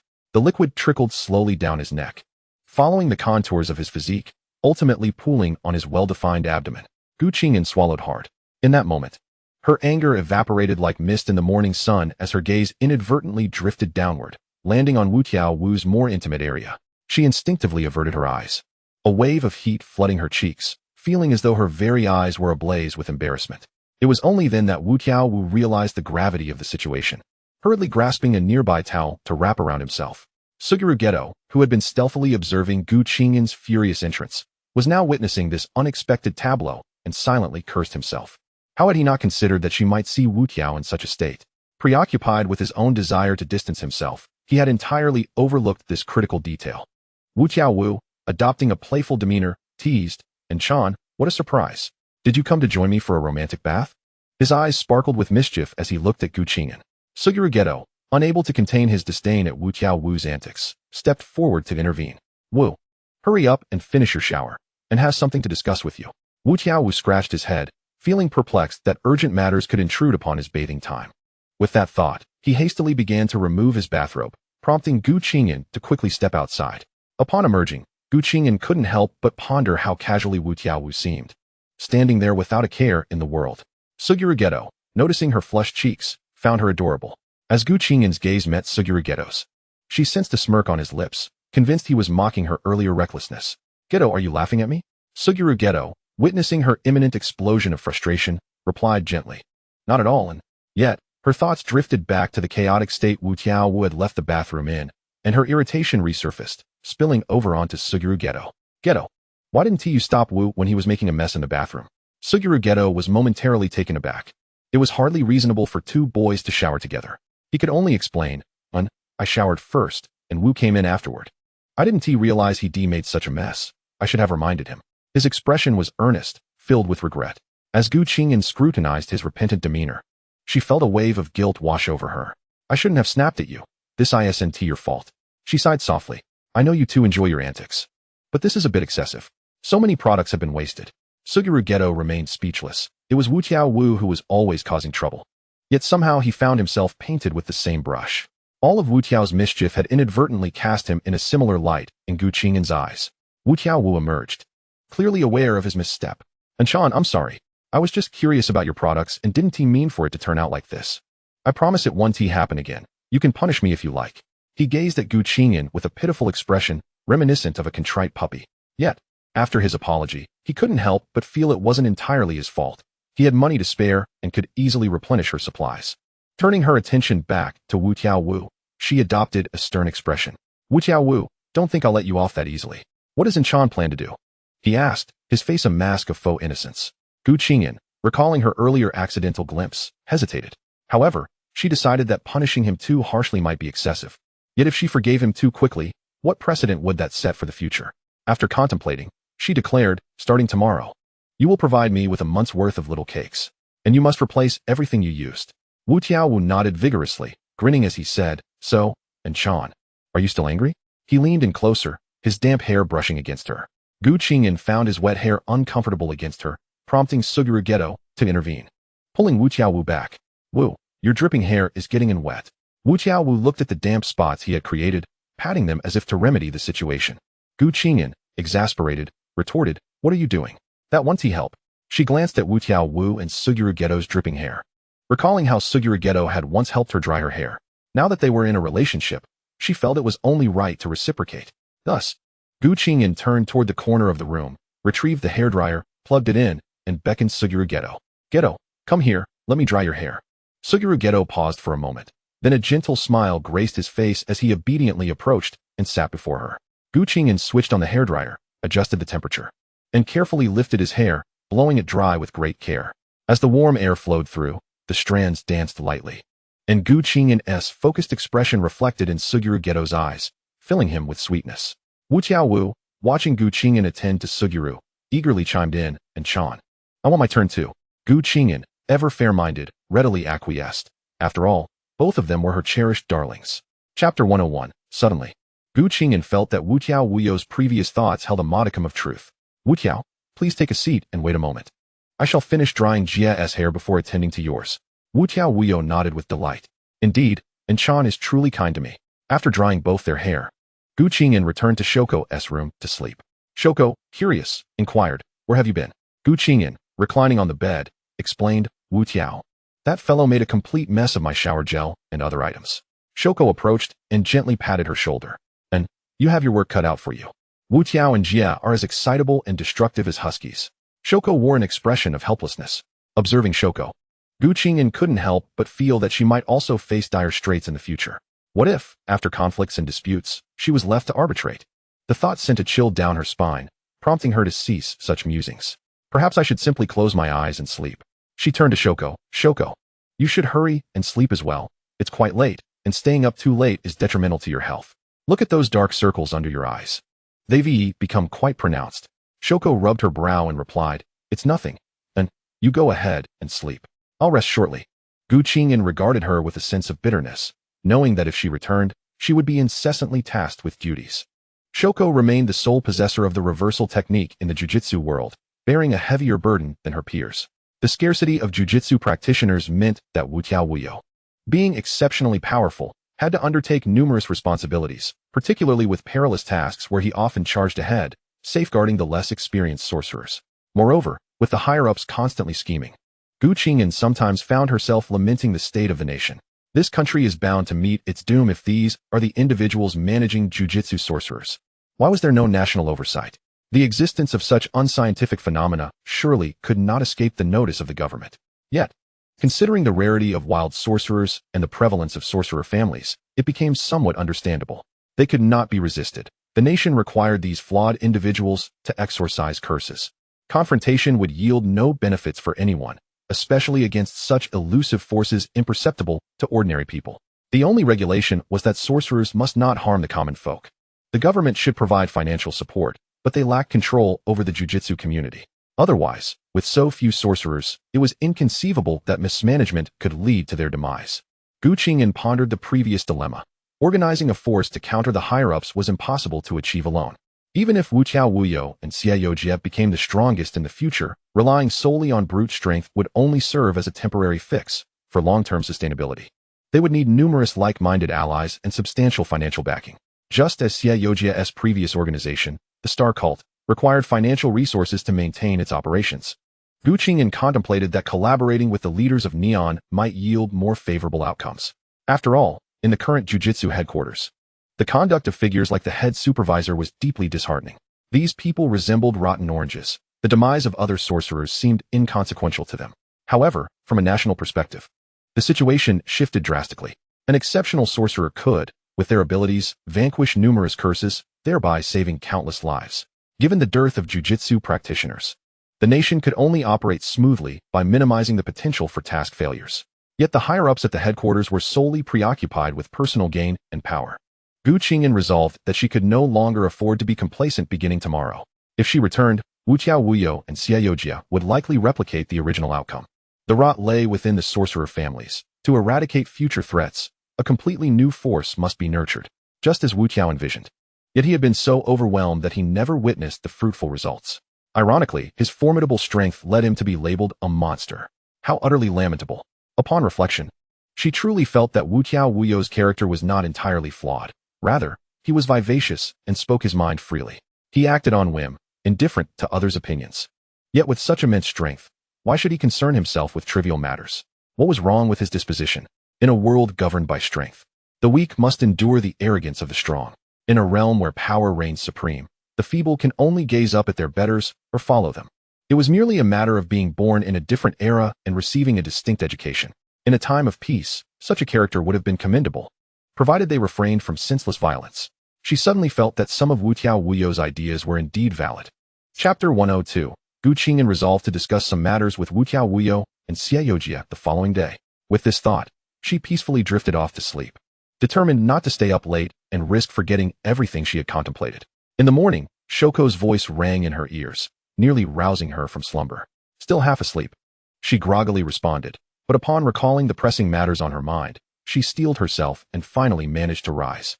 Gu Qing'an always admired Shoko's decisiveness. When it came time to get up, she did so promptly and efficiently without delay. Observing Shoko, Gu Qing'an couldn't help but exclaim, "Shoko, you rise so decisively every day. I truly envy you. I find myself wrestling with my bed for ages each time I try to get up." Shoko chuckled, teasing, "That's because your resolve isn't strong enough. Unlike me, who has a multitude of research and work awaiting me. Ultimately, if I procrastinate, it will still be my responsibility to complete it." Gu Qing'an replied, "Shoko, while the reversal technique may not be perilous, it is undeniably arduous." "It cannot be helped," she responded. Once the two had completed their morning routines, they hurried off to class. As they walked, Gu Qing'an took out her phone to message Xie Yojie and Wu Tiao Wuyo, urging them to hurry to class. Upon arriving at the classroom and noticing the two had not responded, she surmised they were still asleep. Gu Qing'an chose not to pursue them further or make a phone call. When Xie Yojie and Wu Tiao Wuyo eventually awoke and checked their phones, the realization of not responding to Gu Qing'an's messages caused a pang of anxiety. Wu Tiao Wuyo's mind was occupied with thoughts he had read online, contemplating that failing to reply to his girlfriend promptly might lead to her ire. Ignoring her. Those three words echoed persistently in his mind. Xie Yojie remained remarkably composed in comparison. Before long, both Xie Yojie and Wu Tiao Wuyo hurried into the classroom. Wu Tiao Wuyo burst in, exclaiming, "Enchan, you called us here in such haste. Is there something amiss?" Xie Yojie followed closely behind. Just as Gu Qing'an was about to respond, Yaga entered the room. Gu Qing'an quickly interjected, "Let us discuss this after class. We must focus on our studies." Xie Yojie and Wu Tiao Wuyo nodded in agreement. During the lesson, Wu Tiao Wuyo tossed a small note that landed on Gu Qing'an's desk. Curious, she opened it to find it read, "Enchan, are you upset with me?" Confused, Gu Qing'an scratched her head and pinned a reply, "I am not angry at all." Then it was tossed back to Satoru Gojo. Upon opening it, Gojo sensed that the other party was undoubtedly irate. When a girl says there is nothing, it signifies the opposite, and when she says no, it implies a yes. Gojo felt that he had gained yet another insight. Meanwhile, on the podium, Yoshinobu Yaga observed the clandestine actions of the two, the veins on his hand bulging as he placed it on the blackboard. Did these two think he was oblivious? There were only 4 students in the classroom, and they were being so brazen about it. Yaga directly threw a piece of chalk at them. It hit, but it didn't hit. It was intercepted by Gojo's Limitless, yet Gu Qing'an was struck directly. She felt that being caught passing notes in class and facing punishment was justifiable. Otherwise, she would have wasted over a decade of learning respect for teachers in her homeland. Although she also considered that perhaps she had acknowledged her mistake and shouldn't be punished too severely. Gu Qing'an stood up and apologized. Yaga was momentarily taken aback seeing the chalk hit her. He had expected it to be blocked like Gojo's, but to his surprise, it didn't. "Teacher, I'm sorry. I shouldn't have passed notes during class." Yaga was about to say it was all right and asked her to sit down when Gojo interjected, "Yaga, I was the one who passed the note to Enchan first. It's my fault. Don't blame Enchan." Yaga looked at Gojo, wondering if he had been replaced. When had the once proud Satoru Gojo lowered his head to admit his fault? Frowning, Yaga replied, "Gojo, have you been possessed?" His tone dripped with skepticism. Gojo exploded in indignation. "I am the strongest. How could I be possessed?" Observing Gojo's words, Yaga felt that the familiar Gojo had returned. "Gojo, you'll write a 5,000-word reflection. You should sit down. Don't pass notes with Gojo next time, lest you be led astray." Gojo took umbrage at this, thinking, What do you mean by leading her astray? Why can't I lead Qing'an? Was Yaga trying to break them apart? How infuriating. Fushiguro Geto watched as Gojo's expressions morphed, suspecting he was concocting something again. When class ended, Geto remarked, "Gojo, don't pass notes to an in class." Gojo ignored him, scoffing. "I have a delightful rapport with Qing'an. Geto, you wouldn't understand with that odd fringe of yours." Geto felt irked by the personal attack. "Gojo, do you want to fight?" Gojo sighed. "Is Geto lonely? I'm not going to fight. I want to talk to Qing'an." Shoko Yeri watched the two, thinking their behavior had become even worse than before. Geto recalled the message Qing'an had sent that morning, stating she had something to discuss with them. He turned to her and asked, "And, is there something you want to say?" His tone markedly different from when he spoke to Gojo. Gojo mimicked Geto's tone. "And, is there something you want to say?" Geto couldn't endure it any longer and punched him. Gojo, feigning tears, ran into Qing'an's embrace, seeking comfort. Chapter 103, The Plan. Qing'an gazed at Gojo's exaggerated demeanor, feeling a pang of embarrassment. She spoke with utmost seriousness. "Do you wish to overthrow the headquarters supervision?" The trio of Yeri, Yaga, and Geto were momentarily taken aback. Geto, perplexed, asked, "And why do you say that?" Gojo's eyes sparkled with excitement as he exclaimed, "Is Qing'an planning to exterminate all the old oranges?" Yeri looked at Gojo incredulously. "Do you think it is like you?" Gojo, indignant, retorted, "What is wrong with me? Those old oranges should be wiped out." Geto patted his shoulder, saying, "Gojo, this one tea solved the root of the issue." Gojo pouted. "Isn't that the simplest solution? Just scare them all." To Gojo, there remained nothing that couldn't be resolved through force. Qing'an chuckled helplessly. "Gojo, let me finish speaking first. Firstly, we need to establish an organization. It must have official support, otherwise it will be inconvenient financially and in other matters. Secondly, we need to recruit and persuade other sorcerers. I believe we aren't the only ones who resent the upper echelons. Our primary task now is to find those in the official circles. I wonder if any of you have relatives in government. Once we establish ourselves, we can take charge. With official backing, our efforts will undoubtedly yield greater results. Every individual has faith in their own nation, right? What do you think?" After Qing'an finished speaking, she looked at the three of them. Geto pondered for a moment and replied, "I think an idea is feasible, but it may be quite challenging. Recruiting newcomers will be fraught with challenges. The upper echelons will surely not sit idly by and will do everything to obstruct us, as our actions threaten their interests. Those rotten oranges care most about their own gain." Gojo, unfazed by his words, waved dismissively. "What is there to fear? We are the strongest. Let them try to obstruct us. We'll take down one if they send one, and two if they send two." Qing'an shook her head at Gojo's attitude. "Gojo, covert tactics are hard to defend against. We also need to establish our own intelligence network to be aware of their movements." Yeri nodded in agreement. "I also believe this is viable. If we can successfully form a force to oppose the upper echelons and change the status quo, I shouldn't have to remain cooped up in Jujutsu High, restricted from going out. Perhaps I could freely pursue my research, and in turn, those high-ranking officials would benefit from my studies." Gojo raised his hand, excitedly exclaiming, "I think collecting intelligence is my forte." The three nodded in consensus, expressing their agreement. "All right. We should also inform the seniors. As long as the funds are in place, Senior Mingming will definitely help." Qing'an then inquired of the trio, "Do any of you know someone in government?" Gojo pouted, responding, "I don't know anyone. But the elderly members of the Gojo clan should have connections. Considering the family is so large, they must maintain relations with the officials. However, they would certainly disagree with me undertaking this endeavor. You know, the interests of the noble families are intertwined, and they would never support us in opposing the upper echelons and forming a new force." Geto frowned slightly, contemplating. "Perhaps we can seek individuals connected to the government through other avenues. We don't have to rely solely on those conservative elders from the Gojo family." Yeri chimed in. "Gojo, haven't you ever attended any gatherings? Surely there would be officials present." Gojo responded with exasperation, "Even if there are, why would I go to such a boring place?" Qing'an shrugged. "So what do we do now? Should we just go to the police station?" Chapter 104, Uncle of Mulinyu. Fushiguro Geto proposed, "Why not consult with Teacher Yaga? He has immersed himself in the world of sorcery for many years and might be acquainted with some officials." Wataru Gojo's eyes brightened as he clapped his hands and exclaimed, "Well, that is a splendid idea." After the four finished their meal, Qing'an returned to lie on the grass. Wataru Gojo, noticing this, immediately scurried over like a devoted shadow, plopping down beside her. Fushiguro Geto followed suit, wearing a smile and a leisurely demeanor. Shoko watched the two from behind, rolling her eyes in exasperation. "Why are you both even clingier than before?"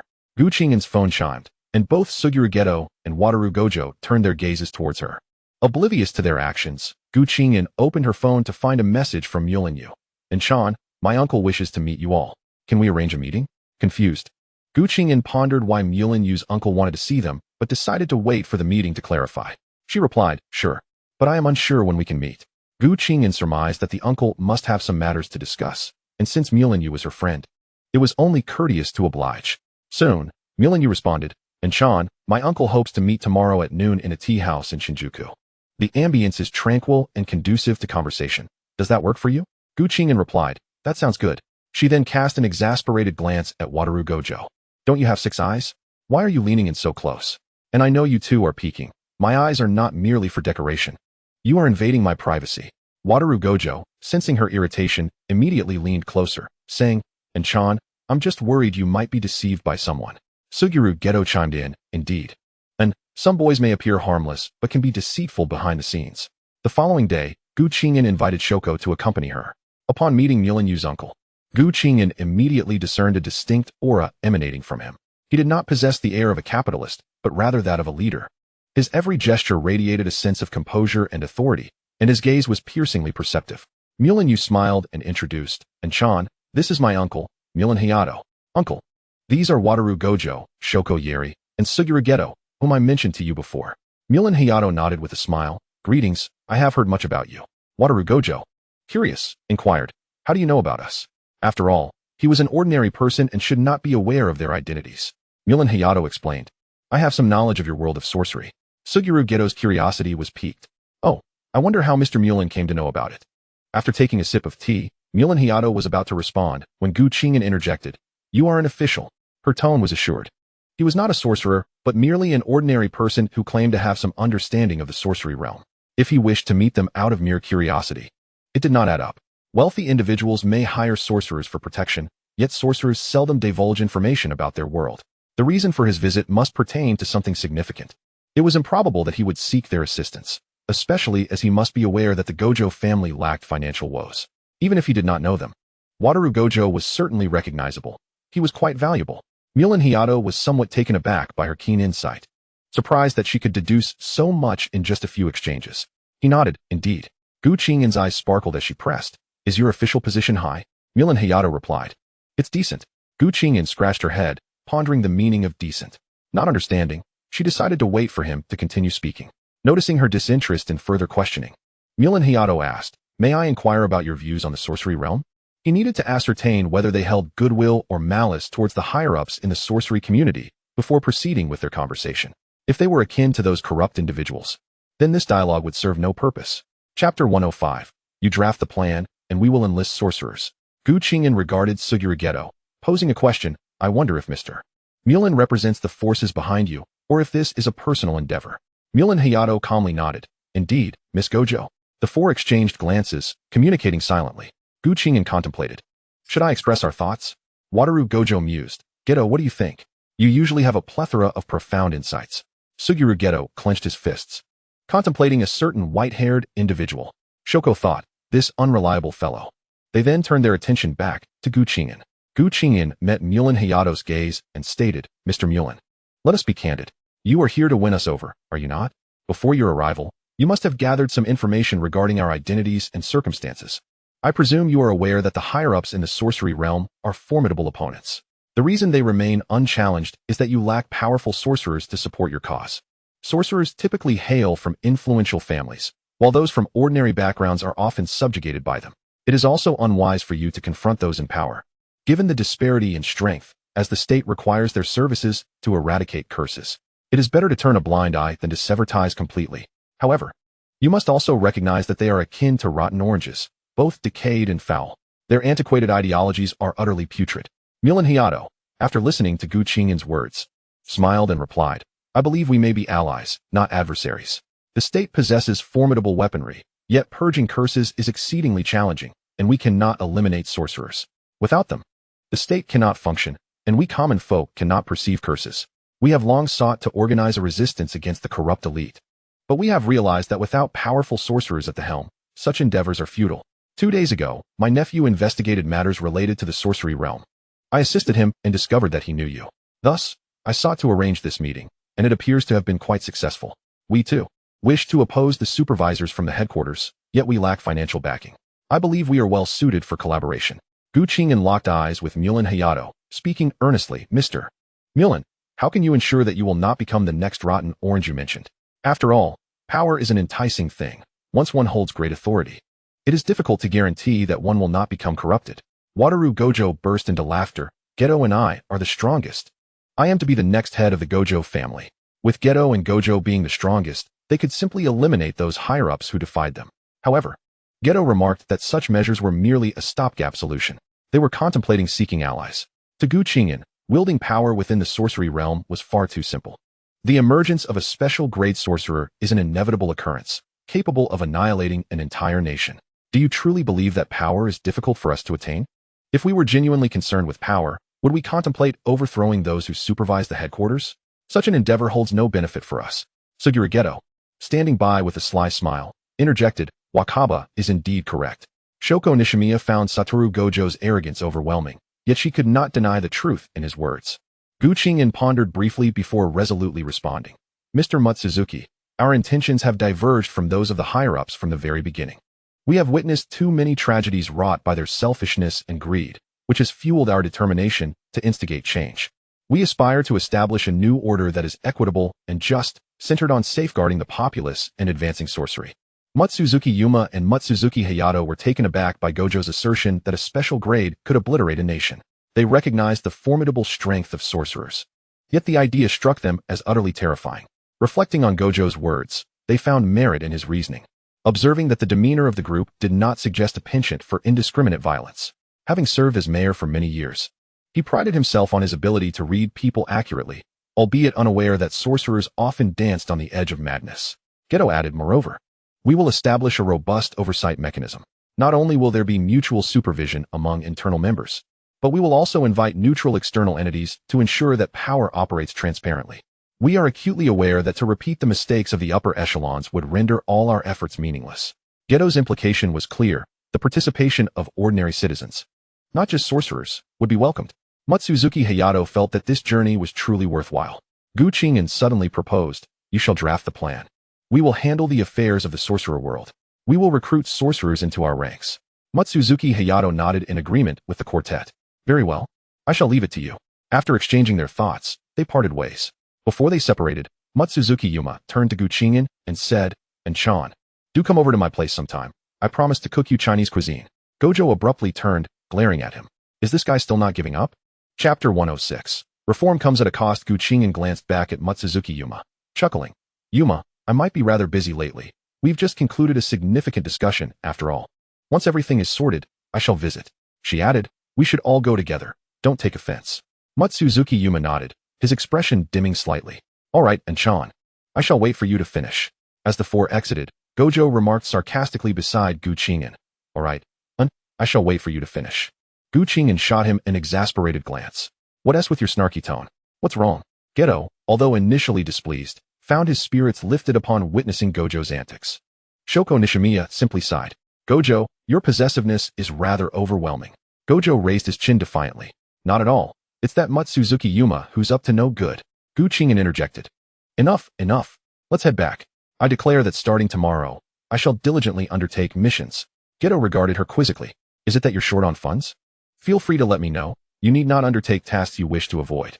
Gojo chimed in. And Chan, you may use my card. He produced a black card from his pocket and handed it directly to Qing'an. She waved her hand dismissively. No, it's not that. I simply feel that I can no longer remain idle. I must strive to grow stronger. Geto spoke gently, and such determination is commendable. It will reduce the danger involved in future missions. Gojo nodded in agreement. Indeed, what Geto says is true. Nishimiya concurred wholeheartedly. During the day, the quartet refrained from summoning cursed spirits to return to Jujutsu High, opting instead to call for auxiliary supervision. Upon their arrival at the school, they approached Yaga to discuss their plans. Yaga, you should join us. We will ensure you receive a position far superior to your current role as a teacher. Yaga's veins bulged in frustration. With a single punch, Geto recoiled, relieved to have been a step faster than Gojo. Otherwise, he too would have faced the brunt of Yaga's wrath. Qing'an felt a similar relief. Nishimiya instinctively distanced herself from Gojo, fearing she might be inadvertently implicated. Gojo, why did you not consult me about such significant matters? Gojo pouted. I'm telling you now, aren't I? Yaga rubbed his forehead in exasperation. You've already secured official support, and now you choose to inform me. If you backtrack now, it won't be easily resolved, you know? Gojo remained unperturbed. Regardless, the arrangements have been made, and if this matter comes to fruition, isn't that a good thing? Did Yaga also wish to become one of those outdated bureaucrats? Yaga regarded Gojo with a complex expression. Gojo, what nonsense are you spouting now? This troublesome child is truly adept at creating chaos for himself. You're appointing positions before anything is even accomplished. I truly thank you for that. Gojo proclaimed. Then, Yaga, you should hasten to join us. You will undoubtedly have a seat at the upper echelon. You need not remain shackled to those outdated bureaucrats.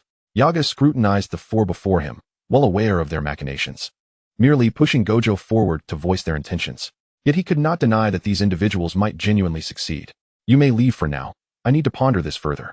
Gojo attempted to interject, but Geto and the others pulled him away, lingering reluctantly. Yaga's headache intensified. Should he refuse, this troublesome student would undoubtedly pester him incessantly. Not just Gojo, but also Geto, Nishimiya, and Qing'an. However, they were being overly simplistic. Historically, reform has always come at a steep price. Without such sacrifices, the path for future generations would not be so unobstructed. Chapter 107. Recreation. The four harbored no concerns that Yaga would decline to join their cause. Even if he ultimately chose not to, they had myriad ways to ensure his participation. As Gojo exited the office, he exclaimed, "And Sean, let us indulge in some gaming. It has been far too long since we played together. Let us have a pairwise competition. The loser must treat the winner to cake for 3 days." Qing'an regarded Gojo skeptically. Aren't we usually out on missions every day? Wouldn't it be more practical to buy something on the way? This wager felt insufficient. The loser should treat the winner to a meal. Nishimiya concurred, believing this to be a far better deal, rather than indulging in sweets. It would be preferable to enjoy outings and meals together. Geto smiled at the trio. I'm fine with either option. Thus, the four ambled along, engaging in light conversation. Sunlight streamed through the glass, casting a golden glow upon them. Qing'an walked between Geto and Gojo, glancing up at the two before shifting her gaze to Nishimiya, whispering softly, "Ah, truly a dashing young lad in splendid attire upon a spirited steed. How delightful this is." With such thoughts, a smile crept upon the corners of Qing'an's lips. Both Satoru Gojo and Fushiguro Geto noticed her gaze upon them, though they were oblivious to the words escaping her lips. Yet, Satoru was certain she was extolling his handsomeness. Sugiyu's lips curled slightly, as if he had heard, or perhaps had not. Shoko, uncertain if she had also overheard, or a smile. In any case, each individual was enveloped in happiness. The quartet ventured into another room belonging to Satoru to engage in gaming. This dormitory was meticulously redecorated by the Gojo family upon his request. Upon entering, Qing'an was rendered speechless.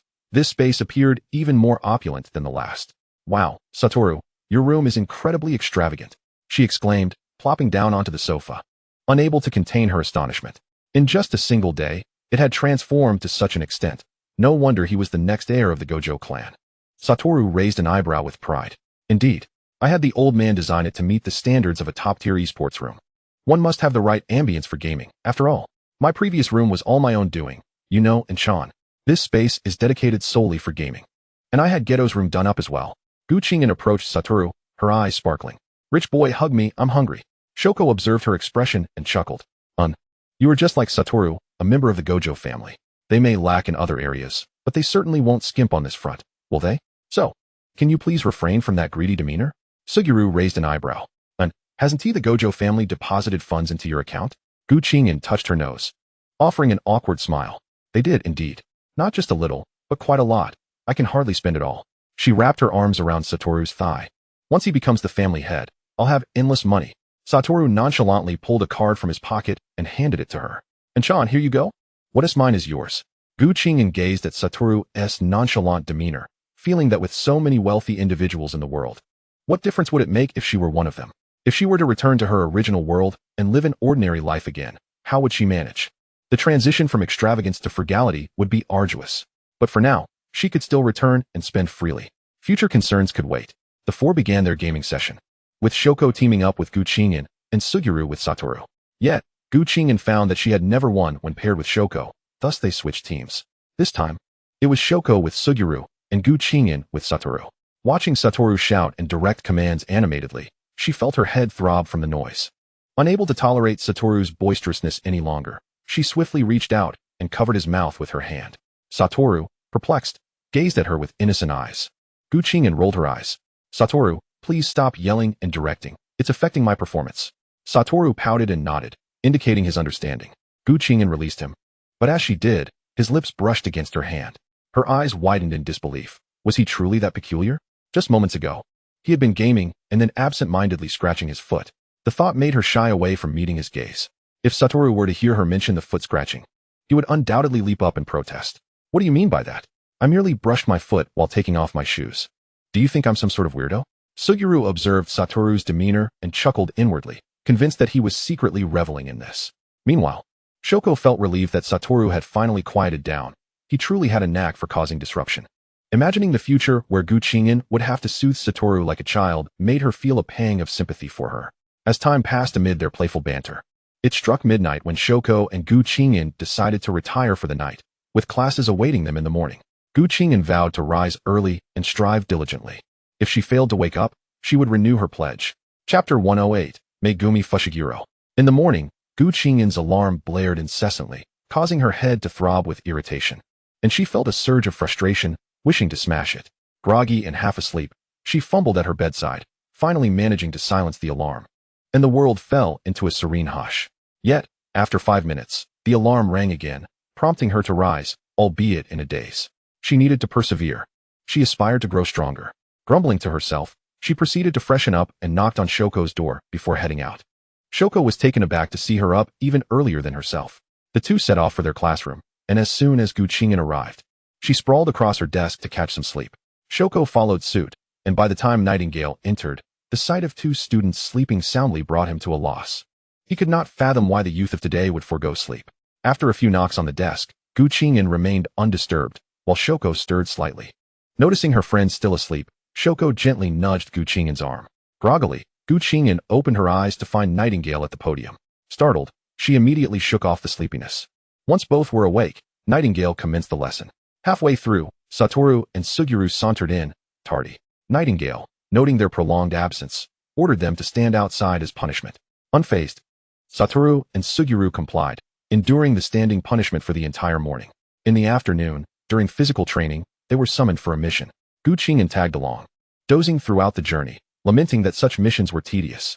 The most exasperating part was the travel time to the task.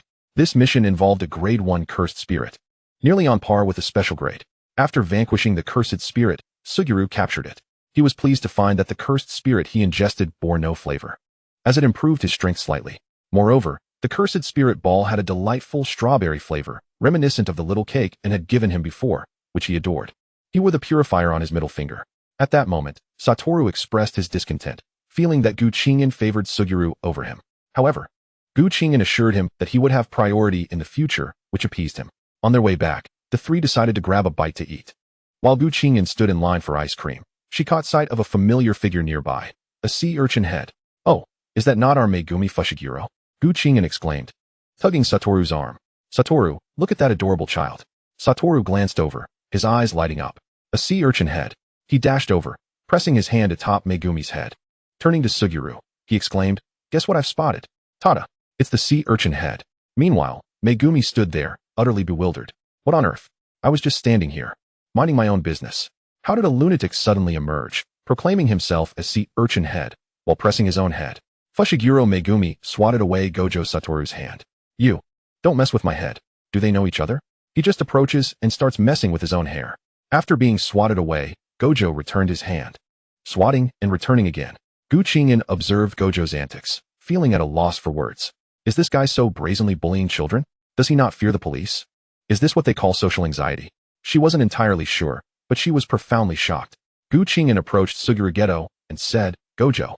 Although the little boy's hair resembles a sea urchin, saying so to his face might hurt his feelings. Gu Qing'an suspected that the two were doing this deliberately, her lips twitching. Geto, you didn't spare him either. Ignoring the two, she swatted Gojo's hand off Fushiguro's head. Squatting down, she asked little one, do you want to buy ice cream? Those two brothers were quite rude just now. How about I buy you an ice cream as an apology? Gu Qing'an found Fushiguro so small and adorable, utterly charming, wanting to dote on him. Fushiguro looked at the sister squatting down to talk to him, perceiving her to be different from those two eccentric men. No need, sister, I can buy it myself. Gu Qing'an found his response even cuter, his voice endearing. Are you not going to forgive your sister's two friends? Fushiguro shook his head. No, sister. It's my sister who said I can't eat things given by strangers. Gojo interjected from the side, not friends, but boyfriends. Suguru Geto chimed in. Are we denying our relationship in public? Gojo continued. And Chan, you heartless man. Gu Qing'an felt embarrassed.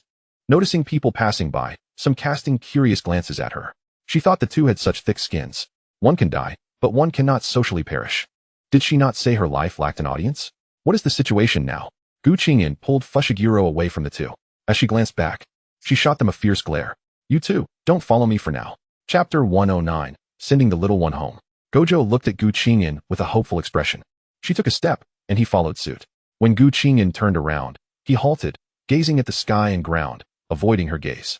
Suguru Geto found Gojo's childishness amusing. He approached and said, if he wants to stand, let him stand. Let us go buy ice cream first. Gu Qing'an found Geto's audacity quite natural.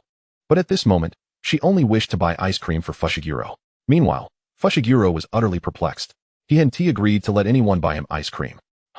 This sister seems just as strange as those two odd brothers. Gu Qing'an, seeing Fushiguro's refusal, gently ruffled his hair. Pressing down on the sea urchin head. And it puffs back up. She merely found his hair curious. Why do people have straight hair? Yet here was a sea urchin head. Fushiguro looked at the sister playing with his hair, feeling speechless. After pondering, Gu Qing'an returned her focus to Fushiguro's expression, smiling sheepishly. All right, little one. I'll buy you ice cream. 2. One for you and one for your sister. Fushiguro, with a serious expression, replied, I don't eat things given by strangers. His demeanor was quite earnest. Gu Qing'an found him even cuter. Indeed, when one is small and innocent, a serious or earnest expression appears genuinely adorable to adults. She squatted down to meet Fushiguro's gaze.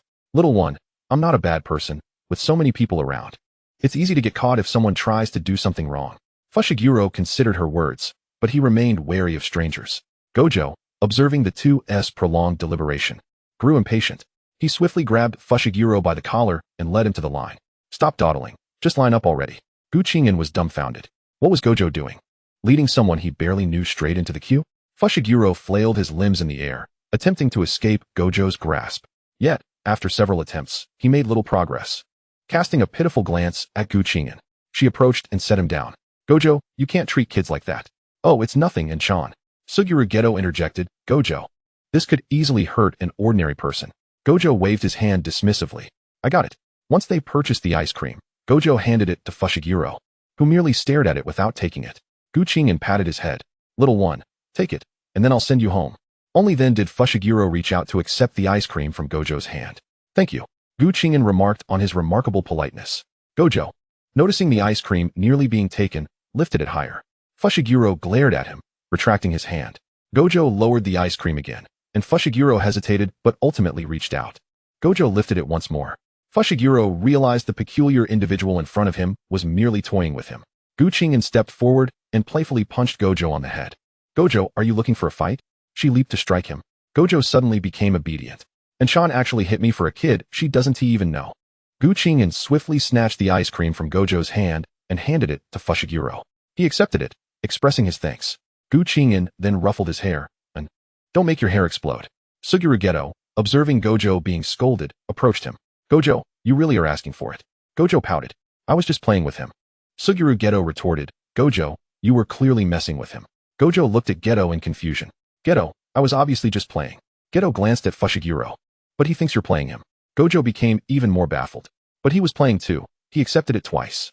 Geto, at a loss for words, shook his head and patted Gojo on the shoulder. It's fine. Let us first take the little one home. By the time Geto and Gojo finished speaking, Gu Qing'an had already walked a short distance with Fushiguro. Gojo called out while running, and Chan, wait for me. Gu Qing'an turned to see the two chasing after her. Once they finished speaking, they caught up. Thus, the three of them walked for about 10 minutes before arriving at Fushiguro's home. Looking at the house before them, it appeared rather old, likely built quite some time ago. Fushiguro approached and knocked on the door. Before long, the sound of footsteps echoed from within. When Tsukimi opened the door, she beheld her younger brother, Fushiguro Megumi, standing alongside 3 individuals, 1 woman and 2 men. Tsukimi drew Megumi closer to her side and inquired, Who are you? With only the 2 of them at home, she felt compelled to exercise caution. Gu Qing'an, observing Tsukimi's demeanor, began to explain, We mean you no harm. We are here to escort Megumi back home. Surprised by the knowledge of her brother's name, Megumi gazed at her in astonishment. Both Fushiguro Geto and Satoru Gojo turned their attention towards her as well. Feeling a bit awkward under their collective gaze, Qing'an added, I am acquainted with Megumi's father. Tsukimi's expression shifted to one of surprise. Are you a friend of his? Qing'an sheepishly rubbed her nose and replied, Not quite. I know him. But he does not know me. Nodding in understanding, Tsukimi proposed, Then, would you like to come inside for a bit? Qing'an eagerly nodded, Yes, yes. As she stepped inside, both Megumi and Tsukimi graciously made way for her. Upon entering, the trio observed that while the house was modest in size, it was indeed well equipped. Tsukimi served them water, to which Qing'an expressed her gratitude. Thank you. Qing'an couldn't help but reflect on Tsukimi's nurturing and gentle nature. It was indeed a tragedy that such a kind soul would meet an untimely end in her teenage years. Curiously, Qing'an inquired, Where is Megumi's father? Are you too often left alone at home? Megumi's countenance darkened at the mention of his father. I'm not close to that guy, he replied. Tsukimi added, Megumi's father is quite busy and is usually away. Geto raised an eyebrow in surprise. What would you do if you encountered any trouble at such a young age? Tsukimi smiled gently. I will protect Megumi and myself. If anything happens, I will call the police. Gojo observed the two children, feeling as though they had been forsaken. Qing'an elbowed him playfully. Gojo, if you can't speak kindly, then remain silent. No one considers you mute. Gojo grumbled in response. What? I'm just stating the truth. Geto interjected. Gojo, sometimes honesty can be quite hurtful. Though Gojo appeared ready to retort, he fell silent upon meeting Qing'an's gaze. All right. Tsukimi clarified. It's not that we were abandoned. It's just that Fushiguro's father rarely comes home. Qing'an affectionately patted Tsukimi's head, nodding in agreement. Have you both eaten yet? Tsukimi responded honestly, Not yet. She gazed at the gentle sister before her, finding her exceedingly beautiful. Upon realizing that the children had yet to dine, Qing'an stood up. Shall we go out to eat? It's on me. Noting the late hour and the arduous task of grocery shopping and cooking, Tsukimi nodded at the kind sister. Megumi tugged at her sleeve from behind. Tsukimi looked at him, asking, Do you not wish to go, Megumi? If so, we want to go. Megumi, recalling Tsukimi's earlier agreement, nodded, Sister, let us go. Tsukimi smiled and affirmed, All right. Thus, Qing'an, Fushiguro Geto, and Satoru Gojo accompanied the siblings, Tsukimi and Megumi, to a nearby restaurant for a meal. Upon arriving at the restaurant, the group settled around a table. Gojo, in his usual boisterous manner, grabbed the menu and began to order a variety of delectable dishes while simultaneously inquiring about everyone's preferences. And Chan, do you like fried shrimp? I'll order you a portion. And for the two little ones, you'll surely love this cake. Geto, watching Gojo with a smile, chimed in, Gojo, you should also ask them what they want. Don't make all the decisions for them. After ordering for himself and Qing'an, Gojo added soba noodles for Geto. Qing'an handed the menu to Tsukimi and Megumi, encouraging, Feel free to order whatever you like. Tsukimi bashfully replied, Sister, I can eat anything. I'm not picky. Megumi nodded in agreement. I'm the same as my sister. Qing'an recalled that Megumi particularly enjoyed ginger, especially in dishes that featured it. Before long, dishes began to arrive at their table.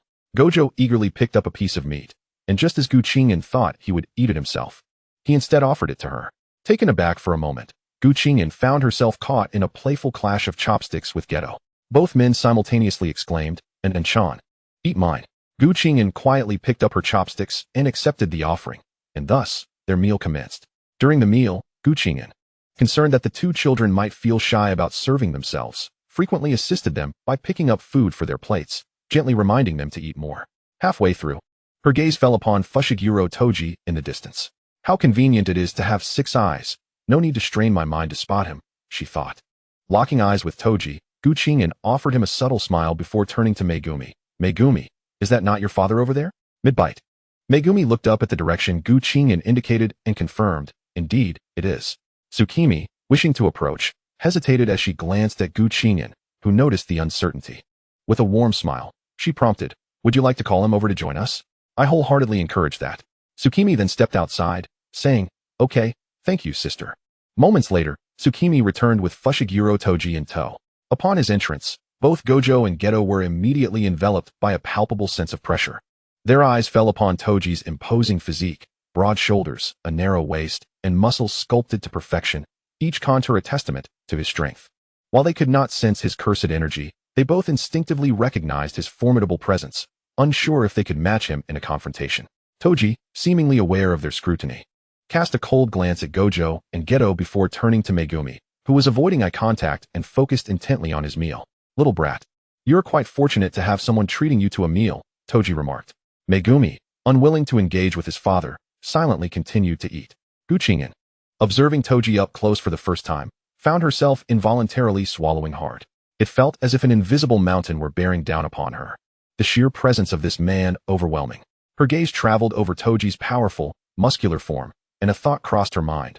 With such a physique, a single punch from him could very well be fatal.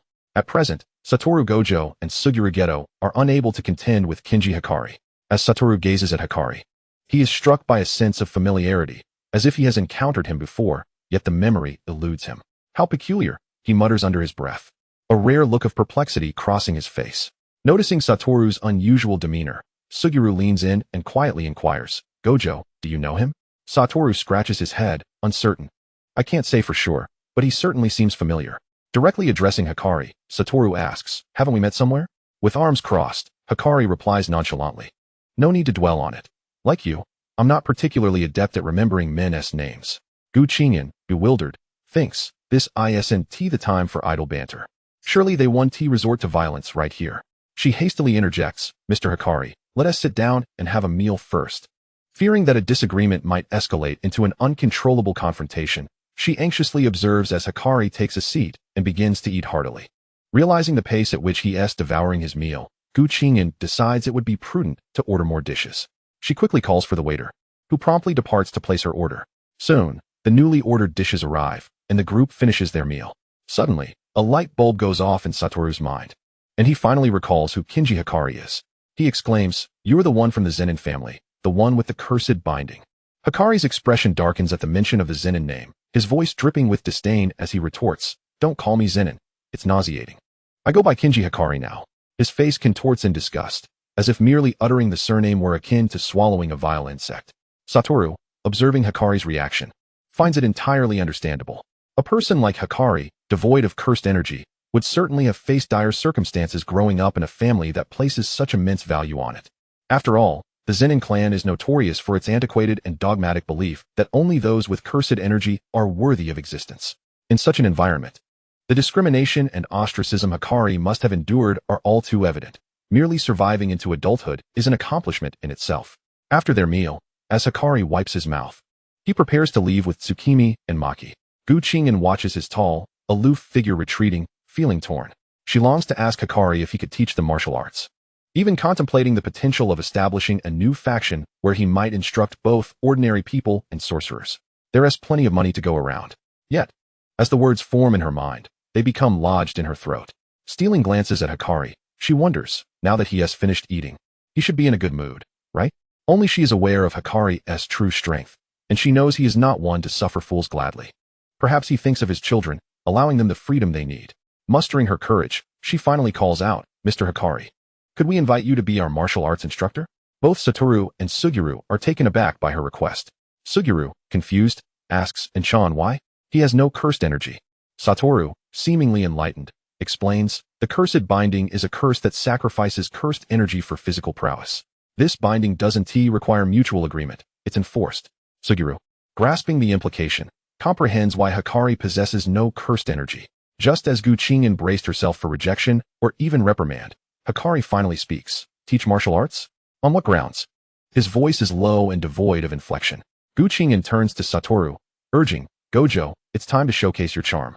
Satoru, feigning disdain, exclaims, Enchan, I prefer women, not men, and I'm your boyfriend. How could you betray me like this? Qing'an's lips twitch in irritation. I meant to utilize your financial prowess. Satoru tilts his head, puzzled. Financial prowess? What is that? Fushiguro clarifies. Perhaps she means money, Gojo. Qing'an nods eagerly. Yes, exactly. Satoru, finally understanding, gestures with his fingers. 5 million a month, are you in? Hikari shakes his head, not interested. 5 million is trivial. I could earn that from a couple of missions. Qing'an interjects. We could also help you with the kids. You'd only need to teach us 4 classes a month. It won't interfere with your life. And your children could attend our school, avoiding that dreadful Zenin family. Hikari is somewhat amused by her disdain for the Zenin clan. The thought of having more time outside and not worrying about his children starving at home is appealing. After a moment's contemplation, he finally states, 1 million a month, no less. And I'll only teach martial arts. Don't bother me with other trivialities. Upon hearing the figure of 1 million, Qing'an nods without hesitation. The money isn't coming from her pocket. The Gojo family is affluent, and this amount is inconsequential to them. So, when will you come to our school, Mr. Hikari? After pondering, Hikari replies, in a couple of days. I have horse races to attend tomorrow. With the arrangements made, the three part ways. Returning to the Jujutsu High, Qing'an feels utterly exhausted, collapsing onto her bed upon entering her dormitory. After regaining her composure, she checks the mysterious screen in her mind, which now displays the progress bar at 11. The final milestone is a shuttle scroll to be collected at 100. Soon, she will be able to return home. As the thought brings her joy, she ponders Satoru, Suguru, and Kinji, along with everyone else at school. Will she truly be able to leave when the time comes? Yet, returning may be a matter of 10 years in the future. Until she completes her transformation, departing is not an option. As Qing'an contemplates these matters, she notices a commotion outside her window. Curious, she descends to investigate, murmuring to herself, what is going on? Is it a stray cat? Yet, it seems improbable for a stray to wander into the Jujutsu High. Upon opening the window, a white figure leaps inside, startling her. Gojo, what on earth are you doing? Satoru embraces Qing'an, inhaling deeply. And Sean, I too find myself exceedingly bored. Qing'an replied with a hint of exasperation. What about Jayat? Why don't you invite him to play games? Wu casually released her, settling onto the edge of the bed. Without you, the games are utterly dull. Qing'an gazed at Wu's handsome visage, recoiling at his insipid remarks, feeling as though she had inadvertently swallowed a fly. Wu Tao, your words are rather nauseating. Oh, and Sean, how can you say such things? You've hurt my feelings. I merely wish to see you. Qing'an was incredulous. They met daily, their residences so close. How could he possibly miss her? They were not separated for months, or even a year. Enough of your nonsense, Wu Tao. I need to sleep now. Return to your room. And we shall discuss matters tomorrow. Wu protested. And Sean, I too am weary. I shall sleep here. Qing'an pushed him away, yet he remained unmoved. Then I shall sleep in your room. Hearing the commotion next door, Xiaoyojia surmised that Wu had gone to Qing'an's room again. Rising, he approached her door and lightly knocked. Moments later, Qing'an opened the door, her expression one of mild surprise upon seeing him. Jia, what brings you here at such a late hour? Xiaoyojia inquired. I heard noise from this direction. Is Wu here seeking you again? At that moment, Wu had enveloped himself in the blanket, curled up into a large ball on the bed. Wu, I see you already, Xiaoyojia remarked. Wu feigned ignorance. Continuing to lie still, Qing'an looked at Xiaoyojia, her eyes betraying a blend of helplessness and a plea for assistance. Jia, please take Wu back to his room. He is being disruptive and noisy. Upon hearing this, Xiaoyojia moved to the bedside, grasping Wu by the collar and forcefully pulling him upright. Wu, it's time to leave. Do not disturb him while she rests. Wu stood up, indignantly retorting, and Sean, how am I being disruptive? Qing'an clicked her tongue in response. Wu, you see, you are indeed being disruptive. Feeling wronged, Wu pouted, and Sean, you never used to say I was disruptive. He lamented, have I become unworthy of your appreciation? I sense that you are not as happy with us as we had hoped, and our interactions hardly resemble those of a couple. The more he spoke, the more aggrieved he felt. It seemed their relationship was starkly different from that of other couples, lacking the intimacy he desired. It felt as though they were merely maintaining a facade of togetherness. As Qing'an observed Wu's woeful expression, her heart sank. His plaintive words prompted her to question whether her inexperience in her first relationship had led her to neglect both his and Xiaoyojia's feelings.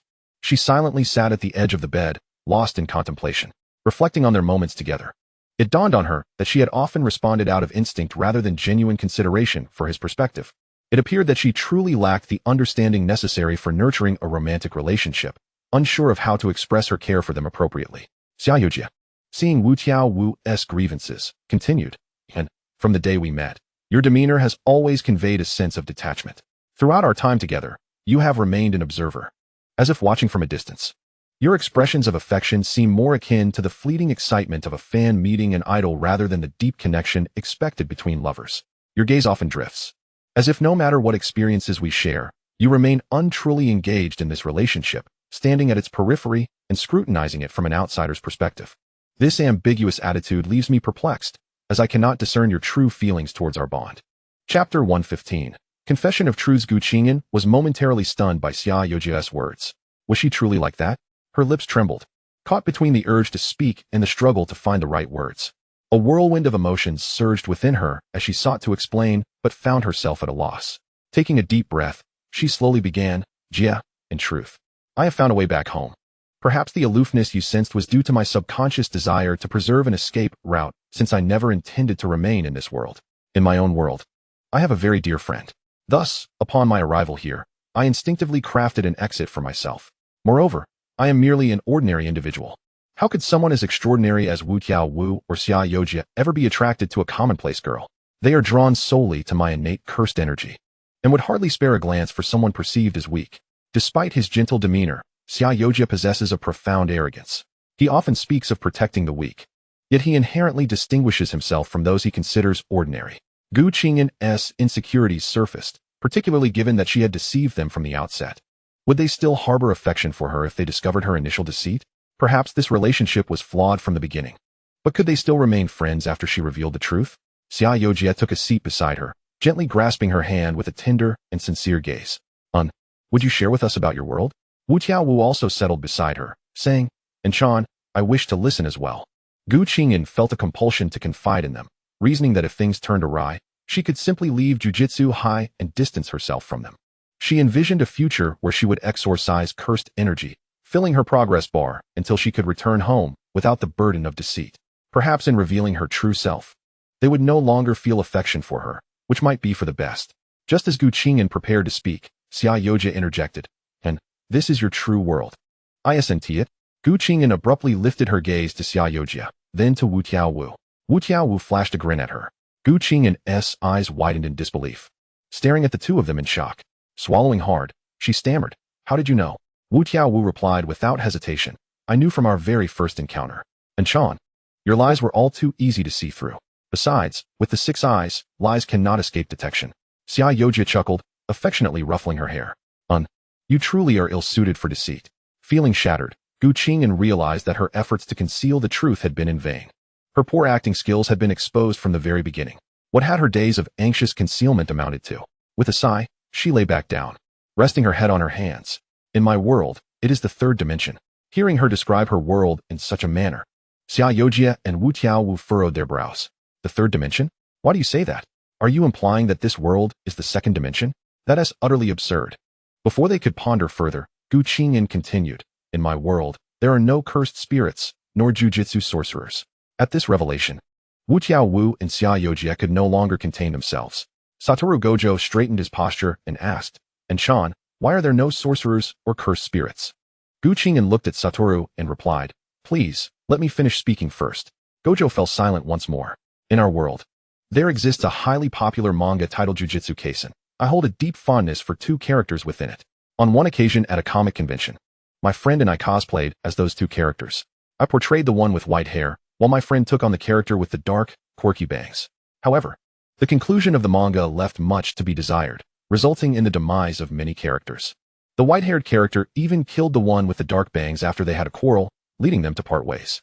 The white-haired character insisted to the dark-banged one that it was merely an argument, claiming he was his only true friend. In our world, many people admire them. Chapter 116 can remain, and then my friends and I went to the convention. You all know what happened next." Gu Qing'an felt a weight lift off her shoulders as she spoke. She wondered how they would react upon realizing she had deceived them. With her eyes closed, she dared not look at the 2 of them. Suddenly, she sensed Satoru's presence drawing near, and she remained still. Then, she felt a sensation on her lips. Satoru pecked her gently, reminiscent of a woodpecker. Gu Qing'an's eyes flew open, and she gazed at Satoru with a hint of exasperation. "Satoru, are you a woodpecker?" Fushiguro Geto chuckled from the side. "And what are you thinking? Are you pondering our thoughts?" Gu Qing'an fell silent, unsure of how to respond. Fushiguro looked at her and gently asked, "So, what is your plan for returning home, and when do you intend to do so?" Gu Qing'an sat up. "I have a progress bar in my mind. Once I exorcise cursed spirits, it will advance a bit." Satoru regarded her thoughtfully. "So, is that why you began taking on missions?" Gu Qing'an nodded. "Sort of." Fushiguro looked at her and inquired, "Then, what is this new organization you mentioned?" Gu Qing'an explained, "It's because I was worried about both of you after I leave, so I thought of establishing a new force, ensuring that Fushiguro doesn't stray onto another path and that Satoru doesn't have to work so hard." Fushiguro gently ruffled her hair. "And you truly care about us. If you're so concerned, why not stay?" Satoru chimed in, "Indeed, and Chan, there are friends here, and 2 incredibly handsome and formidable boyfriends. How could you pass up such an honor?" Fushiguro took Gu Qing'an's hand and kissed it gently. "And please stay." Gu Qing'an lifted her gaze to Fushiguro. her eyes filled with confusion. Suguru locked his gaze onto hers. And perhaps the worlds are not the same. By the time you return, much time may have passed. 10 years, 20 years, or even longer. Hearing Suguru's words, Qing'an felt a jolt in her heart, increasingly convinced of his reasoning.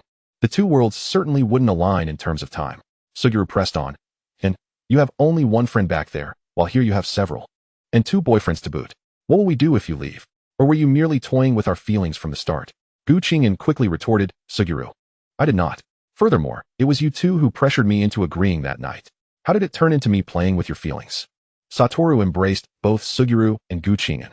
And Sean, Suguru is right. You should stay? Qing'an looked at the two of them and asked. If you suddenly found yourselves in another dimension, would you wish to return to your original world? Suguru and Satoru were taken aback by her question, both pausing in contemplation. Surely they would seek a way back if that were the case. They thought this way, and so would Qing'an. In their homeland, there's a saying, fallen leaves return to their roots. The feeling of dying in a foreign land is far too sorrowful. Qing'an cherished the land of her original world deeply. Suguru's throat tightened, his voice trembling slightly as he said, And what will happen to Satoru and me if you leave? His gaze remained fixed on Qing'an. During their time together, she had become an indispensable part of their lives. Her every smile and frown, her courage in the face of adversity, and the joyful moments they shared, how could they forget? In chapter 117, Qing'an noted the anticipation in Suguru's eyes. Her throat felt constricted, as if something lodged within. A torrent of words trapped at her lips, leaving her at a loss for a response. Her heart felt as though it had been torn in two. One half a yearning for her friends in her original world, the other a longing for Suguru, Satoru, and the emotional bonds she had forged in this realm. The room was so silent that they could hear each other's heartbeats. Qing'an lowered her head, unable to meet Suguru's gaze any longer. She feared that if she locked eyes with his affectionate stare, she would be irrevocably swayed and unable to leave. Suguru, I have over a decade before I must depart. There's no rush. Upon hearing her words, both Suguru and Satoru exhaled in relief. A decade's time before leaving certainly offered chances to remain. The more time spent together, the deeper their feelings would grow, they reasoned. A flicker of hope ignited within them. Then, and Sean, you must spend more time with me, Satoru declared, pulling Qing'an close. Being in a position of authority is wonderful. I can snuggle and steal kisses whenever. Qing'an glanced at Satoru, exasperated. Could you at least get off me first? I was trying to sleep. Suguru gently remarked, it was only because of Satoru's visit that we learned about your situation. Hearing Suguru's remarks, Satoru puffed out his chest proudly. I am indeed remarkable. Qing'an couldn't help but admire. You two truly have keen insight. You figured it out so quickly upon meeting me. How did you discern that my cursed energy was the same as Satoru's? Satoru, brimming with excitement, eagerly explained. The first time I saw you, your cursed energy was practically radiating outward. It was far too conspicuous. If you were struggling to control your cursed energy, it would imply you had just awakened your technique. But possessing 6 eyes and a technique, how could you possibly be unable to manage your cursed energy? That would make the other version of me rather lacking. If you had ulterior motives, it would be us. You intentionally wanted us to find you. Moreover, you seem to know us quite well. Qing'an's claim of being from another timeline might have initially garnered some belief, but not much, as her personality was entirely unlike theirs. Suguru added with a grin, especially on the way to Jujutsu High, when we met Yaga, during their sparring sessions. Wudo exuded a fearless demeanor, unrestrained and wholly spontaneous, starkly contrasting with En's character. It was evident that En had numerous vulnerabilities. Qing'an found herself at a loss for words, questioning whether her acting skills were truly so inadequate. It became apparent that not everyone blessed with Wudo's 6 eyes and techniques could wield them with such extraordinary prowess. It was only natural that mastery of the limitless technique necessitated the possession of 6 eyes. However, possessing 6 eyes did not inherently guarantee proficiency in the limitless. Nevertheless, it was undeniably impressive that she could hold her own against Wudo and Suguru Geto. They were bound to heed her commands. It was a misconception to believe that merely having a technique akin to Wudo's would enable one to wield it as he did. This brought to mind a saying, you are the strongest because you are Wudo, or are you Wudo because you are the strongest? Only through genuine interaction with the two could one truly grasp their formidable strength. Qing'an observed the two of them looking rather dejected. It turned out her skills in deception were rather lacking. Chapter 118, Asleep and Departing. Wudo grinned broadly. We are simply too clever, aren't we? Qing'an scratched her head in confusion. Are they truly clever? They fell for the trap set by the cursed spirit without even realizing it. Yet perhaps they were just a tad smarter than herself. Qing'an sighed. Very well, now that we've concluded our discussion, you two should head back to sleep. I, too, must retire. Upon hearing her words, Wudo promptly reclined on the bed. Gu Qing'an, exasperated, gently nudged him. What are you doing, Wudo? Wudo blinked innocently. And Chan, I'm going to sleep. Gu Qing'an, at a loss for words, gazed at Wudo. Have you forgotten that this is my room? Just because you've slept here once doesn't make it yours. Wudo dramatically clutched his stomach, groaning. And Chan, my stomach hurts. Your dear boyfriend is in distress. You must tend to me. Gu Qing'an stared at Wudo, astonished by his audacity. She raised a finger. Wudo, your audacity knows no bounds. Wudo disregarded her comment, continuing to wail. Thick skin is a pleasure. Fushiguro Geto, observing his dear friend, couldn't help but feel that he was still too naive. There was simply no comparison. He glanced at Wudo and said, and if Wudo wishes to sleep in your room, let him. Wudo's eyes lit up at Geto's words.